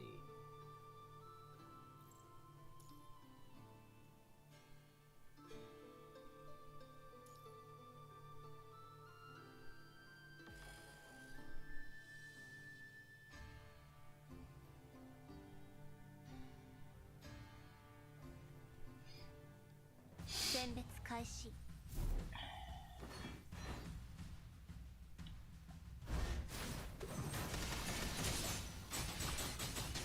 準備完了。オーバーチュアが始まります。メニューエットの時間です。展開日です。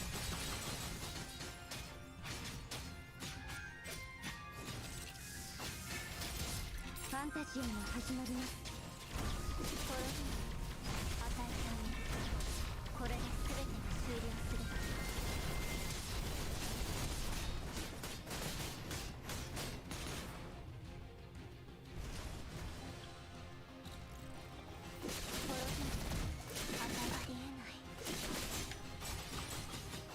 準備完了。オーバーチュアが始まります。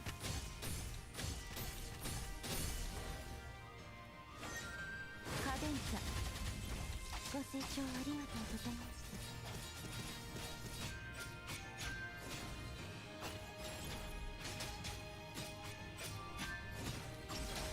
メヌエットの時間です。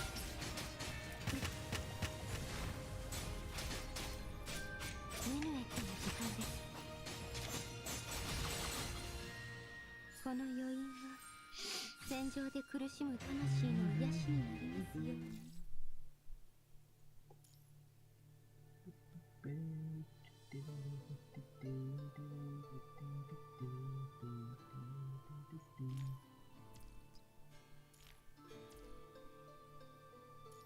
Don't care too much about Baroque, so let's go with here.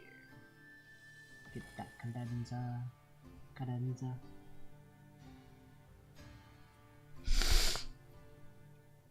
選別開始。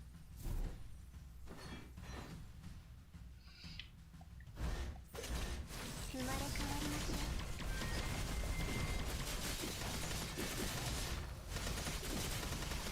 これで全てが終了する。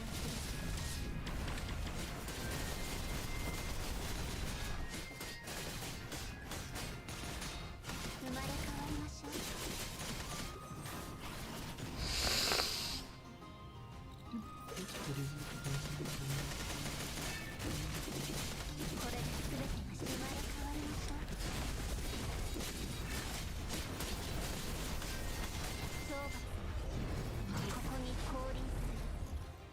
が昇格ネットワークの力よ。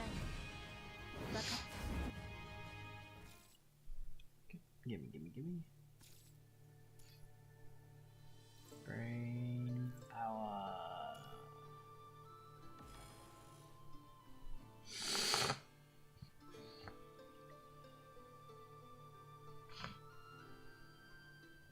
選別開始。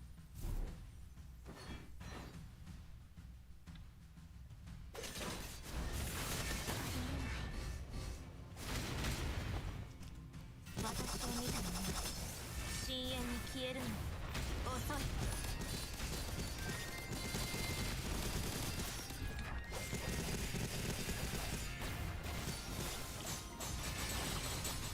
準備完了。オーバーチュアを始めます。メヌエットの時間です。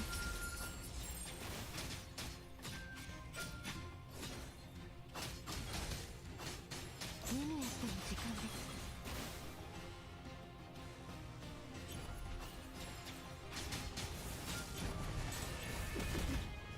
私を見た者は深淵に遅い。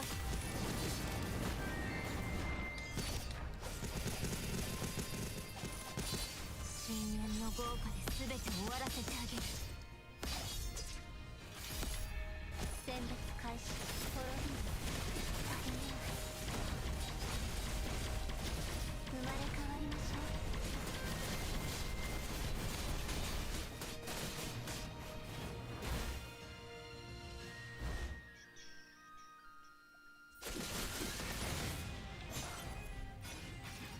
準備完了。メヌエットの時間です。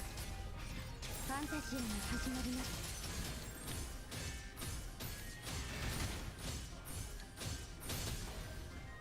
この余韻が戦場で苦しむ魂の癒しになりますように。 And next. More preparation. Romanticism. I'll gladly take that. Inspiration. And end the trade.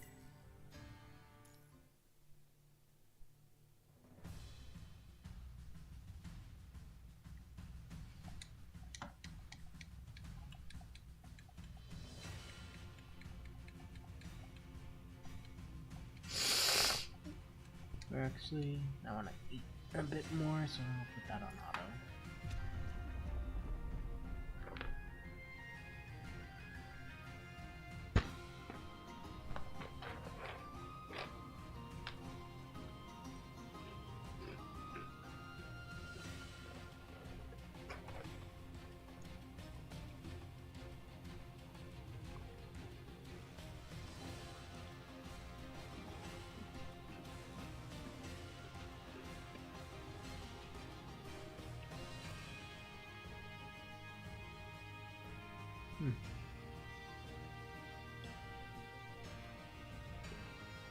Don't mind me and my food ASMR. Oh. Thought that was gonna be longer.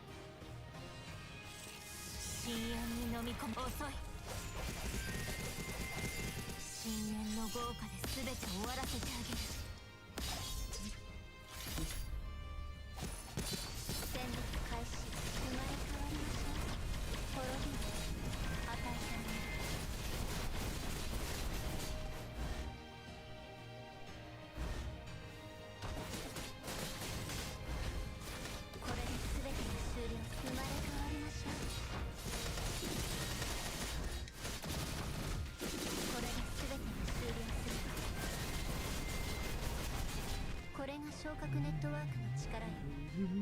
分かった。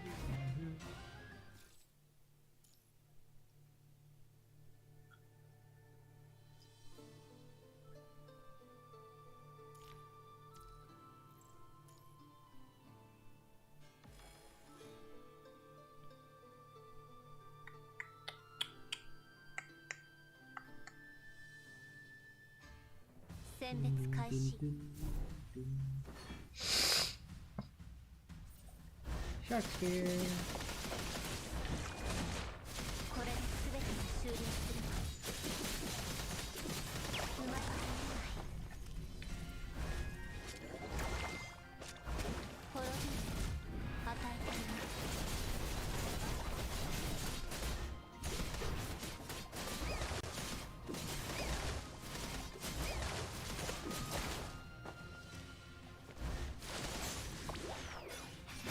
準備完了。オーバーチューの始まりはメネエスの時間です。展開日だ。私を見た者は深淵に消えるのだ。遅い。戦列滅びぬ。与えてあげる。討伐。これに昇格ネットワークの力よ。分かった。Okay. Castaway.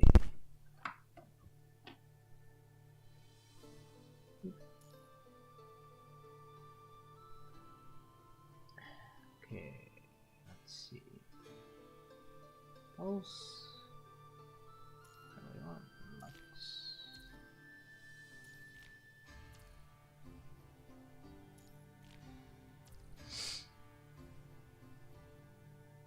Alright. I wish I could get Veritas.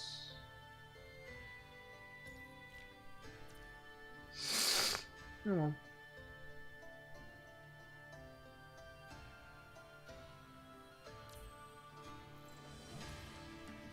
Okay, walk around.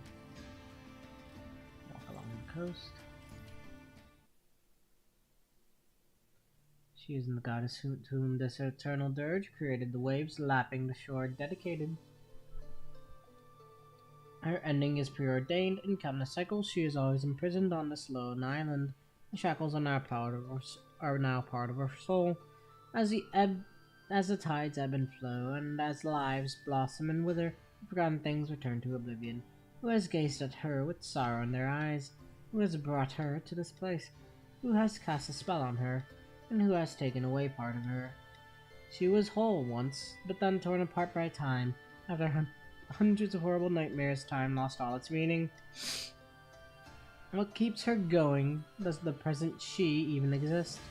No one can answer these questions. Eventually, a variable appears in this never-changing cycle, who is also left stranded on this lone island. Okay. Conflict is imminent. Give me that brain power.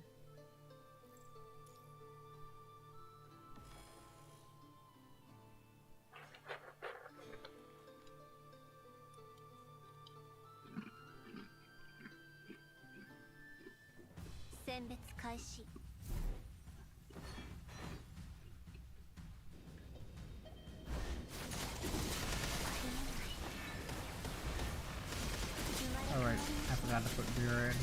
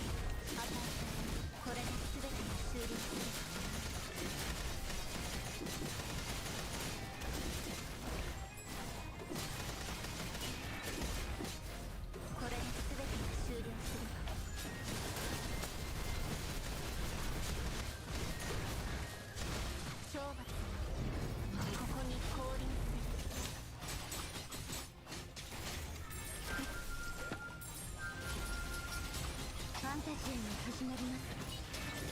メネエスの時間です。この余韻が戦場で苦しむ魂の癒しになりますように。Okay.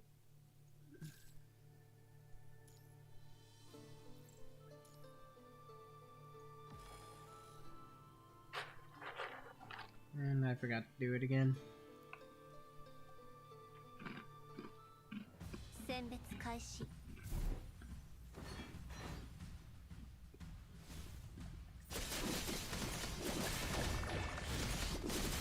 これで全ての数理生まれ変わりましょう。滅びはできない。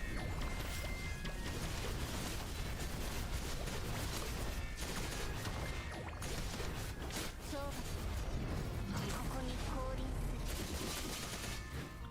生まれ変わりましょう。これで全てのあなたたち展開部です。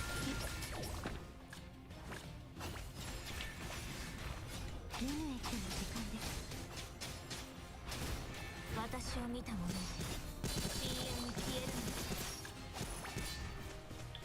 深淵に飲み込まれろ。弱い。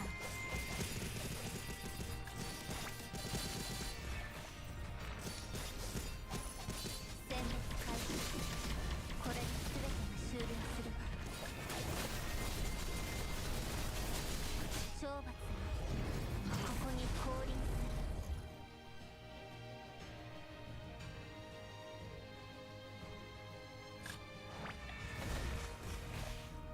あなたたち滅び与えてあげる。準備完了。メネエスの時。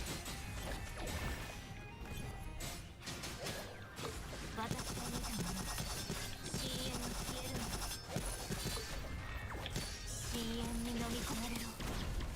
生まれ変わりましょう。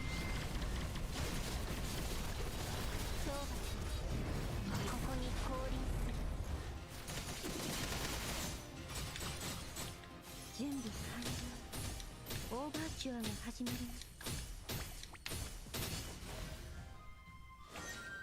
カデンツァ、ご清聴ありがとうございました。この余韻が Nice, nice. 戦場で苦しむ魂の癒しになりますように。Grab that. .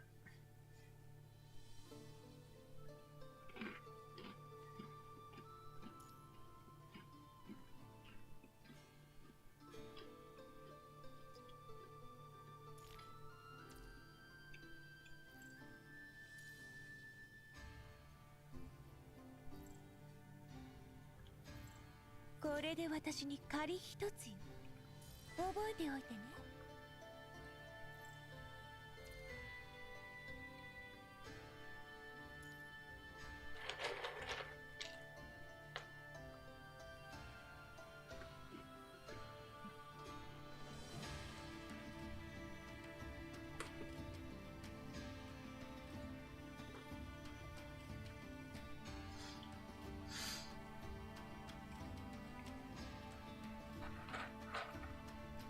Give me a moment.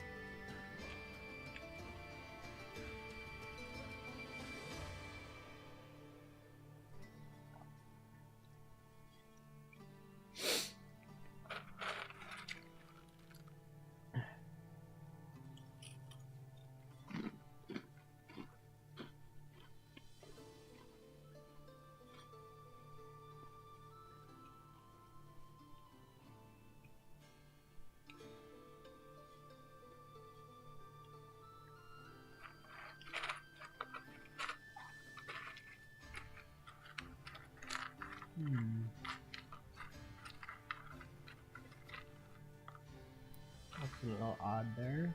Looks fine over here though, I think.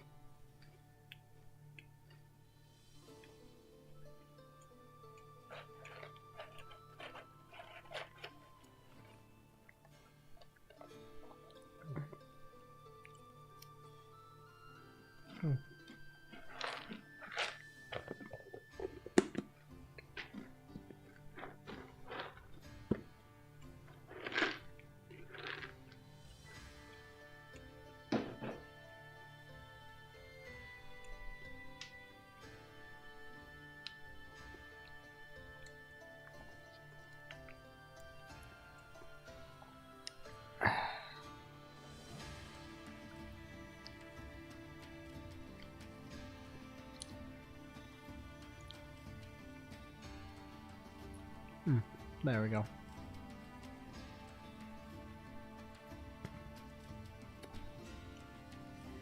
Just grab something to drink.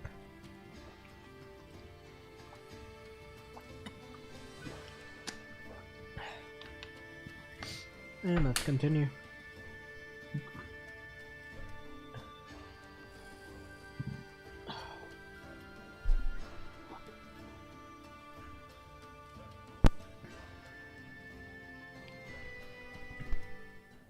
私についてきて。恐れることはないわ。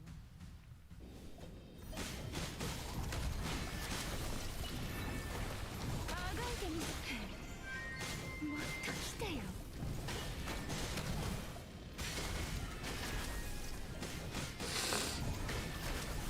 すべてを粉々に潰すのは最高。私がいる場所が戦場よ。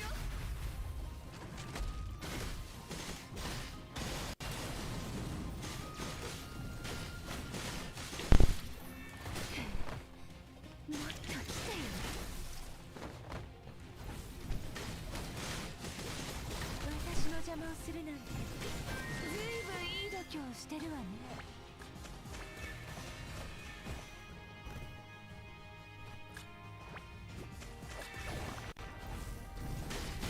全てを粉々に潰すのは最高だわ。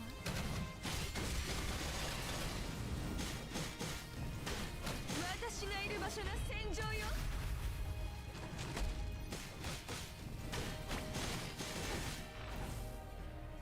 勝利しても私には絶対服従よ。You're definitely sure why was this. Hey, and now she's SS2. Hey.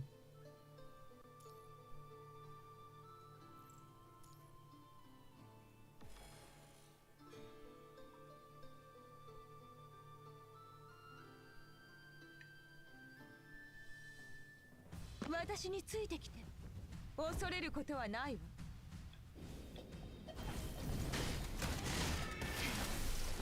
もっと来てよ。すべてを粉々に潰すのは最高だわ。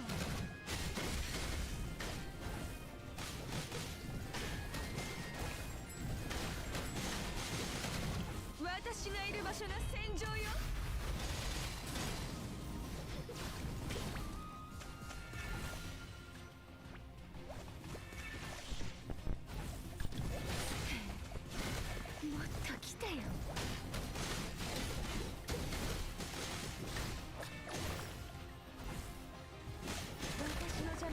私がいる場所が戦場よ。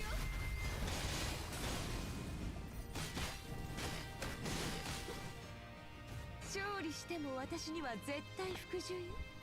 そうよね。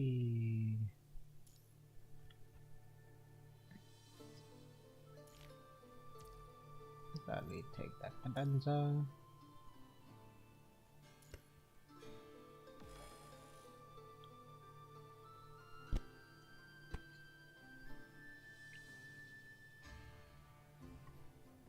私についてきて。恐れることはないわ。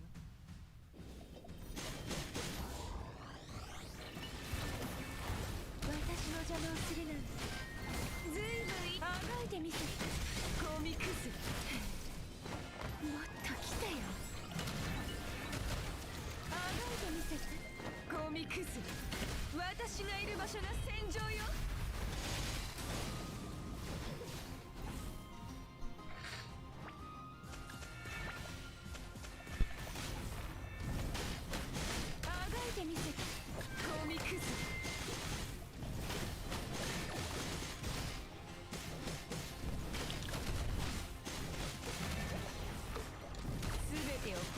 潰すの。私の邪魔を。私がいる場所が戦場よ。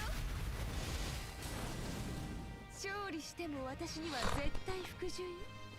そうよね。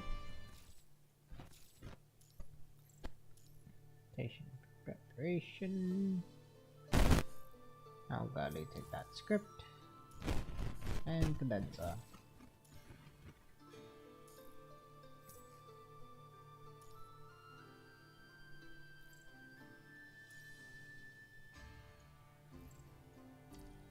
Swap in my own.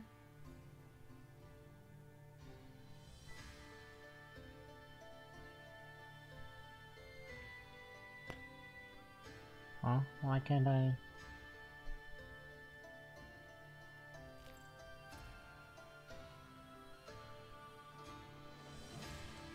私が隊長？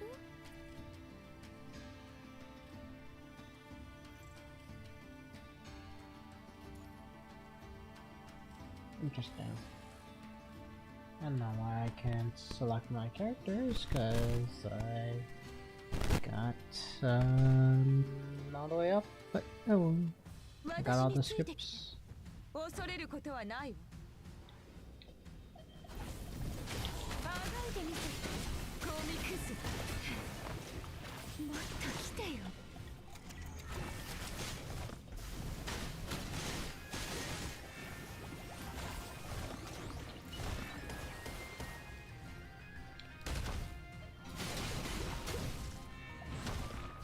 すべてを粉々に潰すのは。もっと来てよ。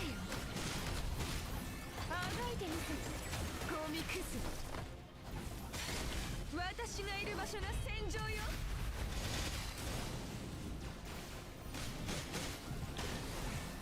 戦略回生まれ変わりまし。これで全てが終了する。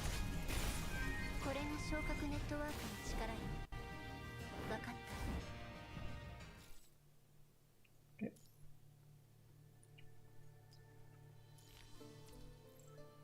And this.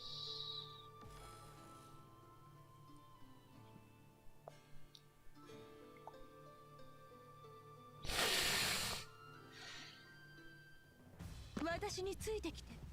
恐れることはないわ。 Shark Spear. 私の邪魔をするの。あがって。もっと来てよ。私がいる場所が戦場よ。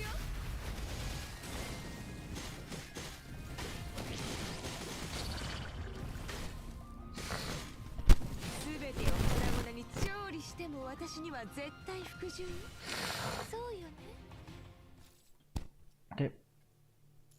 Cutscene. Not Prince Ferdinand, stranded on a lone island. The ugly Caliban is nowhere to be found on this island. It is not Robinson drifting at sea, and the loyal foolish Friday is not saved. It is always ends the same way, so you stop wasting your time looking into the horizon and hoping for a rescue that will never come.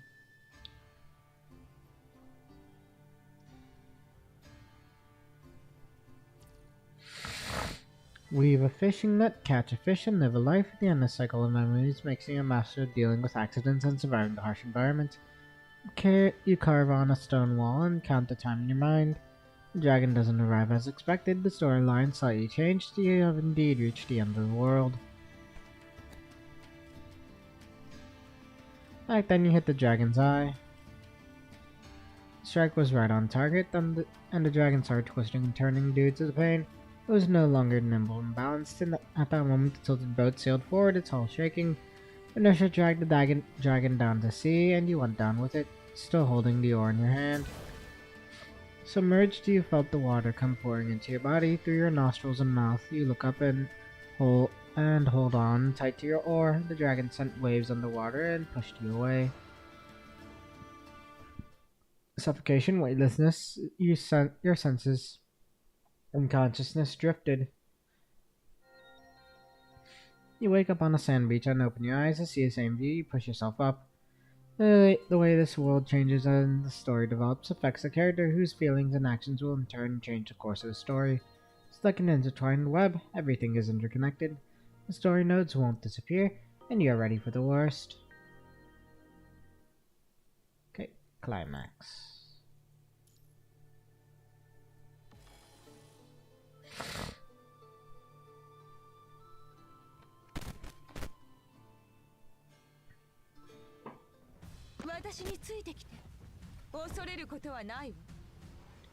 Dragon time again. 私の邪魔をするな。ずいぶんいい度胸してるわね。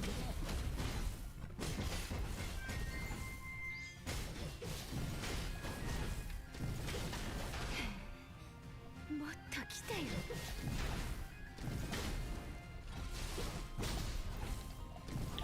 すべてを粉々に、私がいる場所が戦場よ。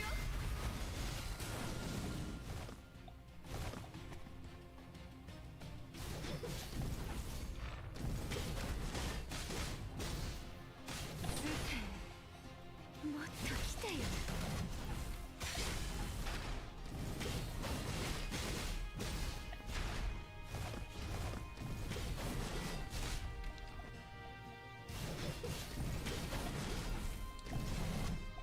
すべてを粉々に潰すのは最高。私がいる場所が戦場よ。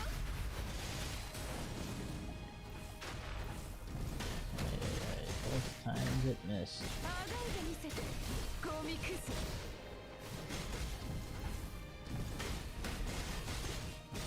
あがいてみせて、コミクス。私の邪魔、私がいる場所が戦場よ。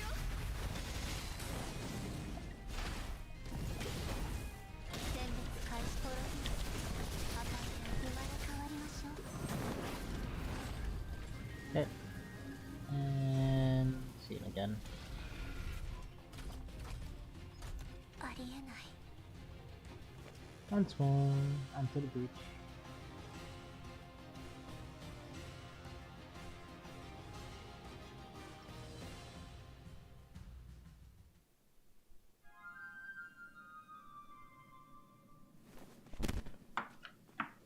Whee.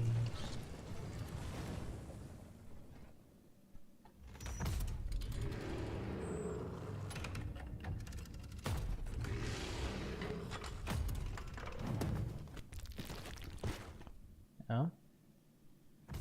You dodge rolled out of it.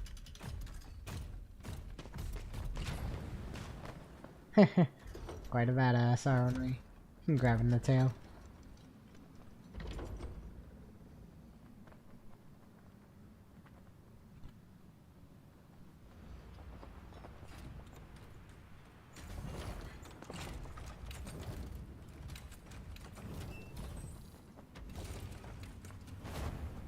And it shook us off.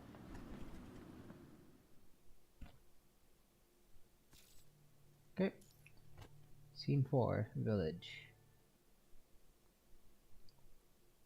The dragon takes you into the air. In that epic story, did Siegfried, the real hero who slayed the dragon, once ride at the dragon. Your vein pulses and your heart pounds as you hold onto the dragon's claws as if holding onto dear life. Your palms are burning and your arms are aching. The howling wind is unforgiving. You can barely keep your eyes open.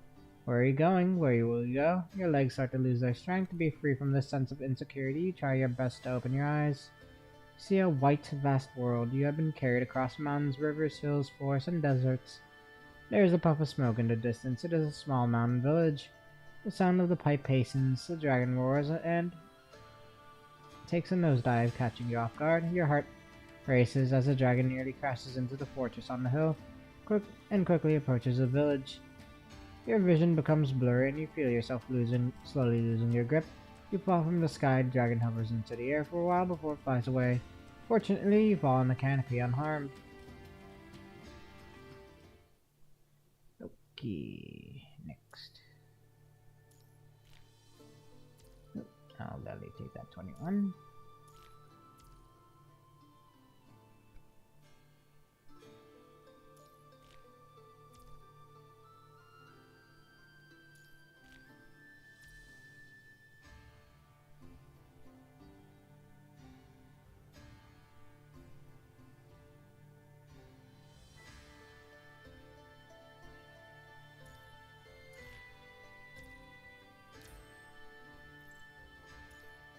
Okay, the appearance of the dragon.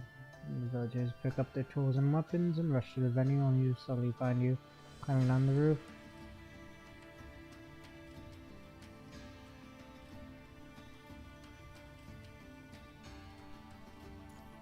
Explain everything, but the villagers don't seem to. They still send you away like an animal. Outsiders are not welcome. Wander around the village entrance and having no clue what to do or where to go next, the cries of desperate need attract your attention. You Where are you, May?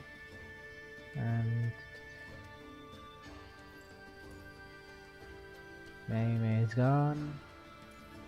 Searched the whole village, but still couldn't find him. No one dares go outside.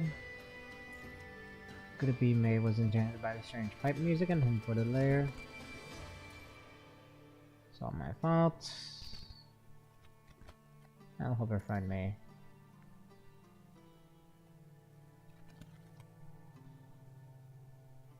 Sneak into the village.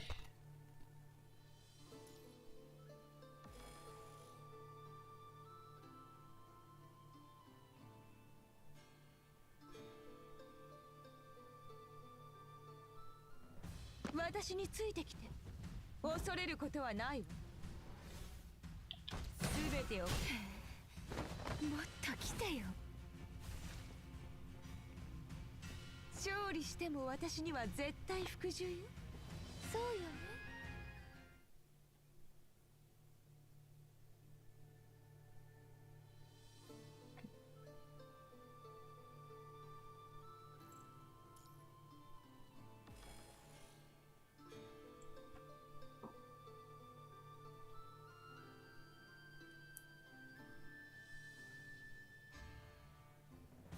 私についてきて。恐れることはないわ。すべてを粉々に潰すのが最高だわ。もっと来てよ。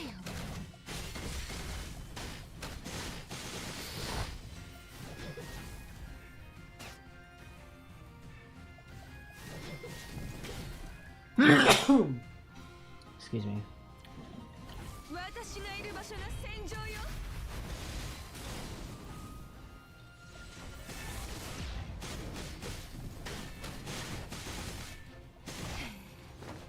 もっと来てよ。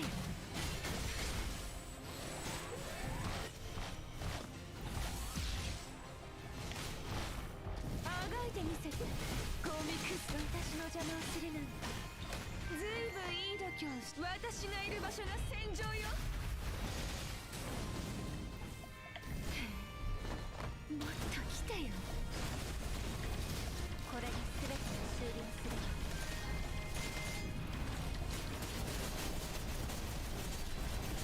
これが昇格ネットワークの力よ。分かった。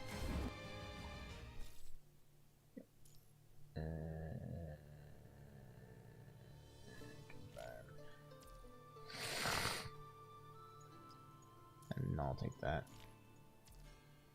Okay, give me this.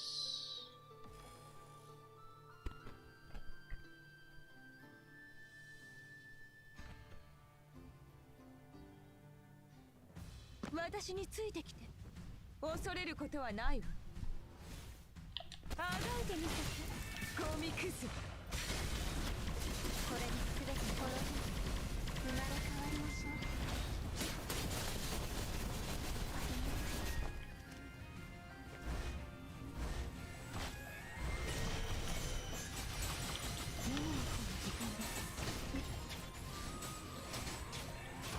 ファンタジーが始まります。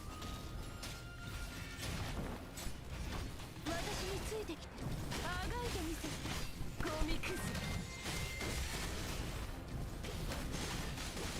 私がいる場所が戦場よ。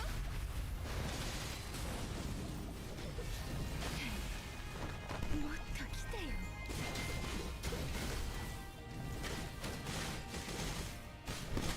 私の邪魔をするなんて。私がいる場所が戦場よ。勝利しても私には絶対服従よ。そうよね。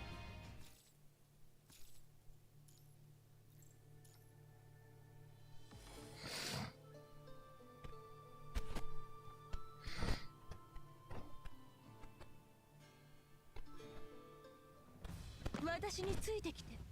恐れることはないわ。あがいてみせて。コミクス。私の邪魔をするなんて。ずいぶんいい度胸してるわ。私がいる場所が戦場よ。もっと来てよ。戦慄開始。これで全てが生まれ変わりましょう。滅びぬ。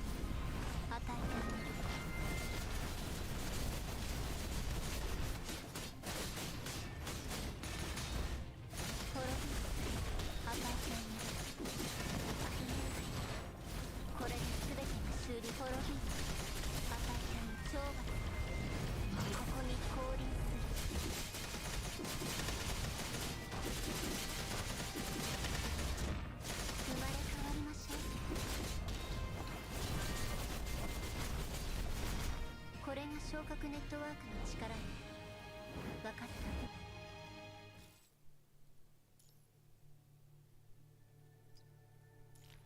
た Okay. I think we'll call it there for tonight. I'll probably finish this off myself, but later. But I'm a bit tired, so I'm gonna get going. Thanks, and thanks again for everyone that came by and followed, all the new followers, and appreciate y'all. And I hope to see you around again. Bye bye.